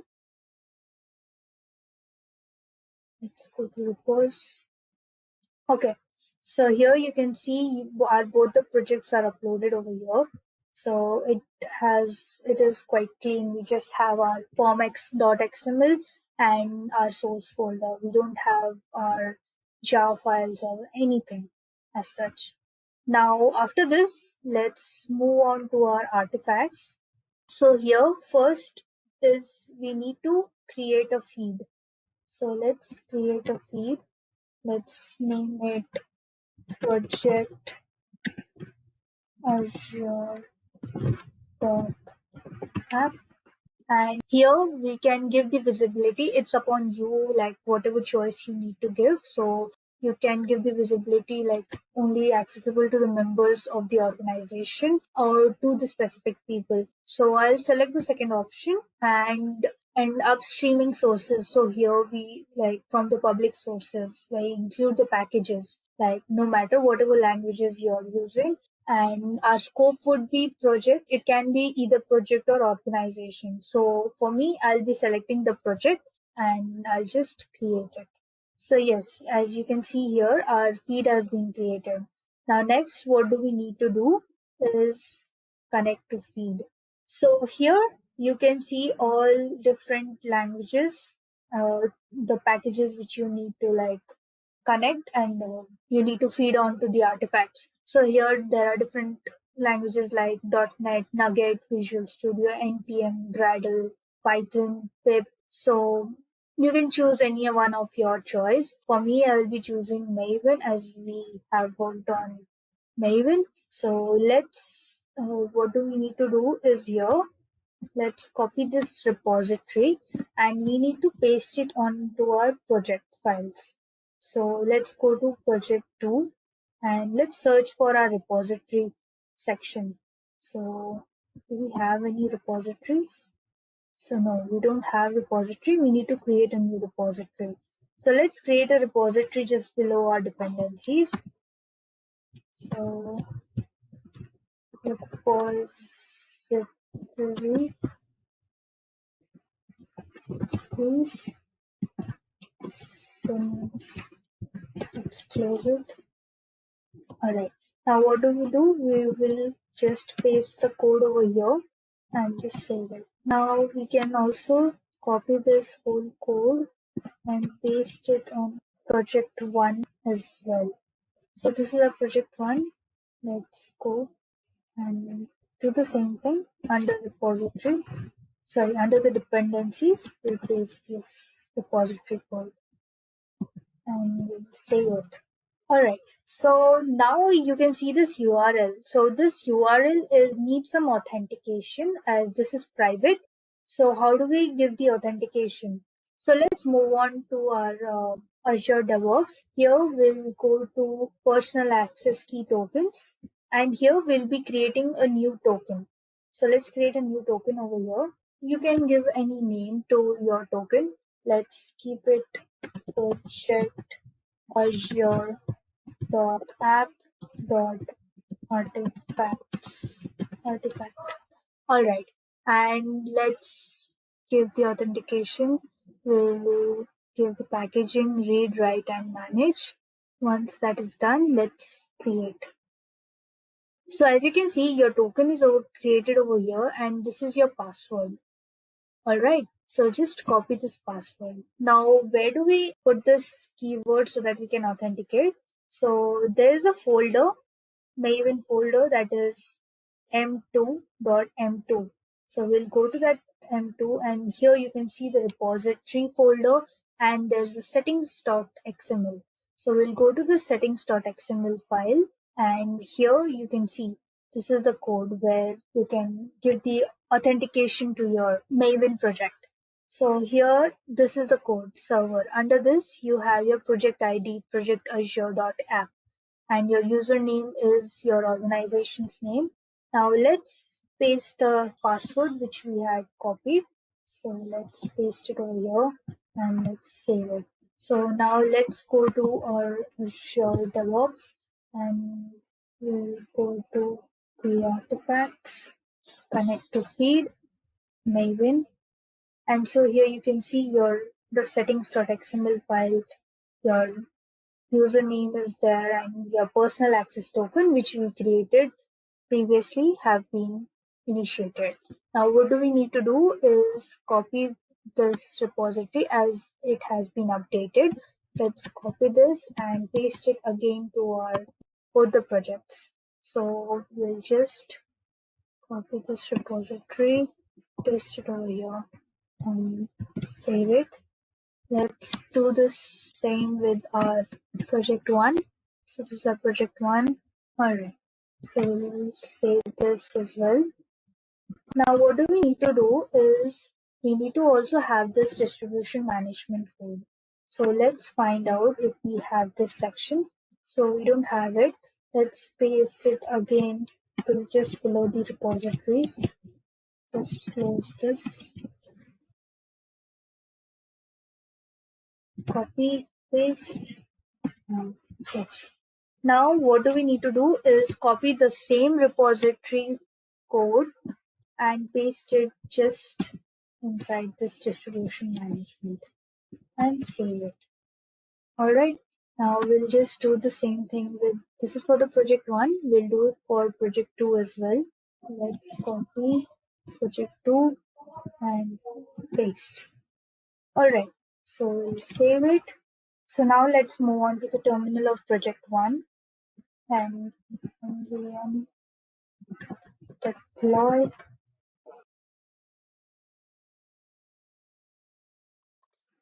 Alright, so here you can see it has been successfully built. Now let's just check whether it has come or no. Let's go back and refresh this. So here you can see your project 1 artifact have been created. Just click on this and here you see all your details, all your files are already existing. Now what do we need to do is just copy this dependency and we'll paste it in our project 2. So we'll just select this and paste it and save, and let's VM deploy.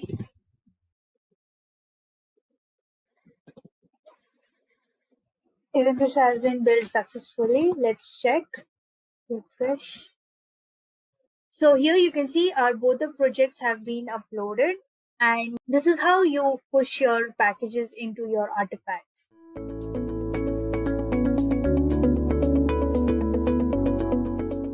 So what are the components of Azure Boards in particular?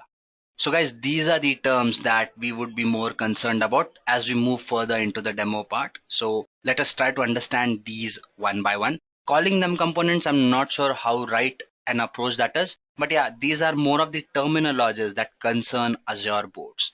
Now, I've already mentioned that it is a page that brings in all the services together. So basically what it does is it lets you keep track of all the activities that are happening. So whether there are certain work items that you're dealing with, whether you're dealing with certain issues, certain tasks, whether you're talking about different views in which you wish to view all the data that is there, whether you're keeping track of all the repositories that are there, whether you're keeping track of all the sprints, if you wish to take a note of what happens in a particular sprint, or if you have certain queries that you wish to throw into so that you can understand your process or you're working much better. In that case, you have your Azure Boards basically, which lets you take care of all these activities.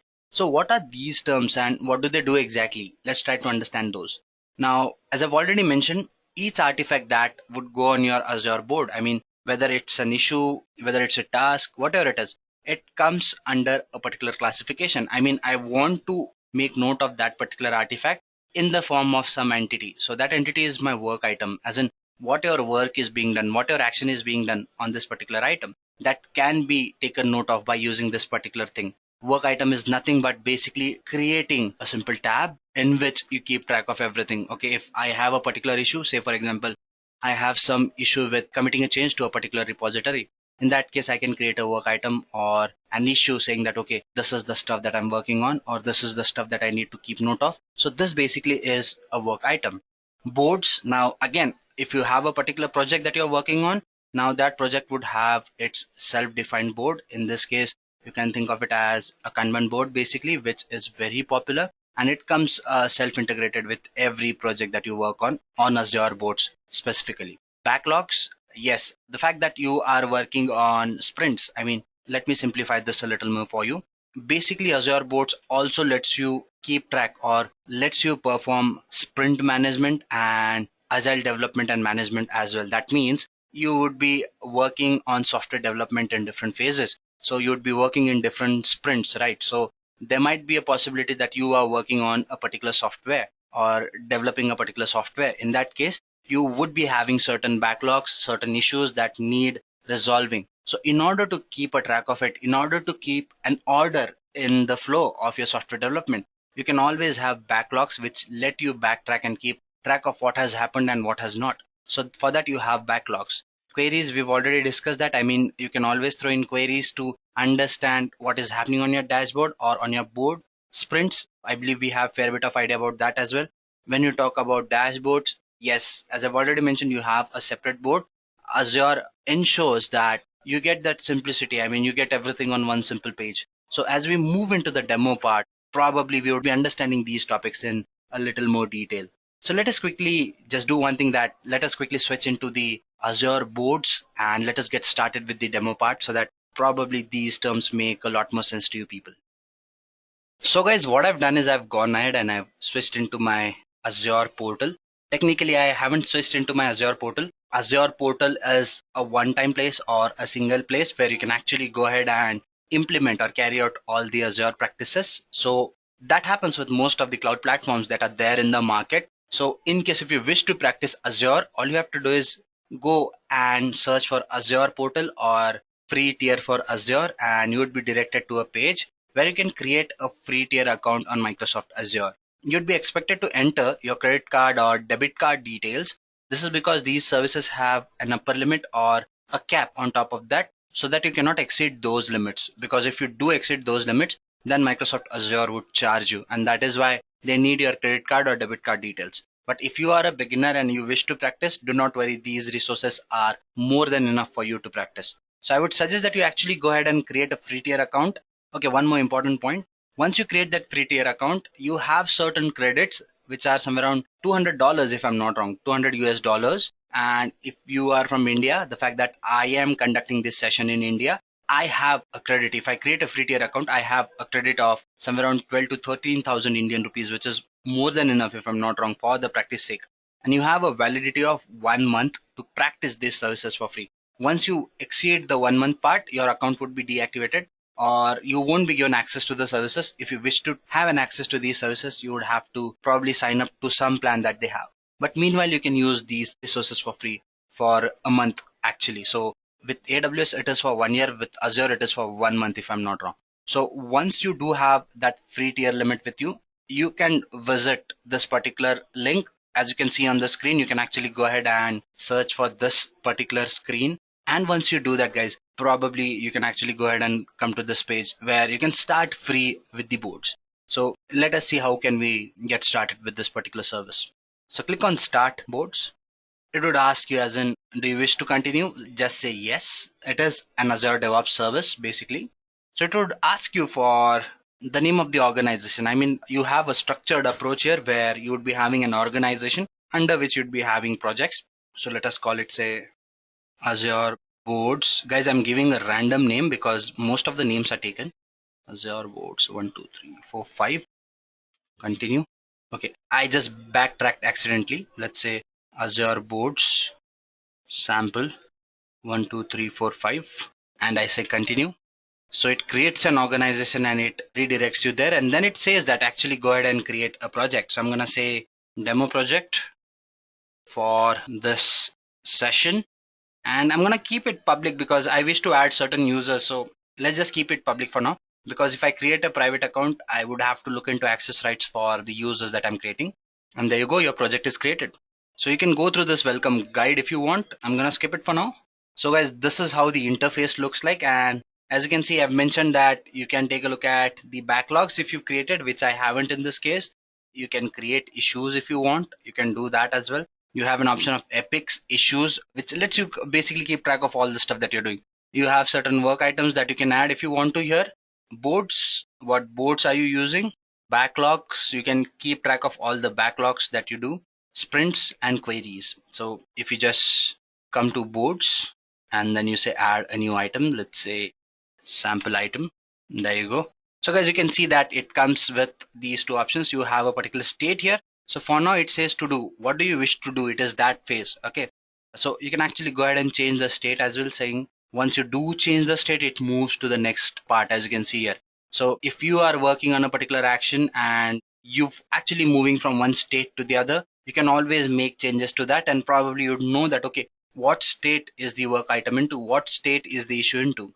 So if I click on this thing, it would probably go back again. As you can see, you can add tasks here saying that, okay, this is a particular subtask or a task that needs to be done. Say for example, clear cache, and there you go.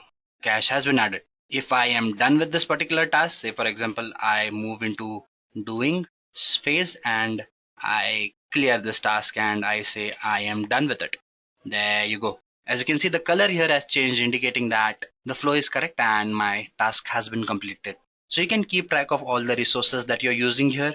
You can actually go ahead and add users. You can do a lot of stuff that is there with these projects. So come here and take a look at the overview. You can, suppose if you name it, say sample for today maybe. Guys, I'm gonna go very random with this session. I mean, whatever I feel is worth telling, I'm gonna go ahead and share that with you. I hope that flow is fine with you people. So there you go. Let's see if we can add a user from here. If not, we'll create a user from somewhere. Okay, so a user was added here. One user is added and assigned an access level to user one. You can view the status here as well. It says for now it has failed because probably I do not have the license to actually go ahead and assign users, but you can actually go ahead and assign users as well. So that depends upon the access rights that you have. Once you do that, you can actually go ahead and do a lot of stuff. You can just come here. Probably you can visit your dashboards and the demo projects that you are creating. Maybe go to boards. Once you do that, you can come here and add backlogs as well. Suppose I have an item here, which is this. Now say let's add a new item. Take a look at this issue. Say add to top. There you go. I can come and assign it to a particular user. Let's say I assign it to this particular individual, and there you go. The person can actually go ahead and make change to the issue. You can see the update is here, and if it is done, it's gonna go to green again. And if I come back to my boards, you can see that it is here. Work items, again, if I actually go ahead and move it to the other state, that won't be a problem. It would again go to the green part. So this is how it works. You can actually go to the project settings as well. You can come here, you can do a lot of stuff here. Say for example, you can manage your teams, take a look at the security principles that are there. You can test. Let's not get into the test part for now, but let's say if you wish to have GitHub connections, you can connect to your GitHub account as well. Just come here and probably, okay, so you can just go ahead. My GitHub account is already added, I believe here, so it shows that thing to me. Else you'd require to sign up as well, so you can just say save and the repository gets added here. So you can actually go ahead and move to the repos part as well and take a look at the stuff that has happened here. Say for example, let me switch to some other account that I have. This is the one, or maybe Edureka Boards. So if I go to samples, there was something I was wanting to tell you. Yeah, this is the part. So you can enable your repos as well if you want. Okay, you can enable your pipelines, even artifacts. You can see that all these things are available here as well now, because I've actually gone ahead and enabled those things. If you just enable these things, you can have access to these resources here and here. So if you have any files or stuff, you can actually go ahead and check if there is anything that is there in your repos or in your other services, and you can clone those. You can make changes to those services that you've used. You can commit certain changes to the code that is there. Say for example, you have some index files or some basic codes that are there. You can actually go ahead and edit those changes. Once you've actually edited those changes, you can go ahead and commit those. You can create branches as well. So you have your master branch, you have your sub branch, and you can make changes and commit those changes to the master as well. So when you talk about DevOps operations and various activities that concern a particular board, everything can be taken care of when you talk about Azure boards in particular. So this is it, guys. There is not a lot to explore when you talk about these services. These are very important to use though, because they help you keep track of a lot of things. I would suggest that you visit Microsoft Azure's documentation as well, because there are quite a few other activities that you can do with this particular service. Some basic activities which are simple, but something that are important and can be done as well. So as far as you are concerned, you can actually go ahead and explore as many services as you want, and you can understand what all can you do with Azure boards in particular. As far as this session goes, guys, I just wanted you to get introduced to this particular topic, and I believe I've done justice to that, and I hope that you've understood this particular topic to some extent where you can take it further and probably enhance your knowledge in this particular domain.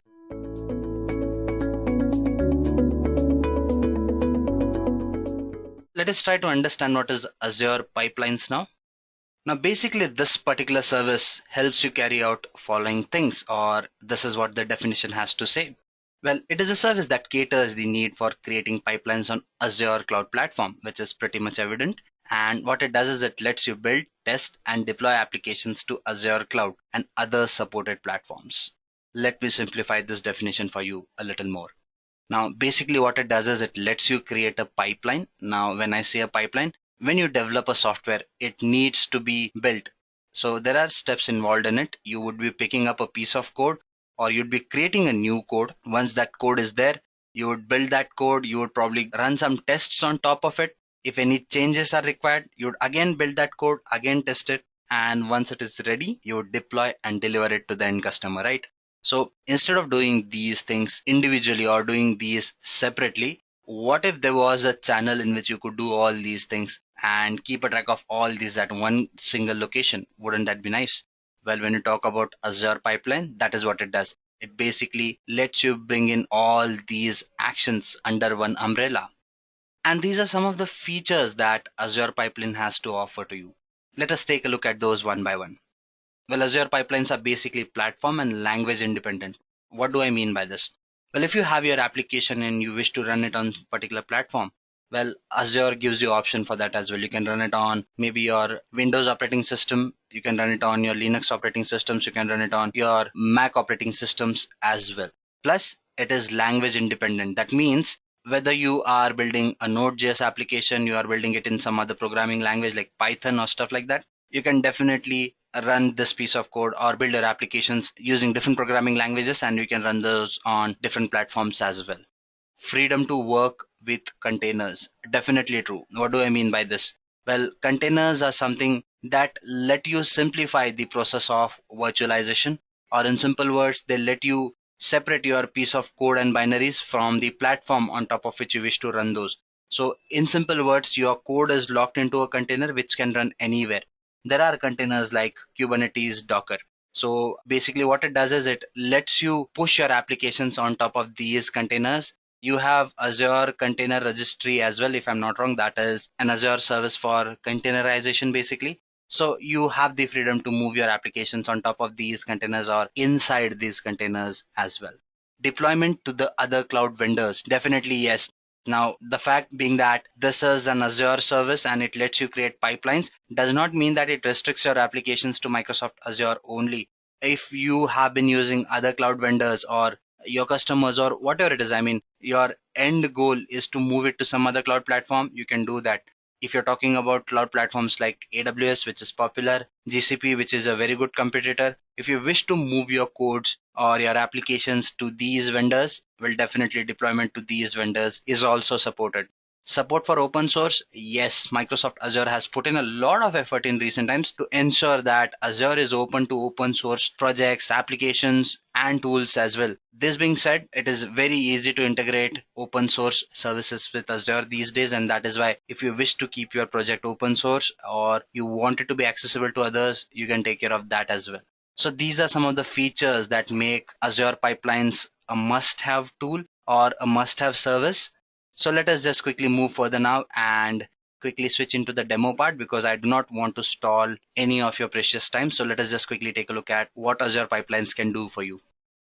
So guys, what I've done is I've actually gone ahead and I've switched into the console. Now, if you talk about Microsoft Azure, they give you some free credits to use Azure services for free for 1 month. The credits are somewhere around 12 to 13,000 Indian rupees and somewhere around 200 US dollars if I'm not wrong. So you can utilize these credits to use these services because these services are chargeable. But the fact that you have free credits, you can utilize these services for free for one complete month so that you can test and practice what these services have to offer to you. So if you do not have a free tier account, just go ahead and sign in for Azure Portal. And once you do that, guys, you would be having this free tier account which you can use. Once you do that, probably you would want to search for Azure DevOps, something that we are going to use. Just type Azure DevOps in your browser and you would be redirected to this page. And from here on, I would be taking you further. So let us take a look at what you can do with Azure Pipelines, guys. So I'm going to start with Start Free. No sooner I click on this icon, guys, it would probably, if you are starting as a fresher or somebody who hasn't worked on any project, it would ask you to create an organization and a project to start with. The fact that I already have an organization or a project, it has actually redirected me to this particular page. So let me just quickly see if I can just go ahead and delete this particular project or organization and see if we can start fresh. How do you do that? Just come here and say delete. And this was the name. Just gonna copy it. Control C, Control V, and delete. So guys, when you click on Start Fresh, this is how it should start if you started fresh. If not, you can continue from the interface where I just left from. So it says, do you want to get started with DevOps? I would say yes. Give it a name, your organization. I'm just gonna say sample for today. Okay, South India. I'm kind of based in Bangalore right now, so that is why it says South India. And it will say create a project. So the name should be demo project for me. You can name it whatever you want to. If the name is available, you can use it. Do I want it private? Do I want it public? I would say public for now because I wish to import certain repositories as well, and keeping it public would make it easier for me to get access to those repositories. No other reason. So I'm just going to go ahead and say create. So guys, we've gone ahead and we have an organization for our usage, and under that we have a project as well. So if I just scroll down, I would see following options. I can switch to these 5 services that we've discussed, and I can also have them on one tab as well, which you can see it here. I've already added those as extensions to my dashboard, so we can use it from here as well. Let's just say create pipelines for now.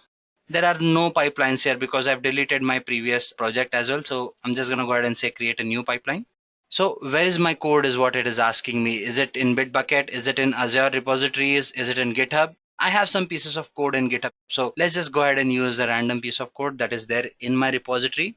Once you click here, guys, if you're not authorized to use your repositories or use your GitHub, you would be required to sign in here. It would throw in a page where you can actually log in with your credentials to GitHub.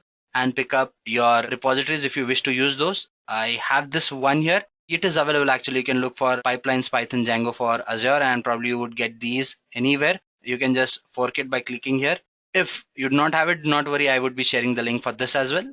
For now, let us just go ahead and continue with the demo part. So I'm going to select this. So guys, this is basically a piece of code for Django framework supported by Python. What it does, it tests a Django project on multiple versions of Python. It adds steps that help you analyze the piece of code, save, build artifacts, deploy, and more. So basically, you can visit this particular link as well to know more about this piece of code. So this is what it does. You can see step by step the information is here. What VM it is going to use. Again, what are the versions that it is going to use. What is the script that is here to export a particular path. Source, plus if you go ahead, these are some of the commands that you would be wanting to take a look at. These are nothing major. It just basically goes ahead and builds a particular project for you and deploys it. So let us just go ahead and do that as well. Let's just say run. So it would configure your piece of code, and once it starts doing that, you would get all the information as in what is happening here step by step. So bear with me. Let it just configure the stuff and give you the information. Probably might take half a minute to get started. And there you go guys, it has already started. The agent is ready for the job is what it says, and it would start the connection. Once it does that, there would be a log made available to you people. So guys, this is what has happened, and this is what is happening. You can see it is getting logged step by step, whatever is happening, and you can see the commands and piece of code running in the background. And once it has succeeded, it would give you the status succeeded. So it initialized an agent, prepared a job, initialized the job, checked out, then it used a Python version. It did actually go ahead and explore or export a particular project, installed the prerequisite. It ran test on top of it. It published the piece of application or the result basically, and it actually did go ahead and check out and finalize the job. So these are the things it has actually gone ahead and performed. You can take a look at the summary part as well, as in this is what has happened step by step. Tests, these were the tests that were run and those were successful. So you have the stats for those as well. You can click on release, but there is nothing to release for now. So yeah, so you can choose where you wish to actually go ahead and deploy your application. You can carry out these steps as well. So these are the options that you have, and you can just go back. Let me just leave it. Yep. And if I overview, it said pipelines, it is 100% successfully built. Member is the account that I'm using. Pipelines, if I go here, it would give me information about that as well. This is the master branch that I'm using. I can actually go ahead and update my piece of code as well if I wish to. So guys, there are a lot of things that you can do. You can actually go ahead and commit certain pieces of codes here as well. You can go to repos. You can decide what piece of code you want. The existing master branch that you're using in the pipeline, you can actually go ahead and fork that particular piece of code. When I say fork, you make a copy of it for your own sake. You make changes in it and then you push it to the master, and if the master finds the latest version doable with the proper access admin rights, you can actually go ahead and merge that piece of code, something called as commit. You can commit your code to that particular pipeline. So guys, this is how your pipeline works. This is how your piece of code works, or this is how basically you actually go ahead and use your Azure pipelines. There are a lot of other things that you can do. You can actually go ahead and install certain extensions to your Azure pipelines so that you get quick sites, or basically you get analysis as in what was the process that was implemented and what steps it took.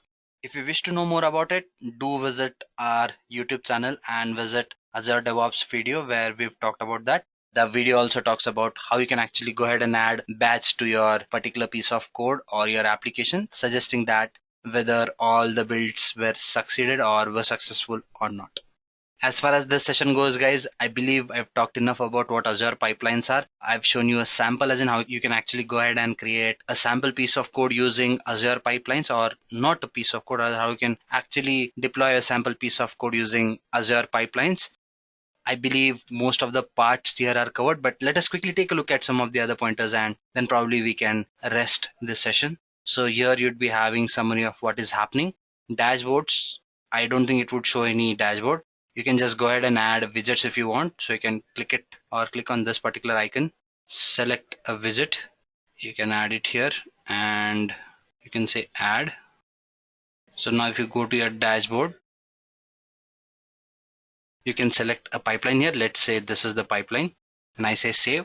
So it gives me the history as in what has happened 4 minutes ago, and whatever changes happen, those can be studied and understood here. So I believe, guys, we've talked about a lot of stuff here. I would not want to get into the details of these topics because we would be having separate sessions for all these topics.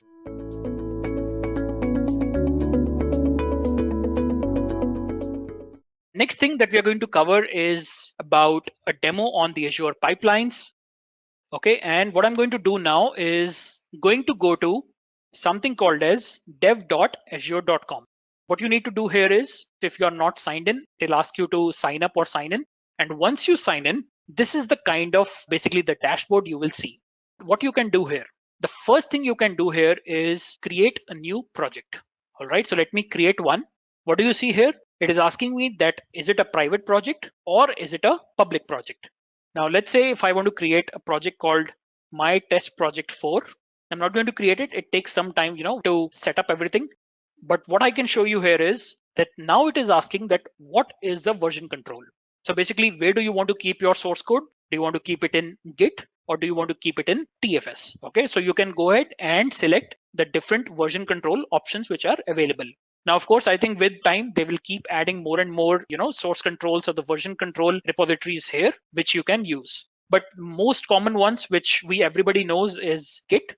We also have GitHub, which is again a repository for storing the Git-based version control. Of course, there is something from Microsoft which is available, which is the Team Foundation. If some of you guys have worked before with TFS or the Team Foundation services, this is the one. It is totally up to you. How do you want to store your code? So I'm going to select Git right now.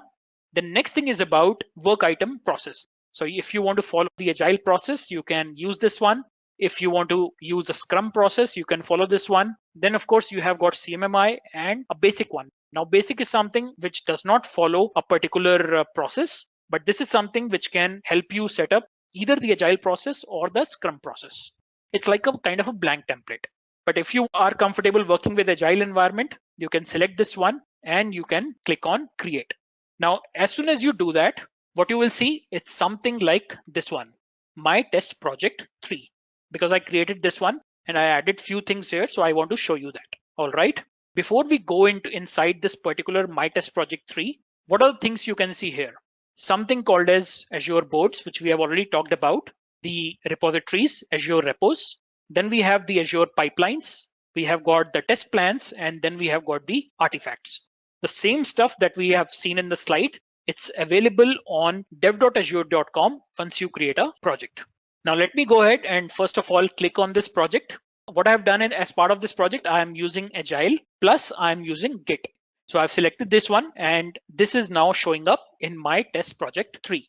The first thing, as I told you, that I want to show you about is boards. Now let me go here. On the left hand side, you can see boards, repos, pipelines, test plans, and artifacts. So I'm going to go inside boards right now and straight away show you what you can do in the boards. First thing is, of course, pretty simple. If you want to do the planning, so what do? You create something called as let's say a task, or basically you create a work item. Now work items are of different types. You can have something called as an epic. Now epic is something which is very, very high level. So let's say your leadership team comes up and they define something called as an epic. Now they will say that we want to deliver this kind of project. All right. So there they are defining a particular epic. Now inside the epic, what you can do, your product owners or let's say your project managers, they will go ahead and decide on the number of features that you want to have as part of the epic. Let's say you want to build an e-commerce site. So in e-commerce site, the business says that we want to set up some e-commerce setup for this business. That's an epic. Once you go inside that epic, you will say that I want to create a feature. Now, what is a feature here? I want to deliver the cart functionality. I want to deliver the product page. I want to have a recommendation engine, or maybe I want to have a search engine in my e-commerce portal. Now, this is what will be created by product owners, or they will be created by the project managers. Now, when you say I want to create, let's say, a search service in my e-commerce site. So as part of the search service, what do you need? You will go ahead and create some stories. So in the story, what will you say? You will say that I want to have some database ready, which will contain all the information of my products. Then I'm going to have, let's say, one more story for building up a middle layer, which can help me, building some APIs, which can help fetch this information from my database and show it to the end users. Then I'll build another story to say that I want to show it to the end customers. And once you have these user stories, then you go ahead and create tasks inside that particular story. So let me start building up, let's say, one feature. I'm not going to, go into the complete agile model, but right now I'm just saying that we want to create a feature for, let's say, search in e-commerce. Okay. Just remember, guys, this is not the way we write in agile format. So if you want to, just create a new feature, there is a particular format in which you should create the feature. Basically, the text has to be in a particular format. But that's not the agenda for today.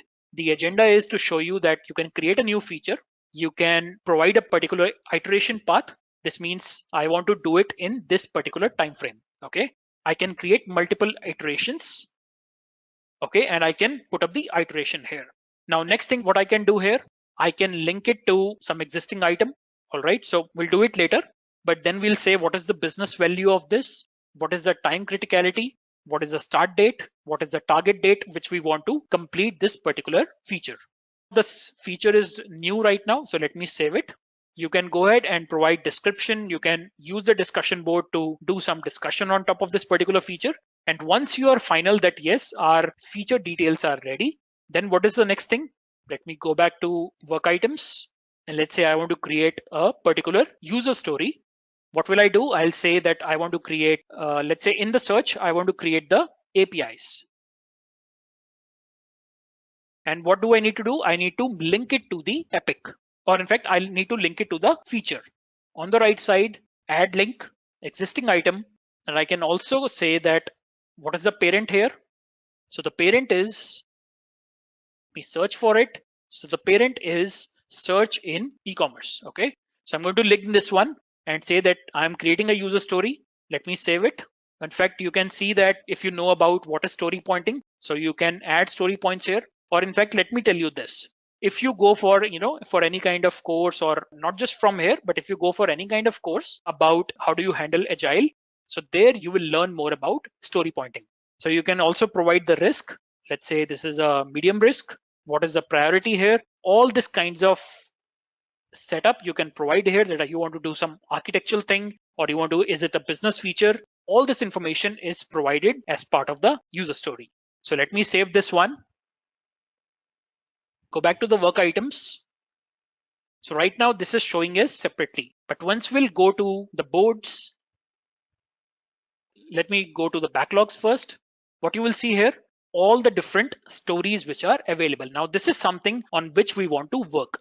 Let me add one more story here, new work item, and let's say UI for search. Okay, let me add this one. Now what you see here is we have created now two stories. In the first sprint, or basically in the planning side, let me just open it up. And so as part of the iteration, what we are going to do in the first iteration, or let's say in the first 15 days, what we are going to deliver, we are going to deliver API for search service. Or in fact, actually both of them have got into the same iteration. So now you can see here, we have got one story which we are going to cover in iteration 1, which is right now the current one, and one story we are going to cover as part of the second iteration. Now, in fact, if you go ahead and add more tasks to it, let's say if I click on, I can even change the priority for this one by dragging and dropping. Now click on API for search service. I can go ahead and click on, or in fact, I can see the whole history of that particular feature, or in fact, that particular user story. I can also go to this particular link and I can say that I want to add some child items here. Okay, so I can say add a new item, and that is a child item, which is of type task. And then I can say that I need to do some basic setup, or maybe let's say some design of my search service. So that is one task I'm creating. All right, so what is the original estimate for creating this particular task? I can say 10 hours. What is the remaining time? 10 hours. Completed 0. And I'll provide some description here and save it. So this means if I close this one, and in fact, I'll just refresh this page. you will get a complete idea of what are the tasks which are, or what are the stories on which you are going to work on, or basically what are the backlog items on which you are working in, and what are the tasks under that. So this is the kind of thing that you can set up with Azure DevOps. I hope this stuff is clear to you guys. So we have got different iterations. Let me click on sprints. So you can see right now, the first iteration is going on and the design is here. Once I start working on this, I can even use the visual editor to make it active. Once this stuff is done, I can even move it to the resolved state. Okay, let me just open this one.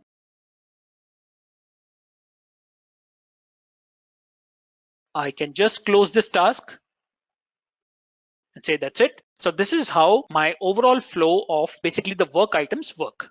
Now, next thing which I want to show you is repositories. Repositories, we mentioned that we can use either Git or we can use TFS to basically maintain our source code. I'm just going to show you a demo right now to show you how all this stuff works. So what you will do here, you can set up a repository which is like a Git or a TFS.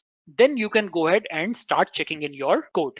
What first thing you will see here is, because we are using Git, so I'm clicking on something called as branches. And in the branches, there is a default branch which is always available. Now that's called as a master branch. In fact, you can go ahead and create more branches. In some of the source controls like TFS, you will have one single place where everybody is checking in the code. Now, in case of Git, it does not work the same way. It's a very different structure. So what you do is you create your own branch. You work in that branch, which means branch is basically a copy of a master branch. So you will go inside that branch, you will make your check-ins. Now that is your branch in which you are making the changes. You will do the testing. Once you are completely fine that everything is running fine, then you are going to push those changes from your branch to the master branch. Remember that if you haven't worked with Git before, so there is nothing to worry about because this is not something specific to Azure DevOps. What I'm talking right now about the branches, this is something specific to the Git. So let me show this thing that we have right now, a default master branch. If I'll click on this one, what you will see, I have already checked in one particular project into my repository. Okay, that's called as a web application 2. If I click on this one, it's a very simple MVC application that I've created and added it into the source control. I'll go to the Visual Studio. Now in the Visual Studio, you can again see that I am using Git tools for Visual Studio. And this is showing me that I have got a master branch. Now what I can do, let me create one more application and check that in. So let me create a simple application, file, new project, ASP.NET Core Web Application. Remember, you can use Eclipse, you can use IntelliJ, or you can use any other IDE to do the development.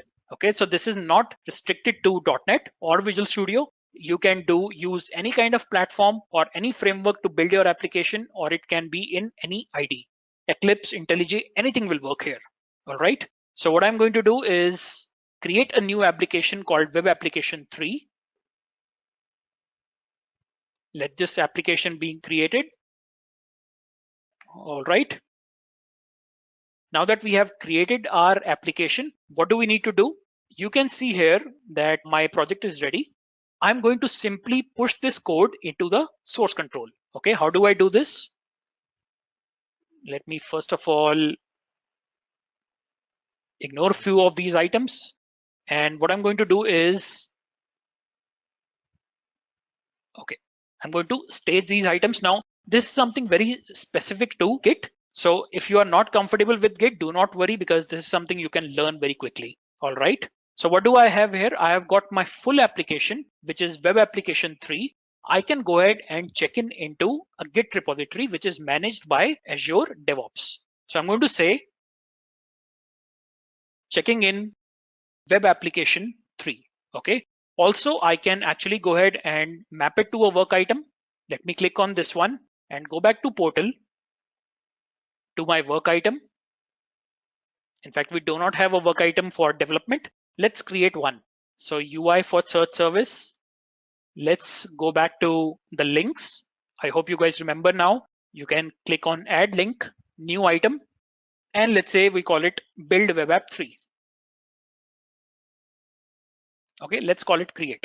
I know this is not the way we write the task, but just to give you an idea that I'm just creating a new task called create web app 3. That's it. So it is going to give me create web app 3 task is ready. I can click on this one and the task number is 10. Okay, so I'm going to copy this one, go back to Visual Studio, enter the ID of the work item.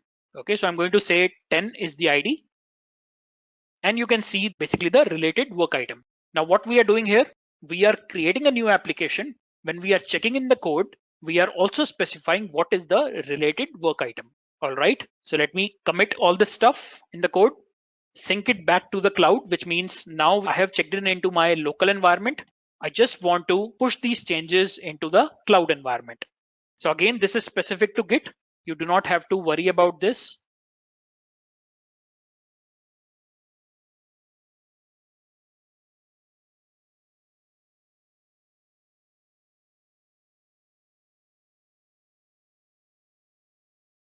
Just give me a second. I'm just something related to, Git.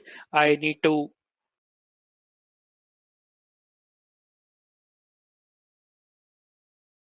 Okay, so I think this should work now. We push these changes.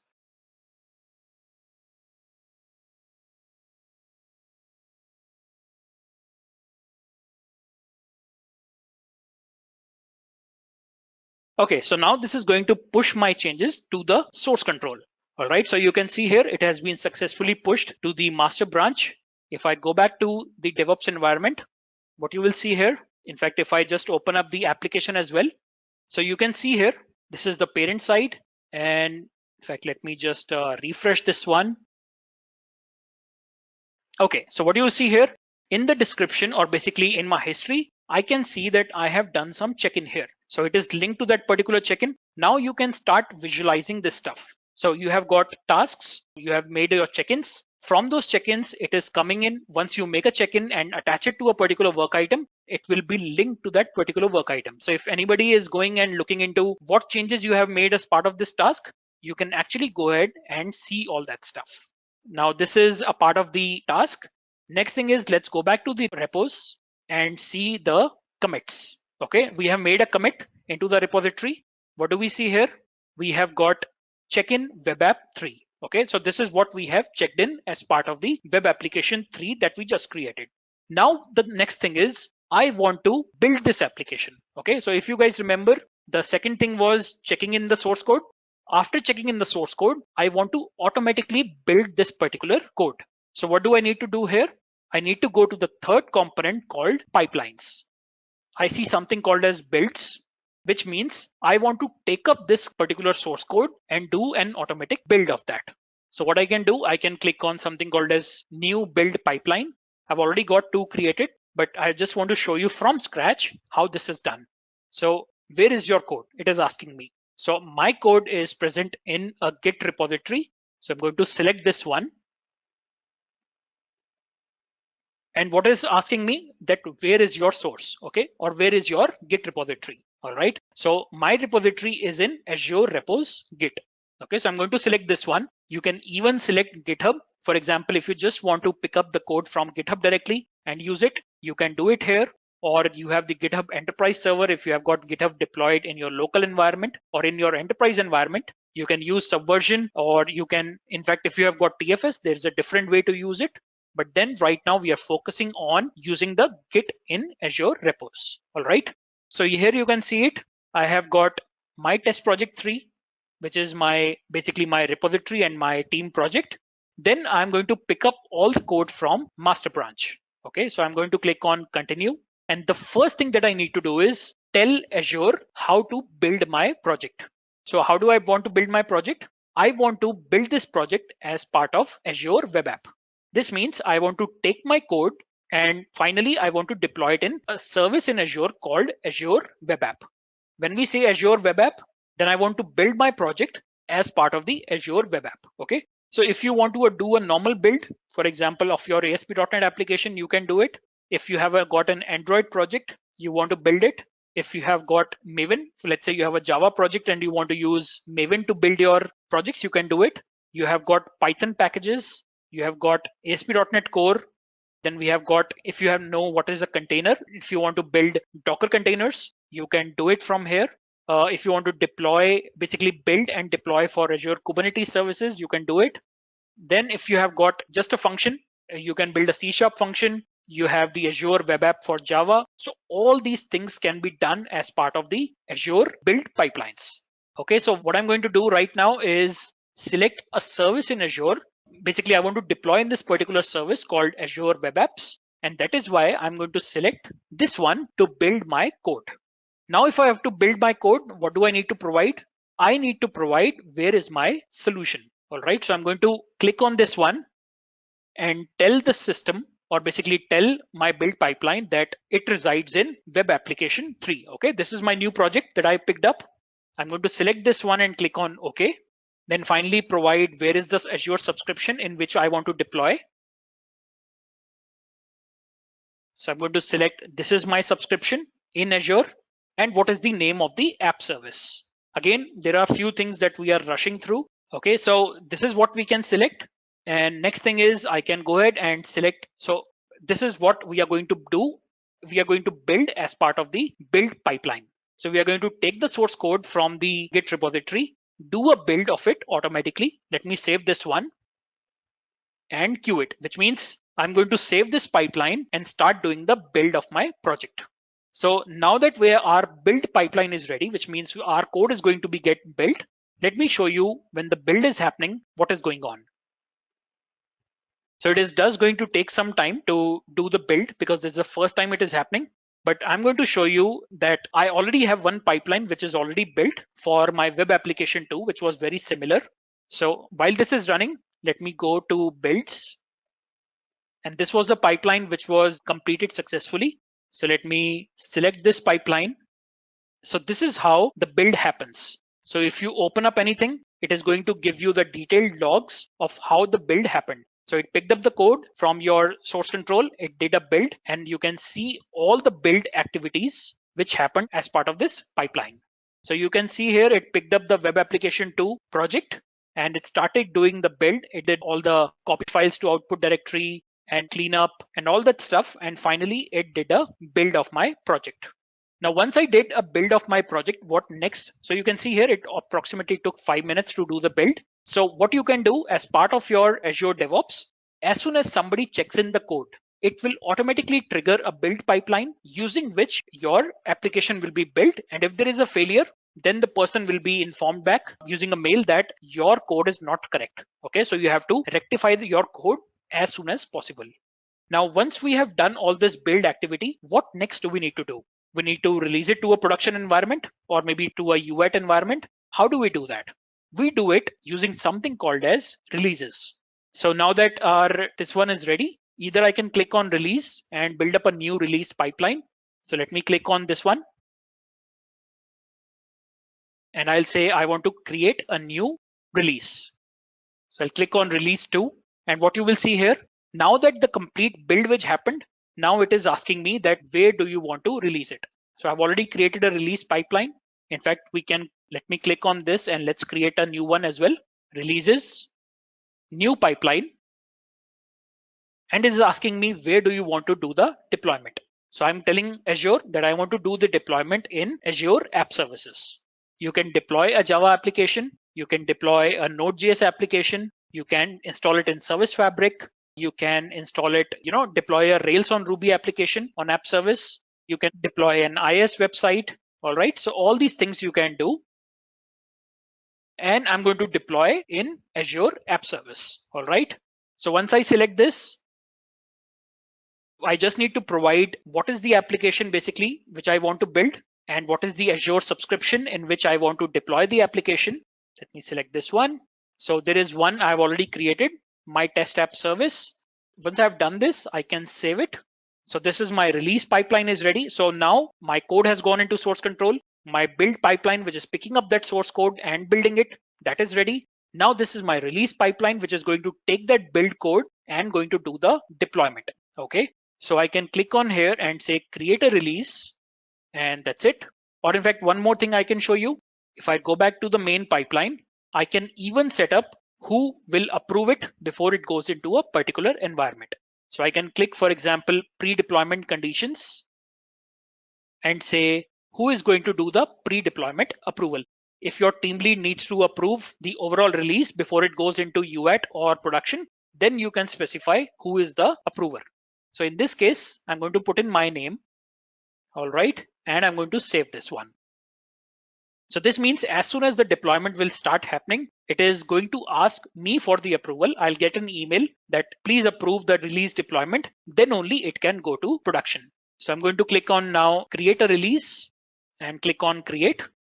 So go to the release which has been created now, and you can see it is saying pending approval. What I can do is, because right now I am the owner, so I can click on approve and say, yes, I want to basically approve this particular release. And then it will continue further to do the deployment. Now you can see here the approval is done. And right now this is under queue, which means as soon as the resources are available in Azure, it is going to start the release deployment. And while this is right now, it's in a queue state, I can show you the one which I deployed for web application 2. So I'll go back to the releases. Okay, so this one is already done. In fact, not this one, just give me a second. Okay, so this one is already done. So what you will see here, after basically everything is done, or basically the release starts and it starts deploying, you can see the logs here. If there is a failure in your pipeline, it is going to inform you that there is a failure in the release. You will get email, so you can quickly act on that.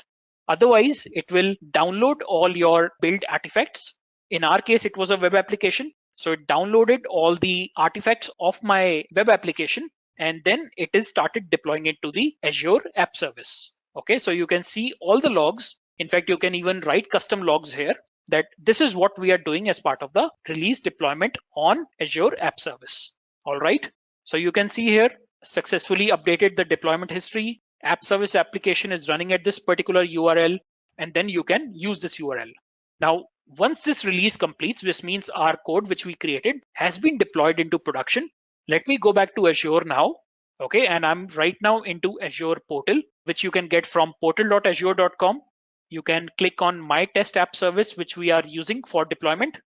And if I run this particular app service, which is basically a platform for hosting the websites, or in fact, platform for hosting different websites, APIs, mobile applications.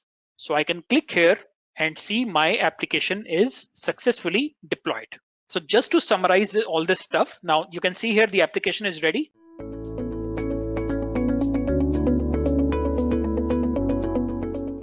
Today, nearly 80% of all business solutions and services have moved to the cloud. Most of the projects are happening by utilizing cloud platforms, which include software as a service, infrastructure as a service, and platform as a service. With projects being hosted on the cloud architecture, it makes perfect sense to utilize DevOps solutions to continuously deliver value for enterprises. Building upon that, we have the Microsoft AZ400 exam, or the Microsoft Certified DevOps Engineer Expert. But what is the AZ400 exam?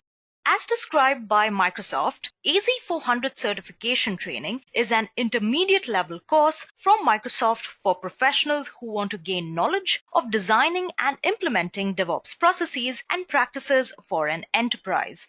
This 5-day AZ400 training course is ideal for professionals who combine people, processes, and technologies to deliver value to the organization. Some of the skills that are outlined by this curriculum include developing an instrumentation strategy, which carries a weightage of about 5 to 10%, developing an SRE strategy, which again carries a weightage of 5 to 10%. Then you have development of a security and compliance plan, which carries the weightage of 10 to 15%, as well as managing source control, which has the same weightage. Apart from that, you also learn how to facilitate communication and collaboration between your teammates, stakeholders, and vendors, and define and implement continuous integration, or CI, which has the majority of the weightage, which is about 20 to 25%. And finally, you learn how to define and implement a continuous delivery and release management strategy, which again carries a weightage of 10 to 15%. Now, this is the entire skill set But before you get ready to take on the world with your newly certified skill set, a candidate for this exam must be familiar with both Azure administration and development and must be an expert in at least one of these areas. Furthermore, there are other prerequisites that you should keep in mind before appearing for the AZ400 exam. Now, even though these are not mandatory prerequisites, these are the ones which can improve your chances of qualifying the exam, such as proficiency in agile practices, the ability for designing and implementing DevOps practices for version control, configuration management, build compliance, release, and testing, all of this by leveraging Azure technologies. Now that you know how you can qualify to give this exam, let's go ahead and look at who is this exam most beneficial for or who can take up AZ400. First of all, this course is designed for professionals who are aspiring to clear the Microsoft Certified DevOps Engineer Expert exam, right? So individuals looking to establish their credibility and value in the market as experienced DevOps practitioners, agile practitioners, and cloud computing professionals. Apart from that, this course is also meant for system administrators, software developers, project managers, and technical leads, and practically anybody that wishes or aspires to lead a DevOps team. So now that you understand who can take up this exam, the main question arises, why should you take this exam? What are the benefits of taking the AZ400 examination? Now, the DevOps market is expected to grow from $3.42 billion in 2018 and 19 to $10.3 billion by 2023 at a compound annual growth rate of nearly 25%, which means this industry is going to grow more than threefold in the next few years alone. Out of which Azure holds 19% of the total global cloud infrastructure market, which automatically qualifies you for a majority of the MNCs in the industry today. Not just that, this also has proven to give you a huge boost in your salary, as a mid-level Azure DevOps engineer earns on an average of $145,000 per year, whereas a senior level Azure DevOps engineer can make up to $185,000 per year. Apart from that, the Azure infrastructure is very ideal for DevOps, which is why a lot of companies are quickly moving to DevOps, which makes you a front runner in the race for all of these companies.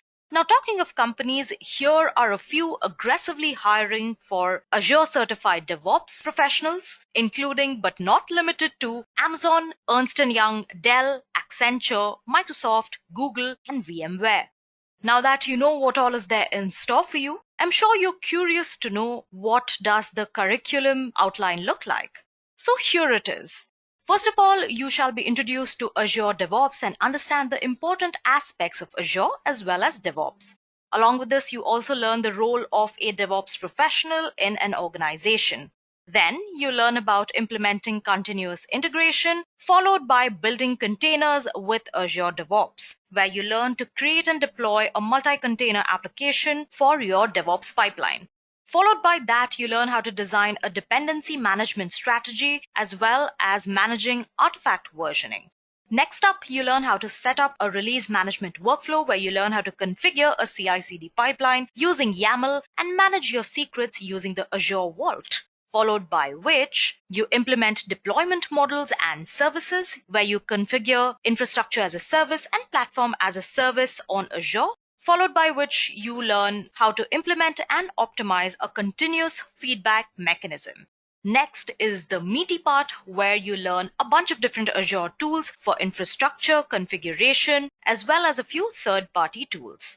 And finally, you learn how to implement compliance and security, where you learn how to manage and check code quality with Sonar Cloud on Azure DevOps. You also learn how to integrate Azure Key Vault with Azure DevOps to access secrets in the Azure pipeline.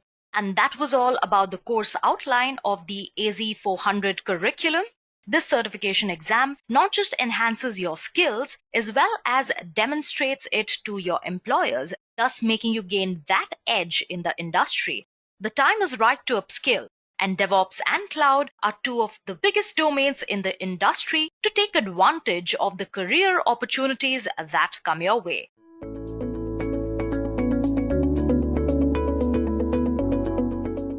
let's move on and compare AWS DevOps versus Azure DevOps. So let's talk about the services that it provides.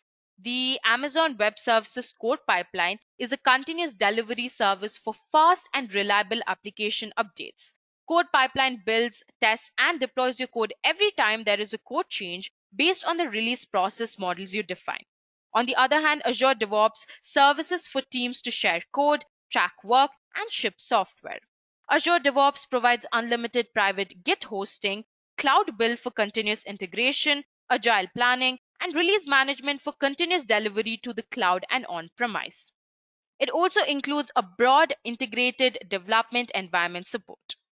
In the next comparison, we will talk about what category of tech stack do they belong to. As you can see, Amazon Web Services code pipeline belongs to continuous deployment category of the tech stack, while Azure DevOps can be primarily classified under integrated development environment tools. Now let's talk about the features of Amazon Web Services and Azure. As you can see, Amazon Web Services provides workflow modeling, AWS integration, and it also has some pre-built plugins in it. Whereas Azure, on the other hand, provides agile tools like Kanban boards, backlogs, Scrum boards, and it also provides reporting tools like dashboards, widgets, Power BI, etc. And it also allows you to integrate with Git, which provides free private repositories and pull requests.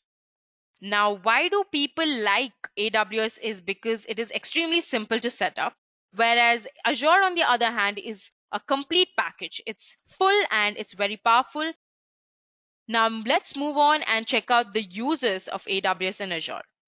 As I've already mentioned, AWS is extremely simple to set up. It also has several managed services. It can be easily integrated with GitHub, and it also has parallel execution. Deployment is completely automatic, and there are manual steps available, so you're never lost. Azure, on the other hand, supports open source. It also has several integrations. That is, it can be easily integrated with GitHub and Jenkins. It also has several project management features. And the most important plus point of Azure is that it is free for stakeholders. I hope the uses between AWS and Azure are extremely clear. Now let's move on and talk about AWS and Azure clients. So Amazon Web Services is used by companies like PlayHQ, Affirm, Curo Education, UP, Ready4, and Bitbank Incorporation. Whereas Azure has clients like Microsoft, Kingsman Software, Evodeck Digital, Muse, Energy to Market, and QR Point. Now, the next important difference is with what tools that these cloud services can be integrated with. Amazon Web Services, as you can see on the screen, can be easily integrated with GitHub, Jenkins, Amazon EC2, Amazon S3, AWS Elastic Beanstalk, RunScope, and CloudBees. Azure, on the other hand, can be easily integrated with Git and GitHub, Docker, Slack, Jenkins, Trello, and Visual Studio. Now let's move on and compare the salary of an AWS DevOps engineer and Azure DevOps engineer. As you can see on the screen already, the median salary for an AWS DevOps engineer is rupees 4,67,000 rupees, whereas the median salary for an Azure DevOps engineer is about rupees 6,04,000 rupees a year.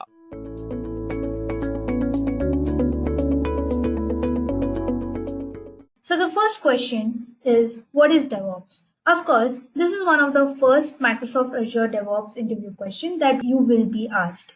So the answer to this is, DevOps is a set of cultural ideas, practices, and technologies that improves an organization's capacity to provide applications and services at high velocity by changing and enhancing products at a quicker rate than traditional software development and infrastructure management methods. In simple terms, DevOps essentially speeds up the process of delivery of application and software services.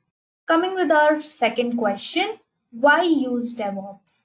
So this is a common Azure DevOps interview question. So how do we answer it? DevOps is significant because it is a software development and operation methodology that allows for faster product creation and simpler maintenance of existing installations.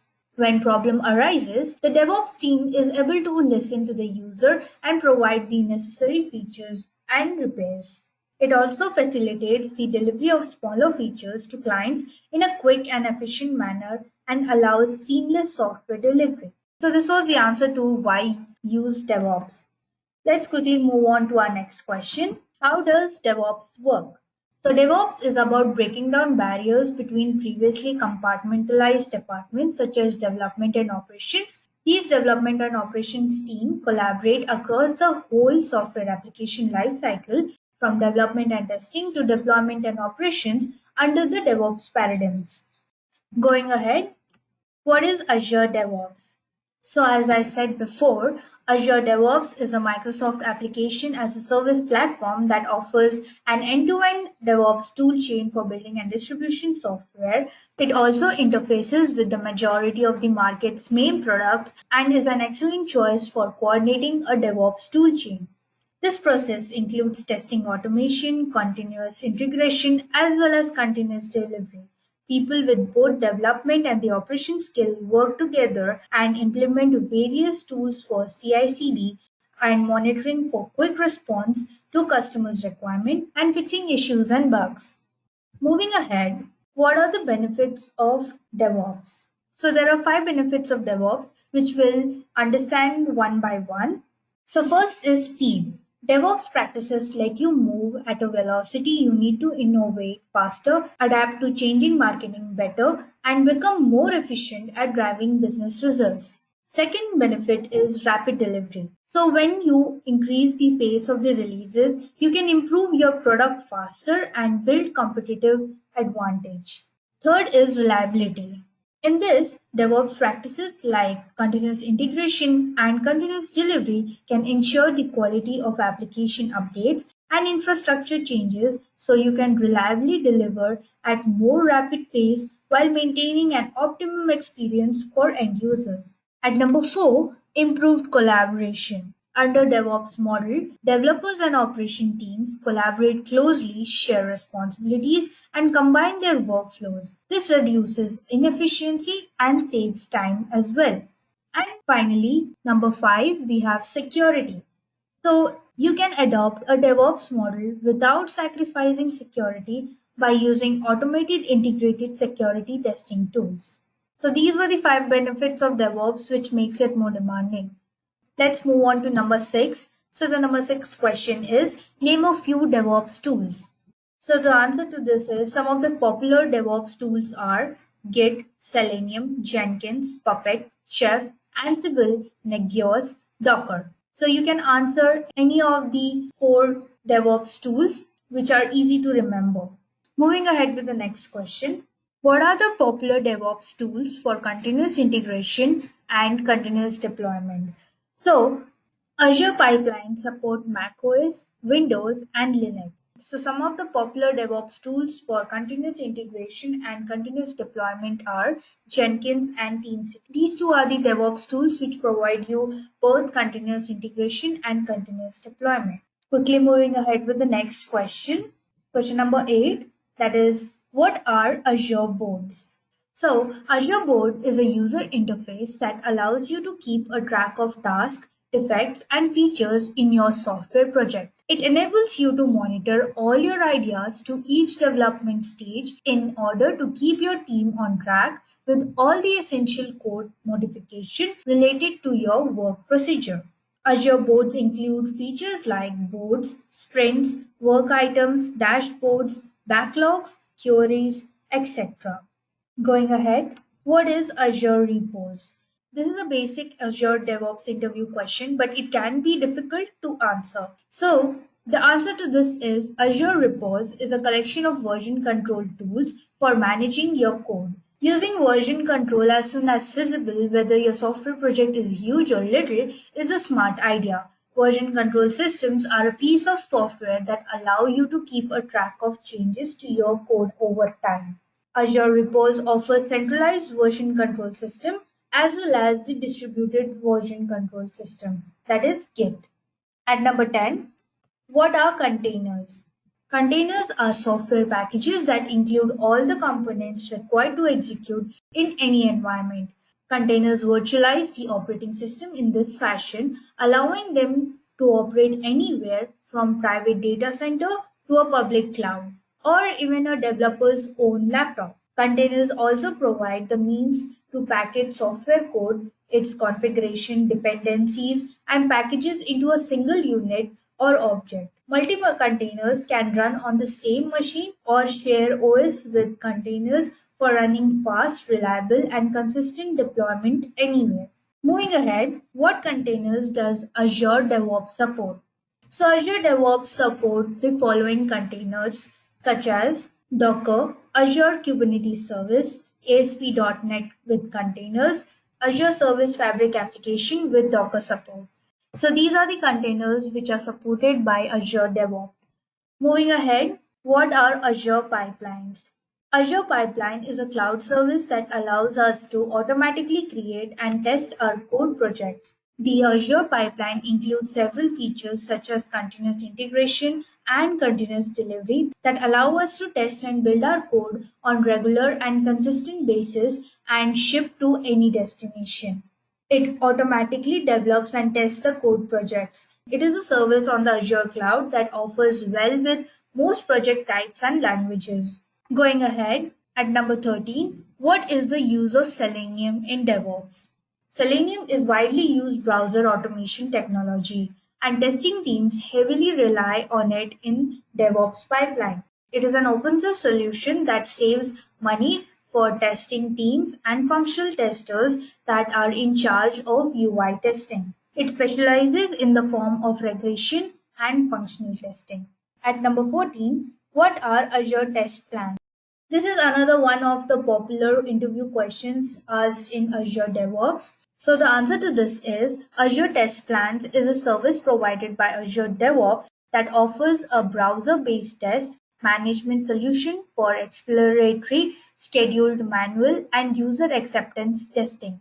In addition, Azure Testplans includes a browser extension for exploratory testing and getting feedbacks for the stakeholders. Additionally, it also focuses on automated testing. It combines the contribution from developers, managers, testers, product owners, and user experience advocates and enhance the quality of the project. Moving ahead, what are the some important features of Meme Cached?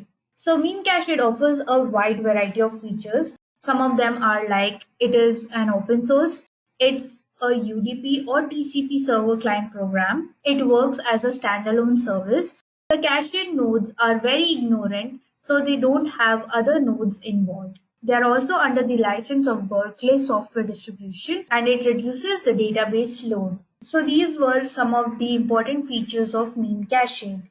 Quickly moving ahead, at number 16, what is a dogpile effect and how can you prevent it? So a dogpile effect refers to an effect that occurs when a cache expires and websites are attacked by several requests sent by the client at the same time. It indicates the expiry of cache followed by the website being simultaneously hit by numerous respects. In simple terms, it indicates the expiry of cache followed by the website being simultaneously hit by numerous requests. This impact can be avoided by employing semaphore lock. When a log expires in this system, the first process gains the lag and begins creating the fresh value. At number 17, what is continuous testing? What is the use of test automation in DevOps? As we know, DevOps is all about people, culture, and automation. In this, continuous testing is the process of running automated tests as a part of the software delivery pipeline to get feedback on the business risks associated with a software release candidate as soon as feasible. DevOps use test automation to use the test cases to find the flaws and save time. Unlike manual testing, automation test cases accelerate testing, allowing you to get products to market faster. Moving ahead, number 18, what is a forking workflow? So before we get to know what is forking workflow, let us know what is forking. So forking is a Git clone process that is performed on server copy of the project's repository. The forking method supports open source projects and isolates changes from the main repository until they are ready to be integrated. What is forking workflow? Forking workflow is a Git clone process that is performed on a server copy of a project's repository. This method supports an open source project and isolates changes from the main repository until they are ready to be integrated. Moving ahead, what are some of the useful plugins in Jenkins? So it has a very simple answer. So there are many useful Jenkins plugins, out of which would be describing few. So among them are Amazon EC2, Maven 2 Project, HTML Publisher, Join, Copy Artifact, Green Balls, and many more. So these are few useful Jenkins plugins, and it will be very easy for you to remember it. Quickly moving ahead with number 20, can we move or copy Jenkins from one server to another? So the answer to this is yes, it is possible. Jenkins can be removed from one server to another just by cloning the job directory from the previous server to the new or the current one, and later you can rename it. This enables moving an installation by copying the corresponding job directory. So these were the top 20 Azure DevOps interview questions. So let's look on to some scenario-based Azure DevOps interview questions. So the first one is, we have 50 commits in develop branch, out of which only 5 commits need to be pushed in the release branch, which will eventually deployed in the production.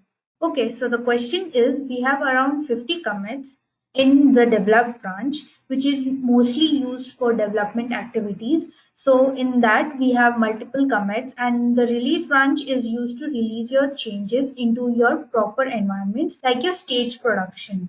So here, out of 50, only 5 commits need to be posted into the release branch.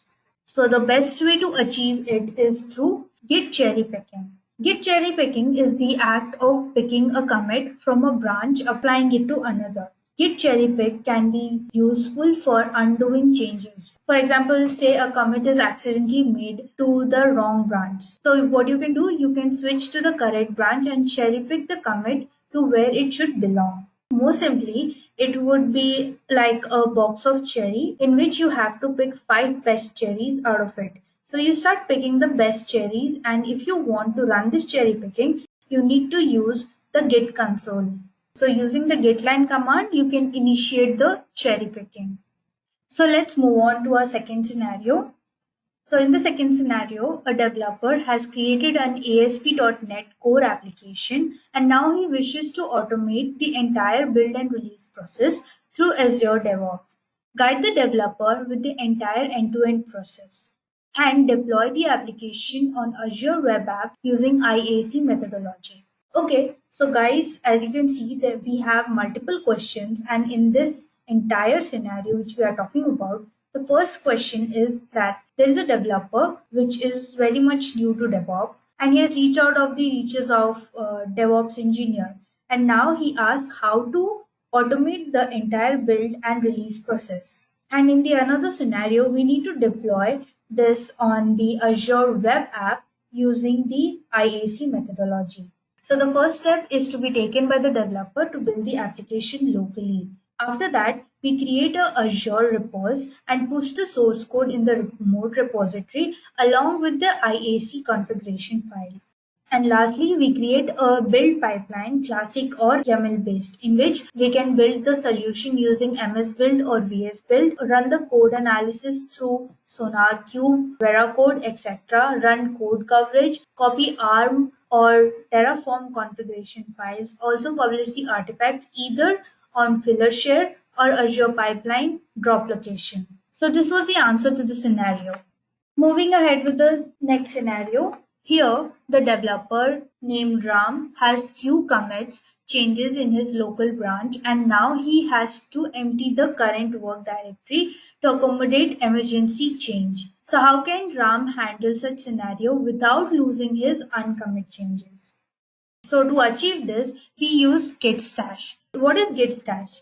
Git stash is a command that takes your uncommitted changes, that is both staged and upstaged, and save them away for later use, and then reverts them from your working copy. So there are commands like git stash, which stashes the uncommit changes, and next is git stash list. So you can list all the stashed changes. Then there are other commands like git stash pop to reapply the most recent stat changes, and git stash drop to drop the most recent stat changes. So this is how he can overcome the scenario without losing any of his uncommit changes. Let's quickly look on to our next scenario. That is, a developer has developed a microservice application, that is ASP.NET Core, and it automates the entire end-to-end process to deploy the application on Azure Kubernetes service. Make sure to use pipeline as a code methodology for the entire build and release. So for this, the first step to be taken is by the developer to build the application locally. Then he needs to create an Azure repos and push the source code in a remote repository along with the IAC configuration file. Then again, he needs to create a build pipeline, classic or YAML based, as we had discussed in the previous scenarios. Then after that, he needs to use an ARM template or a Terraform configuration to create an Azure web app. Later, he can create a release pipeline and run the ARM template task. And post web app creation, he can run ASP.NET application deployment task. So this was the answer to this scenario. So let's check on to our last scenario, that is a developer has developed an application module and while developing he made around 100 commits locally. Now he needs to push all his changes into a remote developed branch as a single commit. We don't want the developer's messy history in the developed branch. So the answer to this question is Git squash. So what is Git squash? Git squash is a technique that helps you take a series of commits and condense it to the few commits. That means you can condense it to one single commit, and those 100 commits will be condensed and converted into one single commit. So you can use the git command line, that is git rebase hyphen I head 3, where I represents interactive. So it is interactive head. And 3 means it will take the last 3 commits you want to try on your console or get command or git command line. So this was the answer to the scenario. So guys, this was all from my side. Thank you. I hope you have enjoyed listening to this video. Please be kind enough to like it, and you can comment any of your doubts and queries, and we will reply them at the earliest. Do look out for more videos in our playlist and subscribe to Edureka channel to learn more. Happy learning!